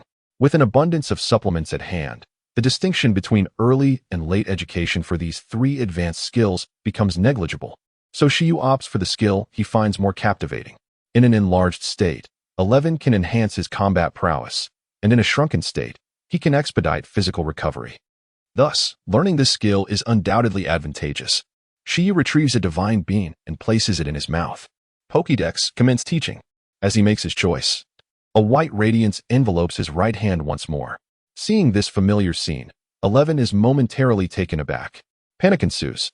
The Beastmaster. Is he about to bestow upon him another effortless boon? Just as he has independently mastered the Thunder Palm, the Beastmaster intends to intrude upon his psyche with an external aid. This is truly. Resigned to his fate, 11 leans forward. Since resistance is futile, he will choose to relish the experience. Thus, the white light, representing the essence of the amplification skill, flows into 11's being, while Shi Yu's legs begin to weaken. Cooldown time, 168 hours. Unranked insect threads take about 8 hours. Low-tier skills approximately 24 hours. Mid-tier skills around 48 hours. Shi Yu originally believed that the advanced skill would require 72 hours. However, the reality was a staggering increase, more than double that time. In an extreme state of weakness, Shi Yu felt as though he was on the brink of collapse, prompting him to hastily swallow a divine bean. In the next moment, a surge of energy began to flow within him. As described in the introduction, this tiny bean erupted with immense nourishment, rapidly revitalizing Shi Yu's body. 1 second, 2 seconds, 3 seconds. A powerful force surged through him. Cooldown time, 48 hours. Although it did not completely restore Shi Yu, it significantly reduced his exhaustion to a manageable level. In an instant, Shi Yu felt as if he had not just learned an advanced skill, but rather a mid-tier one. Drawing from his extensive experience of teaching mid-tier skills amidst weakness, he realized that the advanced skill represented his current teaching limits. Until his physical constitution underwent a significant enhancement, even with superior supplements, he must refrain from attempting transcendent skills. It was utterly perilous. Shi Yu exhaled deeply, disregarding the dirt beneath him, and sat down abruptly, gazing at 11 before him. At that moment, 11 was gently closing its eyes, assimilating the experience of the amplified advanced skill. Have you mastered it? Shi Yu inquired. 11 nodded vigorously. Then let us see you enlarge. As soon as Shi Yu finished speaking, the round and plump 11 nodded earnestly, its expression serious as it activated the amplification skill. In the next instant, a humming sound resonated. Waves seemed to ripple around 11, and with these ripples, its body began to tremble slightly. Soon, as the transparent waves intensified, its form began to expand in concentric circles. Humming. It was not an abrupt enlargement, but rather a gradual amplification of proportions. The limbs, torso, head, and fur were all undergoing transformation at this very moment. How?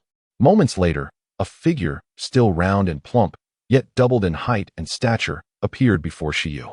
At that moment, the figure slowly waved its awkward arms, acutely aware of the rapid depletion of energy within, yet simultaneously, it felt an undeniable surge in strength, reminiscent of the stark contrast between a juvenile panda and its adult counterpart.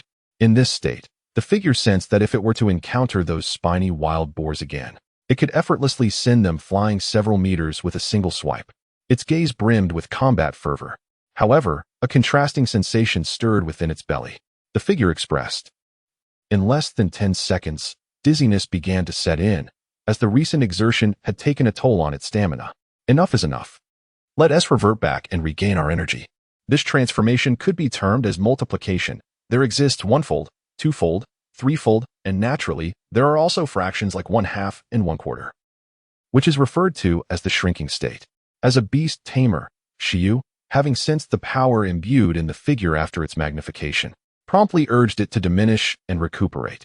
In the next instant, the figure began to deflate as if losing air, first rapidly shrinking in a series of spirals to its normal size, approximately 1 meter in height. Then, it continued to diminish, swiftly transforming into a half-meter tall, round and squat figure, a true embodiment of rotundity. In this state, it closely resembles the appearance of 11 in childhood, exuding an aura of innocence with its large, expressive eyes. With a soft sound, 11 gently rubbed its belly, emitting a plaintive whimper. Despite its diminutive size, it still felt hunger. It seemed that the entry-level doubling had reached its limit, increasing its size by a factor of 2, yet shrinking to half its original size. There remained a notable distance from the colossal iron-eating beast envisioned by Shi Yu in the miniature version, no larger than a keychain, capable of perching upon a shoulder. Nevertheless, it was a commendable achievement, considering that this was merely the beginning of its learning journey. "Well then, let us dine," Shi Yu declared. His spirits lifted at the sight of the tiny, iron-eating beast. "From now on, let us have meals like this. It should significantly reduce our food expenses," he jested. Finally, 11 had mastered its first advanced skill, much to Shi Yu's delight, although the legendary abilities rumored to possess the power to move mountains and seas, as well as the mythological skills said to alter the very fabric of reality, remained a distant aspiration. This was indeed a considerable advancement. However, upon noticing the cool-down period of 48 hours, Shi Yu fell into deep contemplation. Rather than immediately preparing lunch for 11, he picked up the vial containing the divine beans. One divine bean could negate a 120-hour period of weakness. If he consumed another, would it not restore full vitality, perhaps even enhance its state beyond the initial condition? The instructions indicated that divine beans could be consumed in abundance during a state of weakness until a perfect condition was achieved. He purchased the lowest grade divine bean, so there was no need to worry about an immediate overdose. Consuming 2 or 3 at once should pose no issue. How delightful! This pleasure is unattainable with synthetic drug capsules. However, just as he was about to consume a second divine bean, Shi Yu hesitated. The effects of the divine bean evidently extended well beyond the 48-hour period of weakness, making it imprudent to ingest it directly. The instruction manual did not clarify whether it could be halved, and if he continued consuming them as is, he would be wastefully discarding several tens of thousands of dollars. Each divine bean costs a staggering 100,000 yuan, while a ginseng baby whisker is valued at 50,000 yuan. Therefore, perhaps it would be wiser to consider an alternative supplement. No, even the ginseng baby whisker is not entirely reliable. Shi Yu then retrieved the royal jelly from the queen bee, which was also contained in a small vial. Although it bears the title of queen, the queen bee is not a monarch in the truest sense. Rather, it is a leader-type organism. This creature thrives by absorbing the nectar from various extraordinary flowers. The so-called royal jelly is known by many names, such as bee pollen and bee royal jelly, and even in a previous life, it was regarded as a supplement. In this world, its nourishing effects are even more pronounced. Shi Yu fetched his goji berry water cup, emptied its contents, and prepared to steep the new supplement. Although this small vial of royal jelly is valued at 300,000 yuan, it can be used multiple times. Simply mixing it with warm water makes it suitable for consumption. Thus, theoretically, beginning with this supplement allows for optimal dosage control, aiming for zero waste. In a large water cup, Shi Yu mixed in 1/3 of the royal jelly. After thoroughly combining it, he took a small sip and patiently awaited the results. The effectiveness of this potion is considerably slower than that of the divine bean, as Shi Yu waited several minutes before his body exhibited even the slightest response. Cooldown time, 46 hours. After taking a small sip, the duration of his weakness was reduced by 2 hours. Shi Yu was immediately filled with excitement. How delightful it is to possess wealth. It must be said that you get what you pay for. The Mingshan capsules available at the local pharmacy simply do not produce such remarkable effects. The Mingshan capsules merely rely on the potency of the medication to forcibly restore his vigor, and their cool-down periods could never exhibit such dramatic fluctuations, serving only to assist in recovery. There is nothing comparable to the exhilarating jumps in cool-down time he is witnessing now. As if it has bestowed upon Shi Yu a glimpse of rebirth, he decided that he would no longer patronize that pharmacy, no longer enduring the peculiar gazes of the staff. With a gulp, Shi Yu took another swig, carrying his water cup with him. He planned to completely reset the cooldown time today, and then teach a skill again that evening. The thrill of spending money was exhilarating, significantly enhancing his teaching efficiency. It seems that with this initial capital of 10 million, neither Shi nor Qingmian could expect to enjoy too much. It would be wiser to save it for more cost-effective supplements. It is likely that only a beast master of his caliber could elicit such results from these supplements. That evening, Shi Yu had consumed nearly half a cup of the elixir of joy. His teaching cooldown time finally reset to 0. While Shi Yu was indeed happy, he was not overwhelmingly so, as this cup of joy had cost him a third of his bee milk, worth approximately 50,000 yuan. Yet, it only restored 48 hours of weakness. Whereas the divine bean, valued at 100,000 yuan, had restored a full 120 hours. Which option offers superior value for money is immediately discernible. However, such calculations may not be entirely accurate, as the divine bean primarily serves to restore vitality and energy, while royal jelly, aside from providing similar benefits, also aids in disease prevention.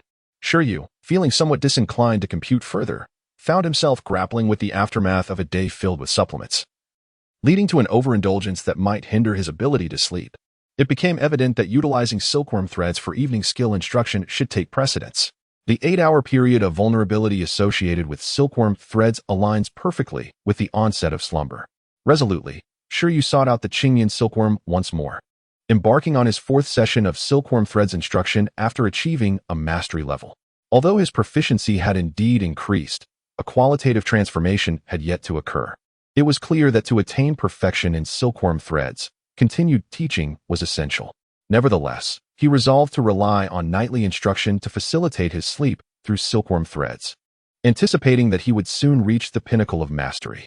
This approach not only enhances his proficiency in silkworm threads, but also prevents insomnia and promotes restful slumber, thereby safeguarding both mental and physical well-being, a veritable windfall. On August 2nd, in the early morning, Shi Yu retrieved another divine bean along with the remaining half-bottle of joyful water, intending to impart an advanced skill to 11.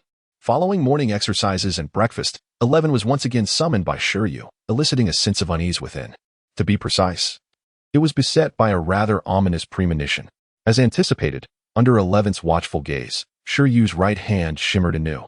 Oh dear, what could this be? The little iron eater shielded its eyes. This time, it was a skill designed to enhance training efficiency. Skill: absolute sleep, skill level. Advanced description: a psychic skill that allows the user to enter a state of profound slumber, facilitating rapid recovery across various attributes.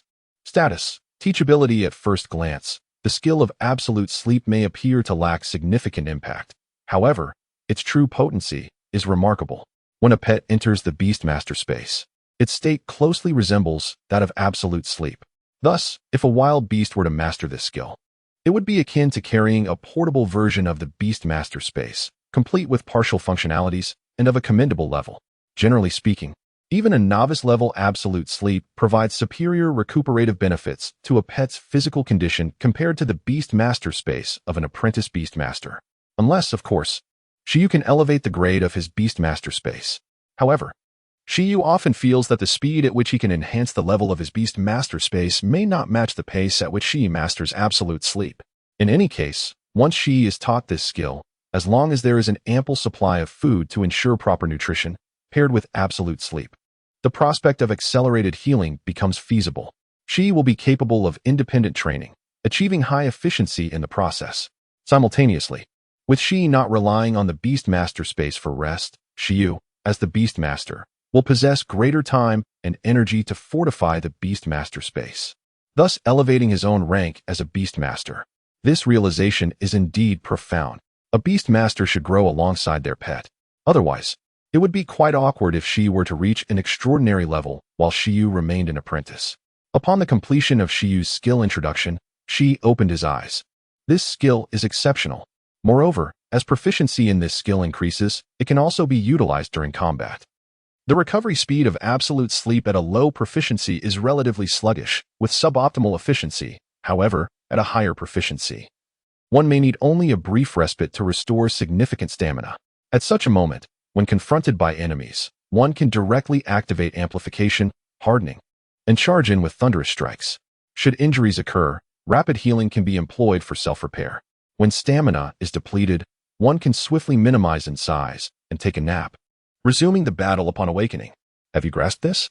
11 nodded fervently, understanding it instantly. This strategy is indeed remarkable. That day, Shi Yu indulged in divine beans and delightful beverages while observing 11's self-directed training, recuperating in the process. He concluded a profound life insight, the unending joy of continuous investment. With newfound wealth, both Shi Yu and his two companion beasts were evidently thriving. Within 2 days, he had imparted 2 advanced skills, and every night, he could also acquire a dose of silk, a prospect previously unimaginable for Shi Yu. By August 3rd, Shi Yu intended to replicate the previous day's approach by continuing to teach intimidation. However, despite the availability of supplements, enduring 2 consecutive days of such taxing exertion began to take its toll on him, psychologically speaking.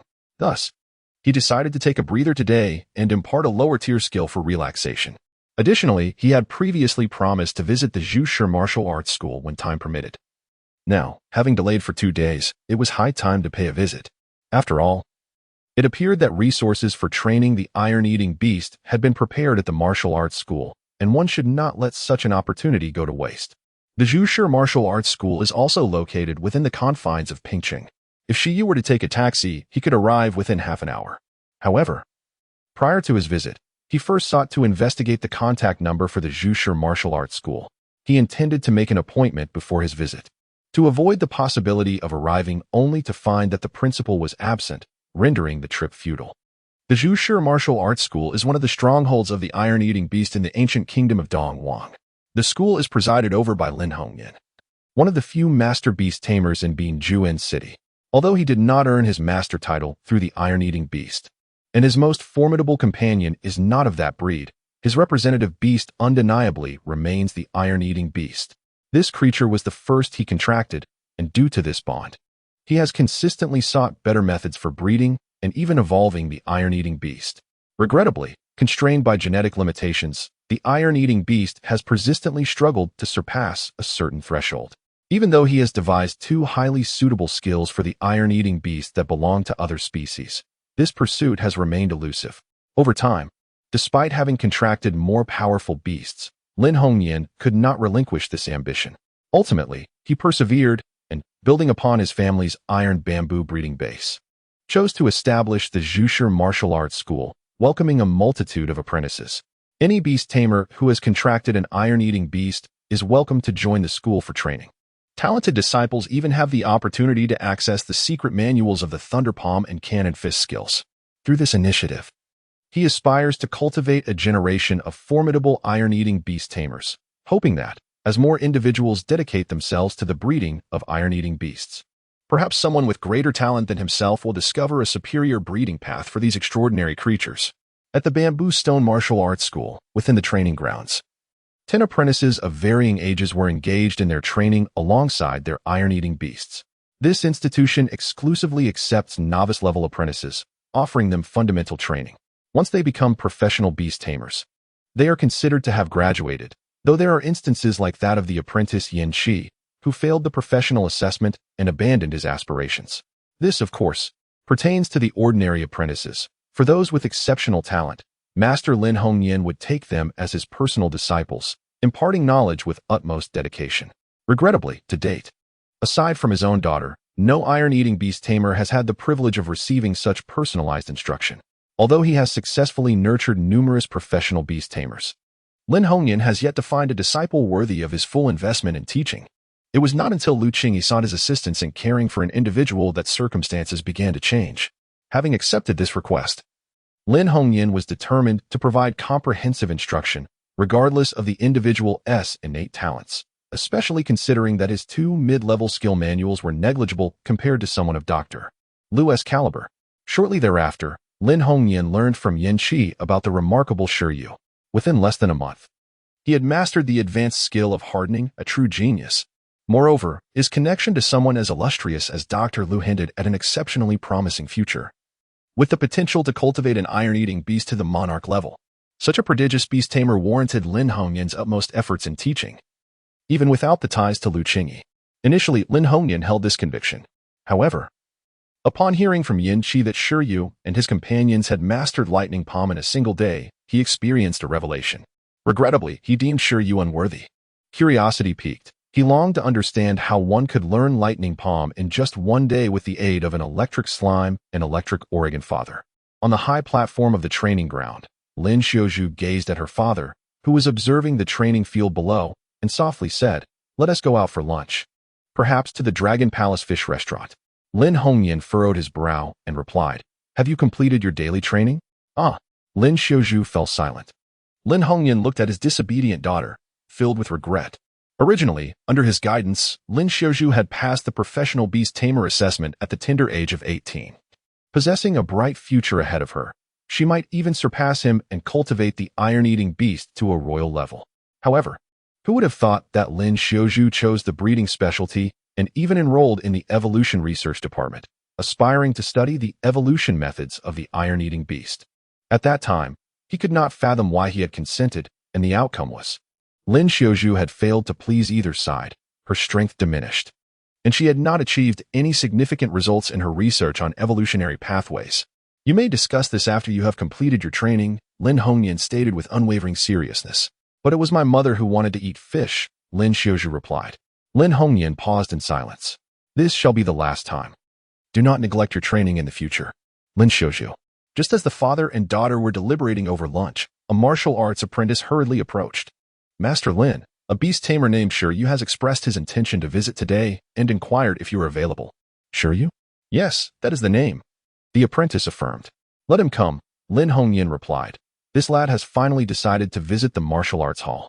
At that moment, Lin Xiaozhu faintly sensed that the name sounded somewhat familiar. "Do you know this Shi Yu?" Lin Hongyan inquired of his daughter first. "I remember you mentioned that a remarkably disciplined iron-eating beast was taken by someone named Shi Yu," he recalled. This was the first time Lin Hongyan had heard the name Shi Yu. Not from Lu Qingyi, but from Lin Xiaozhu. However, since Shi Yu was merely an apprentice beast master, he had not made a concerted effort to remember it. Only after Lu Qingyi mentioned it, and upon further investigation did he realize it was indeed the same individual. Lin Xiaozhu said, "Is it really him? Father, do you remember? What is going on? Is he intending to join the martial arts school?" Lin Hongyan shook his head and replied, "No. I was merely commissioned by someone to guide his growth." He continued, "By the way, do you know how that iron-eating beast has been developing since he left?" Lin Xiaozhu also shook her head and said, "I'm not sure, but I did inform them that they could consult the iron bamboo breeding base if any issues arose. Since he hasn't returned, everything should be fine, right? How could it be fine? It's far from normal." Lin Hongyan said after a moment of silence. That Shi Yu and the iron-eating beast participated in the Tianmong Mountain training assessment organized by the Beastmaster Association a few days ago and secured first place. Lin Xiaozhu was momentarily stunned, unable to react. Then, her beautiful eyes widened in disbelief as she exclaimed, "Impossible. That iron-eating beast only awakened to level 3 a month ago. At that level, it could hardly defeat even a wild boar." Even though she held great expectations for the little iron eater, believing that the disciplined creature would undoubtedly achieve remarkable feats, she clearly harbored doubts about her father's words. Such a pace of growth is simply unfathomable. I find it hard to believe as well. However, he will soon arrive for a visit, and then the truth will be unveiled. Lin Hongyan cast his gaze upon the group of inept apprentices in the training ground. If only they possessed even half the excellence rumored about Shi Yu. Level 6 growth. Mastery of hardening. Learning the thunder palm. It is utterly astonishing. But what about the fish? Lin Xiaozhu posed another crucial question. Setting aside the absurdities, dining was of utmost importance. "I shall not go," Lin Hongyan replied. "Let us wait for Shi Yu." Although he had yet to meet him, he found this prodigious beast master more agreeable than his own daughter. It was akin to how some parents incessantly boast about the accomplishments of others' children. He was eager to see just who this Shi Yu and his iron eater truly were. "Yet I have already informed my mother that you would accompany me." Lin Hongyan turned away nonchalantly. "To where?" Lin Xiaozhu inquired. "Tell Shi Yu to visit in the afternoon. I suddenly feel a bit peckish." "In the afternoon?" On Shi Yu's side. Upon hearing from the apprentices that the esteemed Lin Hongyan would be at the martial arts school in the afternoon and that he would be welcomed upon his arrival, he stretched in anticipation. "Very well, I shall find a nice place to dine en route before heading there." Upon reaching the vicinity of the martial arts school, he casually selected a seemingly upscale restaurant and ordered a variety of dishes, including the wild boar meat he had missed last time. After satisfying his hunger and thirst, Shi Yu glanced at the time and, noting it was getting late, made his way directly to the Zhushi martial arts hall. Upon arriving outside, he knocked on the large door, inquiring if anyone was present. Moments later, the door creaked open, revealing an individual clad in a familiar outfit. As Shi Yu looked him up and down, he instinctively remarked, "Panda school, no. It's the caretaker Lin Xiuzhu?" Indeed, it was Lin Xiuzhu, dressed in matching shorts and t-shirt adorned with panda motifs. "Hello. It's nice to see you again," Lin Xiuzhu greeted him with a warm smile. Yes, Shi Yu nodded, having sensed something unusual about Lin Xiuzhu when he purchased the iron-eating beast, only later to discover that she was the daughter of Lin Hongyan. In summary, yet another second-generation heiress of privilege. Sighing, he recalled just receiving 10 million from Lu Qingyi, and now he was about to acquire nurturing resources from her. It seemed that Shi Yu had a penchant for living off the affluence of others. Speaking of which, he realized that he had yet to repay his own loan, initially intending to repay it monthly. Now he pondered, did he still need to repay it? "Follow me." "My father is inside," Lin Xiuzhu said, leading the way. Moments later, Shi Yu was invited into the guest room of the martial arts hall. At that point, he finally came face to face with Lin Hongyan, the master of the hall, who had been referred to by Chen Kai, Shuang Yu, and others as possibly the foremost beast master in Pingxing district. "Please, have a seat," Lin Hongyan, donned in a gray martial arts uniform, gestured for Shi Yu to take a seat. Sensing the imposing aura of Master Lin Hongyan, Shi Yu reflected inwardly, recognizing him as a true expert. However, it remained uncertain whether the other beasts under his command possessed any rare abilities.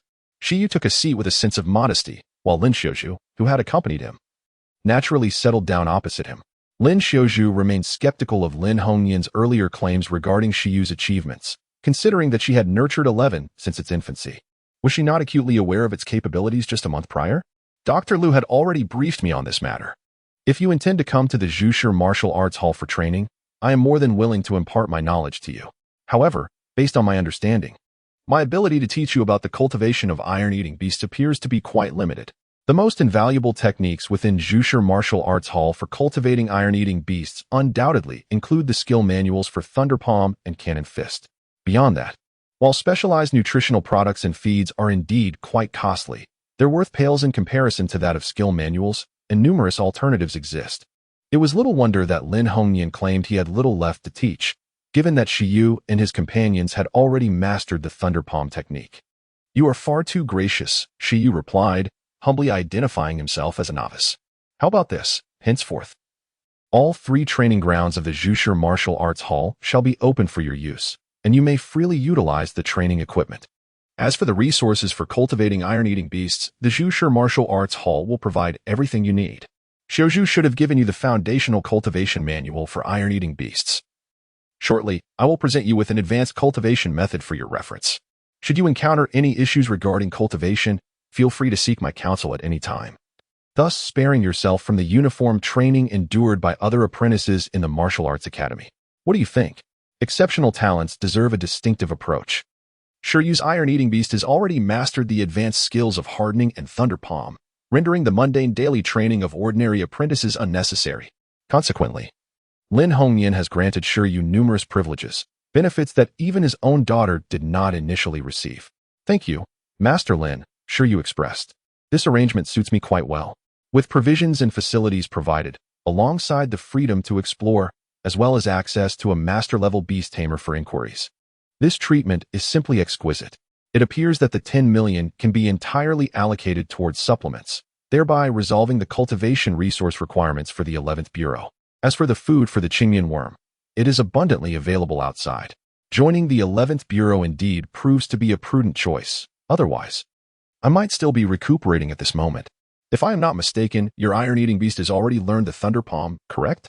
Furthermore, the proficiency in the hardening skill has reached an advanced level." Shi Yu nodded affirmatively. Lin Xiuzhu raised an eyebrow. "You two are becoming increasingly absurd. Let us prioritize the training of the Thunder Palm skill, as its learning curve is less steep than that of the Cannon Fist. One should not attempt to overreach. If you aspire to master the Cannon Fist, my advice is to first attain proficiency in the Thunder Palm." Shi Yu nodded, recognizing the wisdom in not overextending himself, as he could barely keep up with the skills of the iron-eating beast. As for the Cannon Fist, let us disregard it. A standard steel eater may lack this skill, Yet his Steel Eater is entirely sufficient without it. A similar skill, Thunder Palm, suffices, rendering the addition of a fire-type cannon fist unnecessary for expanding the offensive repertoire. Even if such a demand were to arise, it would undoubtedly be addressed with the inclusion of more advanced skills in the future. Records regarding Thunder Palm are scarce in the outside world. Hence, I shall take you to the training ground, where I will elucidate the intricacies of the Thunder Palm skill. Before that, I shall also introduce you to the other apprentices, as you will inevitably interact with them upon your visits to the martial arts school. As for the various training facilities within the school, I shall leave it to Shi Yu to familiarize you with them later. Lin Xiuzhu harbored numerous questions, though she dared not interject while her father spoke. The hierarchy within their family was clear: mother above father, and father above her, a reflection of reality. Speaking of which, Master Lin Hongyan turned his gaze toward Shi Yu. Although I have heard about your circumstances from Yin Qi, I still find myself lacking a comprehensive understanding of your situation. Would you mind engaging in a practical demonstration with our apprentices, allowing me to gain insight into your specific capabilities? Let the battle commence.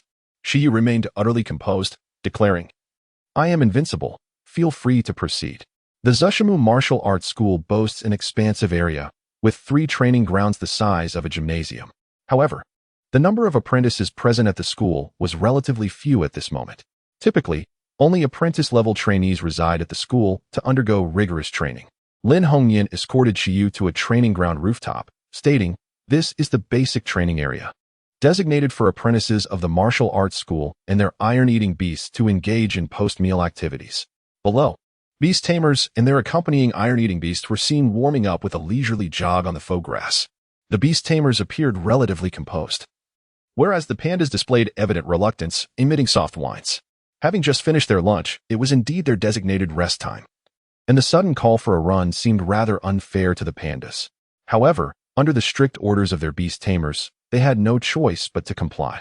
Lin Hongyan remarked that the inherently lazy disposition of the iron-eating beasts required gradual alteration during daily training. Otherwise, they would face significant challenges when the time for actual combat arrived. Lin Xiuzhu interjected, But 11 must be quite disciplined, right? Shi Yu nodded in affirmation. Indeed, generally speaking, it refuses to eat unless it has completed a certain amount of training. Otherwise, it feels uneasy while eating. Lin Hongyan raised an eyebrow, glancing at Lin Xiuzhu. Is there truly such a disciplined iron-eating beast? Lin Xiuzhu, equally surprised, turned her head. That sounds even more preposterous than during its time at the breeding facility. What on earth did Shi Yu do to 11? Her gaze shifted to Shi Yu. Coughing lightly, Shi Yu feigned innocence. Perhaps he had inadvertently stimulated 11 by granting it excessive privileges. Once the warm-up concluded, they would commence foundational hardening training here, pairing off to practice with one another. Lin Hongyan refocused on the scene below, noting that it was hardening versus hardening, saving a significant amount on steel plates, unlike 11, which could only rely on gravity and steel plates to enhance its hardening strength. The levels of their iron-eating beast ranged from 8 to 10, and he would simply select the most formidable among them for demonstration. Lin Hongyan continued, Shall we casually select the strongest among them? At that moment, the 10 apprentices in the training arena below had just completed their warm-up and were about to engage in fundamental hardening exercises in pairs. Under the guidance of a tall youth with a crew cut, they quickly organized themselves into groups. Jiang Rui, at that moment, the master Lin Hongyan called out. The tall youth, Jiang Rui, who had just finished organizing the other apprentices, lifted his head in response. Let us descend, Lin Hongyan instructed. A short while later, they arrived at the training ground below. Master Lin, what brings you here? Jiang Rui and the other apprentices inquired, their gazes shifting to Lin Hongyan, only to quickly divert their attention to Sister Panda. Hooray! Sister Panda is here at the dojo again today. The training suddenly feels invigorated.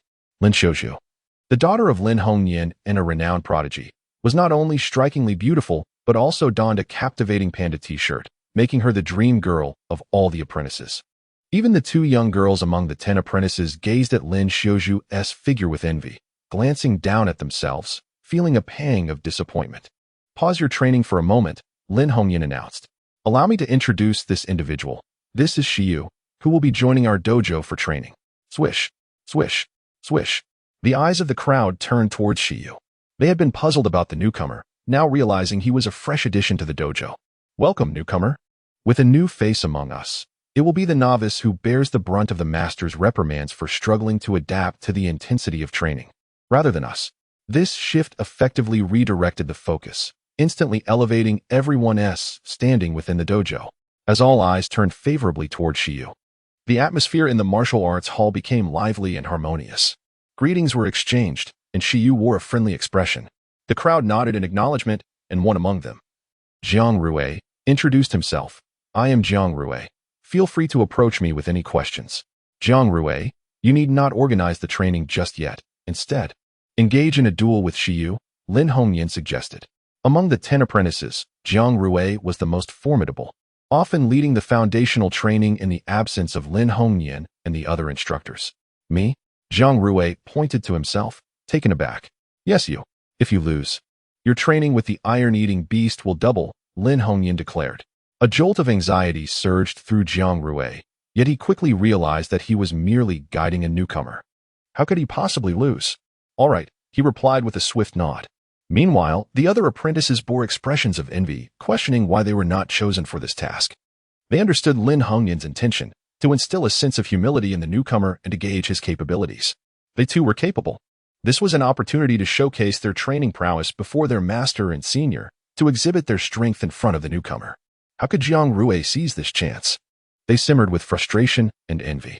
Due to the impending duel between Shi Yu and Jiang Rui, training came to a temporary halt, which the apprentices and iron-eating beasts secretly rejoiced over.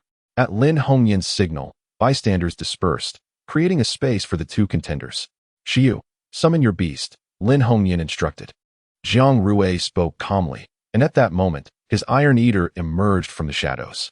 Having just completed its warm-up, the creature had been lingering nearby. It was a rotund beast, measuring approximately 1 meter and 45 centimeters in length, and its growth level was undoubtedly superior to that of 11. Shi Yu nodded in acknowledgement and initiated communication with the Beastmaster space. In an instant, ripples appeared in the surrounding atmosphere, causing a gentle breeze to stir and making the artificial grass beneath sway. Before Shi Yu, luminous points materialized, outlining a transparent summoning array that revealed its full form. Emerging from the water-like ripples was 11, somewhat dazed as it stepped into the open and gazed up at the towering figure before it. Standing at a modest height of 1 meter without any enhancements, 11 appeared rather juvenile in comparison to Jiang Rui's Iron Eater. As 11 made its entrance, the apprentices at the Martial Arts Academy, all of whom had raised Iron Eaters, quickly assessed its growth level.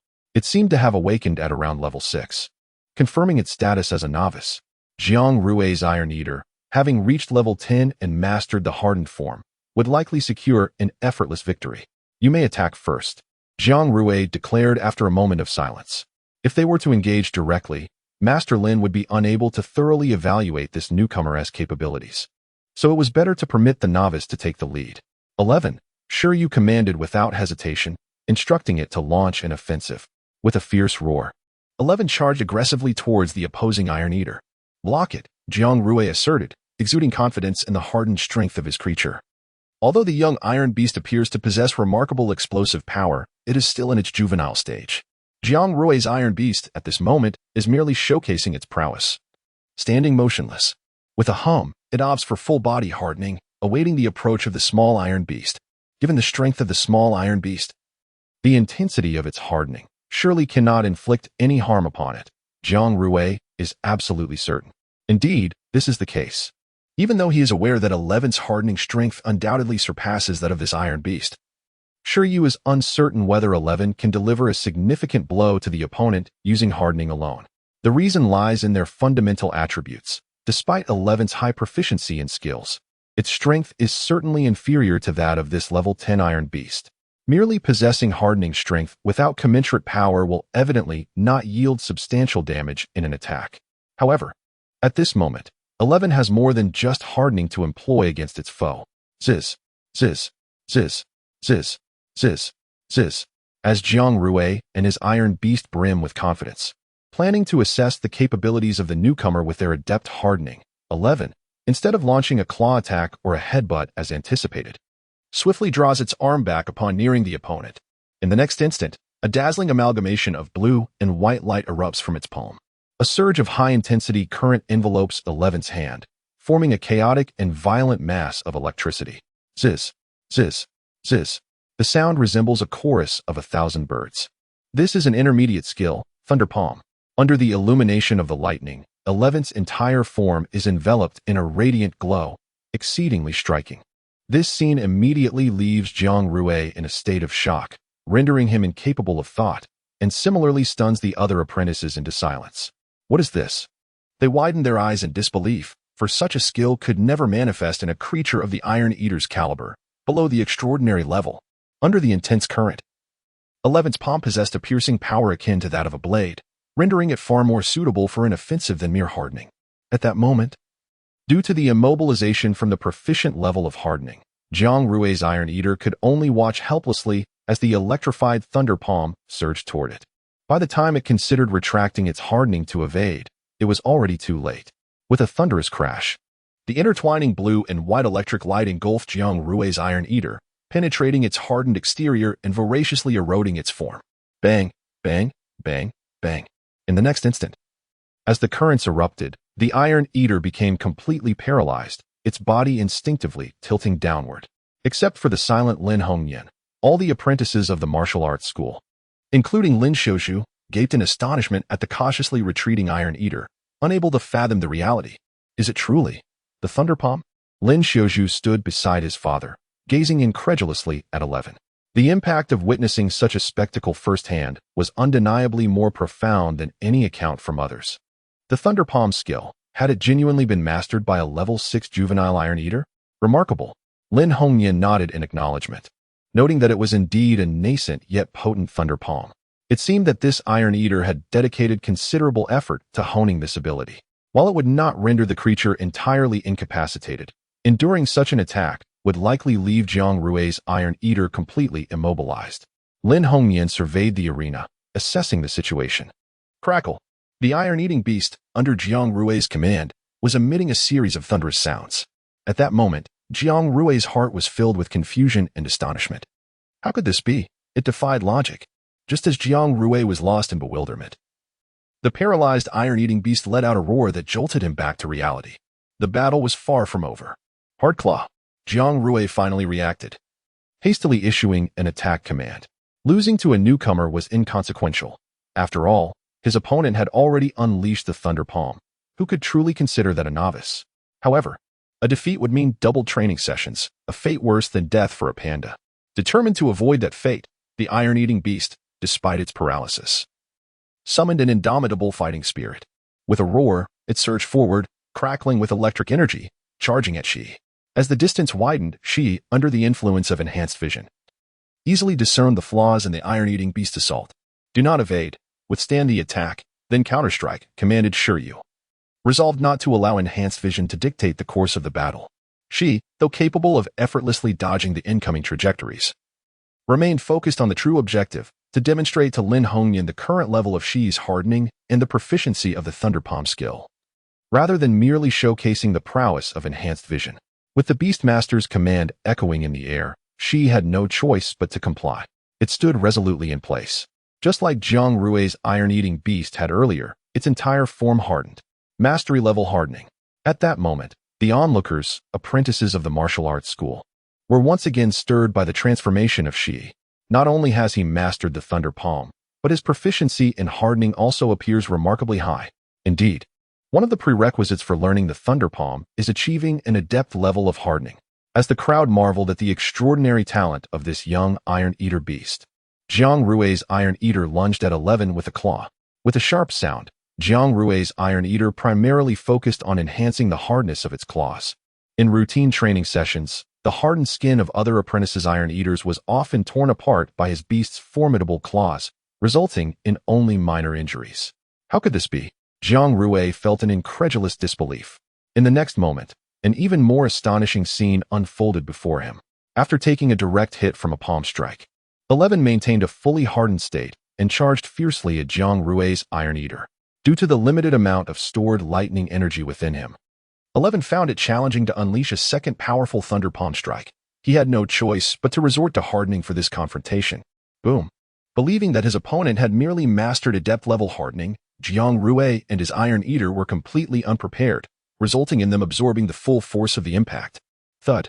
Jiang Rue's Iron Eater was sent flying, The combined force of the maximum thunder palm and the full damage from the hardened collision rendered his beast unconscious in battle. Apologies, Shi Yu said awkwardly. At that moment, Jiang Rui and the other martial arts apprentices felt their perspectives shatter. Mastery in hardening. This was an awakened level 6 juvenile Iron Eater? Even those nurtured by senior apprentices who had passed professional assessments could hardly compare. Roar. Simultaneously. Upon witnessing the fall of his opponent, 11 let out a triumphant roar. However, a sense of dissatisfaction lingered. The apprentices of the Zhu martial arts school seemed to possess limited strength. Currently, among the awakened beasts, it is likely that only those of a lineage rank above the commanding level pose a genuine threat to Shi. I, Jiang Rui, expressed my bewilderment at my unexplained defeat. This newcomer? His expression was vacant as he gazed at Shi and Shi Yu, then turned to Master Lin Hongyan and Lin Xiuzhu, filled with suspicion that this might be Master Lin's illegitimate child. Otherwise, how could one be so formidable? The other apprentices also wore expressions of confusion. But having fought to this extent, Lin Hongyan felt it was sufficient. Jiang Rui, take the iron-eating beast for treatment. The rest of you continue training. Shi Yu, come with me. All right. Lin Hongyan turned and left, compelling Shi Yu to call Shi Yu to follow. Meanwhile, Lin Xiuzhu remained lost in contemplation. Is this truly the Shi she knows? Senior Sister Lin. Who is that person? Other apprentices began to gather around Lin Xiuzhu. After speaking, she hurried to follow her father and Shi Yu, leaving behind a group of bewildered apprentices. This was no mere underperforming newcomer. It was evidently a monstrous prodigy that incited awe. Within the expansive training hall of the Zhu martial arts school, Shi Yu was led here by Lin Hongyan. Trailing beside Shi Yu, Shi observed the peculiar uncle leading the way. Feeling an odd sense of familiarity, Lin Xiuzhu called out after joining them. Upon turning to see Lin Xiuzhu, Shi couldn't suppress a wave of delight. It's the big sister. In Shi's eyes, Lin Xiuzhu, often clad in a panda costume, was akin to kin. 11, it has been a long time. Lin Xiuzhu gently patted 11's head and embraced it, scrutinizing the creature. 11 remains as it has always been, but what exactly transpired? How did it become so formidable? You, my dear iron-eating beast, have been cultivated exceptionally well. You are the finest specimen of your kind I have ever encountered. Lin Hongyan, standing ahead, generously offered his praise. Ow! 11, freed from its previous confinement, clenched its fists in acknowledgement. Of course, it now recalled who this uncle was. It seemed to have encountered him at the breeding facility, though the specifics eluded its memory. Thank you, it responded. Shi Yu, in the face of such accolades, offered a slight bow, acknowledging that this was indeed a result of his meticulous nurturing. In any case, your future is boundless, Lin Hongyan sighed. Regrettably, I have little more to teach you. What I intend to demonstrate next pertains to the training direction following the techniques of hardening and thunder palm, which may serve as a valuable reference for you. Upon concluding his words, a blue summoning circle materialized beside him, from which emerged a 2-meter-tall adult iron-eating beast. This creature bore a fierce expression, its muscles well-defined and robust, entirely devoid of the typical lethargy associated with its kind, appearing anything but endearing. Clearly, under the guidance of Lin Hongyan, this pet had transcended certain tendencies, evolving into a distinguished combat companion. The various proficiency markers for hardening should be thoroughly documented in the foundational training manual. As for Thunderpalm, Lin Hongyan glanced at his own iron-eating beast and nodded in affirmation. In the next moment, under the gaze of Shi Yu and 11, the paw of the iron-eating beast became enveloped in a dazzling interplay of blue and white high-voltage electricity. Crackle, crackle, as lightning danced around its robust form. The iron-eating beast radiated an astonishing brilliance. The proficiency of your iron-eating beast Thunderpalm currently resides at the novice level. When it strikes, the chaotic surge of electricity can induce a state of intense paralysis in its adversary. However, its penetrative power remains insufficient. Otherwise, it could have shattered the hardened layer and swiftly vanquished the opponent. The hallmark of a proficient Thunderpalm is manifested in its piercing and penetrating efficacy. Crackle, crackle. As Lin Hongyan concluded his words, the tumultuous blue and white lightning on his iron-eating beast's paw began to swirl and concentrate, seemingly elevating its intensity. The creature casually swung its arm, and as the electric arcs traversed, the lightning appeared to coalesce into a lethal blade, visibly enhancing its penetrating force, causing the air to begin to hiss. At this level of proficiency, even the most resilient steel could be pierced and shattered by the electric force. As for the expert-level Thunder Palm, if I am not mistaken, your iron-eating beast seemed to exhibit a slight fatigue after executing that Thunder Palm strike. Shi Yu nodded in acknowledgement. The hallmark of an expert-level Thunder Palm lies in its ability to render the Thunder Palm a constant state. Upon finishing his statement, Lin Hongyan's iron-eating beast moved once more. This time, both of its paws were enveloped in lightning, maintaining this state persistently. It not only allowed the electricity to cloak its paws like an armored gauntlet, but also enabled the simultaneous use of the Thunder Palm with both hands, which is the distinguishing feature of the expert-level Thunder Palm. Then, after he spoke, he turned his gaze toward his iron-eating beast. It was in the perfected state of the Thunder Palm. Roar. The robust iron-eating beast let out a mighty roar, as arcs of lightning began to envelop its body, penetrating deep within. Crackle. With the discharge of electricity, it seemed as if bolts of lightning flickered from its mouth and eyes. This all transpired in the blink of an eye, leaving behind a charred ground. Achieving a level of perfect proficiency, the intense electric currents of the Thunder Palm stimulated its entire being, resulting in a tremendous burst of power, attaining a velocity unseen by the naked eye. Once the Thunder Palm reached perfection, the synergy between the lightning's penetrative strength and its own speed could cleave through even true lightning. The sense of familiarity was striking, Shi Yu mused. After Lin Hongyan finished speaking, Shi Yu remained composed, while 11 beside him looked on with fervent anticipation. This looks so impressive. Shi Yu, increase your efforts. Strive for improvement. Yet, this was merely a prelude. Lin Hongyan continued. What you should aspire to is this. The transcendent Thunder Palm? What would its effects be? Clearly, he was thinking too far ahead. Even Lin Hongyan, a master beast tamer, had not trained his iron-eating beast Thunder Palm to that level. At this moment, Lin Hongyan's iron-eating beast dissipated the electricity and entered a state of hardening. Subsequently, it raised its head and clenched its fists. Boom. Underneath its metallic exterior, a more intense current surged forth from its body, a dazzling interplay of black and white, as the blue arcs of electricity flickered, giving the iron-eating beast the appearance of donning a suit of lightning armor. Boom. Boom. In this state, the Iron Eater exudes a formidable sense of power, with its attack, defense, and speed reaching their zenith. The explosive sound of the thunderous armor seems capable of shattering the resolve of its foes. Is this a combination technique of hardening and Thunder Palm? Taming slightly parted his lips. Indeed, but it surpasses the ordinary combination techniques. Beside him, Lin Xiaozhu was equally astonished that his father had demonstrated such prowess. The successful amalgamation of two ordinary skills is termed a combination technique. However, the mastery of hardening and Thunder Palm by his father's Iron Eater has reached a level of perfection and beyond. In the realm of masters, beast tamers refer to a flawless combination technique composed of two skills at perfect mastery or higher as essence. At present, this is one of the essences mastered by his father's Iron Eater, known as Thunder Armor, which enables it to briefly contend against monarch-level beings. Combination techniques are inherently challenging. It is not merely a matter of an Iron Eater simultaneously mastering hardening and Thunder Palm to merge the two skills. Even simply layering hardening and Thunder Palm upon its palms is no trivial feat. Firstly, one must consider whether the beast possesses the capability to use both skills concurrently. And secondly, whether the energies of the two skills will conflict. Resolving these discrepancies undoubtedly requires enhancing the proficiency of the skills.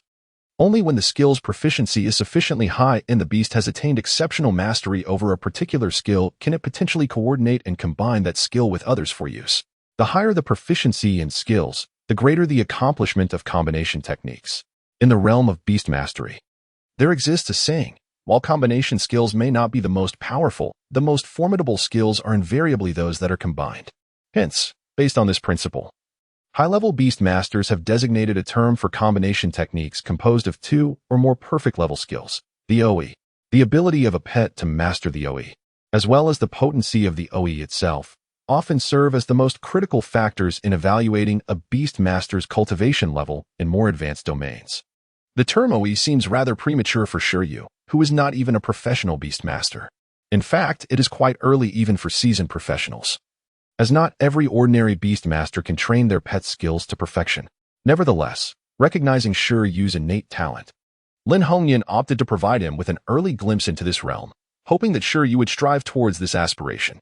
Meanwhile, after Lin Xiaozhu completed his introduction to the Thunder Armor OE, Lin Hongyan discreetly glanced at Shi Yu, anticipating a look of astonishment from him. Genius is indeed genius. Yet even with his ample experience, Lin Hongyan knew he still fell short of the fiery monkey's prowess. This wealth of experience could serve as a reference for Shi Yu and his peers. However, Shi Yu's next remark caused Lin Hongyan's heart to skip a beat. This thunder armor, it seems like it could be further refined? Shi Yu had identified a flaw in the thunder armor. Lin Xiuzhu was perplexed by this assertion. Given that the iron-eating beast's vision is not particularly sharp, could it truly manage its movements at such a speed? The robust iron-eating beast stood in stunned silence. And Lin Hongyan was equally taken aback. Where can one find the perfect essence of mastery? Possessing this technique to counter opponents of larger stature, who are not adept in speed, is already quite commendable. Shi Yu added, if there existed a perceptual skill capable of predicting the enemy's movements or clearly discerning their position, the effectiveness of the thunder armor might be significantly enhanced. He glanced at 11. The flawless hardening, the impeccable thunder palm, and the extraordinary vision seemed to embody the ideal version of the thunder armor's essence. However, that effectively amounts to a triad of skills. In confronting larger opponents, would not the flawless hardening, impeccable thunder palm, and perfect amplification be even better? The crux of the matter lies in the fact that the Iron Eater finds it challenging to acquire perceptual skills. Lin Hongyan wore a face of exasperation. Do you think mastering skills is as simple as it sounds? It is not something one can just learn at will. Nevertheless, your reasoning is sound. No essence is without its flaws and shortcomings. Integrating new skills into the composite essence can indeed enhance its efficacy. Yet, this is still a distant goal for you. Your immediate focus should be on training the Iron Eater to improve its proficiency with the Thunder Palm. Subsequently, you should attempt a basic combination of hardening and the Thunder Palm. Elevating the proficiency of the Thunder Palm is no easy feat, considering this skill is not innate to the Iron Eater species. Advancing from novice to proficient requires the palm to possess exceptional resilience and resistance to electricity. To progress from proficiency to mastery demands the creature to have remarkable energy control and sufficient physical stamina. As for the transition from mastery to perfection, the training process is fraught with peril. A moment's carelessness can leave the creature severely injured, rendering the training exceedingly hazardous. Each step was thoroughly explained. In summary, should you encounter any challenges in your cultivation journey, do not hesitate to seek my assistance. Very well, I shall strive earnestly. Shi Yu nodded in agreement. Nearby, the iron-eating beast. 11. Sensed a disconnect in the thought processes of the two individuals, and it was indeed correct in its assessment. Lin Hongyan's intention was to first guide Shi Yu in mastering the technique of hardening to proficiently execute the Thunder Palm, which would suffice for Shi Yu to pass future vocational assessments. Conversely, Shi Yu's thoughts were preoccupied with the moment he could achieve a divine mastery of hardening, allowing him to unleash the Thunder Palm at an extraordinary level and directly activate the Thunder God Armor Mode, a single strike capable of obliterating a city. The skill compendium is truly a remarkable resource. Subsequently, Senior Panda began to familiarize Shi Yu and the others with the facilities of the martial arts hall. There were ample resources available to enhance the iron-eating beast's various fundamental qualities, yet 11 still felt something was lacking, as it appeared less vigorous than the building-jumping training methods. Among the rooms, one was specifically designated for the iron-eating beast to train its resistance to electricity, featuring a power training room that could deliver extraordinary electrical shocks. Nearby, there was an electrified swimming pool that not only facilitated combat training in aquatic environments, but also served to enhance electric resistance, which 11 found quite appealing. In addition, standard amenities such as a cafeteria and a medical room were in place. After surveying the premises, Shi Yu nodded in agreement. Utilizing the equipment here would indeed be more scientific and comprehensive than the iron-eating beast's solitary training. Most importantly, meals and refreshments were available free of charge. To uncover the true quality of the martial hall's cuisine, Shi Yu intentionally lingered until mealtime. Father, Lin Hongyan was diligently summarizing his insights on nurturing the iron-eating beast, intending to present them to Shi Yu before his departure. Just then, Lin Xiuzhu knocked and entered. Have they finished their meal? Lin Hongyan inquired. It should be to their liking, Lin Xiuzhu pondered. Shi Yu is fine, and that little iron-eating beast has consumed quite a bit. Lin Hongyan chuckled. If it truly exhibits such self-discipline and engages in significant physical activity, consuming a bit more is entirely reasonable. Lin Xiuzhu continued. The growth package consists of electric orc, iron bamboo, iron heartwood, and gold spirit mineral water, along with our martial arts school's specially formulated dual-attribute energy crystals of gold and thunder. It has consumed a double portion typical for iron-eating beasts after training. Lin Hongyan raised an eyebrow. Indeed, that's quite a lot, yet still within normal limits. However, this is only after a single battle this afternoon, with no additional training involved. Lin Hongyan fell into contemplation, feeling that the food resources at the martial arts school would need to be increased in the future. However, it was not a significant concern. Food was plentiful. After all, it was merely an awakened iron-eating beast. No matter how much nutrition it required, could it compare to the needs of his own commander-level iron-eating beast? Meanwhile, Shi Yu was strolling within the martial arts school, feeling quite content. With absolute sleep and accelerated digestion from the beast master space, he need not worry about 11 overeating, as the nutrition would be fully absorbed. At this rate, he was confident he could nurture 11 to extraordinary levels within a few months. In this world, the average lifespan of an iron-eating beast is around 35 years. In optimal conditions with ample nutrition, a wild iron eater typically requires nearly a decade to naturally evolve to the extraordinary level. At this age, the iron eater has long since reached maturity, embodying the prime of its life, which represents the standard growth rate for its species.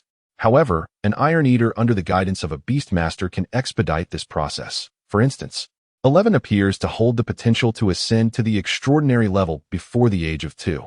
Regarding professional assessments, I need not worry too much about 11's level. But my own level is a different matter. Stopping in his tracks, Shi Yu realized he needed to seek out training resources that could be utilized by a beastmaster. Mere supplements would not suffice. In the evening, just before his departure, Lin Xiaoju handed Shi Yu the Advancement Cultivation Manual for the Iron Eater. After passing the skill manual to him, she raised her fist in encouragement. She had discerned that her father had placed all his hopes on Shi Yu, wishing for him to cultivate the Iron Eater to surpass its racial limits.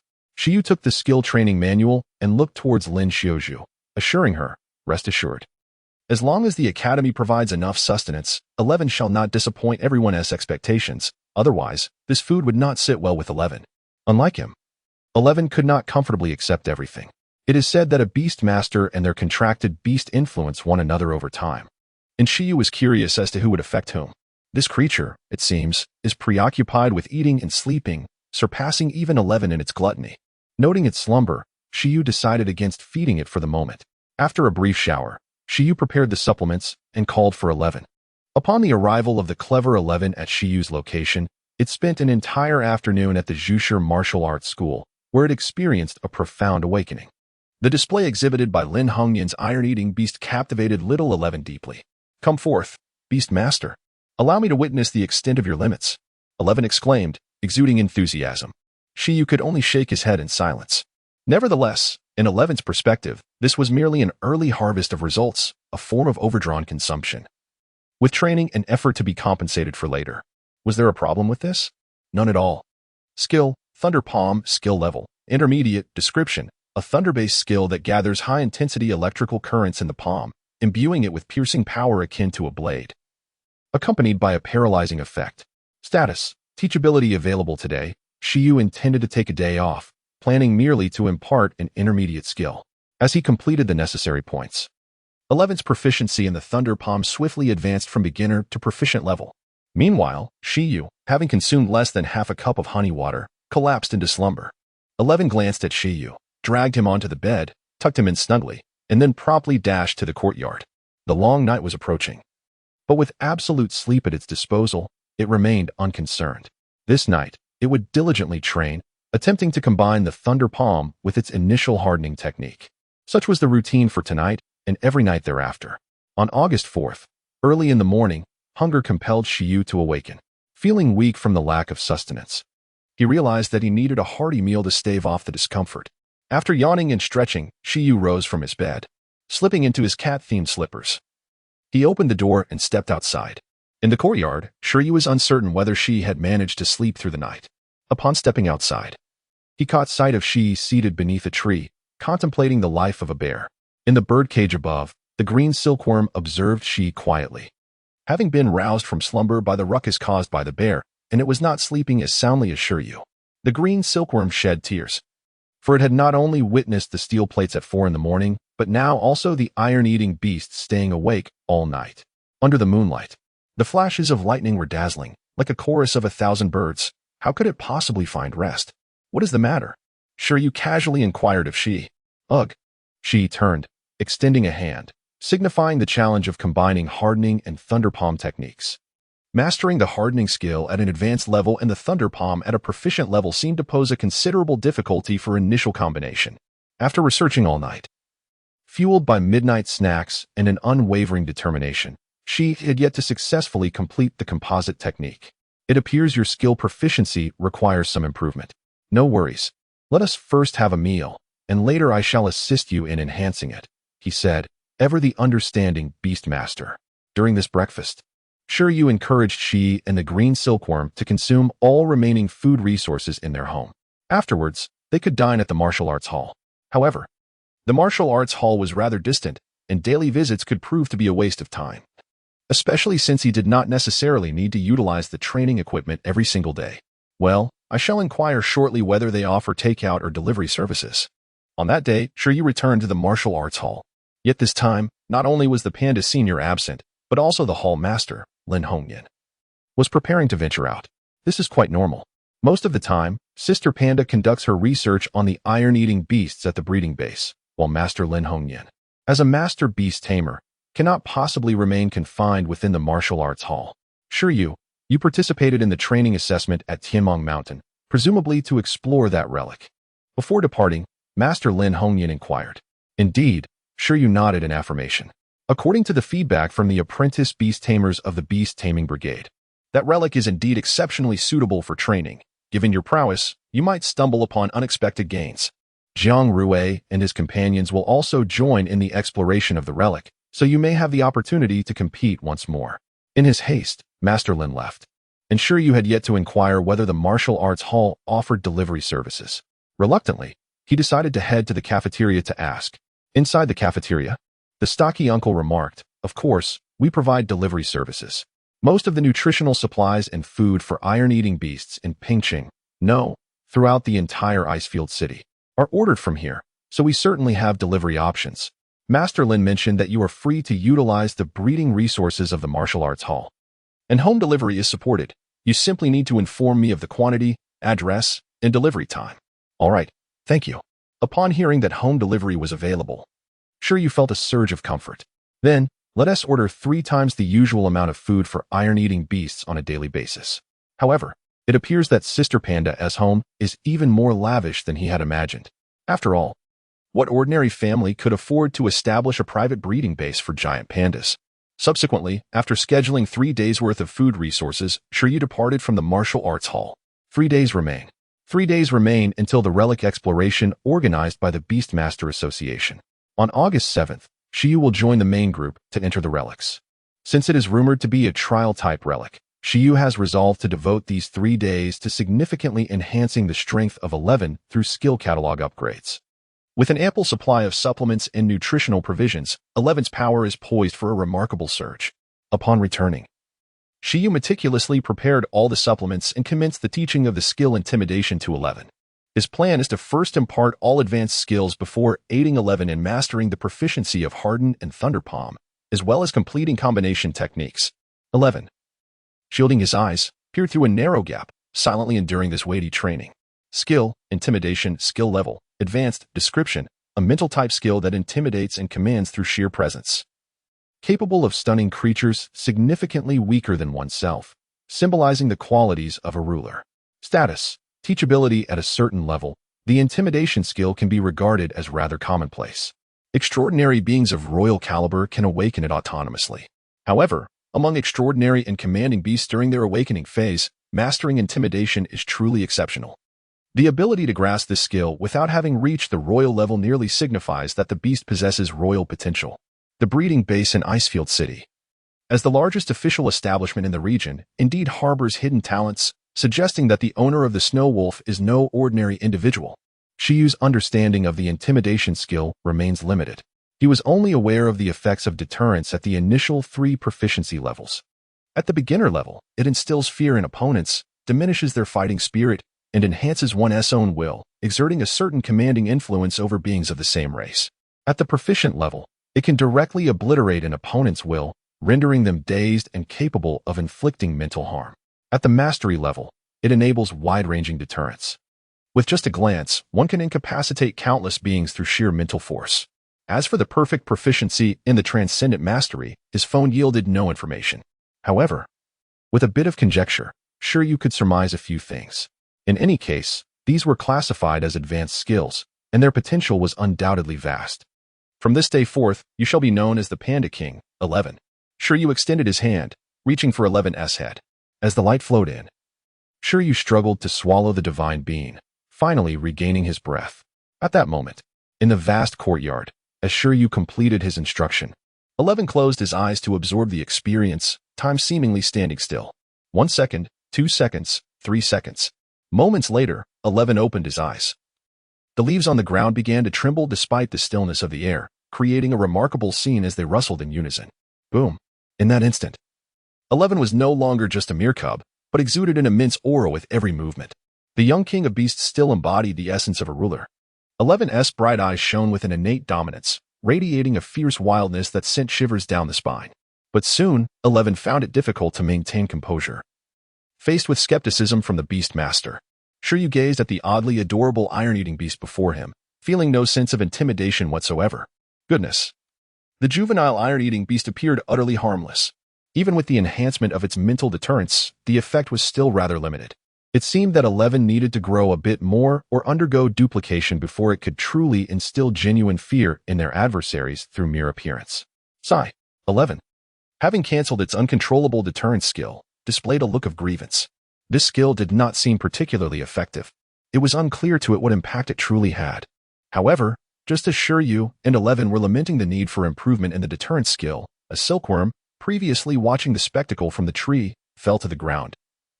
Its eyes glazed over from the effects of the deterrence wave. Observing the fainted silkworm amidst the fallen leaves, Shi Yu and 11 fell into contemplation. Shi Yu pondered, wasn't the deterrence skill supposed to exhibit a certain level of mental intimidation only after reaching proficiency? Yet, this silkworm. He soon felt a twitch at the corner of his mouth. Realizing that this was indeed a weakling in the pet beast realm, how could it be frightened by such a thing?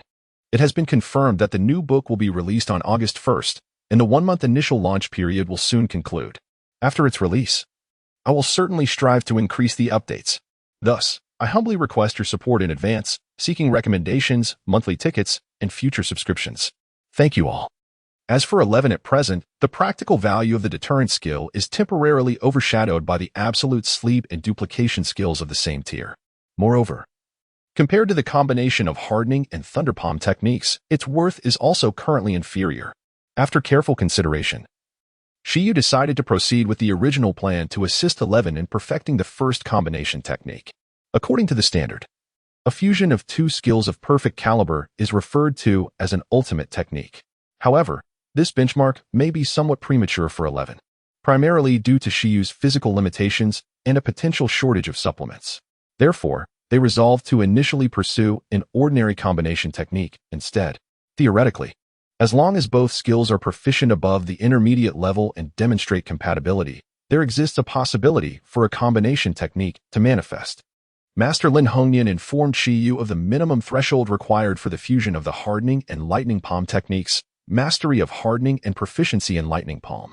Currently, 11 had indeed met this minimum standard. However, even among skills of the same proficiency, discrepancies are to be expected, despite achieving the baseline requirements.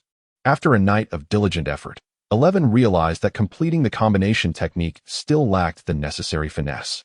What could be done? They resolved to continue training. No, to intensify their efforts. Shi Yu was determined. After imparting the lesson on intimidation, he swallowed a divine bean and indulged in a delightful beverage, swiftly finishing off the remnants of the previous day's drink. Consequently, only 2 divine beans remained, along with a third of the queen bee's elixir, while the 5 tendrils of the remained untouched. By the evening of the 4th day, Shi Yu had recuperated and intended to resume teaching 11 the lightning palm technique. In the courtyard, Shi Yu and 11 stood facing each other. After a half-day of self-directed training, 11 took a small step back while gazing at Shi Yu. Although eager to explore the limits of a beast master, it was apprehensive, fearing that Shi Yu might suddenly collapse. Recently, the frequency of teaching skills has surged beyond previous levels. After taking a small step back, he turned around, pondering that perhaps it would be best to practice alone for a while. He slipped away, confident that it was not a significant issue.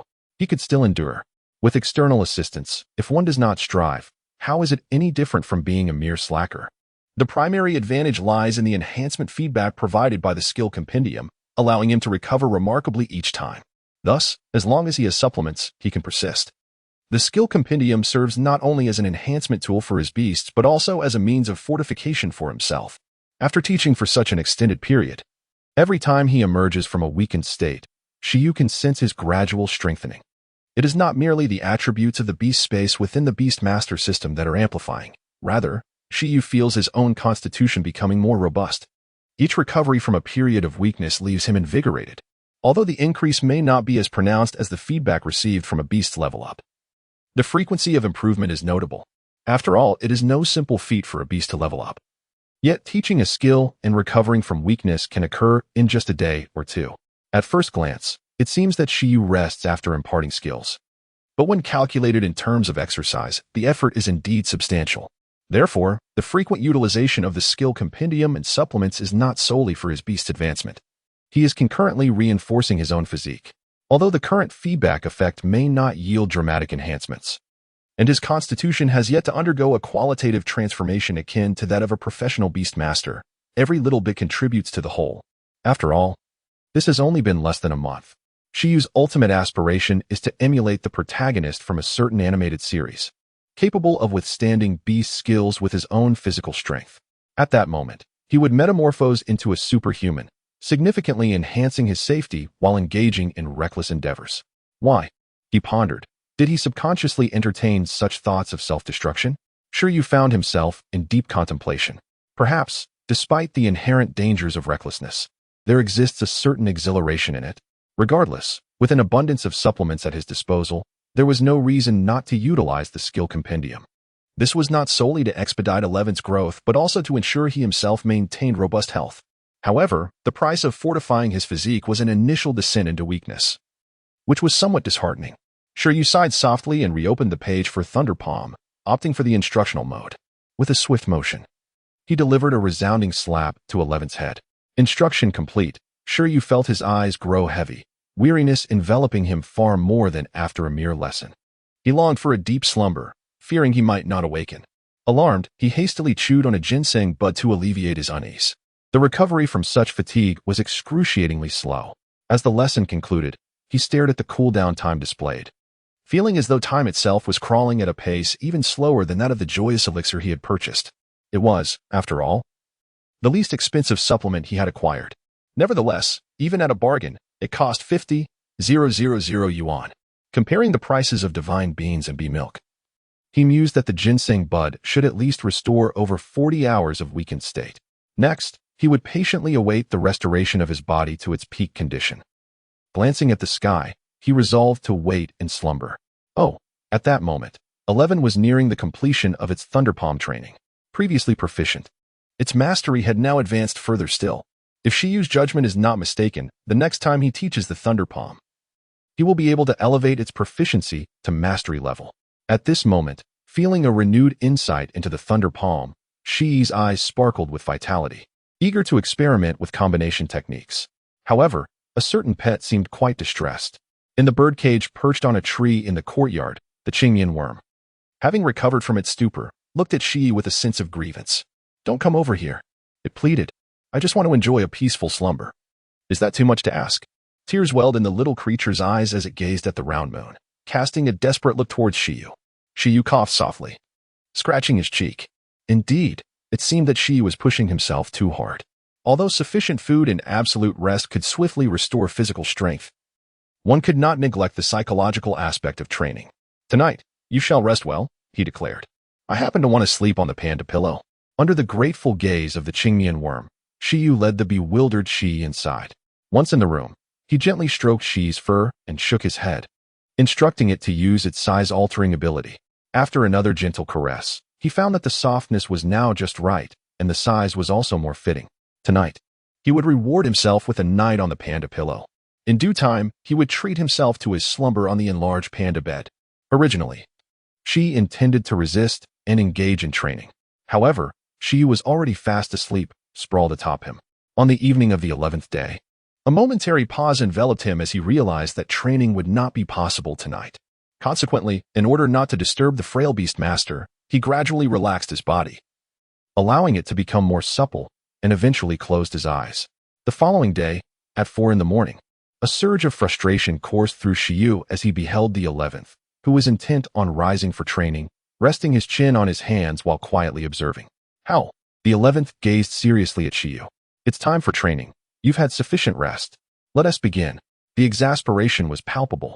Shi Yu rubbed his eyes.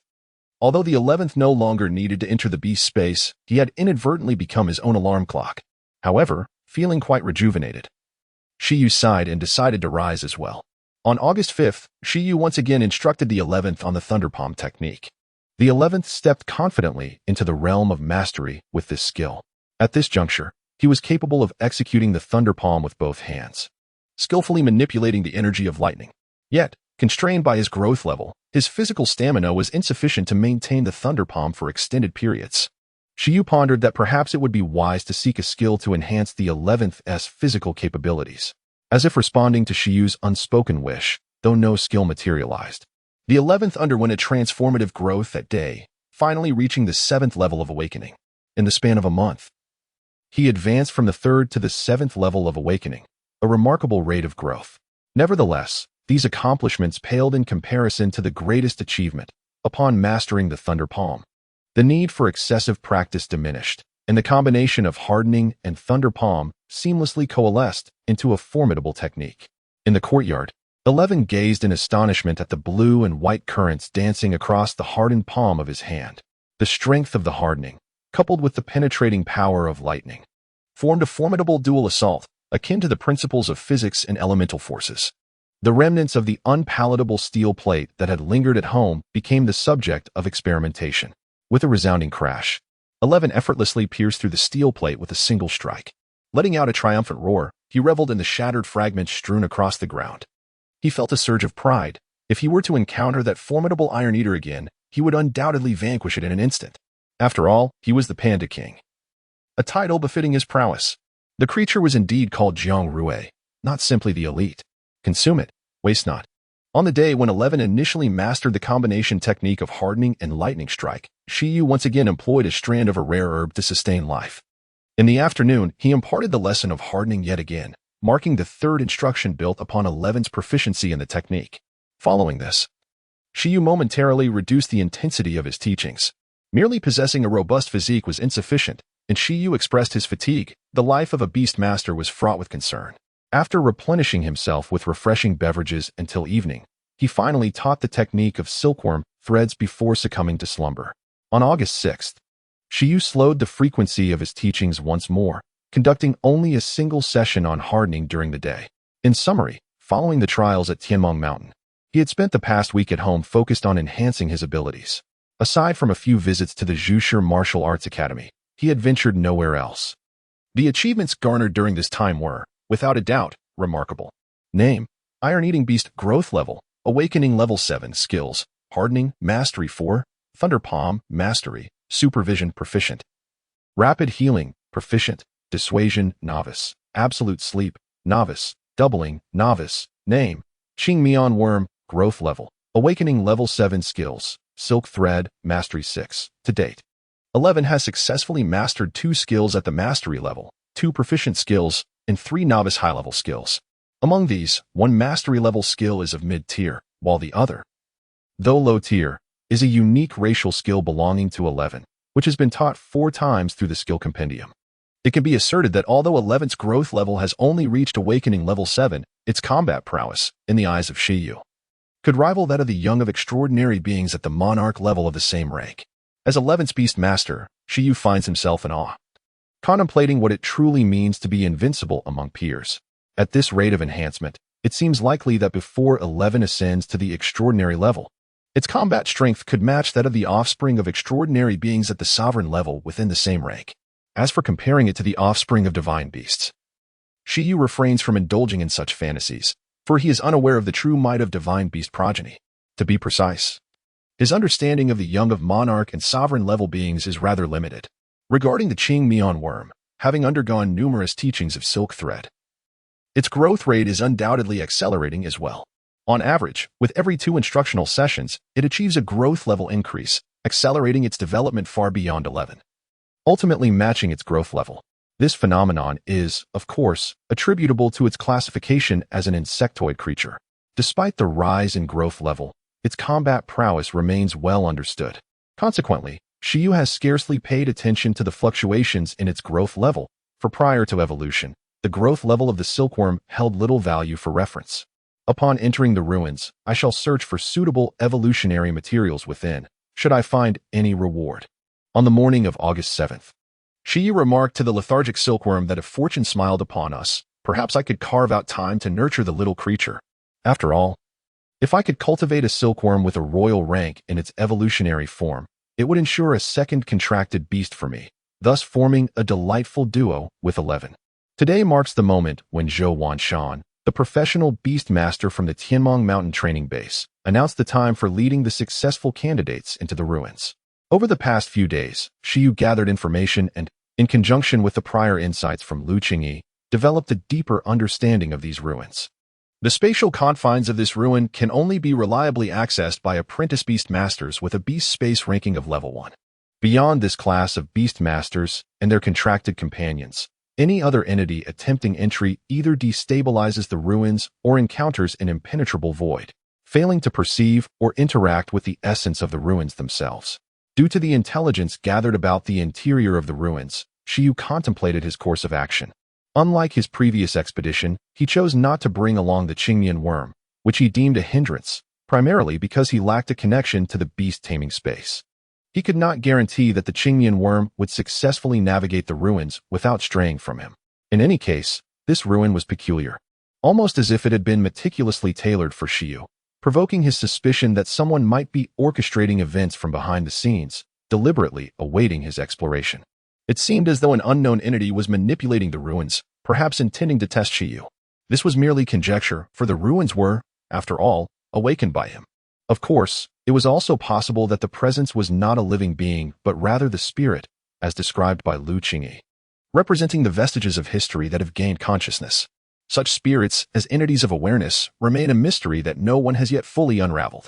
Regardless of the secrets concealed within these ruins, Shi Yu, the mythologist, archaeologist, and apprentice beast tamer, was resolute in his quest for exploration. He felt an intrinsic obligation to uncover the depths of the ruins he had summoned, no matter the challenges that lay ahead. At long last, this day had arrived. The spirit of archaeology within him stirred once more. That morning, at the designated location of the Beast Tamer Association, approximately 80 individuals gathered. These 80 were the elite among the apprentice beast tamers of Pingqing, all possessing pets that had reached at least the 7th level of awakenings. With high-ranking species and proficient skills, most of them were prodigies who had successfully passed the rigorous evaluations organized by the Beast Tamer Association, while others had been directly recommended by local martial arts schools and academies. For instance, the apprentices from the Zhushi Martial Arts School, including Jiang Rui, have been recommended by the institution to directly partake in this expedition into the ruins. This venture marks the 3rd exploration organized by the Pingqing Beastmaster Association. The initial exploration occurred when the ruins first manifested, drawing various levels of beastmasters to study the site. It was during this phase that it was discovered that only apprentice beastmasters could more effectively unearth the secrets of the ruins. The 2nd exploration involved the assembly of elite soldiers from the local Beastmaster Corps, dispatched by the Pingqing Association to delve into the ruins. This endeavor provided the association with a general understanding of the nature of the ruins. Now, we have arrived at the 3rd large-scale exploration. The Pingqing Beastmaster Association has gathered exceptional apprentice beastmasters from various fields. This exploration serves as both a trial for the apprentices and a gift. For previous expeditions indicated the presence of rare resources within the ruins, albeit challenging to obtain. Seizing this opportunity, each explorer harbors the potential to enhance their abilities. It remains uncertain if anyone among this batch of beastmasters possesses the capability to unravel the mysteries of the ruins. From the heights of the association's building, the president, clad in a gray suit, silently observes the latest group of explorers assembling below.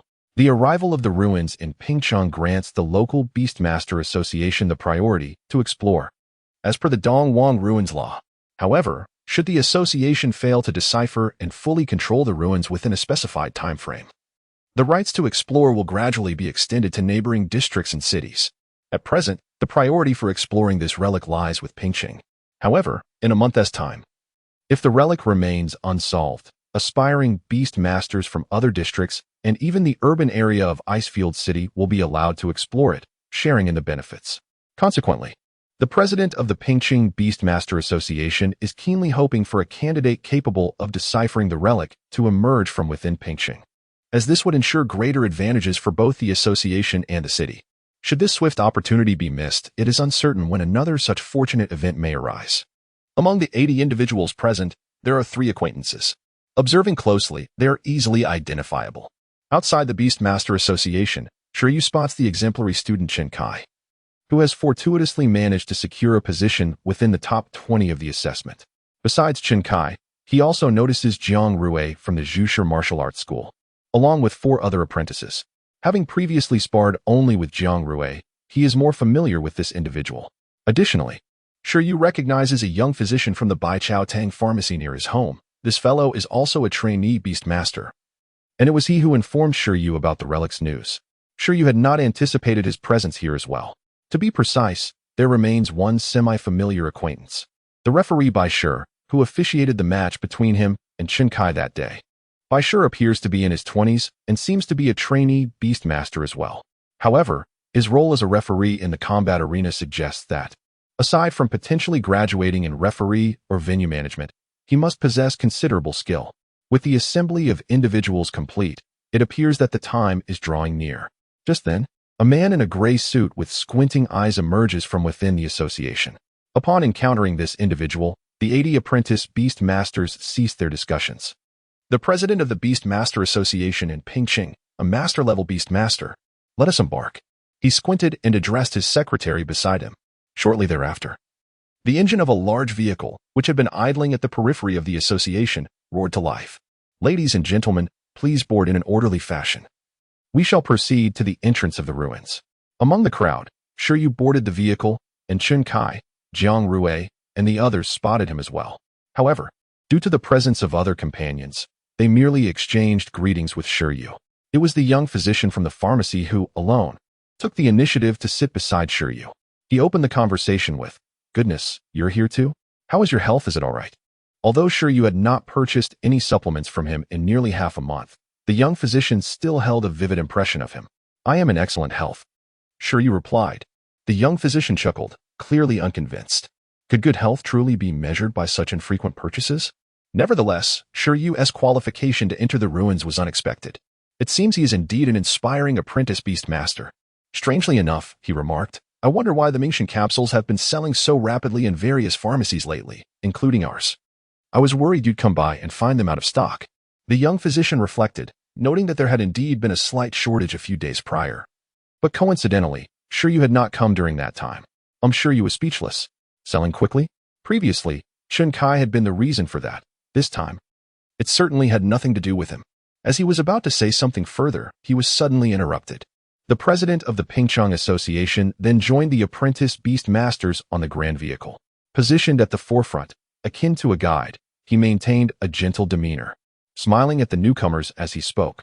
We shall require approximately 40 minutes to reach our destination. During this journey, allow me to share some important considerations regarding the exploration of the ruins. You are all the elite among our apprentice beastmasters in Pingqing, and I sincerely hope you achieve remarkable discoveries within the ruins.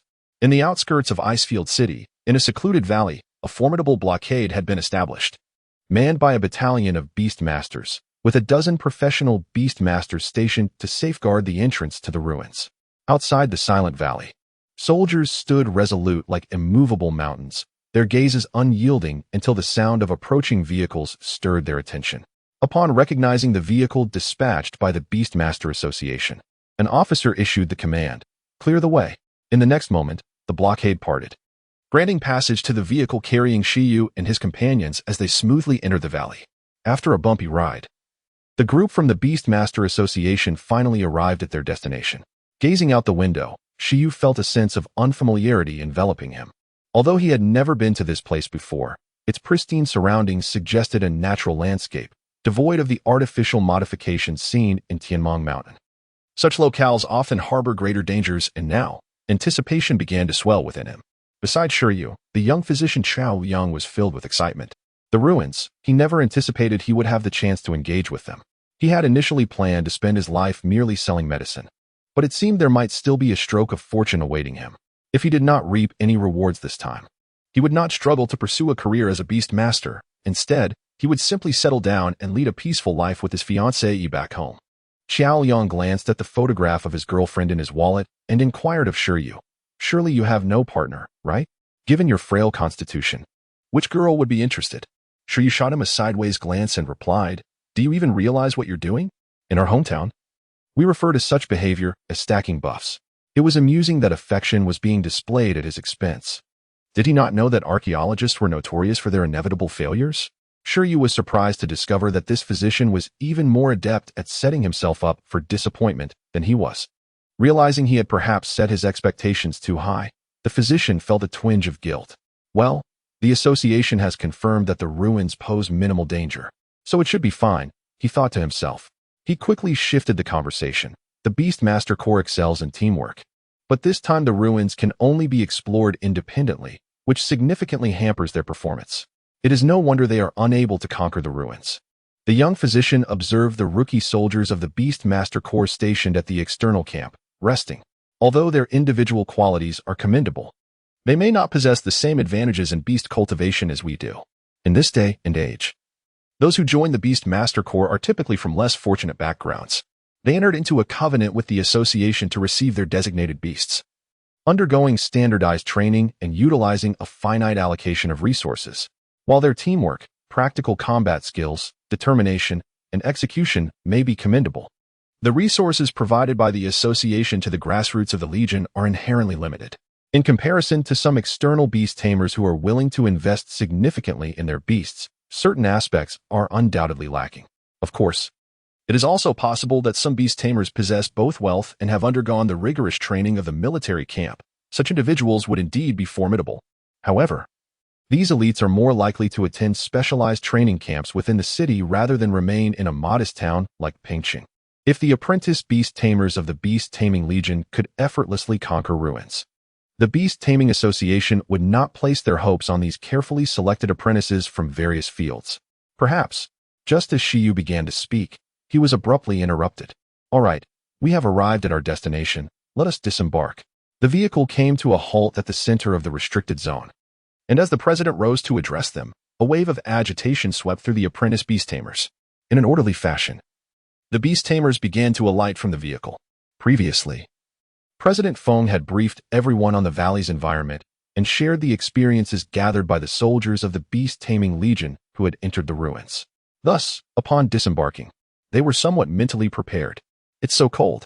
Nevertheless, the environment at the heart of the valley caused many apprentice beast tamers to shiver. It felt as if sunlight was absent, enveloped instead in a chilling mist. Those who disembarked could only perceive a hazy vista before them. In this environment, one can seemingly behold only a wilting sun upon the horizon. A delicate layer of frost clings to the surrounding mountains, trees, and plants, a circumstance that persists even with the heating facilities present at the nearby camp. Otherwise, the chill would likely be even more biting.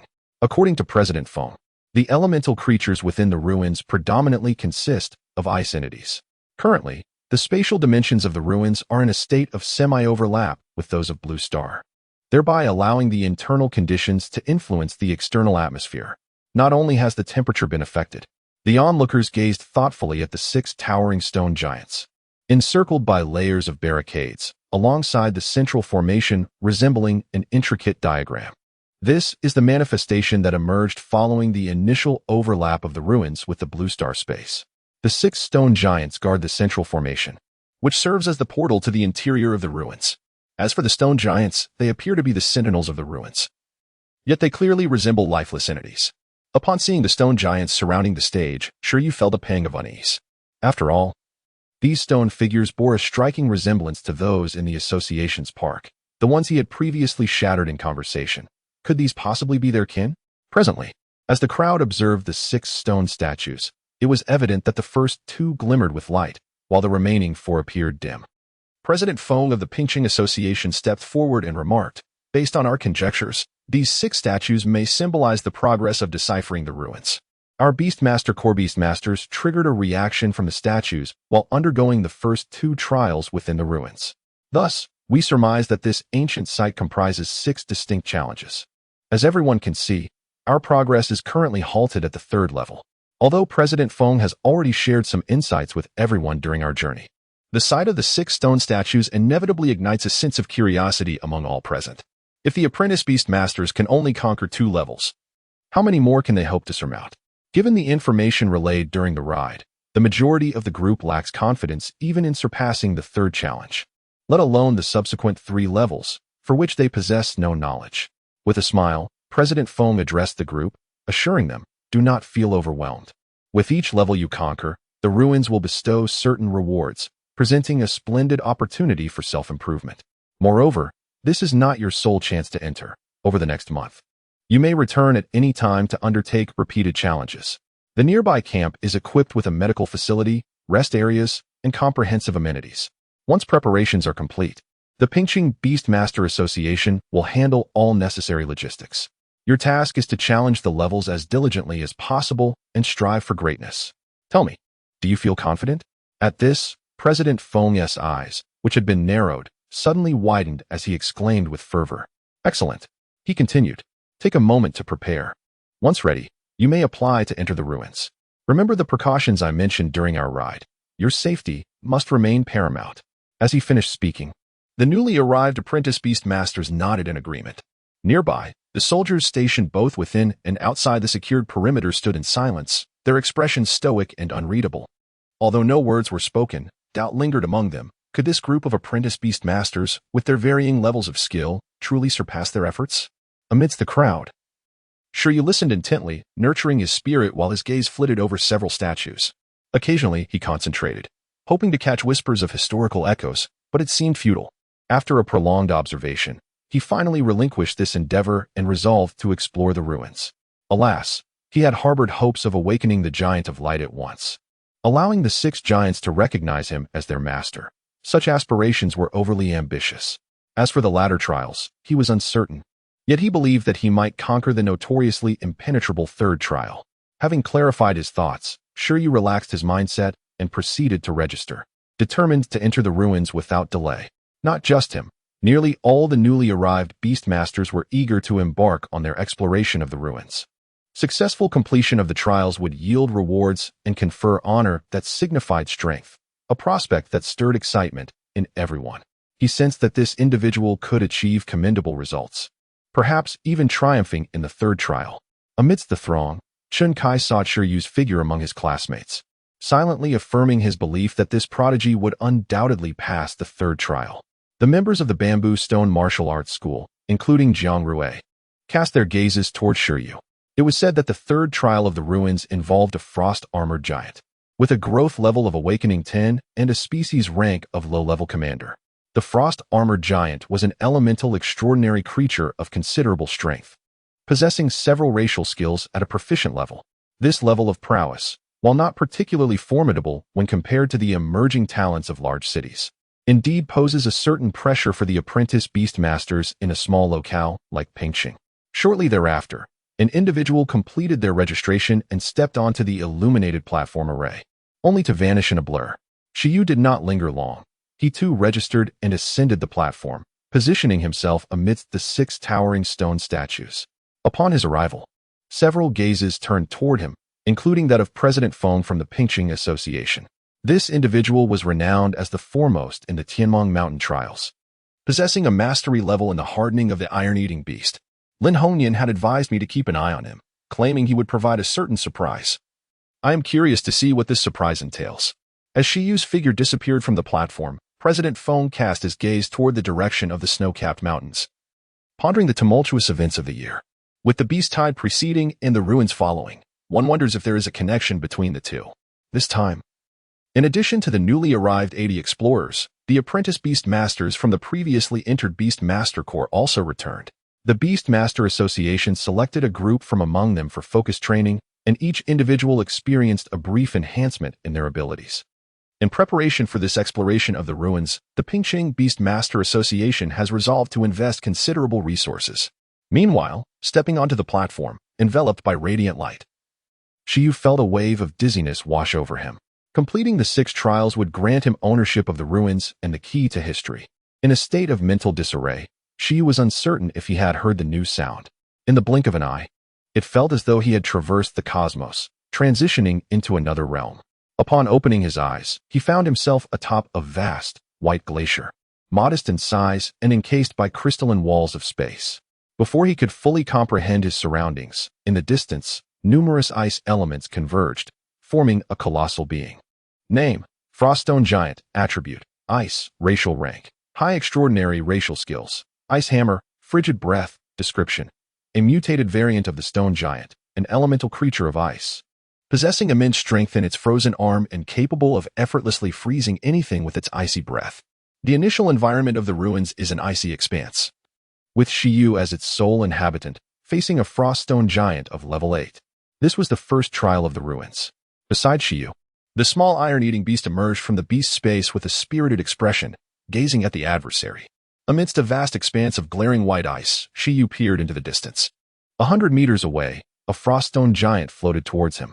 Although referred to as a giant, this creature bore little resemblance to a human, lacking a lower body. Its form was akin to an irregular cylinder, rotund and resembling a small hill. Being an elemental creature, it floated effortlessly at low altitude. And its most striking feature was its enormous arms, nearly equal in length to its height. This is the principal organ employed to wield the skill of Ice Hammer. It is my first encounter with a Froststone Giant. Shi Yu smiled, locking eyes with the giant's singular eye, which resembled a crystallized source of energy. He earnestly proclaimed, "Dear friend from another race, we are not here to engage in combat. Rather, we have been invited by your stone elder brother to uncover the truth of history. You see, let us forego the fighting." Meanwhile, Shi, who was eager to enter the fray, was taken aback. No fighting? Indeed, Shi was still quite youthful. When issues could be resolved through conversation, why resort to battle? However, as Shi Yu attempted to establish a mental connection, the approaching Froststone Giant launched an unprovoked attack. Disregarding the rules of engagement, from several dozen meters away, it opened its mouth, exhaling a chilling breath. In an instant, a wave of icy mist, akin to concentrated frost, swept toward Shi Yu and his companions. The icy terrain it traversed was recoated with an even thicker layer of ice. Its expression was comparable to an enhanced fire extinguisher. The ice blue chill spread like a gradually expanding ray. Fortunately, this Froststone Giant's breath attack was merely at an introductory level. Its projection speed was slow, and the frost power was insufficiently potent. Otherwise, the first challenge would have left many in dire straits. TCH. Communication has failed. Shi, deal with it directly. Shi Yu took a small step back while issuing the command, leaving Shi utterly speechless. Wasn't it better to start like this? Shi lifted his head, concentrating his spirit, activating his hypervision, as everything in the external world seemed to slow down. The range of the frigid breath was rather limited. Its formidable power confined to merely a few meters, the energy dissipating beyond that was no more than that of ordinary cold air. The resilient 11, with his toughened skin, felt no need for hardening and chose instead to confront it head-on. As the Froststone Giant exhaled, it floated closer, while 11 charged at the giant like a ferocious beast. As they closed the distance, the threat of the frigid breath intensified. In the next instant, 11, equipped with extraordinary vision, effortlessly evaded the concentrated cold nearby, maneuvering to the side of the stone giant, denying the sluggish creature any chance to react. With a thunderous leap, 11 launched himself at the Froststone Giant, mastering the art of hardening just in time, delivering a powerful blow to the giant's form. With a resounding crack, the 3-meter-tall Froststone Giant shattered into countless ice elements, vanishing before Shi Yu and his companions. Simultaneously, a blue energy crystal fell from the disintegrating body of the Froststone Giant. Not far away, a glowing teleportation array emerged on the glacial ground. Just as Lu Qingyi had mentioned, the beings here were indeed not true life forms, but rather akin to elemental avatars. Watching the Froststone Giant disintegrate, Shi Yu stood still, gazing quietly at the ice elements in the sky. He also surveyed his surroundings, mindful of the paramount purpose for which he had entered the ruins. What precisely was this place attempting to convey to him? According to the most widely circulated tale in Icefield City, a frost dragon descended nearby, precipitating a mini ice age. Subsequently, the ancient Beastmasters tribe, residing in Icefield City, waged war against the frost dragon, The icy expanse within the ruins appears to simulate the environment following the arrival of the ice dragon. As Shi Yu pondered this, a wave of disorientation washed over him, and a cacophony of sounds filled his ears, sounds of battle, exchanges of conversation. His mind erupted in a tumultuous roar, reminiscent of the voice he had previously heard from the statue, triggering echoes of history. At that moment, the sounds intertwined, and Shi Yu seemed to glimpse fleeting images, a group of young men and women clad in ancient attire battling against a horde of snow beasts. The visions were ephemeral, almost vanishing in an instant, leaving Shi Yu standing in silence, bewildered. What was this? He could not help but wonder. Had that just been a glimpse of something that transpired long ago? If Shi Yu's intuition was correct, his ability to perceive the sounds of history had manifested once more. He had witnessed ancient beastmasters commanding frost stone giants and battling ferocious snow wolves. Beyond this, there was naught else. Shi Yu fell into contemplation once again, piecing together the fragments of history he had observed. He endeavored to reconstruct the history of Icefield City based on the scant evidence available. A tribe of beastmasters had once thrived in the vicinity of Icefield City. One fateful day, the ice dragon descended, heralding the onset of a little ice age. This climatic shift transformed the surrounding environment, disrupting the tribe's way of life, prompting them to embark on a quest to vanquish the ice dragon. Although they succeeded in sealing the beast, they could not alter the environment that had already been irrevocably changed. The tribe was left with no choice but to adapt to the new conditions, resulting in their faith's totem, the stone giant, gradually mutating into a frost stone giant.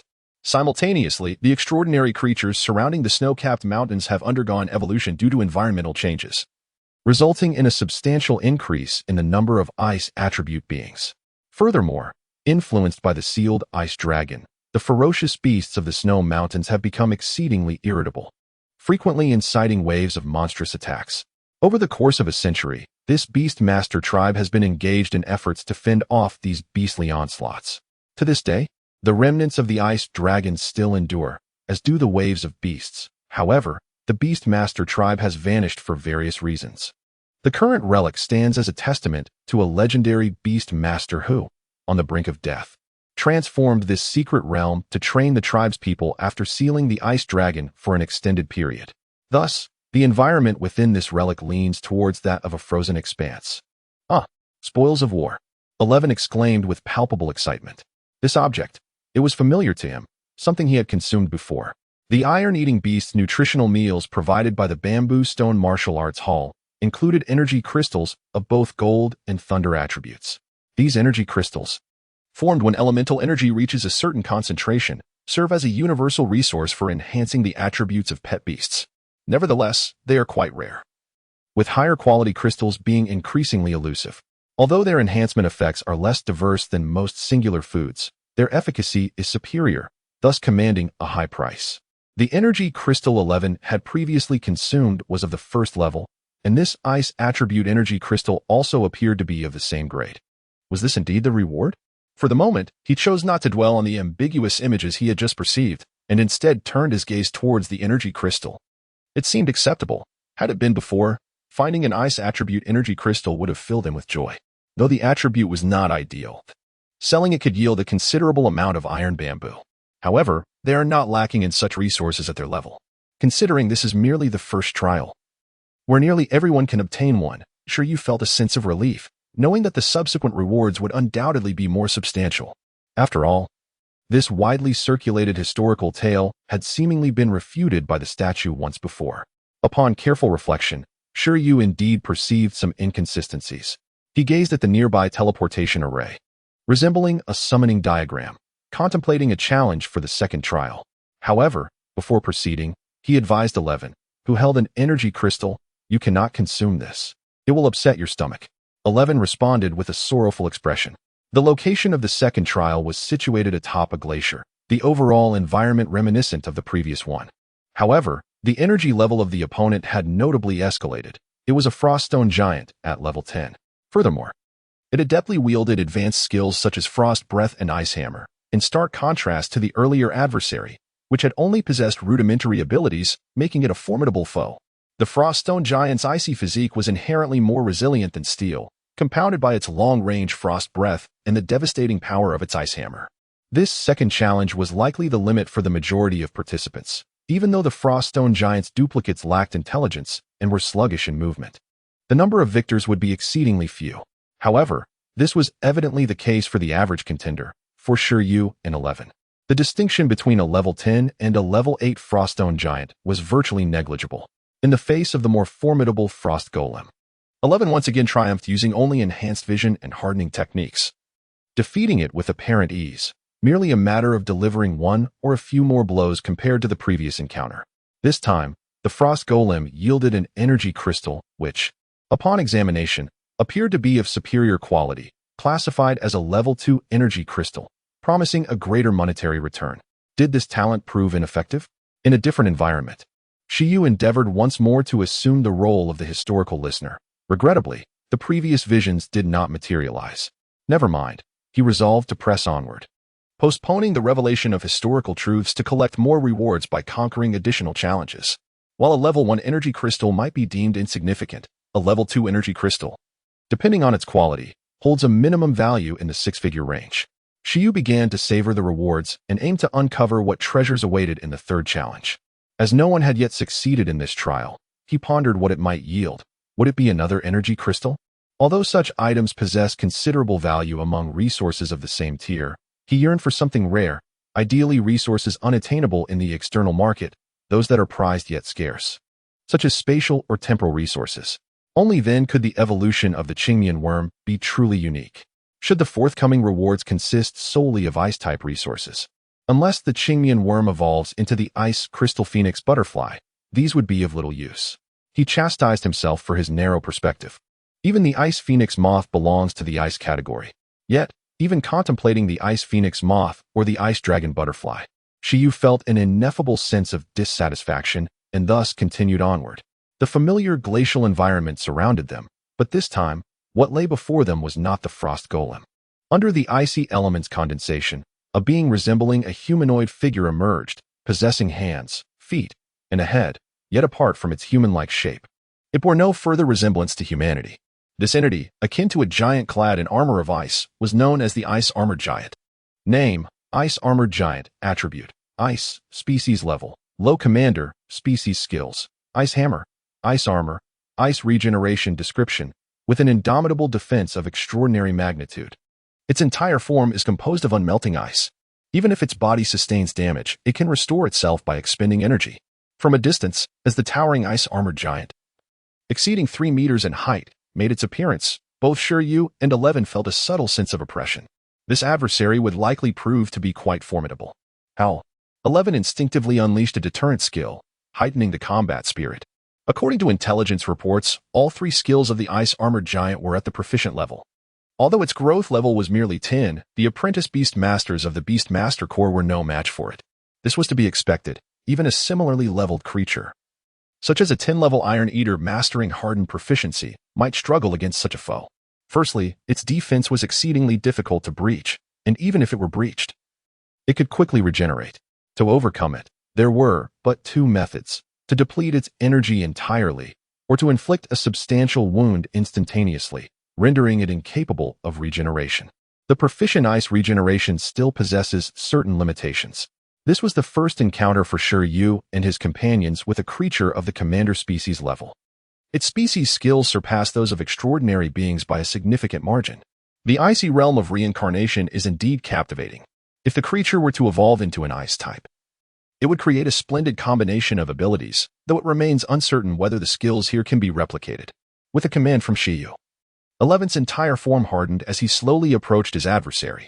Opposite him, the Ice Armored Giant assumed a posture of explosive sprinting, its body enveloped in icy armor, charging towards 11.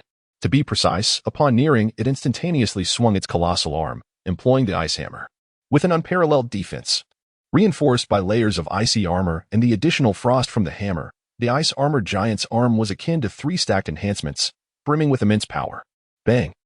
The Ice Armored Giant's arm struck the ground with a resounding force, shattering the glacier into countless fragments, sending ice debris soaring into the air. Meanwhile, 11, utilizing his enhanced vision, rolled to the side and executed a mastery-level hardening strike aimed at the giant's leg. Crack! The icy armor slightly dented and fractured. Although some defenses were breached, they were not entirely compromised, as the surrounding ice elements swiftly converged, mending the damage to the ice-armored giant. Withstanding the impact, it raised its leg to retaliate. 11. Astonished, 11 finally encountered a worthy opponent. Shi Yu, on the other hand, found the opponent's resilience astounding. And the combination of skills was even more cunning than 11's. More challenging than anticipated. Shrink. Shi Yu commanded instantaneously. The ice-armored giant, with a casual kick, found it difficult to connect due to the close distance. Even with 11's superior vision, evasion proved challenging. Fortunately, Shi Yu's command was timely, allowing 11 to evade the kick by shrinking. Double, hardened, thunder palm. Shi Yu issued another command, intent on a swift resolution.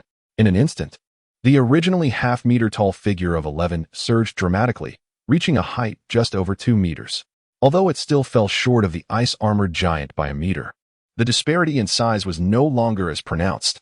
With a resounding roar, 11, now magnified, experienced a substantial increase in strength, unleashing an overwhelming aura as it launched a counterattack. Starting from its enormous palm, its entire body underwent a process of hardening, followed by an astonishing blue-white light radiating from its hand. This was a combination of advanced hardening and the advanced thunder palm technique. More precisely, it was further enhanced by a multiplication effect. The amplification was truly a universal technique, harmonizing seamlessly with the majority of skills. 11's hardened thunder palm surged towards the ice-armored giant's abdomen. However, the giant's response was swift, continuing its assault with a massive ice hammer. With a thunderous crash, 11's hardened thunder palm pierced through the ice-armored giant's form, creating a gaping wound in its abdomen. Such an injury would be exceedingly difficult for it to recover from. On the glacial ground, 11 quickly rose, gazing at the opponent, which began to disintegrate from the abdomen outward. It was utterly vanquished. Hooray, victory! Observing 11's performance, Shi Yu spoke. Your initial choice should have been to utilize high-speed healing to mend your injuries. Alternatively, in a formal battle, you could feign unconsciousness to seize the opportunity for absolute sleep, thereby gaining the upper hand. I will alert you to any changes in the enemy's condition. 11 nodded fervently. Understood. First, I shall replenish my energy. Shi Yu paid no heed to what the ice-armored giant had dropped, hastily pulling his backpack and rushing towards 11. He retrieved a piece of energy crystal he had prepared earlier and administered it to 11, while simultaneously falling into contemplation. The adversary had been vanquished. Yet the process proved to be more arduous than anticipated. Had it not been for the amplified hardened thunder palm, it would have been exceedingly difficult to eliminate the foe instantaneously. Without the ability to achieve a swift defeat, both parties would be locked in a war of attrition, placing 11, with his inferior stamina, at a distinct disadvantage. Although the opponent was 3 levels higher than 11, this merely indicated a lack of mastery and skill rather than an overwhelming superiority, as the foe was still a lower-tier commander-level creature. The earlier assertion that 11's combat prowess could rival that of a king-level creature's offspring now seemed somewhat exaggerated. However, this was not a significant concern. 11 still possessed room for growth. Meanwhile, outside, the group of apprentice beast tamers had nearly all entered the fray. Each professional beast tamer officer speculated on the current situation. Do you think anyone stands a chance against the ice-armored giant this time?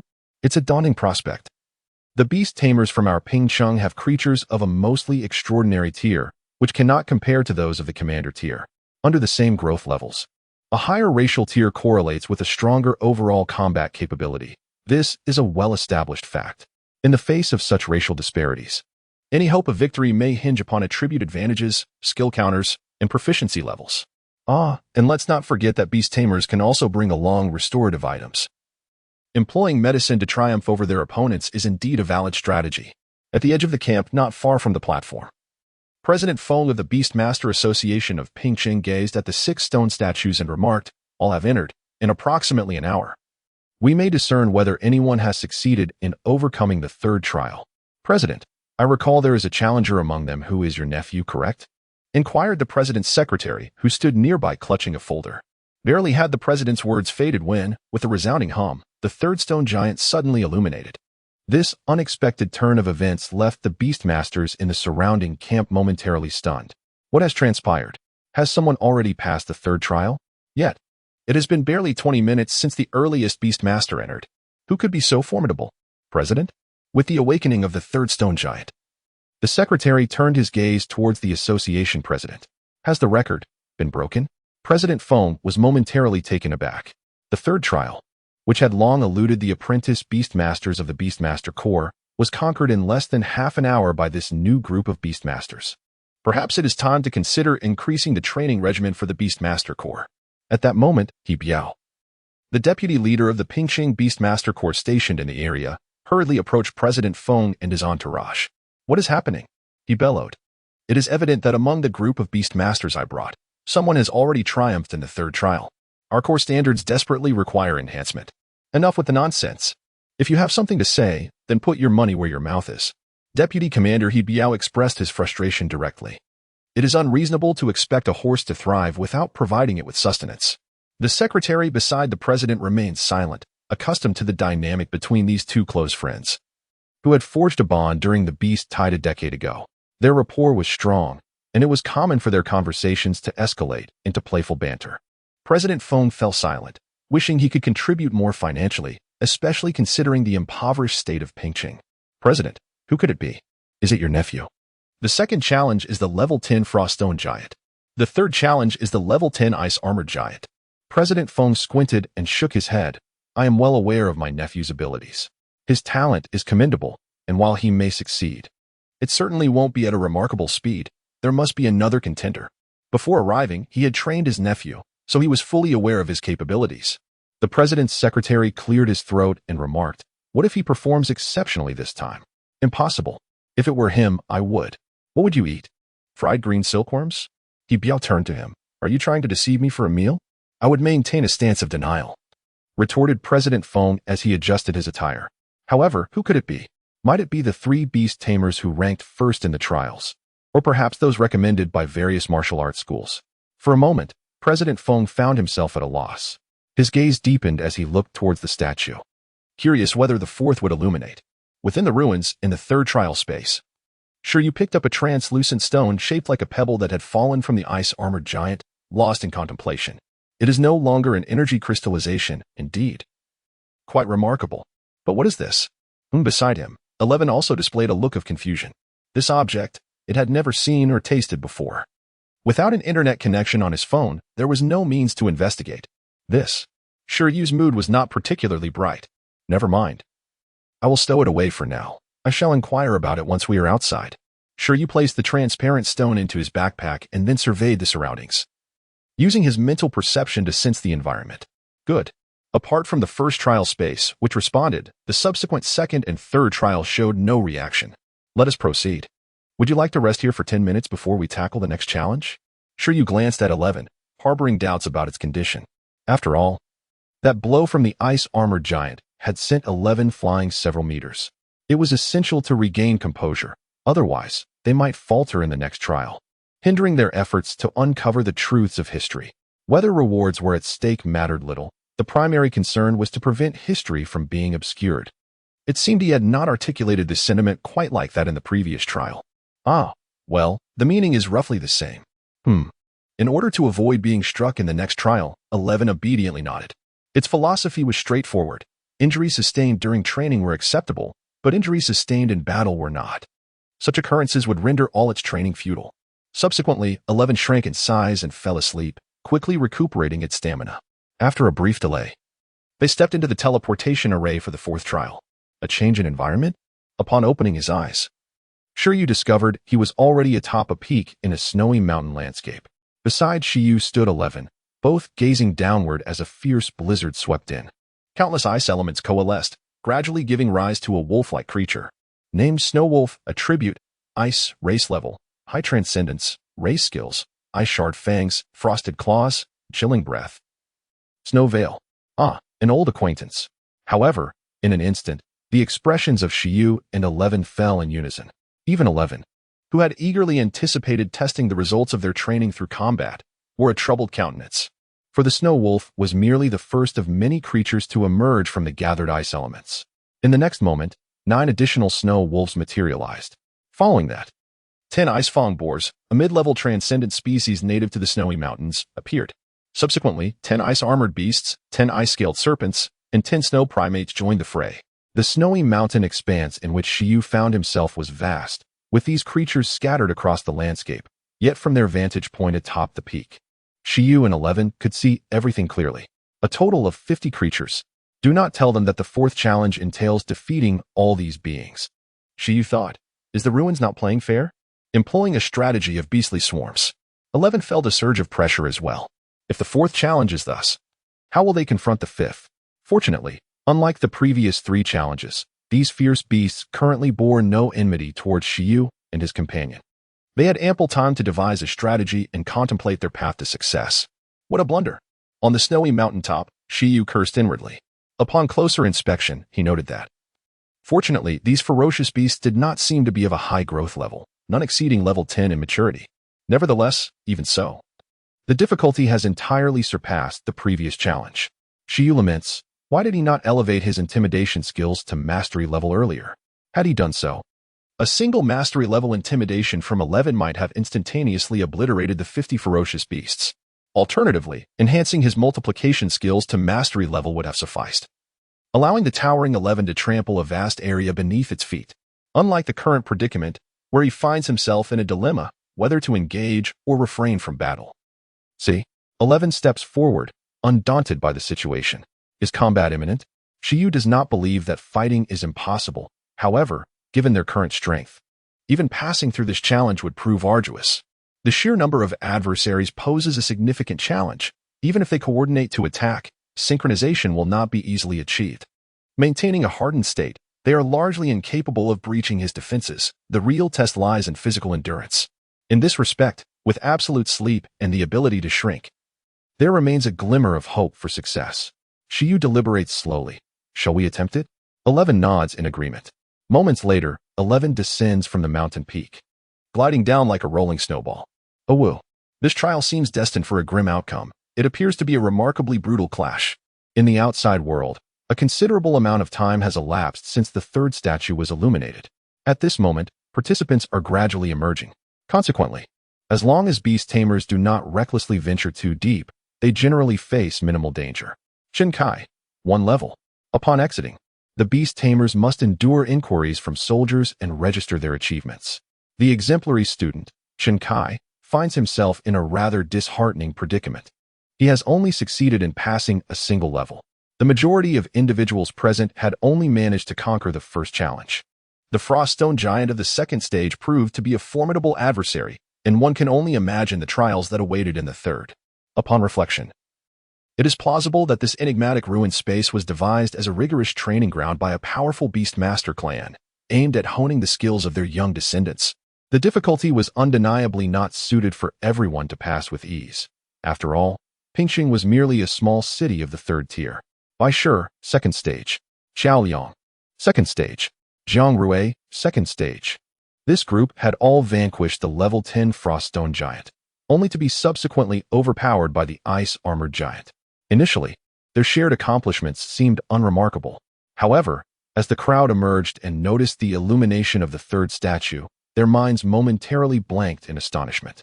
Could it be that someone had defeated the Ice-Armored Giant? The activation of the third statue signified that someone had indeed triumphed in the third challenge. Who could that individual be? A Beastmaster inquired of a soldier who had registered with him. The soldier glanced at him and shook his head, responding, "How would I know? The person hasn't emerged yet." The third statue had lit up over half an hour ago, suggesting that the challenger was likely engaged in the fourth stage now. Alas, the Beastmasters who had just exited collectively expressed their disbelief. Had someone defeated the Ice-Armored Giant more than half an hour ago? Was this individual even human?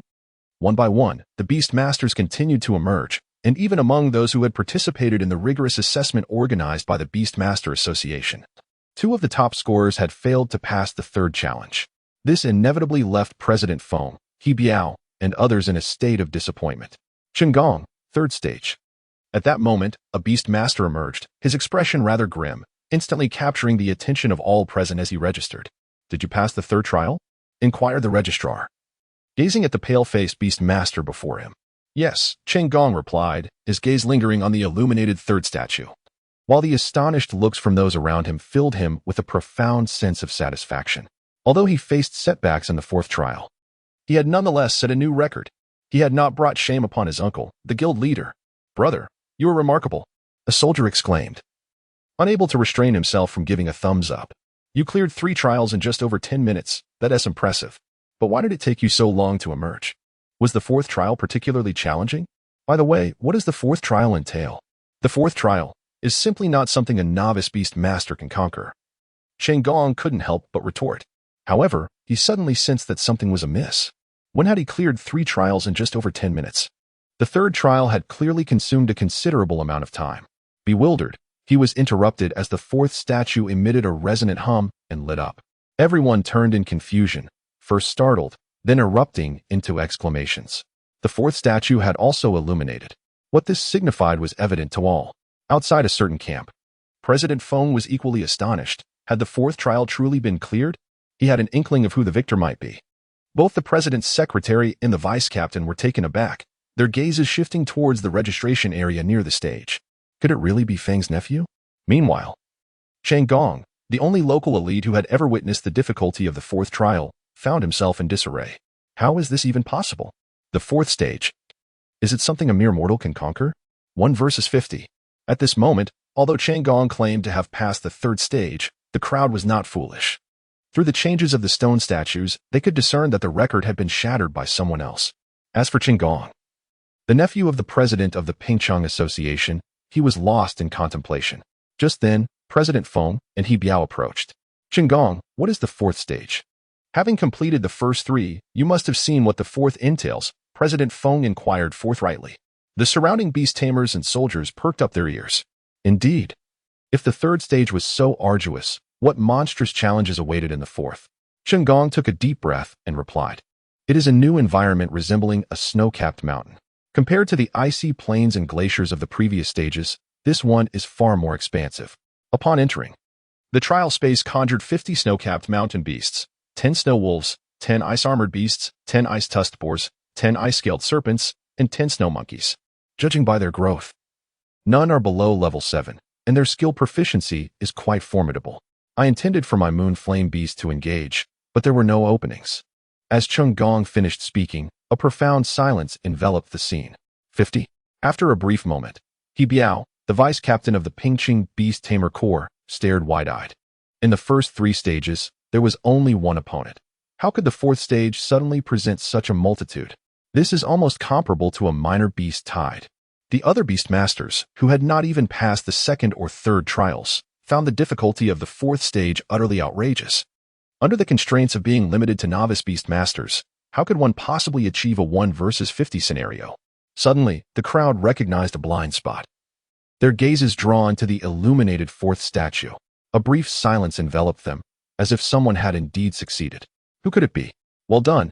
You have performed admirably. There will be another opportunity next time. President Feng encouraged his nephew and then turned his attention to the recorder. Please check how many individuals have yet to emerge. Yes. The recording clerk promptly compared the information, and within mere seconds, he reported, currently, it appears that only one person has not yet come out. No one had anticipated such a swift resolution. Indeed, regardless of whether they succeeded in the first 3 trials, a 1 versus 1 scenario would not consume much time. However, attempting to clear the 4th stage would undoubtedly require a significant amount of time, so it was only natural that one person remained. Who is it? Although he already had an inkling of the identity, President Feng instinctively felt the need for confirmation. Meanwhile, in the crowd, the beast masters were also scanning their surroundings, trying to determine who was missing. At that moment, Chen Kai, Jiang Rui, Trao Liang, and others looked somewhat perturbed as they searched relentlessly but found nothing. No way. It can't be. Shi Yu. It must be Shi Yu. Ironically, just as the recorder finished speaking, the central platform's teleportation array among the 6 statues began to shimmer once more. Another individual emerged from the ruins, dressed in a deep blue adventure suit. A young man with a casually slung backpack emerged from the depths, his expression one of discontent. The 4th challenge was indeed formidable, but he and his companion, 11, had managed to overcome it despite the arduous journey. Ultimately, their perseverance bore fruit, leading to success. However, upon casting a glance at the 5th challenge, Shi Yu found it utterly uninteresting. This trial was evidently not designed for a typical beast master. The 5th challenge presented a total of 100 ferocious beasts, with both their numbers and varieties increased and the overall growth levels elevated. Among them were even 10th level beasts, although there were no overlord level creatures among them. Merely defeating 50 of these formidable foes had left 11 utterly exhausted. Shi Yu harbored little hope for their success in this challenge, prompting him to withdraw without hesitation. As Shi Yu's mind wandered, he suddenly became aware of the multitude of curious gazes fixated upon him. The scrutiny from so many strange eyes sent a shiver down his spine. "Are you Shi Yu?" inquired the registrar stationed near the teleportation array. "Yes. Is there a problem?" he replied. "You have successfully passed the third and fourth challenges?" "Indeed," he nodded, acknowledging the undeniable truth. Turning his gaze toward the stone statues, he noticed that while previously only 2 had been illuminated, now 4 glowed with a vibrant light.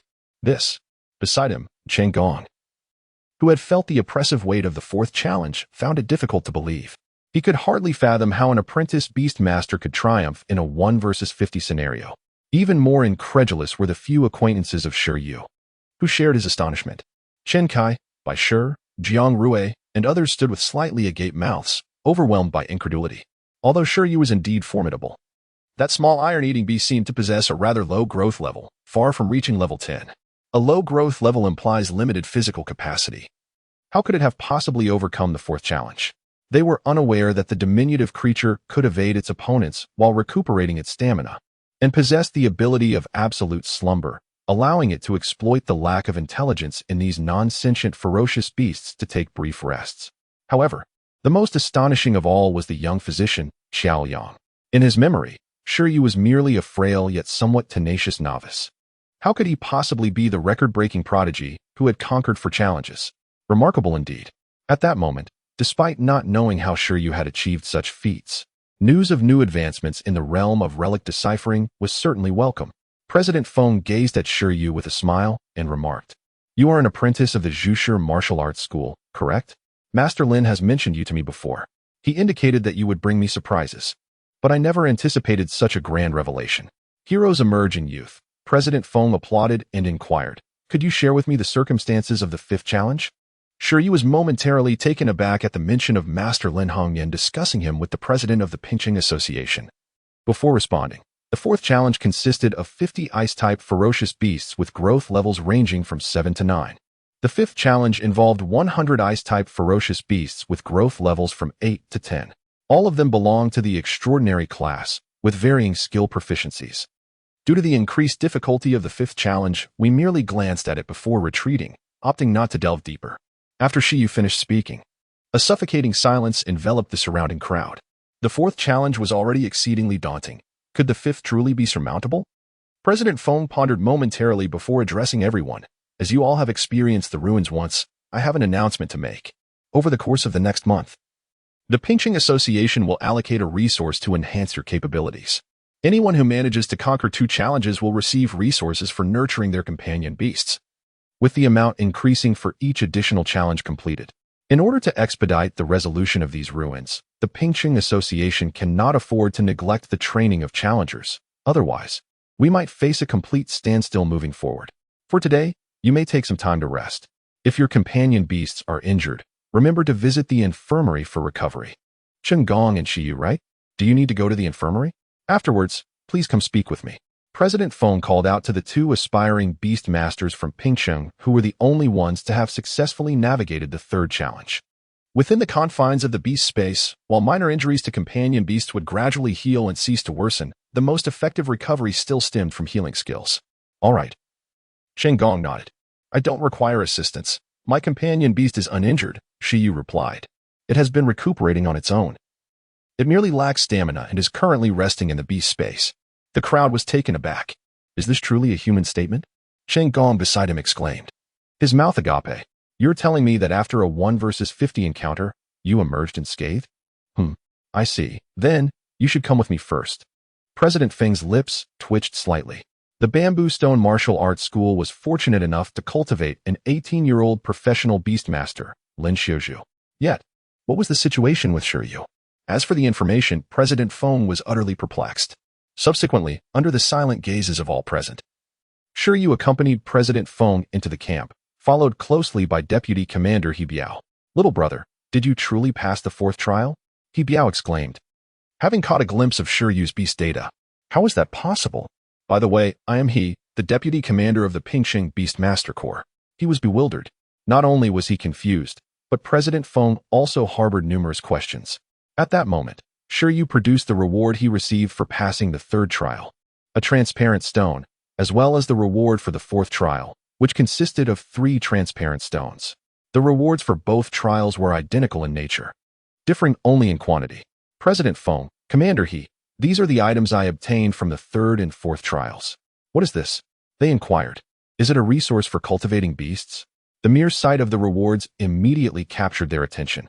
Upon inspecting the stones, President Feng was momentarily taken aback. Void stone? The rewards for the third and fourth trials are not energy crystals, but rather void stones? He Biao was quite astonished. Excuse me, but what exactly is a void stone? Sure, you had never heard of such a resource. Damn, you've struck gold. This is a rare resource of the spatial attribute. He Biao exclaimed roughly.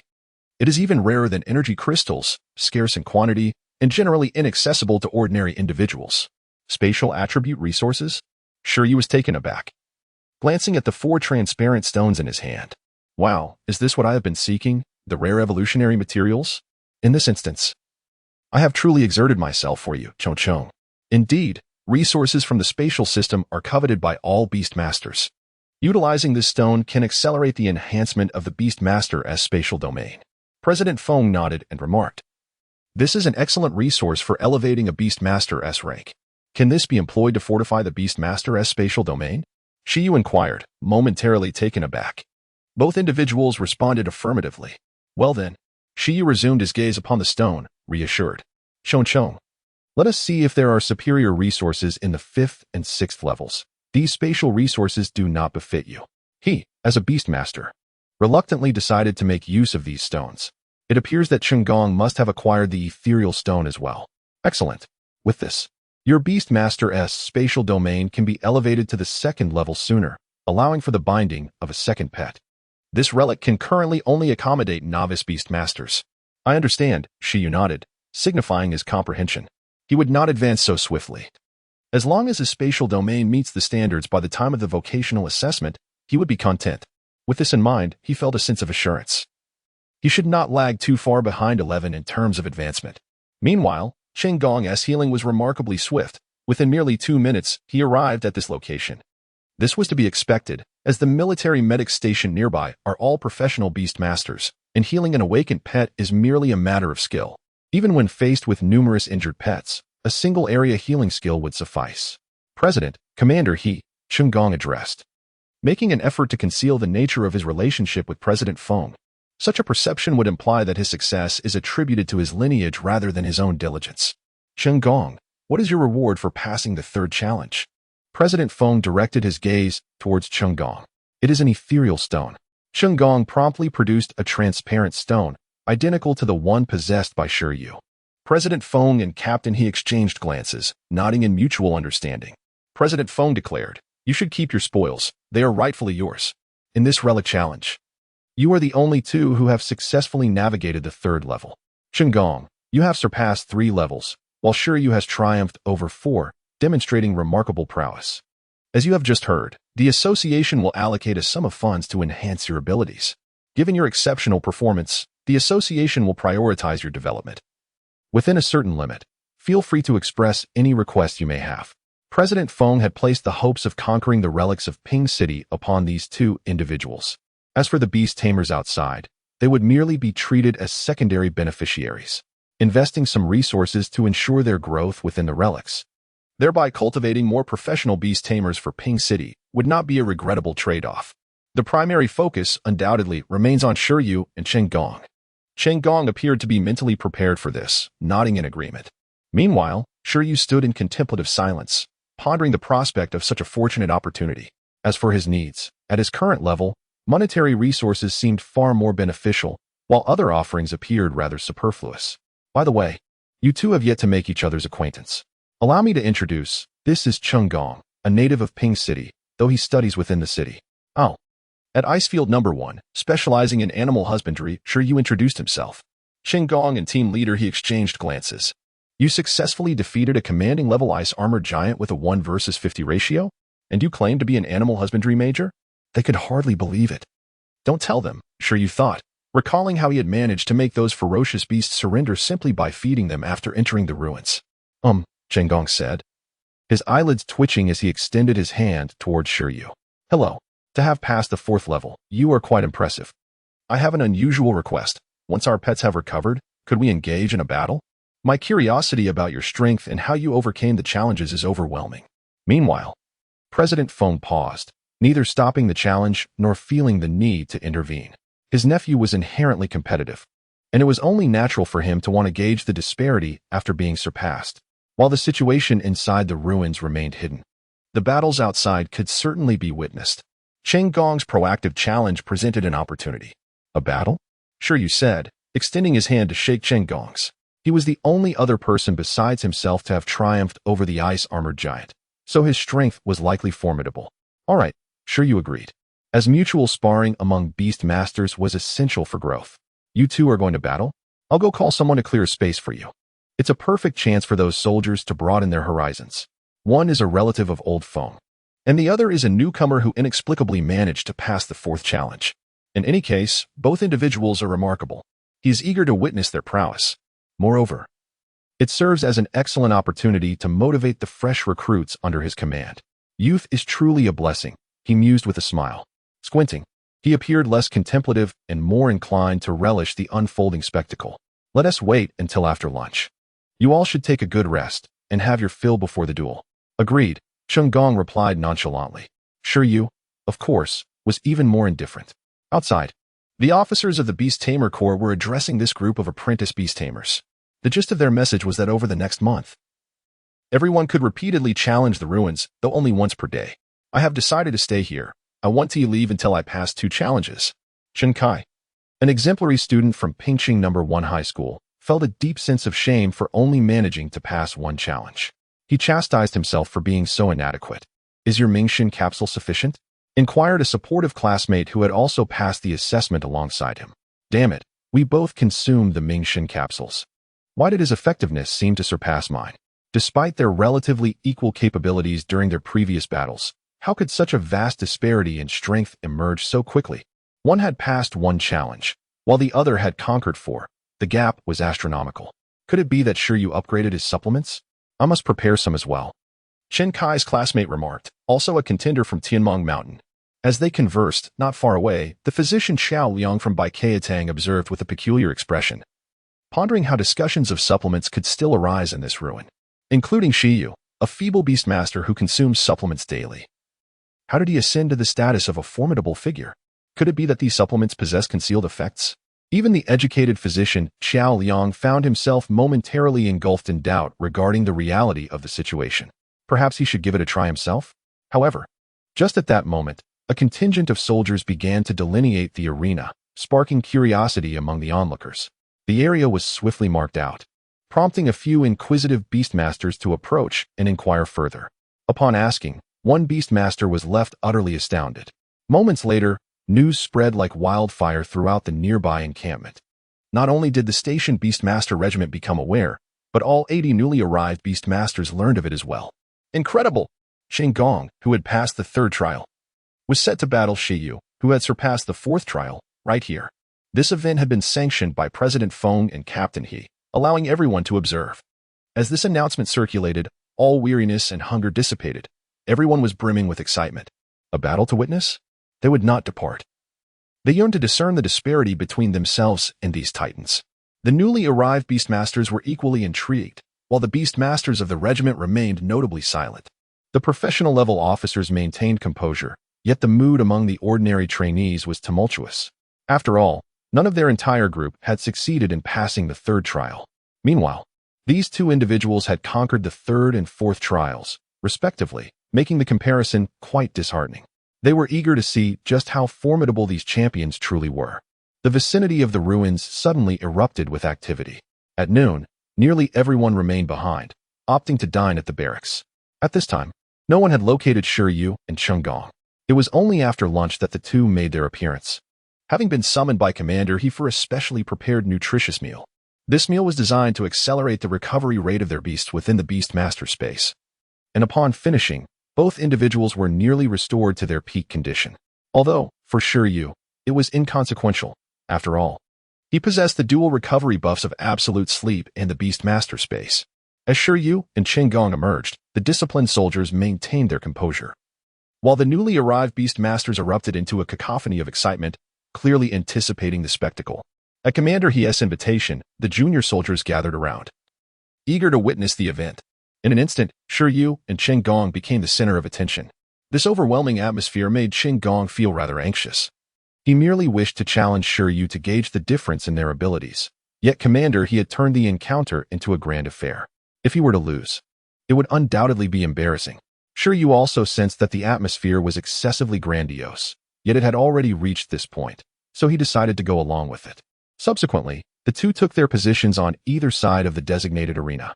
Commander He approached the edge of the arena with a jovial demeanor and stated, "Let me act as your referee." "Thank you for your assistance," Shi Yu and Qinggong replied in unison. Commander He nodded, adopting a rare serious tone, instructing, "You two, summon your beasts together. Then, upon my command, commence the battle." As this statement was uttered, the entire venue fell into an utter silence. All eyes fixated upon the two individuals.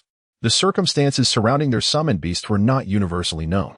The Moonfire beast emerged, summoned by a colossal conjuration circle. With a thunderous roar, the creature stepped forth, bringing with it a wave of intense heat. It was a magnificent being, over a meter in length, adorned with fiery red fur that resembled flames, and featuring a crescent-shaped pattern along its flanks and hindquarters.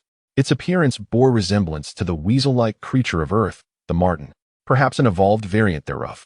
Name: Moonfire Beast. Attribute: Fire. Racial rank: Superior Transcendent. Racial skills: Explosive Flame, Flame Strike, Fiery Claw. This was not an ice-type creature, but rather a rare fire type from the Icefield City. In contrast, the iron-eating beast accompanying Shi Yu was much more familiar to the assembled audience, as it was a hallmark of Ping City's fauna. At that moment, Shi felt rather discontent, having failed to conquer the ruins in one go. It sensed that its training regimen was insufficient. Greater efforts were imperative to honor Shi Yu's enhancements. It cast a glance at its opponent, contemplating the need to decisively vanquish the foe before it. If it couldn't achieve this, the training regimen would need to be doubled. Shi transmitted its thoughts, and Shi Yu's expression turned complex. "Be a bear, Shi." In that instant, as the 1-meter-tall Shi emerged from the summoning circle, a brief silence enveloped the crowd. Its diminutive stature rendered it akin to a mere cub of the iron-eating beast. Everyone in Pingxing is well aware that an adult iron-eater typically reaches nearly 2 meters in height. Thus, a mere 1-meter specimen raises significant doubts. Is it truly not even 2 years old? Upon encountering the iron-eater, Qinggong's disbelief was palpable due to its size. How could Shi Yu have passed the 4th trial with such a juvenile creature? It seemed implausible. Qinggong, an apprentice beastmaster with a moon flame beast at level 10 awakening, hastily introduced himself in hopes of obtaining information from Shi Yu. Shi Yu, another apprentice beastmaster with an iron eater at level 7 awakening, candidly shared the details of his beast. Upon hearing this, many in the vicinity were left astonished. Level 7 awakening, was he jesting? While everyone acknowledged the impressive feat of Shi Yu overcoming 4 trials, they also felt that there should be a semblance of logic involved. If his Iron Eater had reached level 10 in growth, their skepticism might have been quelled. Instead, it turned out that this creature was merely a cub and had yet to achieve its full awakening potential. Had it truly advanced from level 6 just days prior? The discussions among the apprentices at the Zhu Martial Arts School struck a heavy blow to the gathered crowd. Even the nearby President Feng found the situation absurd. Records indicated that during his examination at Tianming Mountain, Shi Yu's Iron Eater had only been level 6. This was the crux of his confusion. An Iron Eater with a growth level below 10, regardless of its hardened proficiency, should not have been able to surpass even the 3rd trial. The bewilderment among the beast masters present was palpable, and Commander He shared their sentiments, opting for the most straightforward approach to seek clarity. With an exclamation, the battle commenced. Upon his command, Qinggong swiftly issued orders. Lunar Flame Beast, unleash explosive flame. The Lunar Flame Beast, its expression ferocious, let out a deafening roar as its fiery crimson fur flared up, a sphere of blazing light coalescing before its maw. In an instant, a massive fireball nearly a meter in diameter, imbued with explosive force and swirling with intense heat waves, took form. Explosive Flame, a mid-tier fire skill capable of conjuring flames with explosive properties, possessing tremendous lethality. As the Lunar Flame Beast launched its assault, the surrounding frost melted away in an instant, and the beast tamers present felt an overwhelming surge of heat. The proficiency exhibited in this explosive flame was undoubtedly at a skilled level. Captain, he mused, no wonder it could triumph over the ice-armored giant. This fiery skill is devastating against ice-based creatures. No, it is formidable against all living beings. Boom! The explosion resonated. And this singular attack made many beast tamers acutely aware of the chasm that lay between them and Gong. Yet, what astounded the onlookers most was the composed demeanor of Shi Yu and the iron-eating beast in the face of such a mighty strike. 11. Harden, Thunder Palm. As the flames surged forth, 11 remained steadfast, its fur billowing in the heated gusts, but in the next moment it utilized hardening, standing as immovable as a mountain. A loader skill, hardening. Observing the iron-eating beast, now exuding a metallic sheen, the crowd was no stranger to this technique. However, they were baffled. Instead of evading, they intended to withstand the skill with sheer hardness? The onlookers were perplexed. Sizzling sounds erupted, and in the next moment, the spectators, still grappling with Shi Yu's orders, noticed a new transformation occurring within the iron-eating beast. The entire right arm of the small iron beast suddenly erupted with countless intense blue and white electric currents, exuding an astonishing power. The terrifying electricity coursed over its metallic limb, a spectacle that left the novice beast tamers somewhat perplexed, yet caused the experienced beast tamers to visibly change expression. A combination technique. All the professional beast tamers exclaimed in astonishment, realizing it involved skills of differing attributes. At that moment, the explosive flames surged forth. 11 executed a combination of advanced hardening and advanced thunderclap, delivering a direct strike that pierced through seamlessly. The crackling of electricity resonated like a chorus of 1,000 birds, and 11's arm transformed into a spear of lightning, creating an overwhelming impact. This action left Gong wide-eyed in disbelief. Boom! Amidst the roaring sounds, 11 appeared to be engulfed by the explosive flames. Yet the onlookers witnessed a different scene. At the moment of contact between the fireball and the small iron beast, it was instantaneously split in two, creating a passageway through the center. The proficient intermediate skill, explosive flames, was astonishingly cleaved apart by a single strike. But that was not the end. For the explosive flames contained an explosive nature, although their form was instantaneously disrupted, resulting in a drastic reduction of power, the residual flames still ignited explosively. At that moment, 11 had already advanced to the front of the severed explosive flames.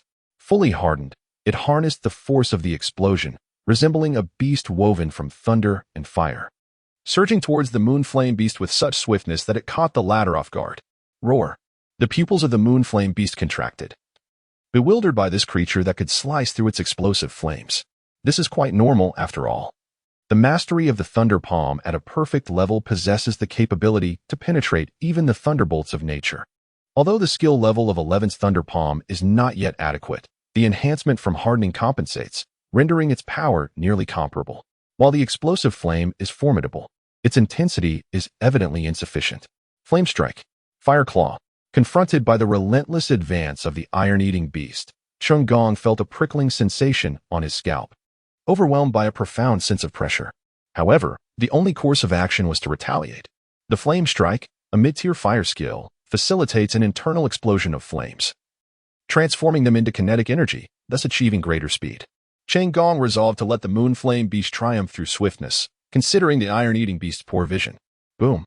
The entire body of the moonflame beast erupted in flames, seemingly morphing into a blazing afterimage. Its proficiency in executing the flame strike had evidently reached an adept level, far beyond mere initiation. Swish! The moonflame beast intended to avoid a direct confrontation with 11, its claws enveloped in searing flames, as its figure oscillated unpredictably while charging towards the approaching iron-eating beast. Moments later, the two brushed past each other. However, Gong and the moonflame beast had completely miscalculated. Their chosen tactic of speed interference had no discernible impact on 11, who possessed extraordinary vision. Bang! The fiery claw of the moonflame beast, poised to strike, froze in midair. Its body suspended as 11's hand landed squarely on its abdomen at the critical moment of attack. The scene appeared to be frozen in time. The next instant, the moonflame beast seemed to encounter an immense force, hurtling backward with great ferocity. Bang! Bang! Bang! Bang! Bang! Bang! It tumbled for several meters before coming to a halt. The area fell into an immediate silence. In this stillness, Shi Yu was the first to break the quietude. In that moment of attack, 11 discarded the combination technique and relied solely on hardening against the enemy, resulting in minimal damage to the Moonfire beast. Had he executed the combination technique, the Moonfire Beast would have faced devastating injury, if not death. Apart from Shi Yu, no one was aware that 11 had mastered the advanced level of Thunder Palm. At that moment, witnessing the Moonfire Beast being sent flying, Chen Gong was left in a state of bewilderment. How could this iron-eating beast possibly keep pace with the speed of the Moonfire Beast? His face turned pale in an instant. Even during their battle against the ice-armored giant, they had not experienced such immense pressure. What kind of monster were they facing? Level 7? It was absurd. Roar. At this moment, 11 stood in scathe, his gaze fixed on the rising enemy. Though he did not actively exert intimidation, his presence had undoubtedly cast a shadow in the opponent's mind. You have lost, young man, declared Captain He, who had remained silent throughout, finally addressing Chen Gong. He then turned to Shi Yu with an incredulous tone, posing the question that lingered in everyone's thoughts. Not only do you possess advanced hardening, but your iron-eating beast has also mastered the proficient level of Thunder Palm? Moreover, you have seamlessly combined these abilities into a combination technique? Additionally, the combat awareness and experience of this iron-eating beast are astonishingly high. It managed to strike at the Moonfire Beast's vital point during the acceleration of Flame Strike? What kind of monstrous combination are they? This is the first time I have encountered such a formidable newcomer. Upon hearing the inquiry, Shi Yu nodded. As he did, a profound silence enveloped the crowd, which was soon followed by an eruption of astonishment. Is that the legendary Thunder Palm of the Bamboo Stone Martial Arts School? Its power is utterly astonishing, capable of cleaving through flames with a single strike. Are you foolish? That is no ordinary Thunder Palm. It is a combination technique, augmented by the formidable force derived from a mastery-level hardening skill, demanding an exceptionally high level of proficiency. Is that not so? Someone inquired of the apprentices from the Bamboo Stone Martial Arts School. At that moment, the apprentices were equally bewildered, utterly unaware of what transpired. Yet, the events unfolding before them undeniably confirmed their suspicions. Jiang Rui stood frozen, unable to discern whether Shi Yu had made significant advancements during this time, or if he had merely refrained from exerting his full strength in their confrontation. Each tier of Beast Masters has specific areas of study. At the novice level, honing pet skills to the proficient and mastery tiers is already commendable. Combination techniques are typically the domain of professional Beast Masters. As for the master level, it involves delving into the profound principles formed by perfect level skills. This is the conventional path that a Beast Master ought to traverse. However, with Shi Yu and this diminutive iron-eating beast, thus, even not just Chen Kai, Bai Shi, and Xiao Liang among the novice Beast Masters, but also the professional Beast Masters stood agape, unable to comprehend how this level 7 iron-eating beast had been cultivated. I concede defeat. Faced with such an iron-eating beast, Chen Gong's voice was hoarse. There was no way to contest. The others, too, grasped why Shi Yu had managed to breeze through the first 3 challenges. That one-strike combination technique could likely overwhelm even the ice-armored giant with a single blow. In a secluded corner, the secretary of the president of the Pingcheng Association glanced at his silent leader, finally awaiting his assessment. Should one refer to this iron-eating beast or the Beast Master? The talent displayed is nothing short of monstrous, bordering on the unscientific, he remarked gravely. If there had been any lingering doubts regarding Chen Gong and Shi Yu's ability to break records, those uncertainties have now dissipated. Although the Moon Flame Beast was utterly overpowered in this battle, the prowess it exhibited throughout the confrontation was undeniably remarkable. Its formidable explosive flame skills possess a distinct advantage over various ice-type creatures. The speed afforded by the flame strike is likely unmatched even within the ruins. Coupled with its agile fire claws, the Moon Flame Beast's combat style is versatile, capable of both close and ranged attacks. With its 3 skills at a proficient level, it stands a genuine chance of triumphing over the higher-tier ice-armored giant, thanks to its elemental advantage. As for Shi Yu, his strength is beyond reproach. The Moon Flame Beast's journey through the battle, marked by overwhelming dominance, serves as the finest testament to Shi Yu and his companions' capabilities. It was the first time many had witnessed such an extraordinary iron-eating beast. The ability of such an exceptional companion to conquer 4 challenges in succession is entirely understandable. While some still questioned how a 7th-level iron-eating beast could vanquish 50 ferocious creatures in succession, the proof of Shi Yu's prowess rendered their doubts moot. Consequently, they collectively regarded Shi Yu and 11 with expressions akin to that of gazing upon a marvel. This battle revealed different perspectives for Beast Masters of varying ranks. The apprentice Beast Masters were perplexed as to why Shi Yu and his companions possessed such formidable strength. while esteemed masters like President Feng held heightened expectations for unraveling the mysteries of the ruins. Indeed, it would be prudent to divert some resources from his nephew to Shi Yu. At such a critical juncture, deciphering the ruins took precedence. Gongga would surely understand. Thankfully, Cheng Gong remained oblivious to President Feng's musings. Otherwise, he might have felt like an imposter in the role of a nephew. As for now, he was deep in thought, pondering why Pingcheng had produced an apprentice beast master of such unprecedented caliber. Even the prodigies within Icefield City might struggle to rival Shi Yu's prowess. With the battle concluded, it was time to return to their respective duties. Commander He, serving as the judge, rallied the group of apprentice soldiers with fervor, declaring, "Today's training will be doubled." His words elicited groans of despair from the apprentices. Frustrated by their lack of progress, He Biao resorted to intensifying the training of his subordinates. Meanwhile, President Feng discreetly wiped the sweat from his brow. Apprehensive that He Biao might approach him, and the commander seeking additional training funds for the next bout, Cheng Gong exchanged a few words with Shi Yu before departing from the other side, leaving everyone else to wonder about his intentions. Shi Yu, on the other hand, felt a sense of resignation. It was the creature's emotional turmoil from its previous failures that seemed to spill over into this battle, tipping the scales of the encounter. And it appeared somewhat one-sided. With a slight shake of his head, he too decided to take his leave. As Shi Yu exited the arena, Chen Kai and Xiao Liang had intended to approach him, but upon seeing President Feng stride towards Shi Yu, they immediately halted in their tracks. "Shi Yu, your prowess has truly opened my eyes," they exclaimed. President Feng squinted his eyes, his mood relatively pleasant. Given the potential demonstrated by Shi Yu and his companions, there lies hope for them to become master beast tamers in the future. A decade from now, Pingxing may just welcome another master beast tamer. Fortunately, Shi Yu remained modest. "It's nothing remarkable," he said. Though he harbored ambitions of grandeur, he was acutely aware that he was far from invincible. Among his peers, he was still not particularly noteworthy. After all, Pingxing was merely a small third-tier city. Icefield City, too, was just an ordinary contender among the 100 second-tier cities in Dongwang. The second-generation beast tamers in first-tier cities likely began with initial contracted beasts of a commanding level, and their contracted beasts might even be of a younger age. Shi Yu found himself curious about their prowess, but he would soon find out, as Lu Qingyi had previously suggested he participate in vocational assessments in a first-tier city, where the value of such credentials was significantly higher. This woman certainly enjoyed raising the stakes for him. "Ha ha ha, there's no need for humility. You are indeed exceptional." President Feng inquired about any thoughts Shi Yu had regarding the fifth challenge. "That's good to hear," he replied, his eyes brightening. The resources allocated by the association would undoubtedly find their way into Shi Yu's hands. "Your primary objective now is to strengthen your abilities and conquer the ruins." "I understand." Shi Yu nodded. Although he wished to decline, he could not resist the enthusiasm of the president. This treatment, to the surrounding beast tamers, it was akin to savoring a slice of lemon. Was this the privilege of a genius? Even a master beast tamer, even the president of the Beast Tamer Association, had to greet him with a smile. "Damn it, the Mingxin capsules are selling like hotcakes. The same supplement as Shi Yu's.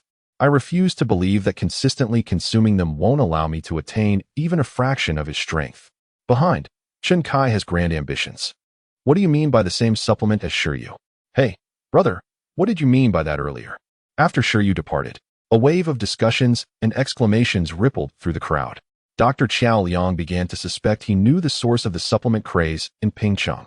"Thank you." Shi Yu, escorted home in a military vehicle, felt a tinge of embarrassment. He had never even been in a police car in his past life. And now he finds himself in a military truck. The pressure is immense. I must quickly study how to conquer the fifth level. He understood that to surpass this challenge, he might have to spend money on supplements. His frail physique, even with supplements, teaching advanced skills is quite taxing on both body and mind.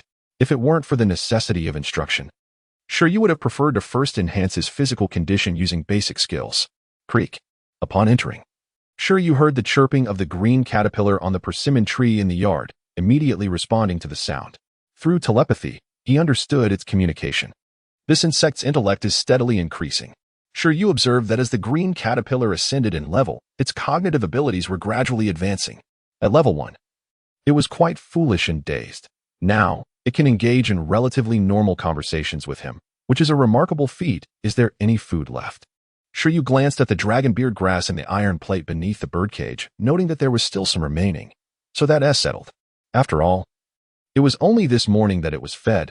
Even if the green caterpillar had a hearty appetite, it couldn't possibly consume as much as 11 meals in one sitting.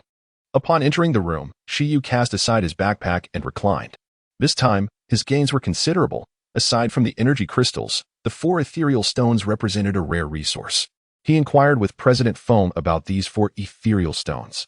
If utilized, even without intensive meditation, they could elevate his beast mastery space to the 2nd level within 3 to 4 months. Furthermore, this advancement would enhance the strength, range, and environment of the space, allowing him to contract a 2nd beast. Additionally, achieving the 2nd level in beast mastery space would facilitate 11's ascension to the extraordinary level. Otherwise, the 1st level tends to stifle the growth of beasts. In short, the ethereal stones offered a remarkable value for Shi Yu, who had embarked on the path of a beast master later than his peers. He pondered the compatibility of the spatial system with the silk moth. The spatial attribute undoubtedly possessed immense power. However, it was said that ethereal stones were primarily resources for beast masters, leaving Shi Yu uncertain about their application for beasts, particularly the silk moth. Instead of dwelling on this, he considered it more pragmatic to acquire a spatial skill, if he could truly obtain spatial attributes. He surmised that the evolved form of the silk moth might attain a royal level. Did such a royal level spatial attribute butterfly exist in nature? Perhaps the ethereal butterfly or the void butterfly. Shi Yu did not linger on fanciful thoughts regarding the silk moth, as the matter was still in its infancy. His foremost priority remained the successful navigation of the ruins. To triumph in the 5th challenge, he currently saw 2 potential paths. First, to master the profound thunder armor. It is essential to elevate both Hardened and Thunderclap to the level of perfection. Currently, neither 11 nor the Qingmian worm has mastered any perfect level skill. Shi Yu remains uncertain about how many times one must teach to transition from proficient to perfect mastery. However, he senses that as proficiency advances, the difficulty of enhancement intensifies. A common belief suggests that for a skill that is relatively easy to cultivate, as long as the creature possesses decent talent and is in an adequate training environment, diligent practice for approximately a year can lead to proficient mastery. Consequently, the beasts of professional beast tamers typically possess multiple proficient-level racial skills. However, attaining perfect-level proficiency in skills is not simply a matter of time investment. Perfection signifies the pinnacle of a skill, the zenith of artistry. Many beings dedicate their entire lives to achieving such an accomplishment. In contrast to the arduous journey of time-consuming practice, this level demands exceptional talent and effective training methods. Beasts endowed with perfect-level proficiency are emblematic of master beast tamers. As for the transcendent level, it signifies a departure from the skill itself, elevating it beyond its original rank to a more profound realm.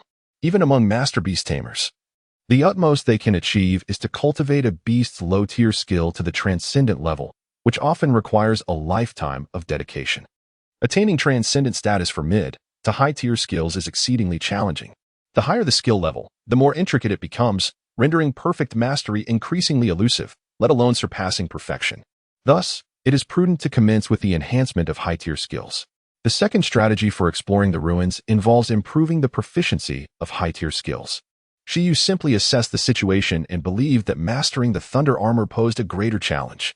The ambition to conquer 100 ferocious beasts seemed daunting. However, achieving mastery in 3 advanced skills was certainly within reach. Attaining mastery was relatively straightforward. The awe-inspiring deterrence of mastery could unleash a wide-ranging psychological pressure on the beast horde. And with a stroke of luck, he could potentially eliminate 100 in an instant. The amplification at the mastery level. Though Shi Yu was yet to comprehend the extent of the enhancements it would confer upon 11, suggested that size and strength would be significantly augmented, making it plausible to obliterate a group with a single punch. The absolute sleep at the mastery level allowed for a remarkable recovery of stamina in a shorter time, rendering it a miraculous restorative technique. Which skill should be prioritized? There should be no indecision. He ought to master them all at once. Additionally, he intended to elevate his enhanced vision and rapid healing to the mastery level as well. Once all skills reached mastery, he would be prepared to face not only the 5th challenge, but even the 6th, emerging victorious against beings of exceptional caliber. On the afternoon of July 7th, under the radiant sun, the energetic 11 was diligently training in the courtyard. while Shi Yu meditated with an ethereal stone in hand. Should the group of apprentice beast tamers witness this scene, they would undoubtedly feel a profound sense of shame. After all, Shi Yu and his companions had just triumphed over 4 challenges in the ruins that morning, engaging in countless battles. Yet, in the afternoon, there was no indication of rest. They continued their rigorous training, a remarkable display of perseverance. Indeed, it was far more effective than his own meditation. Shi Yu set down the ethereal stone, feeling a wave of tranquility wash over him. If only he could obtain more of such stones. He had finally discerned the reason behind his slow progress in cultivation. To swiftly elevate the level of his beast mastery space through meditation, he needed to focus wholeheartedly. Yet, after each session of imparting skills to his beasts, he found himself utterly exhausted, leaving little room for meditation. Over time, this lack of focus resulted in a stagnation of his beast mastery space's advancement. Ultimately, he attributed this to Eleven's shortcomings. As he trained Eleven, the creature appeared bewildered and despondent. Shi Yu resolved that once he had allocated points to 11 this time, he would carve out some time to enhance his beast mastery space. However, prior to that, he opened his phone and logged into the previous shopping website. He procured 15 divine beans, along with various other supplements, spending nearly 2 million. Now, from his initial 10 million, less than 7 million remained. Nevertheless, with these acquisitions, he could nearly elevate all of 11's skills to mastery level. What a financial drain! Gazing at his remaining balance, Shi Yu felt a pang of regret. It seemed that even with the skill compendium, the initial 10 million might not suffice to elevate all of 11's skills to perfection, let alone transcendental levels. If a super-tier skill or mythical ability were to emerge, the cost of supplies could easily soar into the hundreds of millions. At that point, he might find himself in dire need of some mythical delicacies. Ultimately, it boiled down to a lack of funds. The skill compendium could facilitate a swifter enhancement of his beast skill proficiency compared to other beast masters, but the price was a hefty investment. Nevertheless, the value of this golden krypton is undeniable. After all, other beast masters must also invest in nutritional supplements to train their pet skills. When it comes to cost effectiveness, it is undoubtedly superior on Shi Yu's end. That evening, Shi Yu took out one of the last 2 divine beans and a whisker from the ginseng baby, calling upon 11 for training.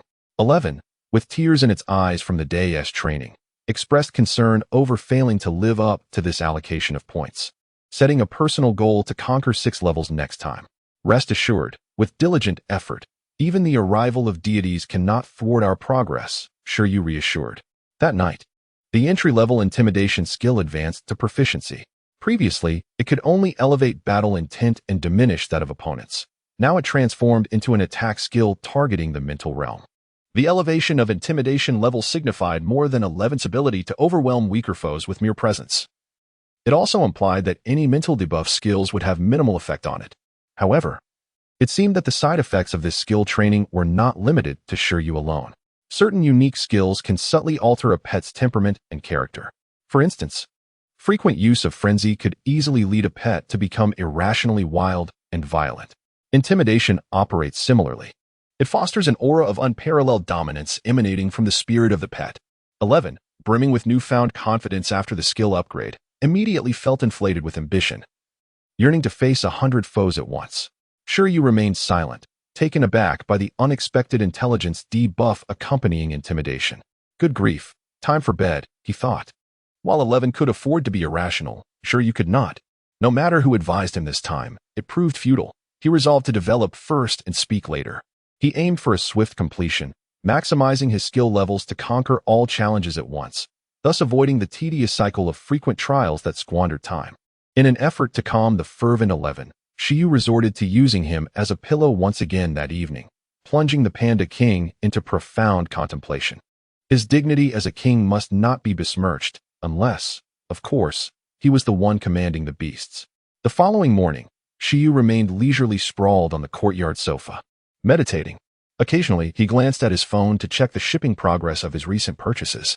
As he continued to gaze, he donned his headphones and immersed himself in a drama. Indeed, the joy of binge-watching was undeniable.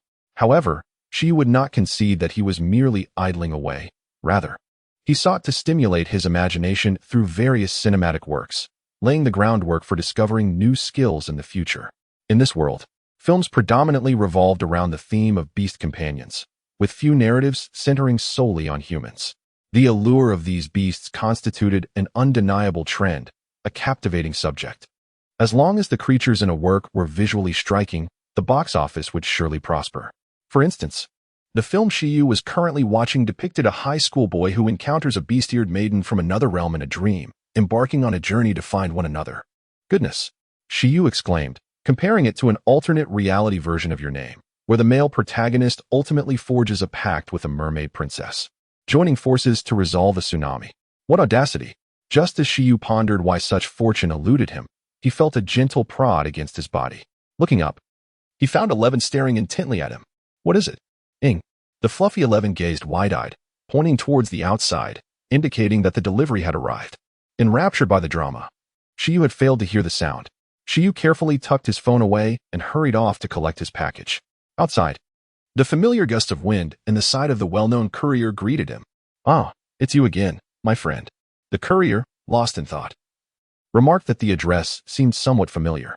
Upon arrival, he immediately recalled that this was the place where the aspiring beast master had previously spent a fortune on supplements. It had barely been a week, and here he was again. "Hey, wishing you good health."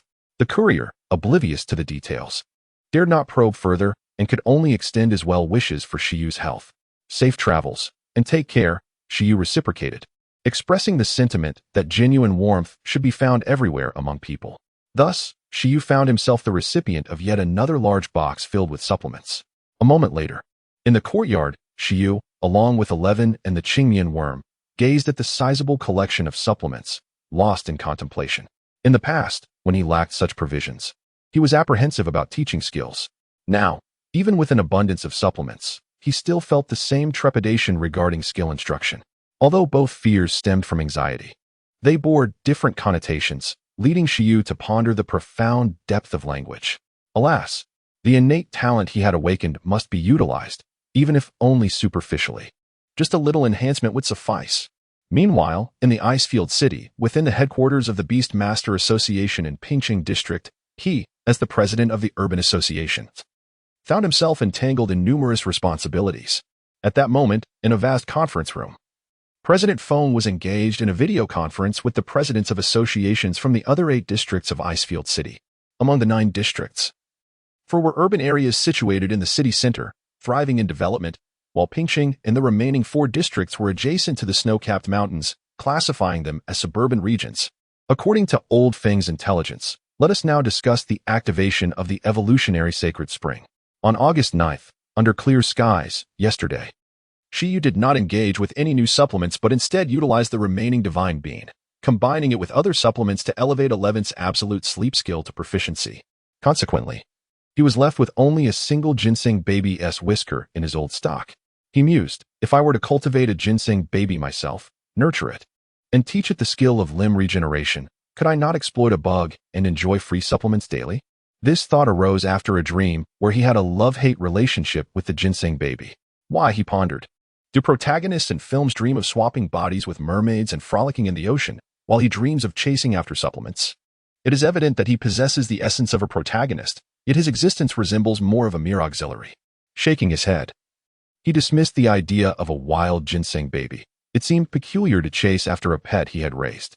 After completing his morning routine seamlessly, Shi Yu planned to elevate 11's duplication skill to proficiency today. This way, he might experience the delight of a panda-sized bed by nightfall. This approach is akin to a fair distribution of points, one skill after another, ensuring everyone benefits. For now, it was merely the skills of a single pet that were abundant. In the future, as his collection of pets expanded, he could become even more generous. In the courtyard, beneath the persimmon tree, after a warm breakfast shared with his 2 beloved pets, Shi Yu was about to immerse himself in work when a sudden knock echoed through the door. Who could it be? It was not the usual time for deliveries from the martial arts hall, leaving Shi Yu puzzled. He hurriedly approached the door, only to be greeted by a gentleman in a gray suit sporting a small mustache. Chairman Feng, what brings you here? I've only just taken a 2-day break. You're not summoning me for an expedition to the ruins, are you? Shi Yu inquired, instinctively touching his abdomen. Chairman Feng chuckled, of course not. I suspect you are here to discuss the matter of cultivation resources. Shi Yu's eyes widened in realization. He had almost forgotten that the Pingqing Association had decided to allocate a portion of resources to nurture aspiring beast tamers. Could it be that the amount of resources had been finalized? Yes and no. There is still a matter of greater significance, Feng replied. A moment later, inside the house, Shi Yu served Chairman Feng some goji berry tea. Chairman Feng, what is this important matter you mentioned? With a cheerful demeanor, Chairman Feng responded. It is still related to this expedition to the ruins. After sipping the goji berry tea, he praised, it's quite flavorful. Shi Yu beamed with pride. Indeed. This brings us to the laws governing our country. According to our regulations on relics, since this site has appeared in Pingxing, we possess the priority to explore it. After Chairman Feng concluded his statement, Shi Yu nodded thoughtfully. However, he added, if we cannot decipher the ruins and obtain control over them within a certain time frame, the rights for exploration and development will gradually be opened up to surrounding cities, expanding the scope of competition. For instance, a month later, if Pingxing is unable to decipher the ruins, other districts and counties of Icefield City may also join in the exploration. President Feng sighed. You are well aware of the challenges posed by this ruin. Merely overcoming the 5th level will likely consume a considerable amount of our time. Not to mention the unknown 6th level. Given our current progress, the other Beastmaster associations in Icefield City do not believe that we in Pingxing can independently unravel the mysteries of the ruins, and thus, they have already begun preparations for the challenge that awaits us in a month's time. Although President Feng finds this quite frustrating, he feels powerless against it. He holds great confidence in Shi Yu, yet expecting him to decipher the ruins within a month is evidently unrealistic. Just to pass the 5th level within this time frame would be nothing short of miraculous. At this moment, upon hearing President Feng's remarks, Shi Yu was taken aback. Who do they look down upon? Shi Yu pondered. They may doubt the Iron Eater, but they cannot possibly disregard the box of supplements. In a month, the ruins will be long gone. Of course, such thoughts seemed too boastful for Shi Yu to voice, for fear of retribution, so he merely nodded in agreement. After you departed 2 days ago, I submitted the reports on the 4th and 5th levels of the ruins. Haha, undoubtedly. The conditions of the 4th and 5th levels astonish the other association presidents. They all believe that for novice Beastmasters, passing these levels is exceedingly difficult. However, regardless of the challenges, we must persevere. Thus, Icefield City has decided to activate the Sacred Spring. The Sacred Spring, what is that? President Feng remarked. That is a sacred ground for the cultivation of pet beasts in our Icefield City, a fixed resource. After immersing themselves in the Divine Spring, pet beasts can undergo a remarkable transformation. To illustrate, the levels of pet beasts are classified into growth levels and racial levels, with the latter representing potential. The higher the racial level, the greater the potential. Why is it that, under the same growth level, some are stronger? Aside from the racial skills, it is because high racial pet beasts possess a superior life grade. The higher the life grade, the more evident the manifestation of this is in their robust physique and vigorous stamina.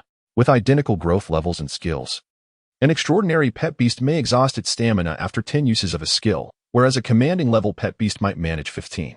This exemplifies the advantage. The water from the Divine Spring will not enhance a pet beast's growth level, but it can improve its physical constitution, awaken its potential, and even elevate its life tier. It is one of the rare resources capable of enhancing a pet beast's racial level, thereby increasing its evolutionary potential. For instance, your iron-eating beast may have previously exhausted its stamina after using the Thunder Palm 10 times, but after this baptism, its stamina ceiling will be significantly raised, allowing it to perform the skill a dozen times without issue. Now, do you grasp its true value? In summary, consider this opportunity as a super training session for confronting the 4th and 5th levels of the ruins. Certainly, this Sacred Spring is most effective for awakened period pets, and its efficacy increases with lower racial levels. There have even been instances where pets evolved directly after bathing in the Sacred Spring. Hence, it is also referred to as the Evolution Spring, capable of enhancing the chances of evolution, albeit reliant on fortune. After Chairman Feng's explanation, Shi Yu appeared momentarily taken aback. Indeed, it seems that when one lacks something, that is precisely what one finds. The greatest drawback of 11 is the overwhelming number of formidable skills, far exceeding its physical capacity to utilize them. Furthermore, enhancing growth levels to increase physical capacity is not an endeavor that can be achieved overnight. If bathing in this Sacred Spring can elevate 11's physical capacity limit, it would certainly bolster their stability in conquering ruins. As for evolution, could it truly evolve simply from soaking in spring water? He remained skeptical. Are you suggesting that? In preparation for the 4th and 5th challenges, Each area of Icefield City's 4 districts and 5 suburbs has a designated recommendation slot for a Beastmaster to utilize the sacred spring. The Pingqing Beastmaster Association intends to recommend you, considering you are currently the strongest apprentice Beastmaster in Pingqing. Rest assured, aside from this recommendation, the resources for cultivation will not be lacking from the Pingqing Association. Shi Yu genuinely felt that the Pingqing Association was quite generous, not only allowing him to take out a loan to acquire pets initially, but also providing such abundant resources. He smiled, but soon his expression faltered due to Chairman Feng's subsequent words. However, the sacred spring in Icebound City regenerates slowly, and its effects cannot endure excessive use. Thus, only one beast may enter at a time, and the first to use it will undoubtedly experience the most potent effects. Consequently, you may find yourselves embroiled in competition over the order of entry. Be prepared for that eventuality. What? Competing even for a hot spring? Shifting his gaze, Shi Yu's eyes sharpened. It seems that competition is omnipresent. Nevertheless, if they are all at the novice level, I feel confident that I can prevail. Tonight at midnight, the new book will be launched. I kindly ask for your support. Next, I would like to share some reflections from the author. Another book is about to be released, and it is time to assess the results. This marks my 3rd book, an original work centered around beast taming, while my previous 2 were adaptations of anime. This transition from fanfiction to original writing has indeed been a challenging process, fraught with anxiety. I can say that for the past month, I have endured sleepless nights, obsessively monitoring the data of my new book, fearing that any inadequacy in my writing might lead to its unpopularity. However, the agonizing wait for the new release is finally over, and now I must await the judgment of its launch. I am genuinely curious about how well this niche original beast taming work will perform. I hope that those who appreciate this genre will lend their support to elevate its popularity, paving the way for more excellent stories in the future. In summary, it is our duty to restore the glory of beast taming. My heartfelt thanks to everyone, and my sincere gratitude to the platform and its readers. I extend my heartfelt gratitude to the editor, Starry Night, for his thoughtful guidance on the content of my new book. It was he who resurrected the manuscript, comprising over 100,000 words, which had previously faced insurmountable obstacles in securing a publishing contract. From my earlier works to this new endeavor, he has continually provided unwavering support, serving as my guiding light. He is currently responsible for the short story channel, and fellow authors with aspirations in this realm may seek his assistance in publishing their works. I would also like to express my appreciation to all the esteemed supporters, Vela0205, who finds joy in reading, Yiqian Momo, third-party contact, Shirting Shui Luoyi, Super True Newcomer, by Ningxi Ho, Hainao by Chuan Mix. The Veteran Bookworm from 2006, Qing Shiping Guopai, Bei Chuan Nanhai, Kuan Dun, by Hua Zhizhao, Yi Qing Guang, Zilei Zunjia, Ing Ni Yin, Label 0v0, The Adorable and Delectable, Lucy Fu Ren Xianjing, Liney. My sincere thanks to these distinguished individuals. As the book launches, I shall gradually add updates. The list is extensive, and I appreciate your patience. Thank you. Beginning from The Red Moon by Heishan Laogue. The Art of Naming the Night by Talking Elbow. My Healing Game by I Can Repair Air Conditioners. Starting from Game to Becoming the Wealthy by Qinshan Yuzue. Rebirth of the Flowing Years by Tsongshan Yu. Demon Taming Museum by Yin ZK. Nightwalker by Robot Wall. Mythical Version of the Three Kingdoms by Fentahuenko. Master of 9 Stars by Yu. Sorcerer's Manual by Tingri. Crimson Heart Circling the Sky by Qing Hykn. Ember's Gun by Anlao. Red Dragon Emperor by Xiao Xiaosheng. Fist of Fantasy by Du Tingbei. I by Wang Zijuan. I Am a Teapot Immortal by Heidi Mambuer. Earthlings Are Truly Fierce by Woniu Jinren. What is a Roaming Midlaner? By This Is Quite Scientific. Human Clan Guardian by Baiju Ishur. Heavenly Way Equation by Irmo. By Huazhong Yu. From Azkaban to Hogwarts by I Am Just a Pigeon. A Certain Professor of Magical Texts at Hogwarts by Han Yusi. This Doctor is Quite Dangerous by Holding the Ruler. Fog City Detective by Xia Xia. The Strongest Boss of All Realms by Seven Fleas. The First Cause of All Realms by The Great Tao Chronicles by Pei Tugu. Leisurely Farming in the Primordial Wilderness by Lei Bujiasheng. Rebirth Requires Being Tough on Oneself by Chue Gudichichio 9. I Do Not Wish to Be Emperor Again by Zheng Jin Luan Lianghua Mao. Survivors of the Apocalypse by The 10th Name. Fortune of All Realms by I Am Called Paiyanzhang. Martial Arts Order by Yue Xiao Xiao. Primordial Star Path by AI Zwoming Da L. Nching. Journey to the West. I Have 9 Golden Crows Within Me by Poor Lazy Worm. Qin Dynasty Novelist by Omi Fin, Live Streaming in the Wilderness by Tutu Shi, Global Era of Deities by Ishi Qing Dao. I Just Don't Play by the Rules by %7, I Am Playing Cards in Dual City by Name Occupied, Bizarre Cultivation Game by I Am Also Quite Desperate. Sword Saints Interstellar General Store by Deci Bugo, Monsters Die When Killed by In Tian Shinin, Players Are Super Just by Buqi Shirxian. The Game of the World Tree by Gobong, This Is My Planet by Ji Cha, Fox of the Forbidden Zone by Lin Haiting Tao. I Teach Kendo in Tokyo by Fanmar Jiating Hui, Culinary Delights of Hogwarts by Yuming Shi Yu. I Truly Did Not Wish to Become a Trainer by Beichuan Nanhai, emphasizing gratitude to Beichuan for the numerous guiding suggestions on the new book. I am uncertain if anything has been overlooked. If so, I shall rectify it later, with a heavy heart. There are numerous old and new friends whom I am unable to individually express my gratitude to due to space constraints, and for that, I sincerely apologize. Once the work is published, I shall endeavor to update diligently to make amends. Ultimately, I hope everyone can support the initial subscription. I am immensely grateful to all. Let us charge ahead. Chapter 65. Aiming for the elite time, you ask? Shi Yu inquired promptly, feeling that perhaps a visit to a hot spring before tackling the ruins would be prudent. Otherwise, should he clear the ruins too early, and the sacred spring in Icefield City not activate, he would suffer a significant loss.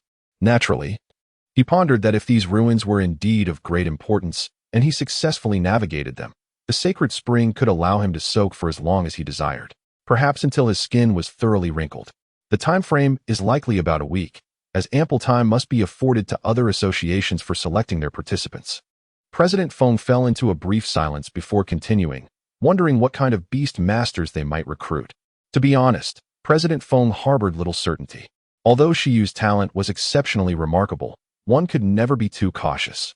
What if a second-generation beastmaster emerged unexpectedly, already bonded with a commanding breed of beast?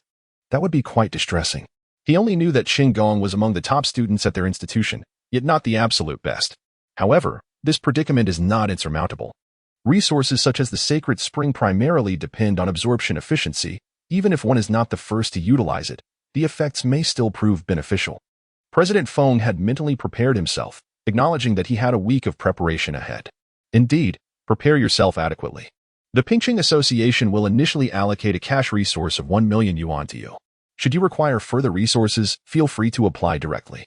Chairman Feng took a sip of goji berry water and remarked, 1 million. Shi Yu's eyes brightened. Although it was not an exorbitant amount, it was certainly substantial. Good. Shi Yu nodded in agreement. Haha, I shall not disturb you any further. Although I have never raised a steel-eating beast. Do not hesitate to consult me if you encounter any issues. Chairman Feng shook his head, setting down his cup. Very well, though he felt no need for guidance. Shi Yu expressed his gratitude. He had no particular demands. He merely hoped that Chairman Feng would showcase all the beasts for him to behold. Subsequently, Chairman Feng took his leave. After bidding farewell, Shi Yu fell into contemplation in the courtyard. He had a week to enhance his abilities. To ensure a solid footing and strive for 11's indulgence in a hot spring, he ought to work diligently. With a clear objective, a week could pass swiftly. Aside from visiting the Zhushi Martial Arts Hall a few times, he remained at home, immersing himself in intense training. After several visits to the hall, Shi Yu learned that both Master Lin Hongnian and Senior Sister Lin Xiuzhu were no longer in Pingcheng. It was no wonder that when news of his mastery of combined techniques spread, no one came to express surprise or inquire. They had all departed, rendering it rather dull. In the absence of familiar faces nearby, Shi Yu's life felt monotonous and tedious, comprised solely of relentless training. Time flew, and a week had passed. 11's attributes underwent a remarkable transformation. Name, Iron Eater, attribute, Gold, growth level, Awakening level 7 skills, Hardening, Thunder Palm, Rapid Healing, Supervision, Dissuasion, Absolute Sleep. Duplication. From this formidable panel, one can discern the extent of Shi Yu's efforts. Compared to a week ago, 11 has undergone significant changes in 4 skills: Rapid Healing, Supervision, Dissuasion, and Duplication. The effects of these skills have also evolved to varying degrees. In contrast to the adept level of Rapid Healing, the proficient level truly embodies the essence of rapidity. Provided that sufficient energy is consumed, even the gravest of wounds within the healing radius can be restored instantaneously. Next is Supervision, which, at the proficient level, now boasts a complete 360-degree detection capability without blind spots. Moreover, It can effortlessly see through illusions of the same level. With this ability, 11 remains invincible on the battlefield, even when facing away from the enemy. Upon reaching this milestone, Shi Yu feels that 11's cosplay has achieved resounding success. Observation Haki, Supervision, Armament Haki, Hardening, Conqueror's Haki, Dissuasion. While it may not ascend to the status of Pirate King, it undoubtedly reigns supreme among the Panda clan. In just 7 days, 11's Dissuasion skill has also attained the proficient level, marking it as its sole advanced skill at this stage. However, the upper limit has yet to be tested, as the Qing Mian worm is too feeble. Nevertheless, Shi Yu and 11 preliminarily estimate that as long as the opponent is in the awakening phase, even at awakening level 10, they may not withstand the proficient level dissuasion. After all, dissuasion primarily operates on a psychological level of intimidation. As for the deterrence, elevating the supervision to mastery level and absolute sleep to proficient level for 11 has garnered considerable mental energy. It is difficult to ascertain the extent of its mental prowess. Regarding the proficiency level amplification, the improvement can only be described as conventional.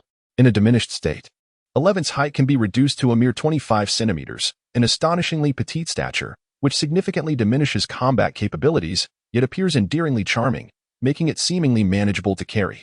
Conversely, in an amplified state, the originally 1-meter-tall 11 transforms into a colossal 4-meter-tall iron-eating beast, exhibiting remarkable strength, albeit with equally staggering energy consumption. At present, 11 cannot sustain this form for long, rendering it unsuitable for combat. Overall, the deficiency of blue energy remains a pressing concern.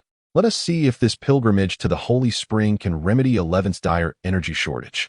On August 16th, the day of departure to the location of the Holy Spring in the southern district of Icefield City, President Feng personally arrived to escort Shi Yu. Subsequently, the two journeyed together to their destination. "How have you been resting?" President Feng inquired, squinting his eyes with a peculiar expression as he observed Shi Yu through the window. He couldn't help but feel that, despite the week-long interval, Shi Yu's mental state was not as favorable as he had anticipated. Had he not rested adequately? Could it be that he had been diligently practicing due to Feng's prior remarks? What defines a genius? President Feng felt a surge of emotion. With both talent and diligence, how could there be any worry for the city's development, given the presence of more beast masters like him in Pingcheng? "Not bad," Shi Yu replied, giving a thumbs up to indicate all was well. After saying this, he opened the car door and took his seat. President Feng occupied the front passenger seat while Shi Yu settled in the back, with the driver being President Feng's female secretary. How wonderful it is to be the president. There is no need to feel anxious. With your talent and strength, you are undoubtedly an elite, even in a bustling metropolis. The newcomers competing for the Sacred Spring in other districts may not necessarily match your excellence. President Feng exudes confidence, primarily because Shi Yu is indeed quite remarkable. "Shi Yu, I am not nervous. It is they who should be concerned." President Feng and the female secretary. "Well, that is quite boastful." Before noon, Shi Yu and President Feng arrived in the southern district of Icefield City. As an urban area, it has developed significantly better than the outskirts of Pingcheng. Coincidentally, the school that Shi Yu attends and his internship location are both situated in this district. This is not Shi Yu's first visit to the Beast Masters Association in the southern district. It remains as grand and impressive as ever. Within the vast complex, it seemed that President Feng and Shi Yu had not arrived particularly early, considering the distance from Pingcheng. Consequently, prior to their arrival, the presidents of the 8 other district associations, along with their respective representatives, had already gathered here. One could say that this place is currently teeming with the elite of Icefield and promising newcomers. However, Shi Yu suddenly recalled that the 11th seems to enjoy targeting the elite. Upon reaching their destination, the Southern District Association warmly welcomed them. The president of the Southern District Association, a jovial middle-aged man with a round face and rosy complexion, approached with a smile. "Old Feng, you have finally arrived." Having spoken, he turned to President Feng's side and said to Shi Yu, "This is the genius from Pingcheng District who has conquered the 4 ancient ruins, isn't it?" "Indeed. He possesses remarkable charisma." President Feng chuckled. "Certainly. His name is Shi Yu." However, while the president of Nanqing District could smile at this moment, he secretly hoped that his counterpart would soon be in tears. Although it appeared that they were collectively sharing the resources of the Sacred Spring, in essence, it was a covert race to explore the ruins. The other districts did not anticipate that Pingcheng District could independently succeed in exploring the ruins, which is why they decided to open the Sacred Spring. This competition to enter the sacred spring would serve as a measure of which district's newcomers were the most formidable. In a sense, this ranking would already signify the progress of each district in conquering the ruins. Naturally, President Feng hoped that Shi Yu would excel. He did not wish for Pingqing District's ruins to be claimed by other districts. Greetings, President's son. Shi Yu also offered his salutation, not for any particular reason, but simply because President's son had a discerning eye and could recognize his exceptional talent. Very well, let us proceed to the banquet hall, where a welcoming feast has been prepared. Everyone should eat well and rest before we discuss matters concerning the sacred spring, President's son said with a cheerful demeanor. In the banquet hall, several other association presidents and representatives of newcomers were present. Upon seeing President Feng's arrival, the other association presidents immediately greeted him warmly, calling out, "Old Feng." The other aspiring beast tamers, all under the age of 20, paid little heed to the remote rural figure of Chairman Feng, instead directing their attention towards the dashing Shi Yu.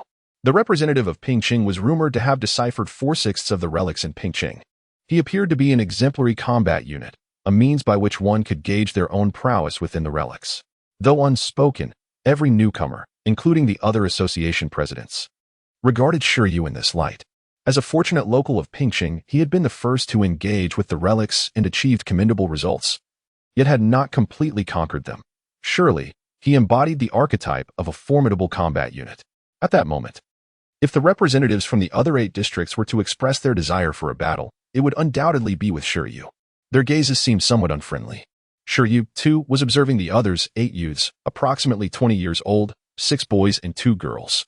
They appeared to be no slouches. They must surely surpass Qinggong, right? He hoped their strength would at least be somewhat pleasing. After all, it would justify his relentless efforts. Shi Yu, allow me to introduce you. Chairman Feng began to present Shi Yu to the other presidents. Each association head also took the opportunity to briefly introduce their own newcomers. However, these basic introductions were little more than names, offering scant valuable information. Thus, the group's attention quickly shifted to the buffet. Whether others were hungry was uncertain, but Shi Yu, having endured a long journey and scarcely eaten in the morning, felt quite famished. Soon after, everyone began to partake in their meal. Shi Yu observed that the Dongwang people shared a common trait with their compatriots. They were far from quiet during meals, relishing in discussions about various topics. The representatives from the 9 districts, being youthful, were somewhat reserved due to the presence of numerous eminent figures, appearing shy, modest, and taciturn. However, the presidents of the 9 associations engaged in fervent discussions while dining, deliberating on the sequence of entry into the sacred spring. To be fair, how about we let the 9 of them battle in turns, and then determine the order of entry into the sacred spring based on their points? Suggested President's son from the South City Association. Wouldn't that be rather slow? Remarked a lean association president, shaking his head. If they battle in turns, when will it ever end? This was evidently the remark of an impatient individual. Nonetheless, his words garnered agreement from others. While several association presidents were indeed curious about the strength of their representatives, being master-level beast tamers, they did not possess an overwhelming desire to observe the matches among the newcomers. They prioritized results over the process. As long as there were outcomes, the means were inconsequential. How about this? We adopt a challenge format. Those who wish to enter first can defend their position, while those who are dissatisfied may challenge them. This way, everyone has a chance, and it minimizes unnecessary battles. The suggestion from the lean president was quite evident. Those who possess confidence in their abilities should step up to defend the arena. After showcasing their prowess in a couple of matches, those with self-awareness would likely recognize the disparity in skill. At that juncture, rather than engaging in futile battles that merely squander time, it would be wiser to forego the challenge altogether, thereby circumventing numerous matches. Upon finishing his statement, he cast a glance at the representative of his association, a short-haired youth clad in a white combat uniform, who evidently exuded great confidence in the capability of their new representative. This was indeed promising. The lean president's proposal was promptly met with the endorsement of the other leaders. The arena competition sounds splendid. So, who will be the first to defend? Inquired President Sunday. After his question, the newcomers remained rather shy. Even those who believed in their own abilities felt the weight of pressure associated with being the first to step forward. I shall take the lead. Just as the group hesitated, Shi Yu, having finished a piece of steak, quietly set down his chopsticks. I will be the first to defend the arena, he declared. Lifting his gaze, his initiative instantly captivated the attention of all present. Ah, this kid is quite bold. President Feng remarked, momentarily taken aback but soon smiled in support. The other association leaders and new representatives were similarly surprised, thinking to themselves, this combat prowess unit certainly understands the situation. At that moment, having Shi Yu, the only one among them with prior experience in the ruins, to defend the arena was undoubtedly more advantageous. With Shi Yu as a benchmark, everyone could gauge their own potential in exploring the ruins. Well, that takes courage, they acknowledged. The presidents of the associations lavished praise upon Shi Yu, and thereafter began to educate their own prodigies, urging them to take heed. Naturally, these were merely courteous remarks. Everyone was eagerly anticipating the afternoon's battles. Time passed swiftly, and before long, the group had collectively finished their meal. Each president, being an individual of considerable importance, was keen to see results emerge promptly. Thus, after a brief respite, they resolved to commence the competition. Within the architectural complex of the South District Beastmaster Association, a spacious arena akin to a sports hall awaited the participants. After a refreshing break, the attendees gathered at the site, where a stone platform was notably present. Aside from the battling contenders, spectators were positioned in elevated seating to witness the encounters. The matches were to begin immediately, without the presence of a referee. With 9 master-level beastmasters in attendance, the absence of an official was of little concern, as the battles would undoubtedly remain well-regulated. The primary roles of a referee include determining the victor and ensuring the safety of the combatants. Given the unpredictable nature of beast combat, injuries are inevitable, and even the beastmasters themselves may face harm. An exemplary referee would effectively eliminate any unstable factors. A tall, handsome young man ascended the platform as the first challenger. Although the audience was not extensive, it was comprised of notable figures, with the elite beastmasters from Icefield City gathered to witness the event. Shi Yu felt relatively at ease, with minimal pressure. In the words of Lu Qingyi, when he explores the Ice Dragon ruins in the future, he could simply call upon these 9 individuals to serve as his bodyguards. Shi Yu, the most formidable apprentice beastmaster from Pingqing, faced the 3rd challenge of the ruins, a 10th-level ice-armored giant of the low-tier leader species. In the 4th level of the ruins, there exists a daunting array of 50 ice-based ferocious beasts. The individual capable of surmounting this challenge must undoubtedly possess formidable strength. The newcomers present are somewhat acquainted with Shi Yu's reputation, as the strategies for the ruins have been disseminated throughout the city. However, the specifics of Shi Yu's prowess remain largely elusive to them. Consequently, while they regard Shi Yu as a benchmark for combat capability, an undercurrent of apprehension lingers. If they cannot best this formidable opponent, it would imply their own inability to conquer the 4th level of the ruins, let alone the 5th or 6th levels.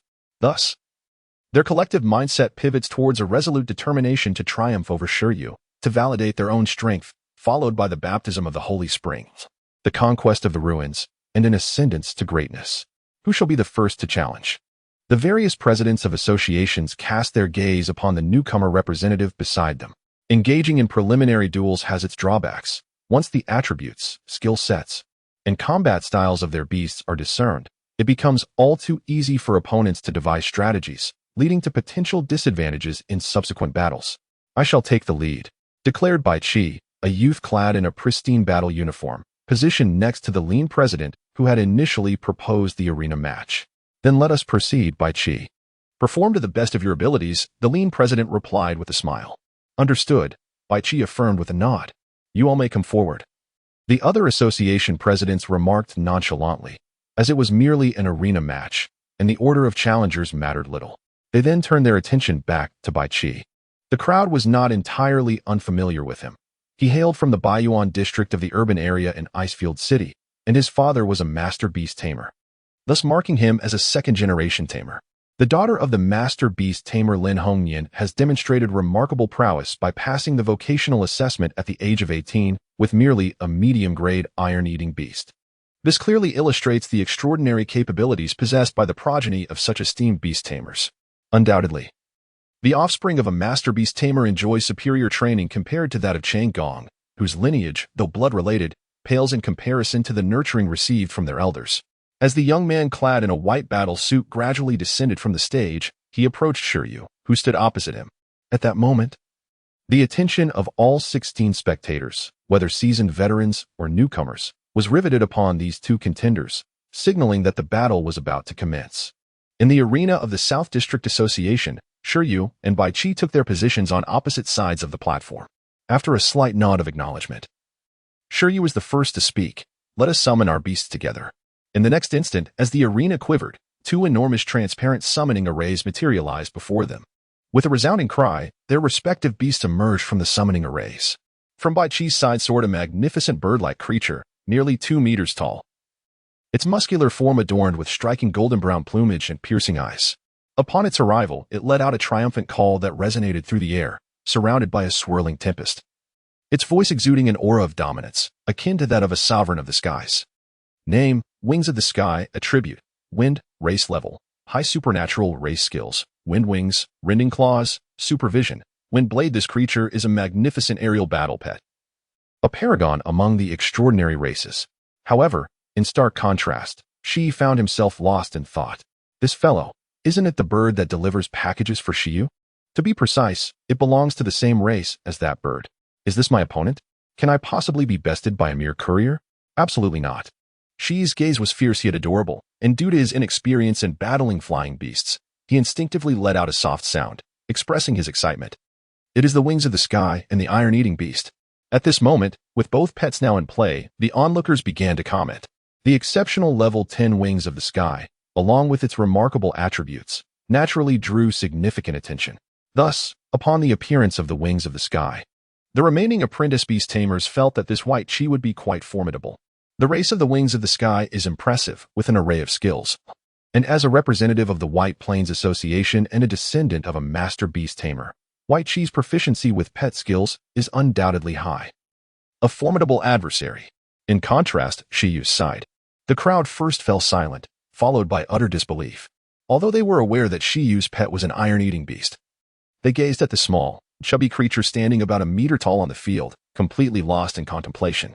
This iron-eating beast does not appear to have a high growth level, does it? The elevation of growth levels inevitably fosters the development of one's companion beasts. Thus, age may create a fade, yet the state of development remains unequivocally genuine. This diminutive iron-eating beast, standing just over a meter tall, certainly does not possess a high growth level. What is the situation? Several association presidents instinctively turned their gaze toward President Feng. Could it be that Shi Yu managed to traverse the 4 trials of the ruins with this small iron-eating beast? Surely, this must be a jest. Observe, quietly. President Feng remained taciturn, his mind a whirlwind of thoughts. The winged void. One wonders if Shi Yu can contend with a flying companion beast. By his estimation, this winged void is undoubtedly more formidable than Chung Gong's blazing beast. After all, Shi Yu's iron-eating beast has not mastered any ranged skills, placing it at a natural disadvantage when facing flying adversaries. Meanwhile, on the arena floor, Bai Qi glanced at 11, momentarily taken aback. At what level has your iron-eating beast awakened? He inquired. Level 7, replied Shi Yu. A silence enveloped the crowd. Bai Qi's lips twitched as he remarked.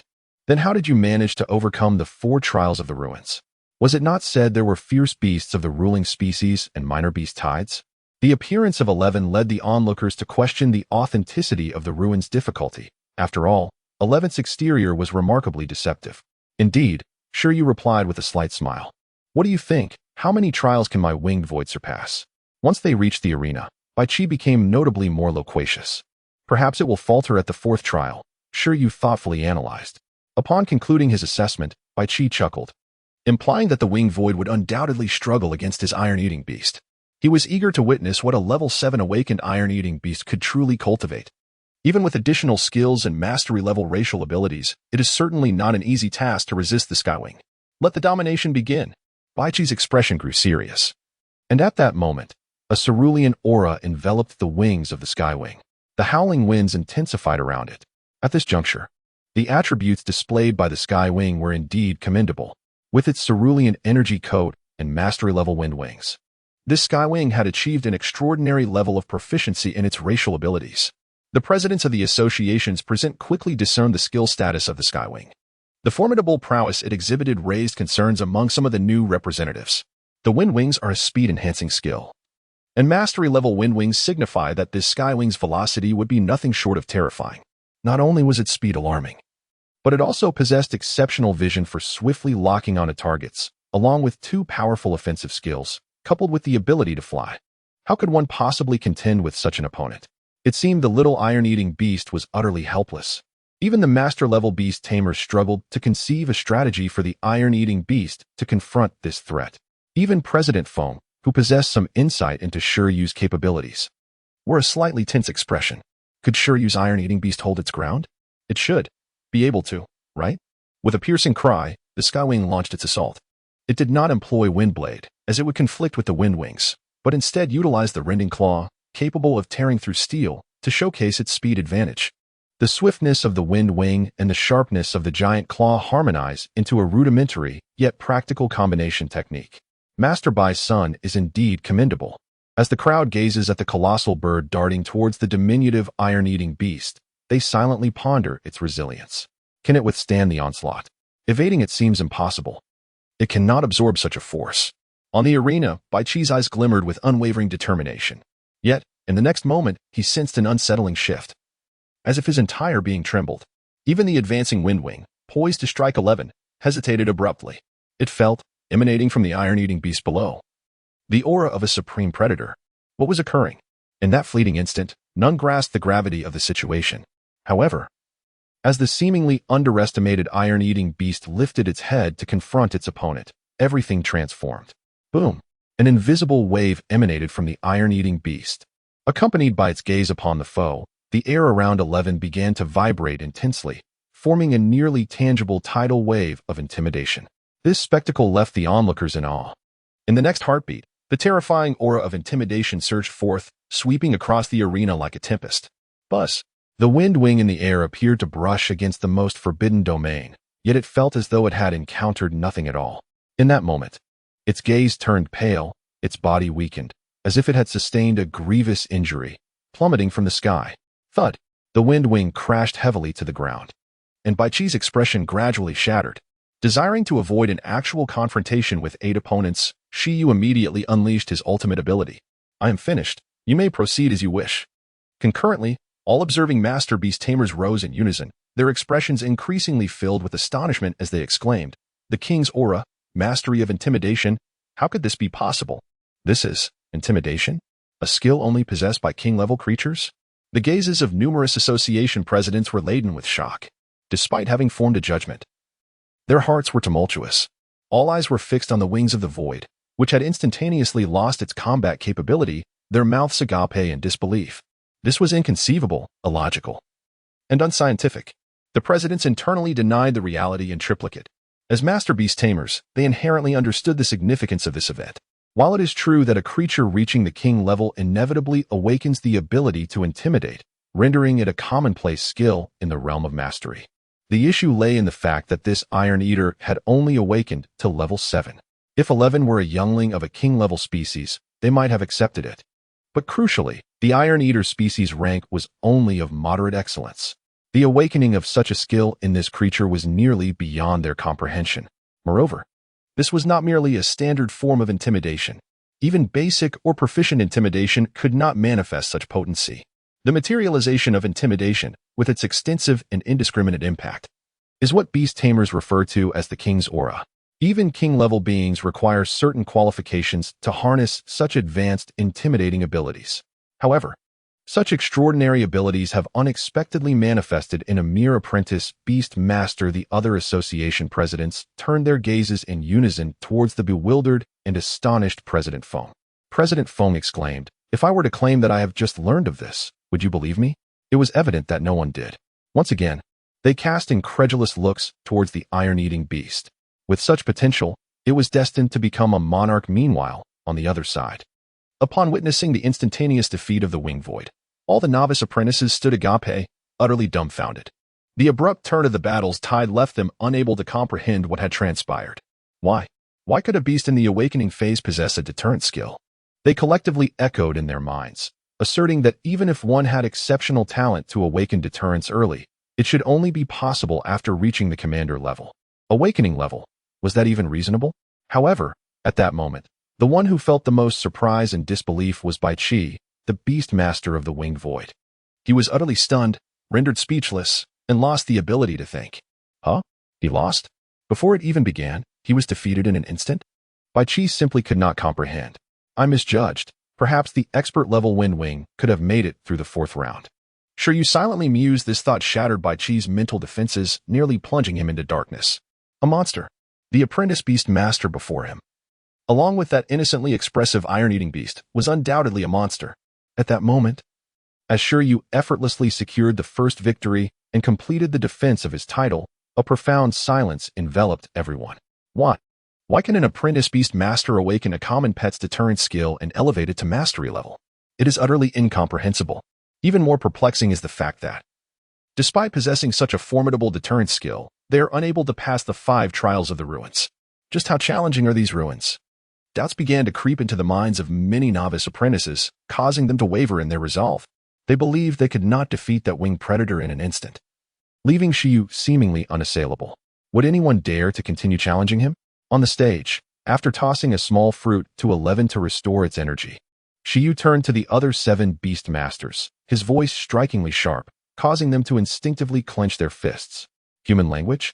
How can we fight? How can we even contend? That seemingly powerful winged predator was dispatched in an instant, and the overwhelming majority lost faith in their ability to overcome Shi Yu. The expressions of the association presidents observing the silent newcomers were equally complex. They too doubted anyone could triumph over such a formidable Iron Eater. Mastery-level deterrence. Could it not even challenge extraordinary beings? Yet, true courage remained. At that moment, a composed girl with short hair rose to her feet. Taking a deep breath, her gaze flickered with determination. As she stood, the eyes of those around her turned in unison towards her. Jingyin. In the audience, President Sun from the South District gazed at the girl, recognizing her as a member of their association. Su Jingyin, a spirit communicator, at your service. Upon her entrance, the quiet girl introduced herself. She hailed from the urban district, a descendant of a family renowned for their spirit communication. A spirit communicator. The medium is a branch of beast tamers, and those who refer to themselves as such typically have necromantic familiars bound by fundamental contracts. A chilling wind swept through, heralding the emergence of a colossal, pitch-black spectral feline with crimson eyes from the summoning array. Name: Spectral Cat. Attribute: Necromantic. Psychic. Species level: Superior Extraordinary. Species skills: Soul Rend. Illusion Craft. Ethereal Veil. At this moment, the appearance of the Spectral Cat momentarily stunned the association presidents. It was indeed a rare dual attribute necromantic familiar. The rarity of this creature surpassed even that of the Wing of the Void. Undoubtedly, the representatives from the 4 major districts were no ordinary contenders. The suburban presidents mused quietly. The resources in terms of talent were markedly lacking. Did they presume they could withstand the intimidation due to its psychic nature? Could they truly endure it? Speculations rippled among the crowd. Meanwhile, on the arena stage, the young woman appeared quite charming, yet the battle must proceed regardless. As the medium Su Jingyin made her entrance, public opinion swiftly shifted. Just moments ago, curiosity abounded regarding whether Shi Yu's iron-eating beast could withstand the opponent's assault. Now, the tables had turned. The question was whether the opponent could endure the intimidation posed by the iron-eating beast. After all, that intimidation was extraordinarily formidable. The intimidation skill primarily targeted the mental realm. Perhaps a psychic-focused familiar might have a chance to endure it? Ethereal Veil. Illusion Craft. As the battle commenced, Su Jingyin devoted her full attention, issuing commands to her familiar. In the next instant, the massive black spectral cat became translucent, vanishing from the arena. Shadow Veil, a low-tier necromancy skill that allows the user to erase their presence and enter a state of concealment. Illusionary Art, an advanced mental skill capable of creating illusions that disrupt perception. The former serves as a fundamental ability for necromantic beasts, while the latter represents a particularly troublesome form of illusion. Once the spectral cat enters the Shadow Veil state, it employs illusions to further enhance its concealment and obscure the vision of its opponents, rendering its presence nearly imperceptible. Its combat style revolves around utilizing this state to unleash the Soul Reaver Claw, inflicting curses upon its foes. The Beast Masters gradually discerned Su Jingyin's fighting technique. The Soul Reaver Claw, also a necromantic skill, possesses the capacity to attack the soul, applying a cursed state to the struck enemies. Under the influence of this curse, time erodes the opponent's condition, bringing them perilously close to death.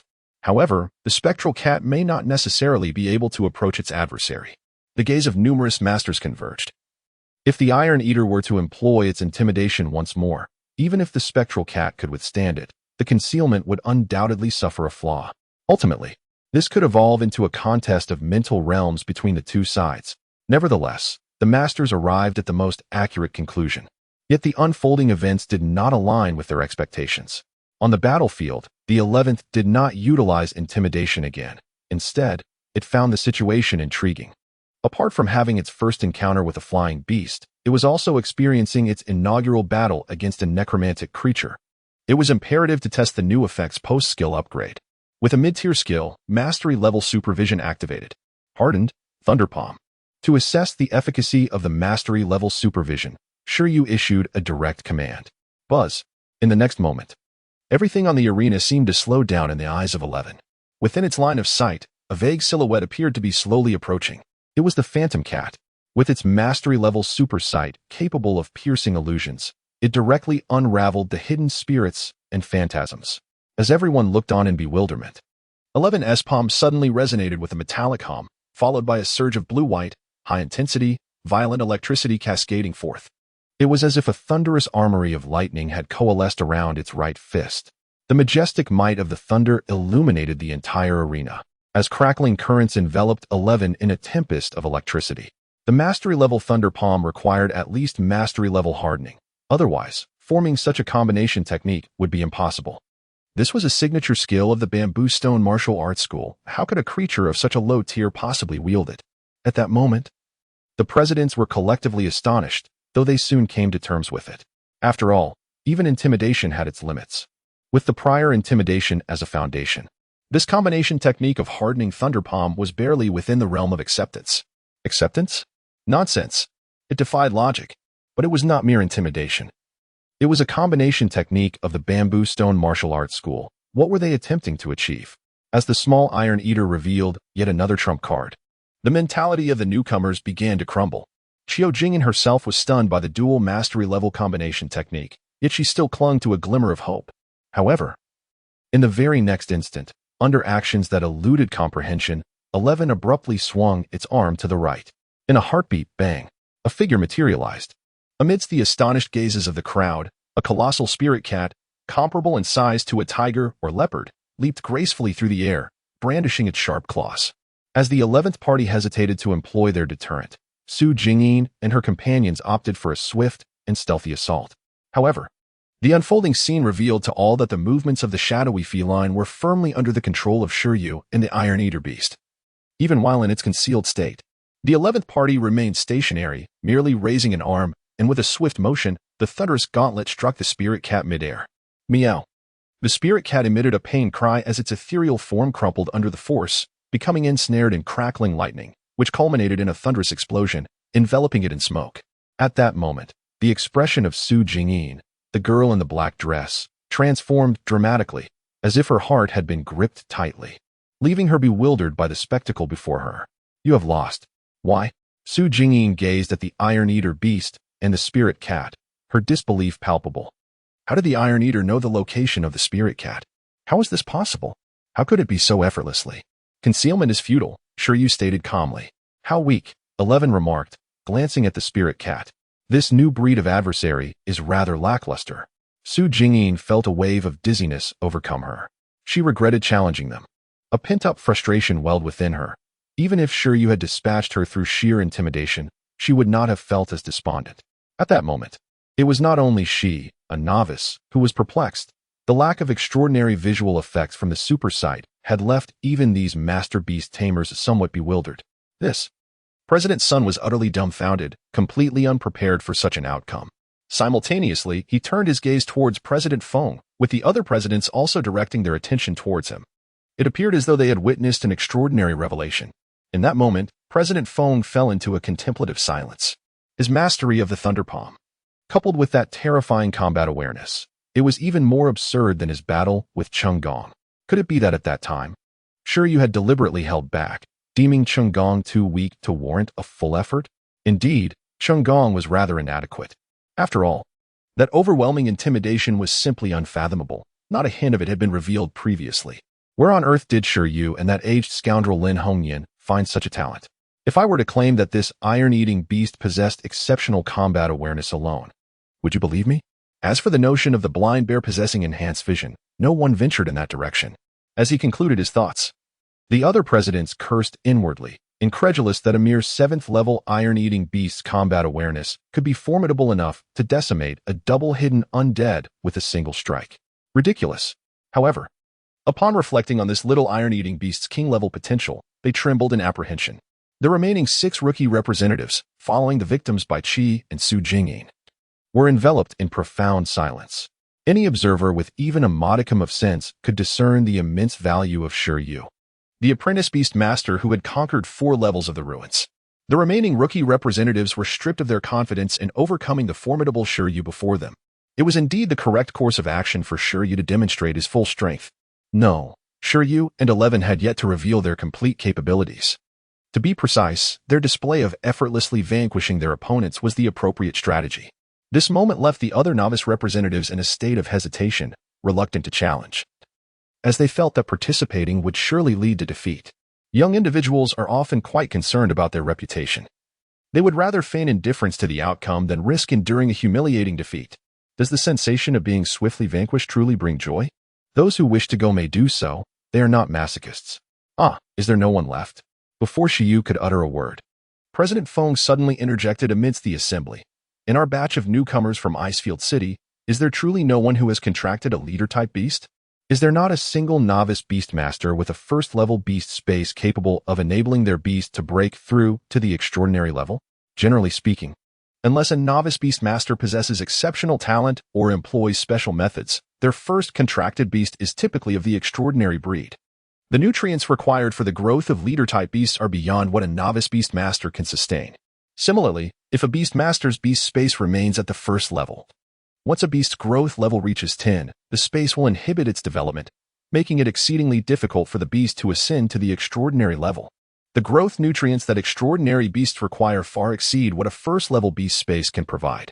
In essence, for a beastmaster to possess formidable beasts, they must diligently elevate their beastmaster level. However, there are always exceptions. Some prodigies do exist. At this moment, President Feng was inquiring about such exceptional cases. Meanwhile, his heart brimmed with joy. Indeed, Shi Yu surpasses his expectations significantly. If not for the aforementioned 2 types of exceptional beastmasters, it is unlikely that anyone among the novice beastmasters could rival Shi Yu's prowess. Old Feng gradually transformed into a commanding figure. No. The glances of numerous association presidents turned hostile as they regarded the seemingly triumphant President Feng, harboring an urge to deliver a sound thrashing. This cohort of aspiring beastmasters represented the finest talent of the year. Was there truly anyone better? Infuriatingly. From where did this old rascal Feng procure such an extraordinary newcomer? A level 7 Iron Eater possessing mastery over advanced intimidation. Utterly absurd. Aha. President Feng chuckled once more. What does it mean to receive something for nothing? He had done nothing, yet the city of Pingcheng had produced a prodigious talent like Shi Yu, arguably the strongest newcomer in Icefield City. He had struck an incredible bargain. However, a sense of urgency soon gripped President Feng's heart. He understood that this modest Pingcheng could hardly retain Shi Yu for long. It was imperative to invest generously while Shi Yu had yet to fully mature. President Feng resolved himself. Meanwhile, Shi Yu, having noticed that no one had descended to challenge him, realized his task was complete. At the same time, 11 remained in the arena, bewildered. Are there truly no opponents left? It had barely exerted half its strength. That should suffice, Shi Yu thought silently. Had this been before the enhancement? This group of adversaries might have posed a slight challenge. Alas, after the enhancement, 11's ambition was to engage in a battle of 1 versus 100. This group of contemporaries seemed woefully inadequate. The pinnacle of the arena competition was not merely about an individual's ability to vanquish the opposition, but rather about instilling such trepidation in opponents that they dared not ascend the stage. Does this count as a successful defense of the arena? Shi Yu inquired of the presidents. At this moment, apart from Old Feng, the other presidents found themselves increasingly unsettled. Initially, the decision to activate the sacred spring was aimed at nurturing the aspiring beast masters from each district, with hopes of conquering the ruins in a month's time. Yet, upon reflection, it appears to have transformed into a mere dowry for Pingcheng district. The more I ponder this, the more infuriated I become, my frustration reaching a boiling point, and my heart bleeds. They are exasperated by the ineptitude of the newcomers in their association. However, deep down, they understand that there is little they can do. Even if they were to force them into battle, the outcome would likely be unfavorable. Of course, it was successful, President Feng remarked. After speaking, he turned his gaze to the other presidents. You may continue your amusement. I shall take Shi Yu along now. President Feng chuckled, showing no intent to witness the remainder of the match. Confirming that his beast masters were indeed the strongest was sufficient for him. This. Moments later, President Feng did indeed drag Shi Yu away. Shi Yu was taken aback by President Feng's impatience. What was the hurry? The young lady's illusionary skills were quite remarkable. And he hadn't even had the chance to ask for her phone number yet. Surely, other talented beasts would be equally rare. At the very least, he wanted to witness the combat in its entirety. Shi Yu felt as though he had lost 1 billion skills. As for the matter of deciphering the ruins, he would leave that to fate. By the way, the method you mentioned for overcoming the 5th challenge, was it a mastery-level intimidation technique? Suddenly recalling something, President Feng inquired. Indeed, even Lin Hongyan, that old man, could scarcely achieve such a feat. Shi Yu, who exactly are you? President Feng halted, unable to suppress his curiosity. Shi Yu was undoubtedly more complex than he appeared. As for that, Shi Yu replied nonchalantly, I am merely a beast master with a passion for archaeology. The location of the evolution spring is quite unique, nestled within a forest. After some time, President Feng led Shi Yu to this extraordinary sanctuary. To his surprise, there was not a single beast master guarding the evolution spring, which served as a breeding ground for the Icefield city. In fact, there was an eerie absence of any living creature nearby, leaving Shi Yu somewhat perplexed. However, his confusion was soon dispelled. Upon reaching the forest edge, President Feng began conversing with an ancient tree before them. According to their prior agreement, this tree was to be the first to grant access to the sacred spring for a beast master. As President Feng finished speaking, a pair of green eyes opened in the center of the nearest tree. Shi Yu, this is the guardian of the evolution spring, the ancient tree king of life. A cherished beast of a revered predecessor from Icefield City, and one of our current guardians. The sheer majesty of a king-level life form struck Shi Yu's heart. No wonder a beast master was not required for its protection. Suddenly, before Shi Yu could fully grasp the situation, a branch from the forest extended towards him. Shi Yu, allow the ancient tree king to guide you from here.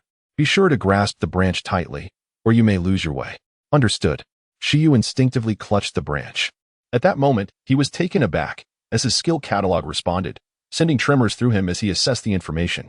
Confirmation of inclusion, skill, plant mastery, skill rank, super rank description, a wood-based skill that grants absolute dominion over natural flora, enabling the manipulation of plants, regulation of their growth, and enhancement of their quality, with the practitioner regarded as the sovereign of plants. Status: no teaching subjects available. Chapter 70, Evolution of the Iron-Eating Beast. As Shi Yu followed the branches, he was filled with exhilaration. Behold, what is this? A super rank skill. Shi Yu felt that his greatest gain from this journey might not be the evolutionary holy spring, but rather this mastery over plants. The ancient tree king casually employed a super rank skill to guide him, which was utterly charming. Upon a brief examination of the skill's effects, Shi Yu could not help but exclaim its potency. The ability to manipulate plants is self-evident, likely capable of evolving into numerous low to mid-tier wood skills. However, the true marvel lies in the subsequent abilities, the capacity to control plant growth and enhance their quality. The former is relatively straightforward. For instance, a sapling freshly planted could instantly transform into a towering tree upon the application of this power. Of course, this sapling could also represent spiritual plants, a capacity possessed by many gardener-type plant companions. However, the efficacy of those low to mid-tier skills with similar effects pales in comparison to that of the super rank skill. The most formidable aspect is indeed the ability to enhance plant quality. Perhaps this skill could elevate ordinary plants into spiritual flora, coupled with the capacity to control plant growth. The prospects are simply delightful. If one were to indulge in a bit of exaggeration and consider plant life as a form of flora, could this ability perhaps aid in unlocking the potential of plant-based companions? In any case, this extraordinary skill of plant manipulation appears to be a premier ability within the botanical realm, and Shi Yu felt remarkably fortunate. However, a question arose. Could such a skill truly resonate with Eleven and the cotton bug? It seemed rather unlikely. Should he cultivate the cotton bug in a botanical direction, or perhaps await the opportunity to contract a plant-type companion in the future? Moreover, while advanced skills require a week of weakness, what about this extraordinary skill? Shi Yu found himself lost in contemplation. The thought of the weakness period washed over him like a bucket of cold water. His excitement felt premature. It seemed as though this extraordinary skill might not be utilized for ages. Whimpering softly, he lamented, alas. As he wandered, lost in thought, the branches tugged at him, guiding his path. While he was engrossed in studying plant control, a delicate feminine voice suddenly echoed in his mind. Shi Yu was taken aback, yet nodded in acknowledgement. Thank you. It turned out that this ancient tree of life was a big sister figure. At that moment, he had indeed arrived at the edge of a spring. Before him, amidst the scattered stones, clear spring water gushed forth, exuding a rich essence of life. This spring was quite small. If a companion were too large, it might not be able to fully enter. Amidst the melodious sound of the flowing spring, Shi Yu inhaled deeply the fresh air and summoned 11. In the next moment, 11 emerged from the summoning array, sporting a look of freshness. Upon emerging, 11 gazed excitedly at the spring, already savoring its delectable essence.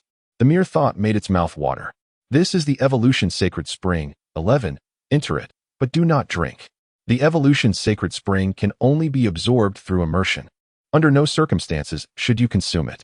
After soaking for a while, your physical constitution will be enhanced. Remember, do not drink.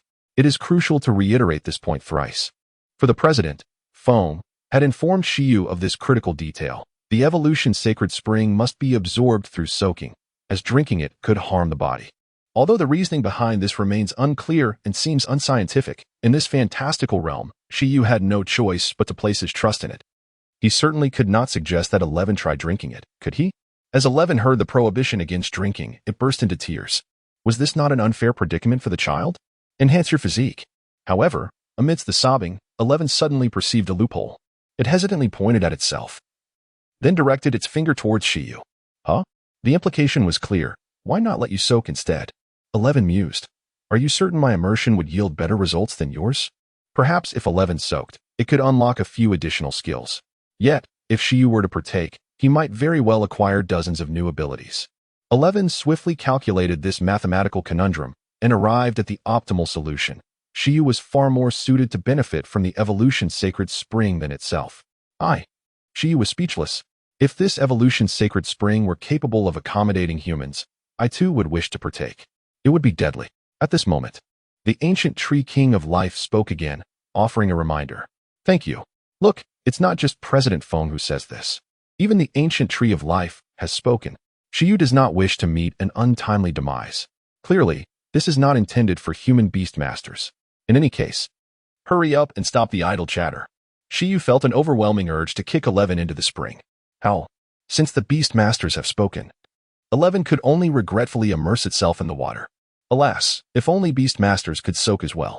After enhancing his physique, Shi Yu would no longer need to rest and recuperate every day. Splash. Lost in thought, 11 leapt directly into the spring. The fleeting splash of water rose up. At the same time, 11, with wide eyes, held its breath and surfaced. Danger, danger. It almost accidentally swallowed some water. Due to the training method of jumping off heights, it had become overly accustomed to such actions, resulting in a lack of control over its strength. Focus and absorb. Shi Yu reminded once more. In the water, the little iron eater, 11, immediately nodded and closed its eyes. The evolution spring water was not cold at all. Rather, it was warm. I wonder how efficient 11's absorption will be. Shi Yu pondered by the edge of the spring. President Feng mentioned that the efficiency of absorbing evolution spring water varies among pets, depending on their race, talent, and potential. Some pets can gain tremendous benefits, while others might only experience a negligible enhancement. As Shi Yu was lost in thought, 11 suddenly felt its body growing increasingly hot. Its body instinctively activated the hardening skill. However, the scalding temperature did not discomfort 11. It merely transported it into an unknown realm. Bang, bang, bang. 11 was enveloped in a sensation that was difficult to articulate, as though the spring water could awaken something latent within. Thump, thump, thump. What was happening? As 11's beast master, Shi Yu could sense an extraordinary shift in 11's condition. Was it the boiling of blood or the stirring of DNA? Do not be alarmed. It is searching for its ancient lineage. The ancient tree of life spoke of the royal path. Ancient lineage? Shi Yu was momentarily taken aback, pondering its meaning. Although perplexed, he quickly shut his eyes, attempting to deepen his mental connection with 11 to perceive its state. In the next moment, Shi Yu found himself transported to another realm, witnessing a creature resembling a giant iron-eating beast. This beast bore a striking resemblance to 11, yet also differed. Clad in bronze armor, it was a colossal iron-eating beast, strangely adorned with an additional layer of armor atop its hardened exterior. However, its other physical characteristics remained unchanged, evoking the image of a panda that had transcended into an ethereal state of hardening to don its battle attire. The ancient lineage refers to a lost evolutionary form. The ancient tree of life murmured. This particular iron-eating beast possessed terrifying potential and innate talent, having unearthed traces of its ancient evolutionary form from the faint remnants of its bloodline. How astonishingly similar it was to the illustrations of Shi Yu's iron-eating beast steed that Shi Yu had previously encountered. At that moment, as his mind swirled in a haze, Shi Yu suddenly jolted back to awareness. However, in an instant, that form left a profound impression on Shi Yu. The Holy Spring, also known as the evolutionary Holy Spring, possesses a minuscule chance of enhancing a pet's evolutionary qualifications during the awakening of its potential. Initially, Shi Yu held little hope, as he had never heard of any evolutionary form for the Iron Eater. Yet, what 11 was currently experiencing seemed far from ordinary. If that form were indeed the evolved state of the Iron Eater, it appeared significantly more suited for combat. With a physique vastly superior to that of a typical Iron Eater, coupled with a gleaming metallic armor, it seemed purposefully crafted for battle, no, for war. Unlike the current Iron Eater, which, while capable of fighting, was evidently more inclined towards cuteness. The fleeting image he had just witnessed reminded Shi Yu of a legend from Earth. It was said that in ancient times, the Yellow Emperor waged war against Shi Yu, with deities appearing from the heavens, and many avian and terrestrial beasts summoned as battle pets. Among them was a creature known as the Iron Eater, distinguished by its black and white fur, pitch-black armor, and a diet of iron and water. With its excrement capable of being forged into weapons, sharp as steel and unmatched in combat prowess. The demon god Shi possessed two of these creatures, one well-trained and robust, which he transformed into his steed, outfitted with various weaponry and armor. However, due to the undeniable cuteness of the iron-eating beast, Shi Yu treated another iron-eating beast as his pet. Later, during the decisive battle with the Yellow Emperor, in his haste, Shi Yu rode out on that beloved pet. Ultimately, Shi Yu was outwitted by this panda and, during the confrontation with the Yellow Emperor, was slain by the Yinglong, who had been summoned to assist the Yellow Emperor. Certainly, this mythological anecdote is a humorous tale in every regard. Nevertheless, even as a jest, it suggests that the iron-eating beast holds a rather unique status.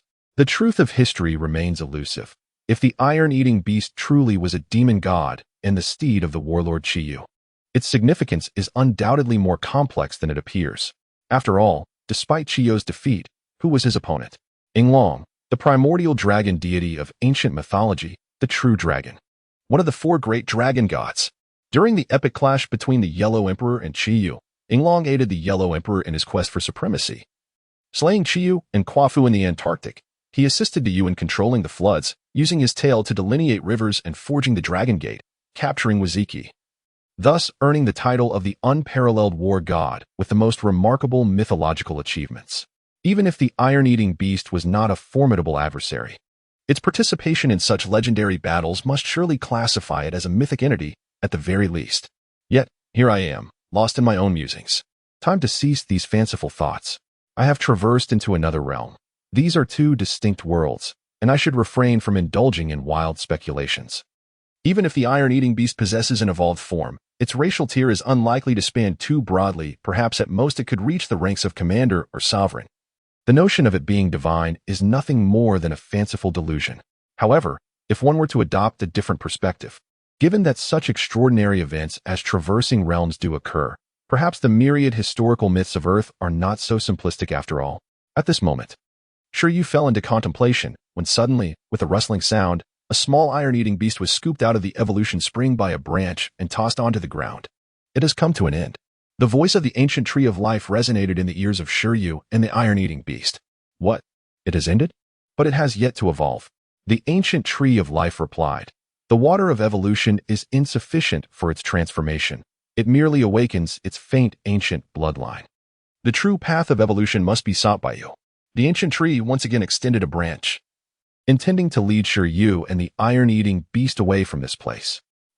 Shi Yu glanced at 11. At this moment, 11 was not preoccupied with thoughts of evolution, but instinctively clenched its fists. Indeed, there was a sensation of rebirth. This invigorating feeling led it to believe that even if the intensity of its training were to double, it would pose no problem. Sure, you understood that with the increase in physical strength, 11 was certainly not contemplating enduring battles longer, but rather how to sustain training for a more extended period. Very well, let us depart. It seems I was indulging in fanciful thoughts. The water of evolution is insufficient for 11 to evolve. However, it appears that, through this opportunity, there is good news to be gleaned.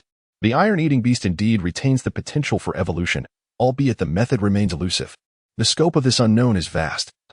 Who knows if it will be discovered in one's lifetime? Perhaps not evolving is quite agreeable after all. As Shi Yu walked, he silently contemplated that although the evolved form appeared more formidable and impressive, its rigid nature rendered it unsuitable as a pillow or a bed. Thus, the lack of evolution was not a significant concern for him.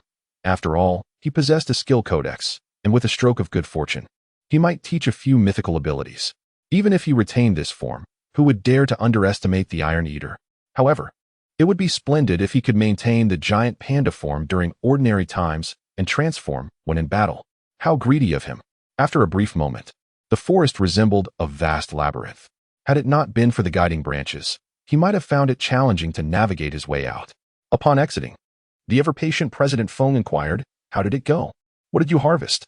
He was confident that Shi Yu's Iron Eater was extraordinary and that the gains must have been substantial. Shi Yu assessed, "My physique has been successfully enhanced, and my stamina has significantly increased, perhaps doubled." Really? This revelation visibly delighted President Feng. Yes, and most importantly, it seems that its evolution potential has also been elevated, suggesting that the Iron Eater might still have the possibility of evolving, Shi Yu added. This statement clearly astonished President Feng even further. That is remarkable. In this regard, you might consider consulting Lin Hongnian and his daughter. This father-daughter duo has dedicated many years to studying the evolution of Iron Eaters. You could potentially share valuable insights. There is no need for me to remind you. Considering you were already at the Zhushi Martial Arts School, President Feng chuckled heartily. Given this, it seems that the harvest was indeed significant. Thank you. Esteemed king of the ancient life tree, President Feng gazed at a cluster of seemingly ordinary trees. In truth, this entire forest was but a manifestation of the ancient tree king of life, or rather, plants under its dominion. The whereabouts of its true form remained a mystery to all. Shi Yu expressed his gratitude to the ancient tree king, vowing to master this extraordinary skill to the point of transcendence. However, that was a distant aspiration.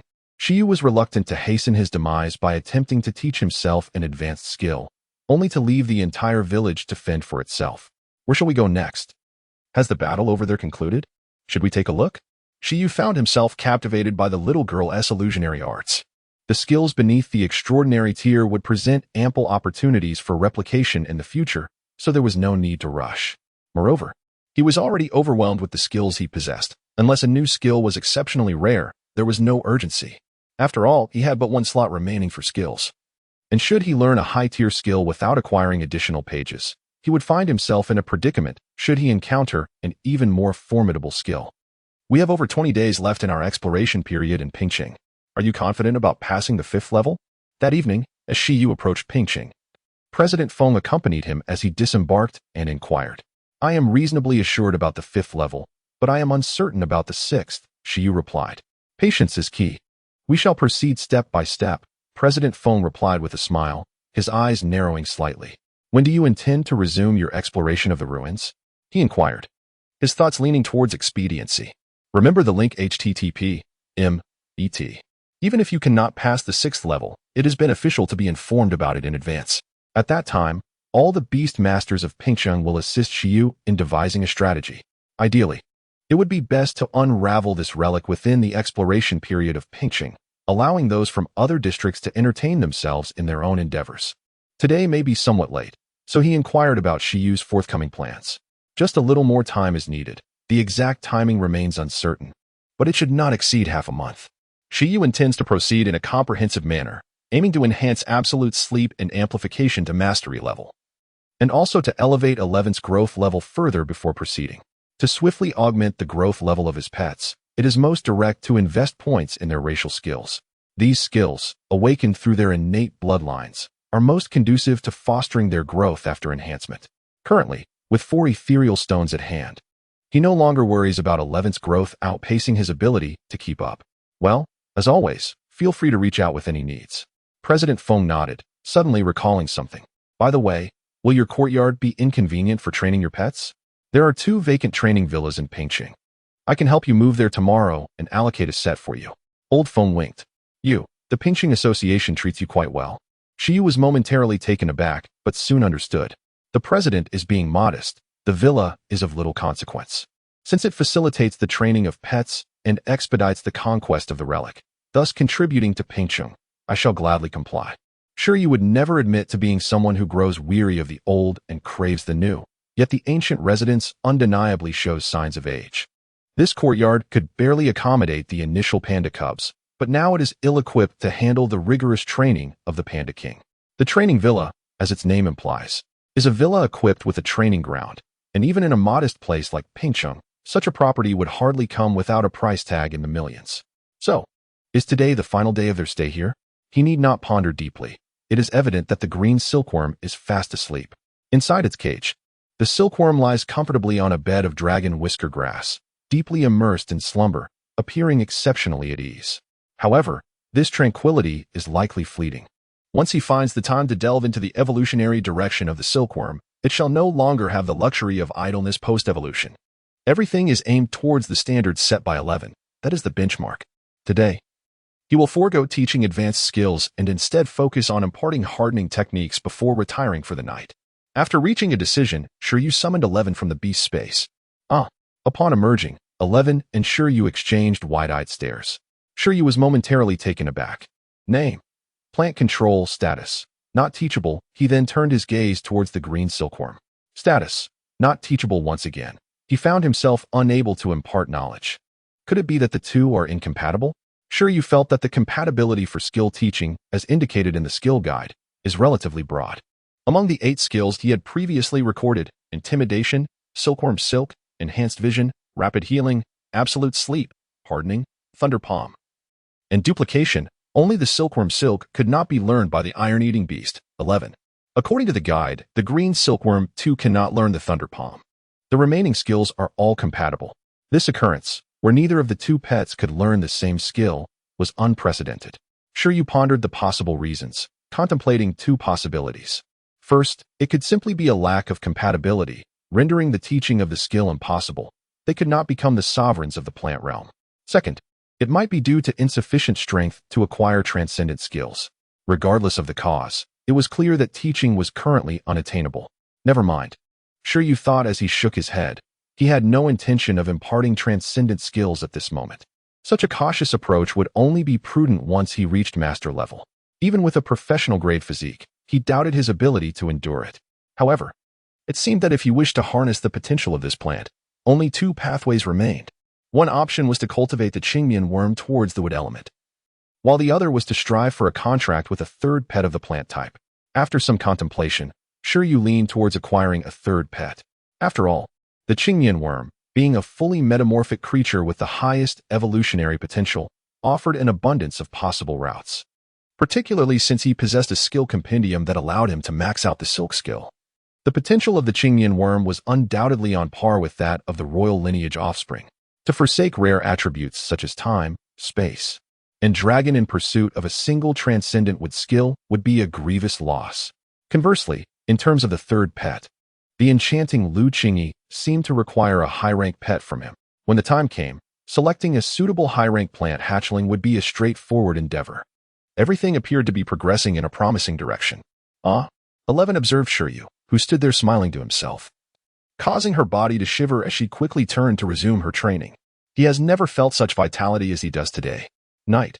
A sleepless night. Yet, at this moment, Shi Yu's voice resonates. Take a break tonight. Allow me a good night's rest. Tomorrow, we shall move to a larger residence where you can train. The following day, Shi Yu settled into the training villa mentioned by President Feng. This place, apart from the residential quarters, boasts a vast garden with a pond and a pristine environment, adorned with spiritual plants, while behind the residence lies an expansive training ground. Unlike Shi Yu's former home, this residence is constructed with high-quality soundproof materials, alleviating any concerns regarding the noise from training disrupting his rest. Isn't the environment splendid? President Feng inquired with a cheerful demeanor after showing Shi Yu around. Generally, only master-level beast tamers residing in Pingqing are entitled to such villas. Shi Yu is the first of the apprentice level to be assigned to one. However, it is not surprising that Shi Yu possesses such qualifications. The likelihood of him becoming a master-level beast tamer is nearly 100, provided he does not meet an untimely end. Moreover, the value of the ruins he is currently exploring will undoubtedly surpass that of a mere villa in the future. Very nice, Shi Yu couldn't help but exclaim, and 11, who accompanied him, nodded in agreement. Hooray, the training ground is even larger. However, it would be even better if the spiritual plants in the courtyard could be replaced with bamboo. Not only 11, but even the green silkworm peeking from Shi Yu's backpack surveyed the new surroundings with curiosity. It initially sought refuge in the secluded abode of the Shi Yu family to escape competition and evade predators. Having grown accustomed to the persimmon tree of the Shi Yu household, the sudden transition to such a picturesque locale left it somewhat disoriented. The courtyard still held numerous vacant spots, which could be planted with your beloved spiritual flora when time permitted. As Shi Yu ambled along, he engaged in mental communion with 11 and the Qingnian worm. After traversing the area twice, Shi Yu had thoroughly familiarized himself with his surroundings. President Feng, observing Shi Yu's satisfaction, smiled and remarked, "As long as you are content, I shall not intrude further. Henceforth, the ownership of this villa is yours." "Thank you, President Feng." Upon settling into his new home, Shi Yu felt invigorated, sensing his vitality gradually reviving. In such a beautiful environment, the enhancement felt particularly gratifying. Indeed, President Feng had other matters to attend to, and after assisting Shi Yu's arrival, he departed promptly. Before long, the vast villa was left with only Shi Yu, 11, and the Qingnian worm. With the departure of others, the spacious house immediately felt stark and desolate, evoking a sense of loneliness. Alas, the expanse of the residence was burdensome. Shi Yu feigned composure. With no further words to be uttered, he resolved to celebrate the move by exerting himself to the utmost. Adjusting to a new home invariably requires time. Yet Shi Yu adapted remarkably well, for the environment was indeed conducive to rest and recuperation. A week later, his body seemed to have seamlessly integrated with the surroundings. 11 and the Qingnian worm also acclimated well, for the essence of most beings encompasses not only the monotony of repetition, but also a penchant for novelty. During the process of adaptation, the attributes of both the iron-eating beast and the Qingnian bug underwent subtle transformations. Name: Iron-eating beast, growth level, awakening level 8, skills, hardening, thunder palm, rapid healing, supervision, dissuasion, absolute sleep, doubling. Name: Qingnian bug, growth level, awakening level 9, skills, silk production. Chapter 73. The first perfect level. Shi Yu felt exhausted, not merely due to a week of relentless overtime, but also because the progression in skill proficiency seemed endless. The path to mastering a skill began with a single attempt, followed by 2 for familiarity and 4 for mastery. Yet, after numerous repetitions, perfection still eluded him. Shi Yu suspected that the skill compendium was playing tricks on his psyche. Employing a mathematical mindset, he found himself utterly perplexed by the compendium's intentions. Logically, one would assume that achieving mastery level 4 would equate to perfection. As each level represents a different power of 2, it appeared that attaining perfect proficiency was far more intricate than he had initially surmised. Upon further reflection, Shi Yu conceded this point. After all, the journey from initiation to mastery could be accomplished through diligent training by one's beast, irrespective of its innate qualities. However, reaching the pinnacle of perfection in skill proficiency was a realm that some creatures, even those under the guidance of a beast master, might never attain in their lifetimes. It was an entirely different dimension altogether. With a mindset inclined towards experimentation, Shi Yu decided to instruct the Qingnian bug to utilize its silk production skill twice more. Then, surprise often arrives with unforeseen swiftness. With a sudden chirp, the Qingnian worm underwent a bewildering transformation in Shi Yu's hands, its call resonating in his ears.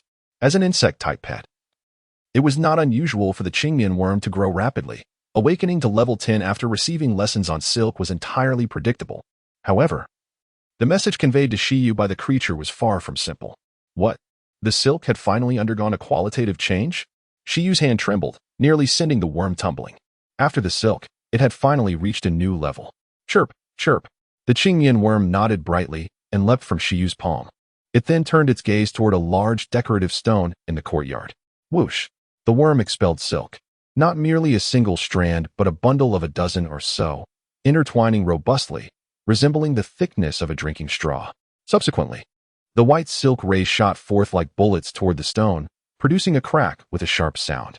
Just as Shi Yu was about to comment that this was underwhelming, less impressive than the power of entry-level hardening, he reminded himself that this was merely a worm. And he couldn't help but feel a sense of pride, exclaiming, "Well done." Today, the silk had finally reached perfection, and the worm was one step closer to evolution.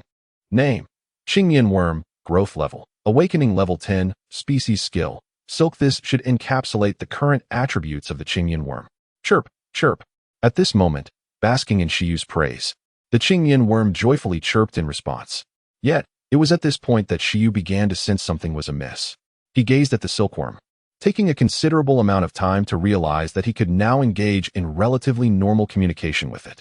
Initially, the silkworm was driven solely by instinct, and Shi Yu found it impossible to converse with it.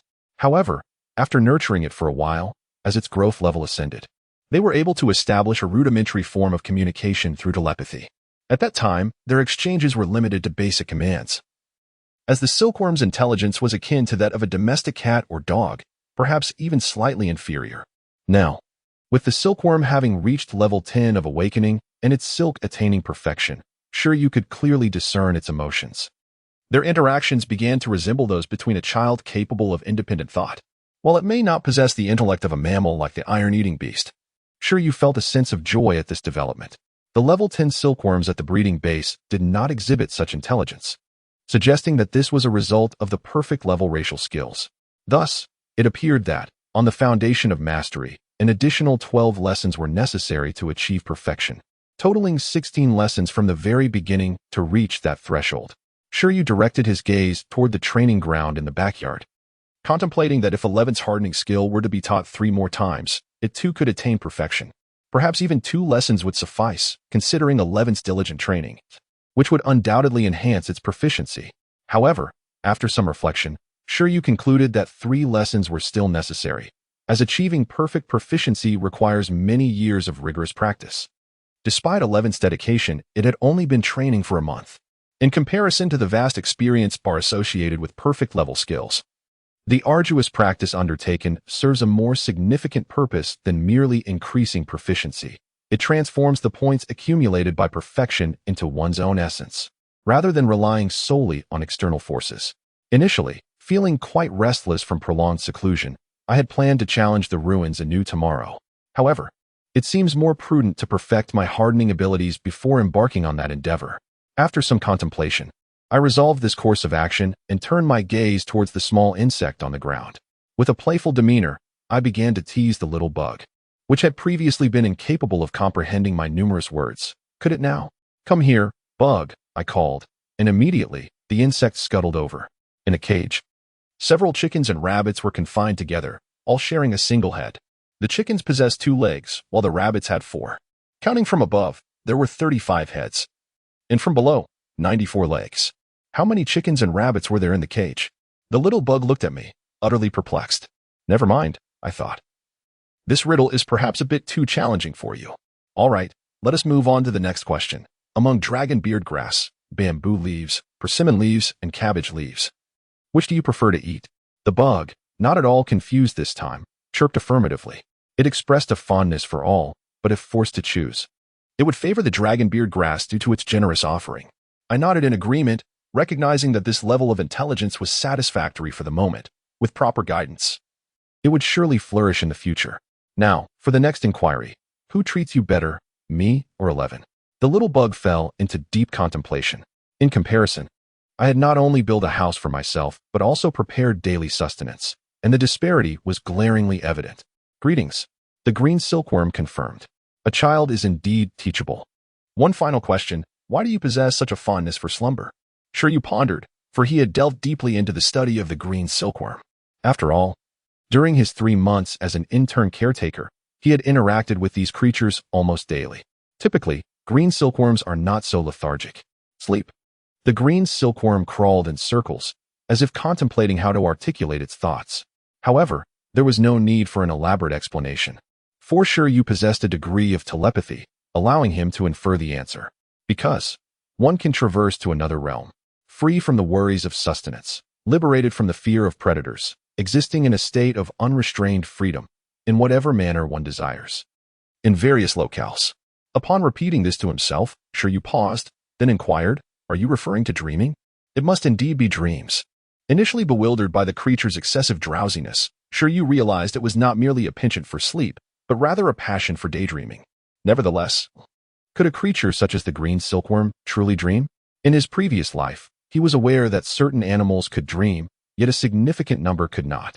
Given the evolution of life in this world to such a degree, it seemed hardly strange for a mere worm to possess the capacity to dream. He extended his hand, and the green silkworm gradually climbed aboard. "Shall I bestow upon you a name?" "On second thought, I am rather inept at naming, so it shall remain as worm." The very fact that Shi Yu chose to name the creature simply as 11 reveals the extent of his struggle with nomenclature. When it came to naming the Qingyan worm, he feared that he might conjure up bizarre monikers such as Little Second Green. Worm seemed quite adequate, a delightful reduplication that exudes charm. The Qingyan worm, however, appeared to be at a loss for words. Regardless, these trivialities were not of utmost importance. Now that the Qingyan worm could communicate normally, Shi Yu felt a sense of relief, for it meant he would no longer have to grapple with its evolutionary path alone. With sufficient potential ensured, he resolved to grant the Qingyan worm a modicum of autonomy in choosing its evolution. The decision of which categories it aspired to evolve into would rest with the worm, allowing him to strategize accordingly, thus avoiding the chaos of unbridled desires. Shi Yu retrieved his mobile device and placed the Qingyan worm upon his shoulder. Observing its bewildered expression, he opened a web page. "Let me first introduce you to the various attributes. Please indicate your first, second, and third choices, and we shall assess the situation later." Since acquiring the phone, Shi Yu had kept it to himself, never before sharing this marvel with his companion. This was their first experience together. The worm found the mobile device quite intriguing, fixating on the luminous screen with undivided attention. "Allow me to explain." Shi Yu began to elucidate the characteristics of each attribute from the encyclopedia, starting with the 5 elemental attributes. Due to the extensive nature of the information, he endeavored to keep his explanations as concise as possible for the worm's understanding. For instance, the metal category signifies metals, the wood category represents plants, the water category denotes liquids, the fire category embodies flames, and the earth category symbolizes land. Shi Yu felt as though he were merely uttering nonsense. However, delving deeper into these concepts would leave the little bug utterly bewildered.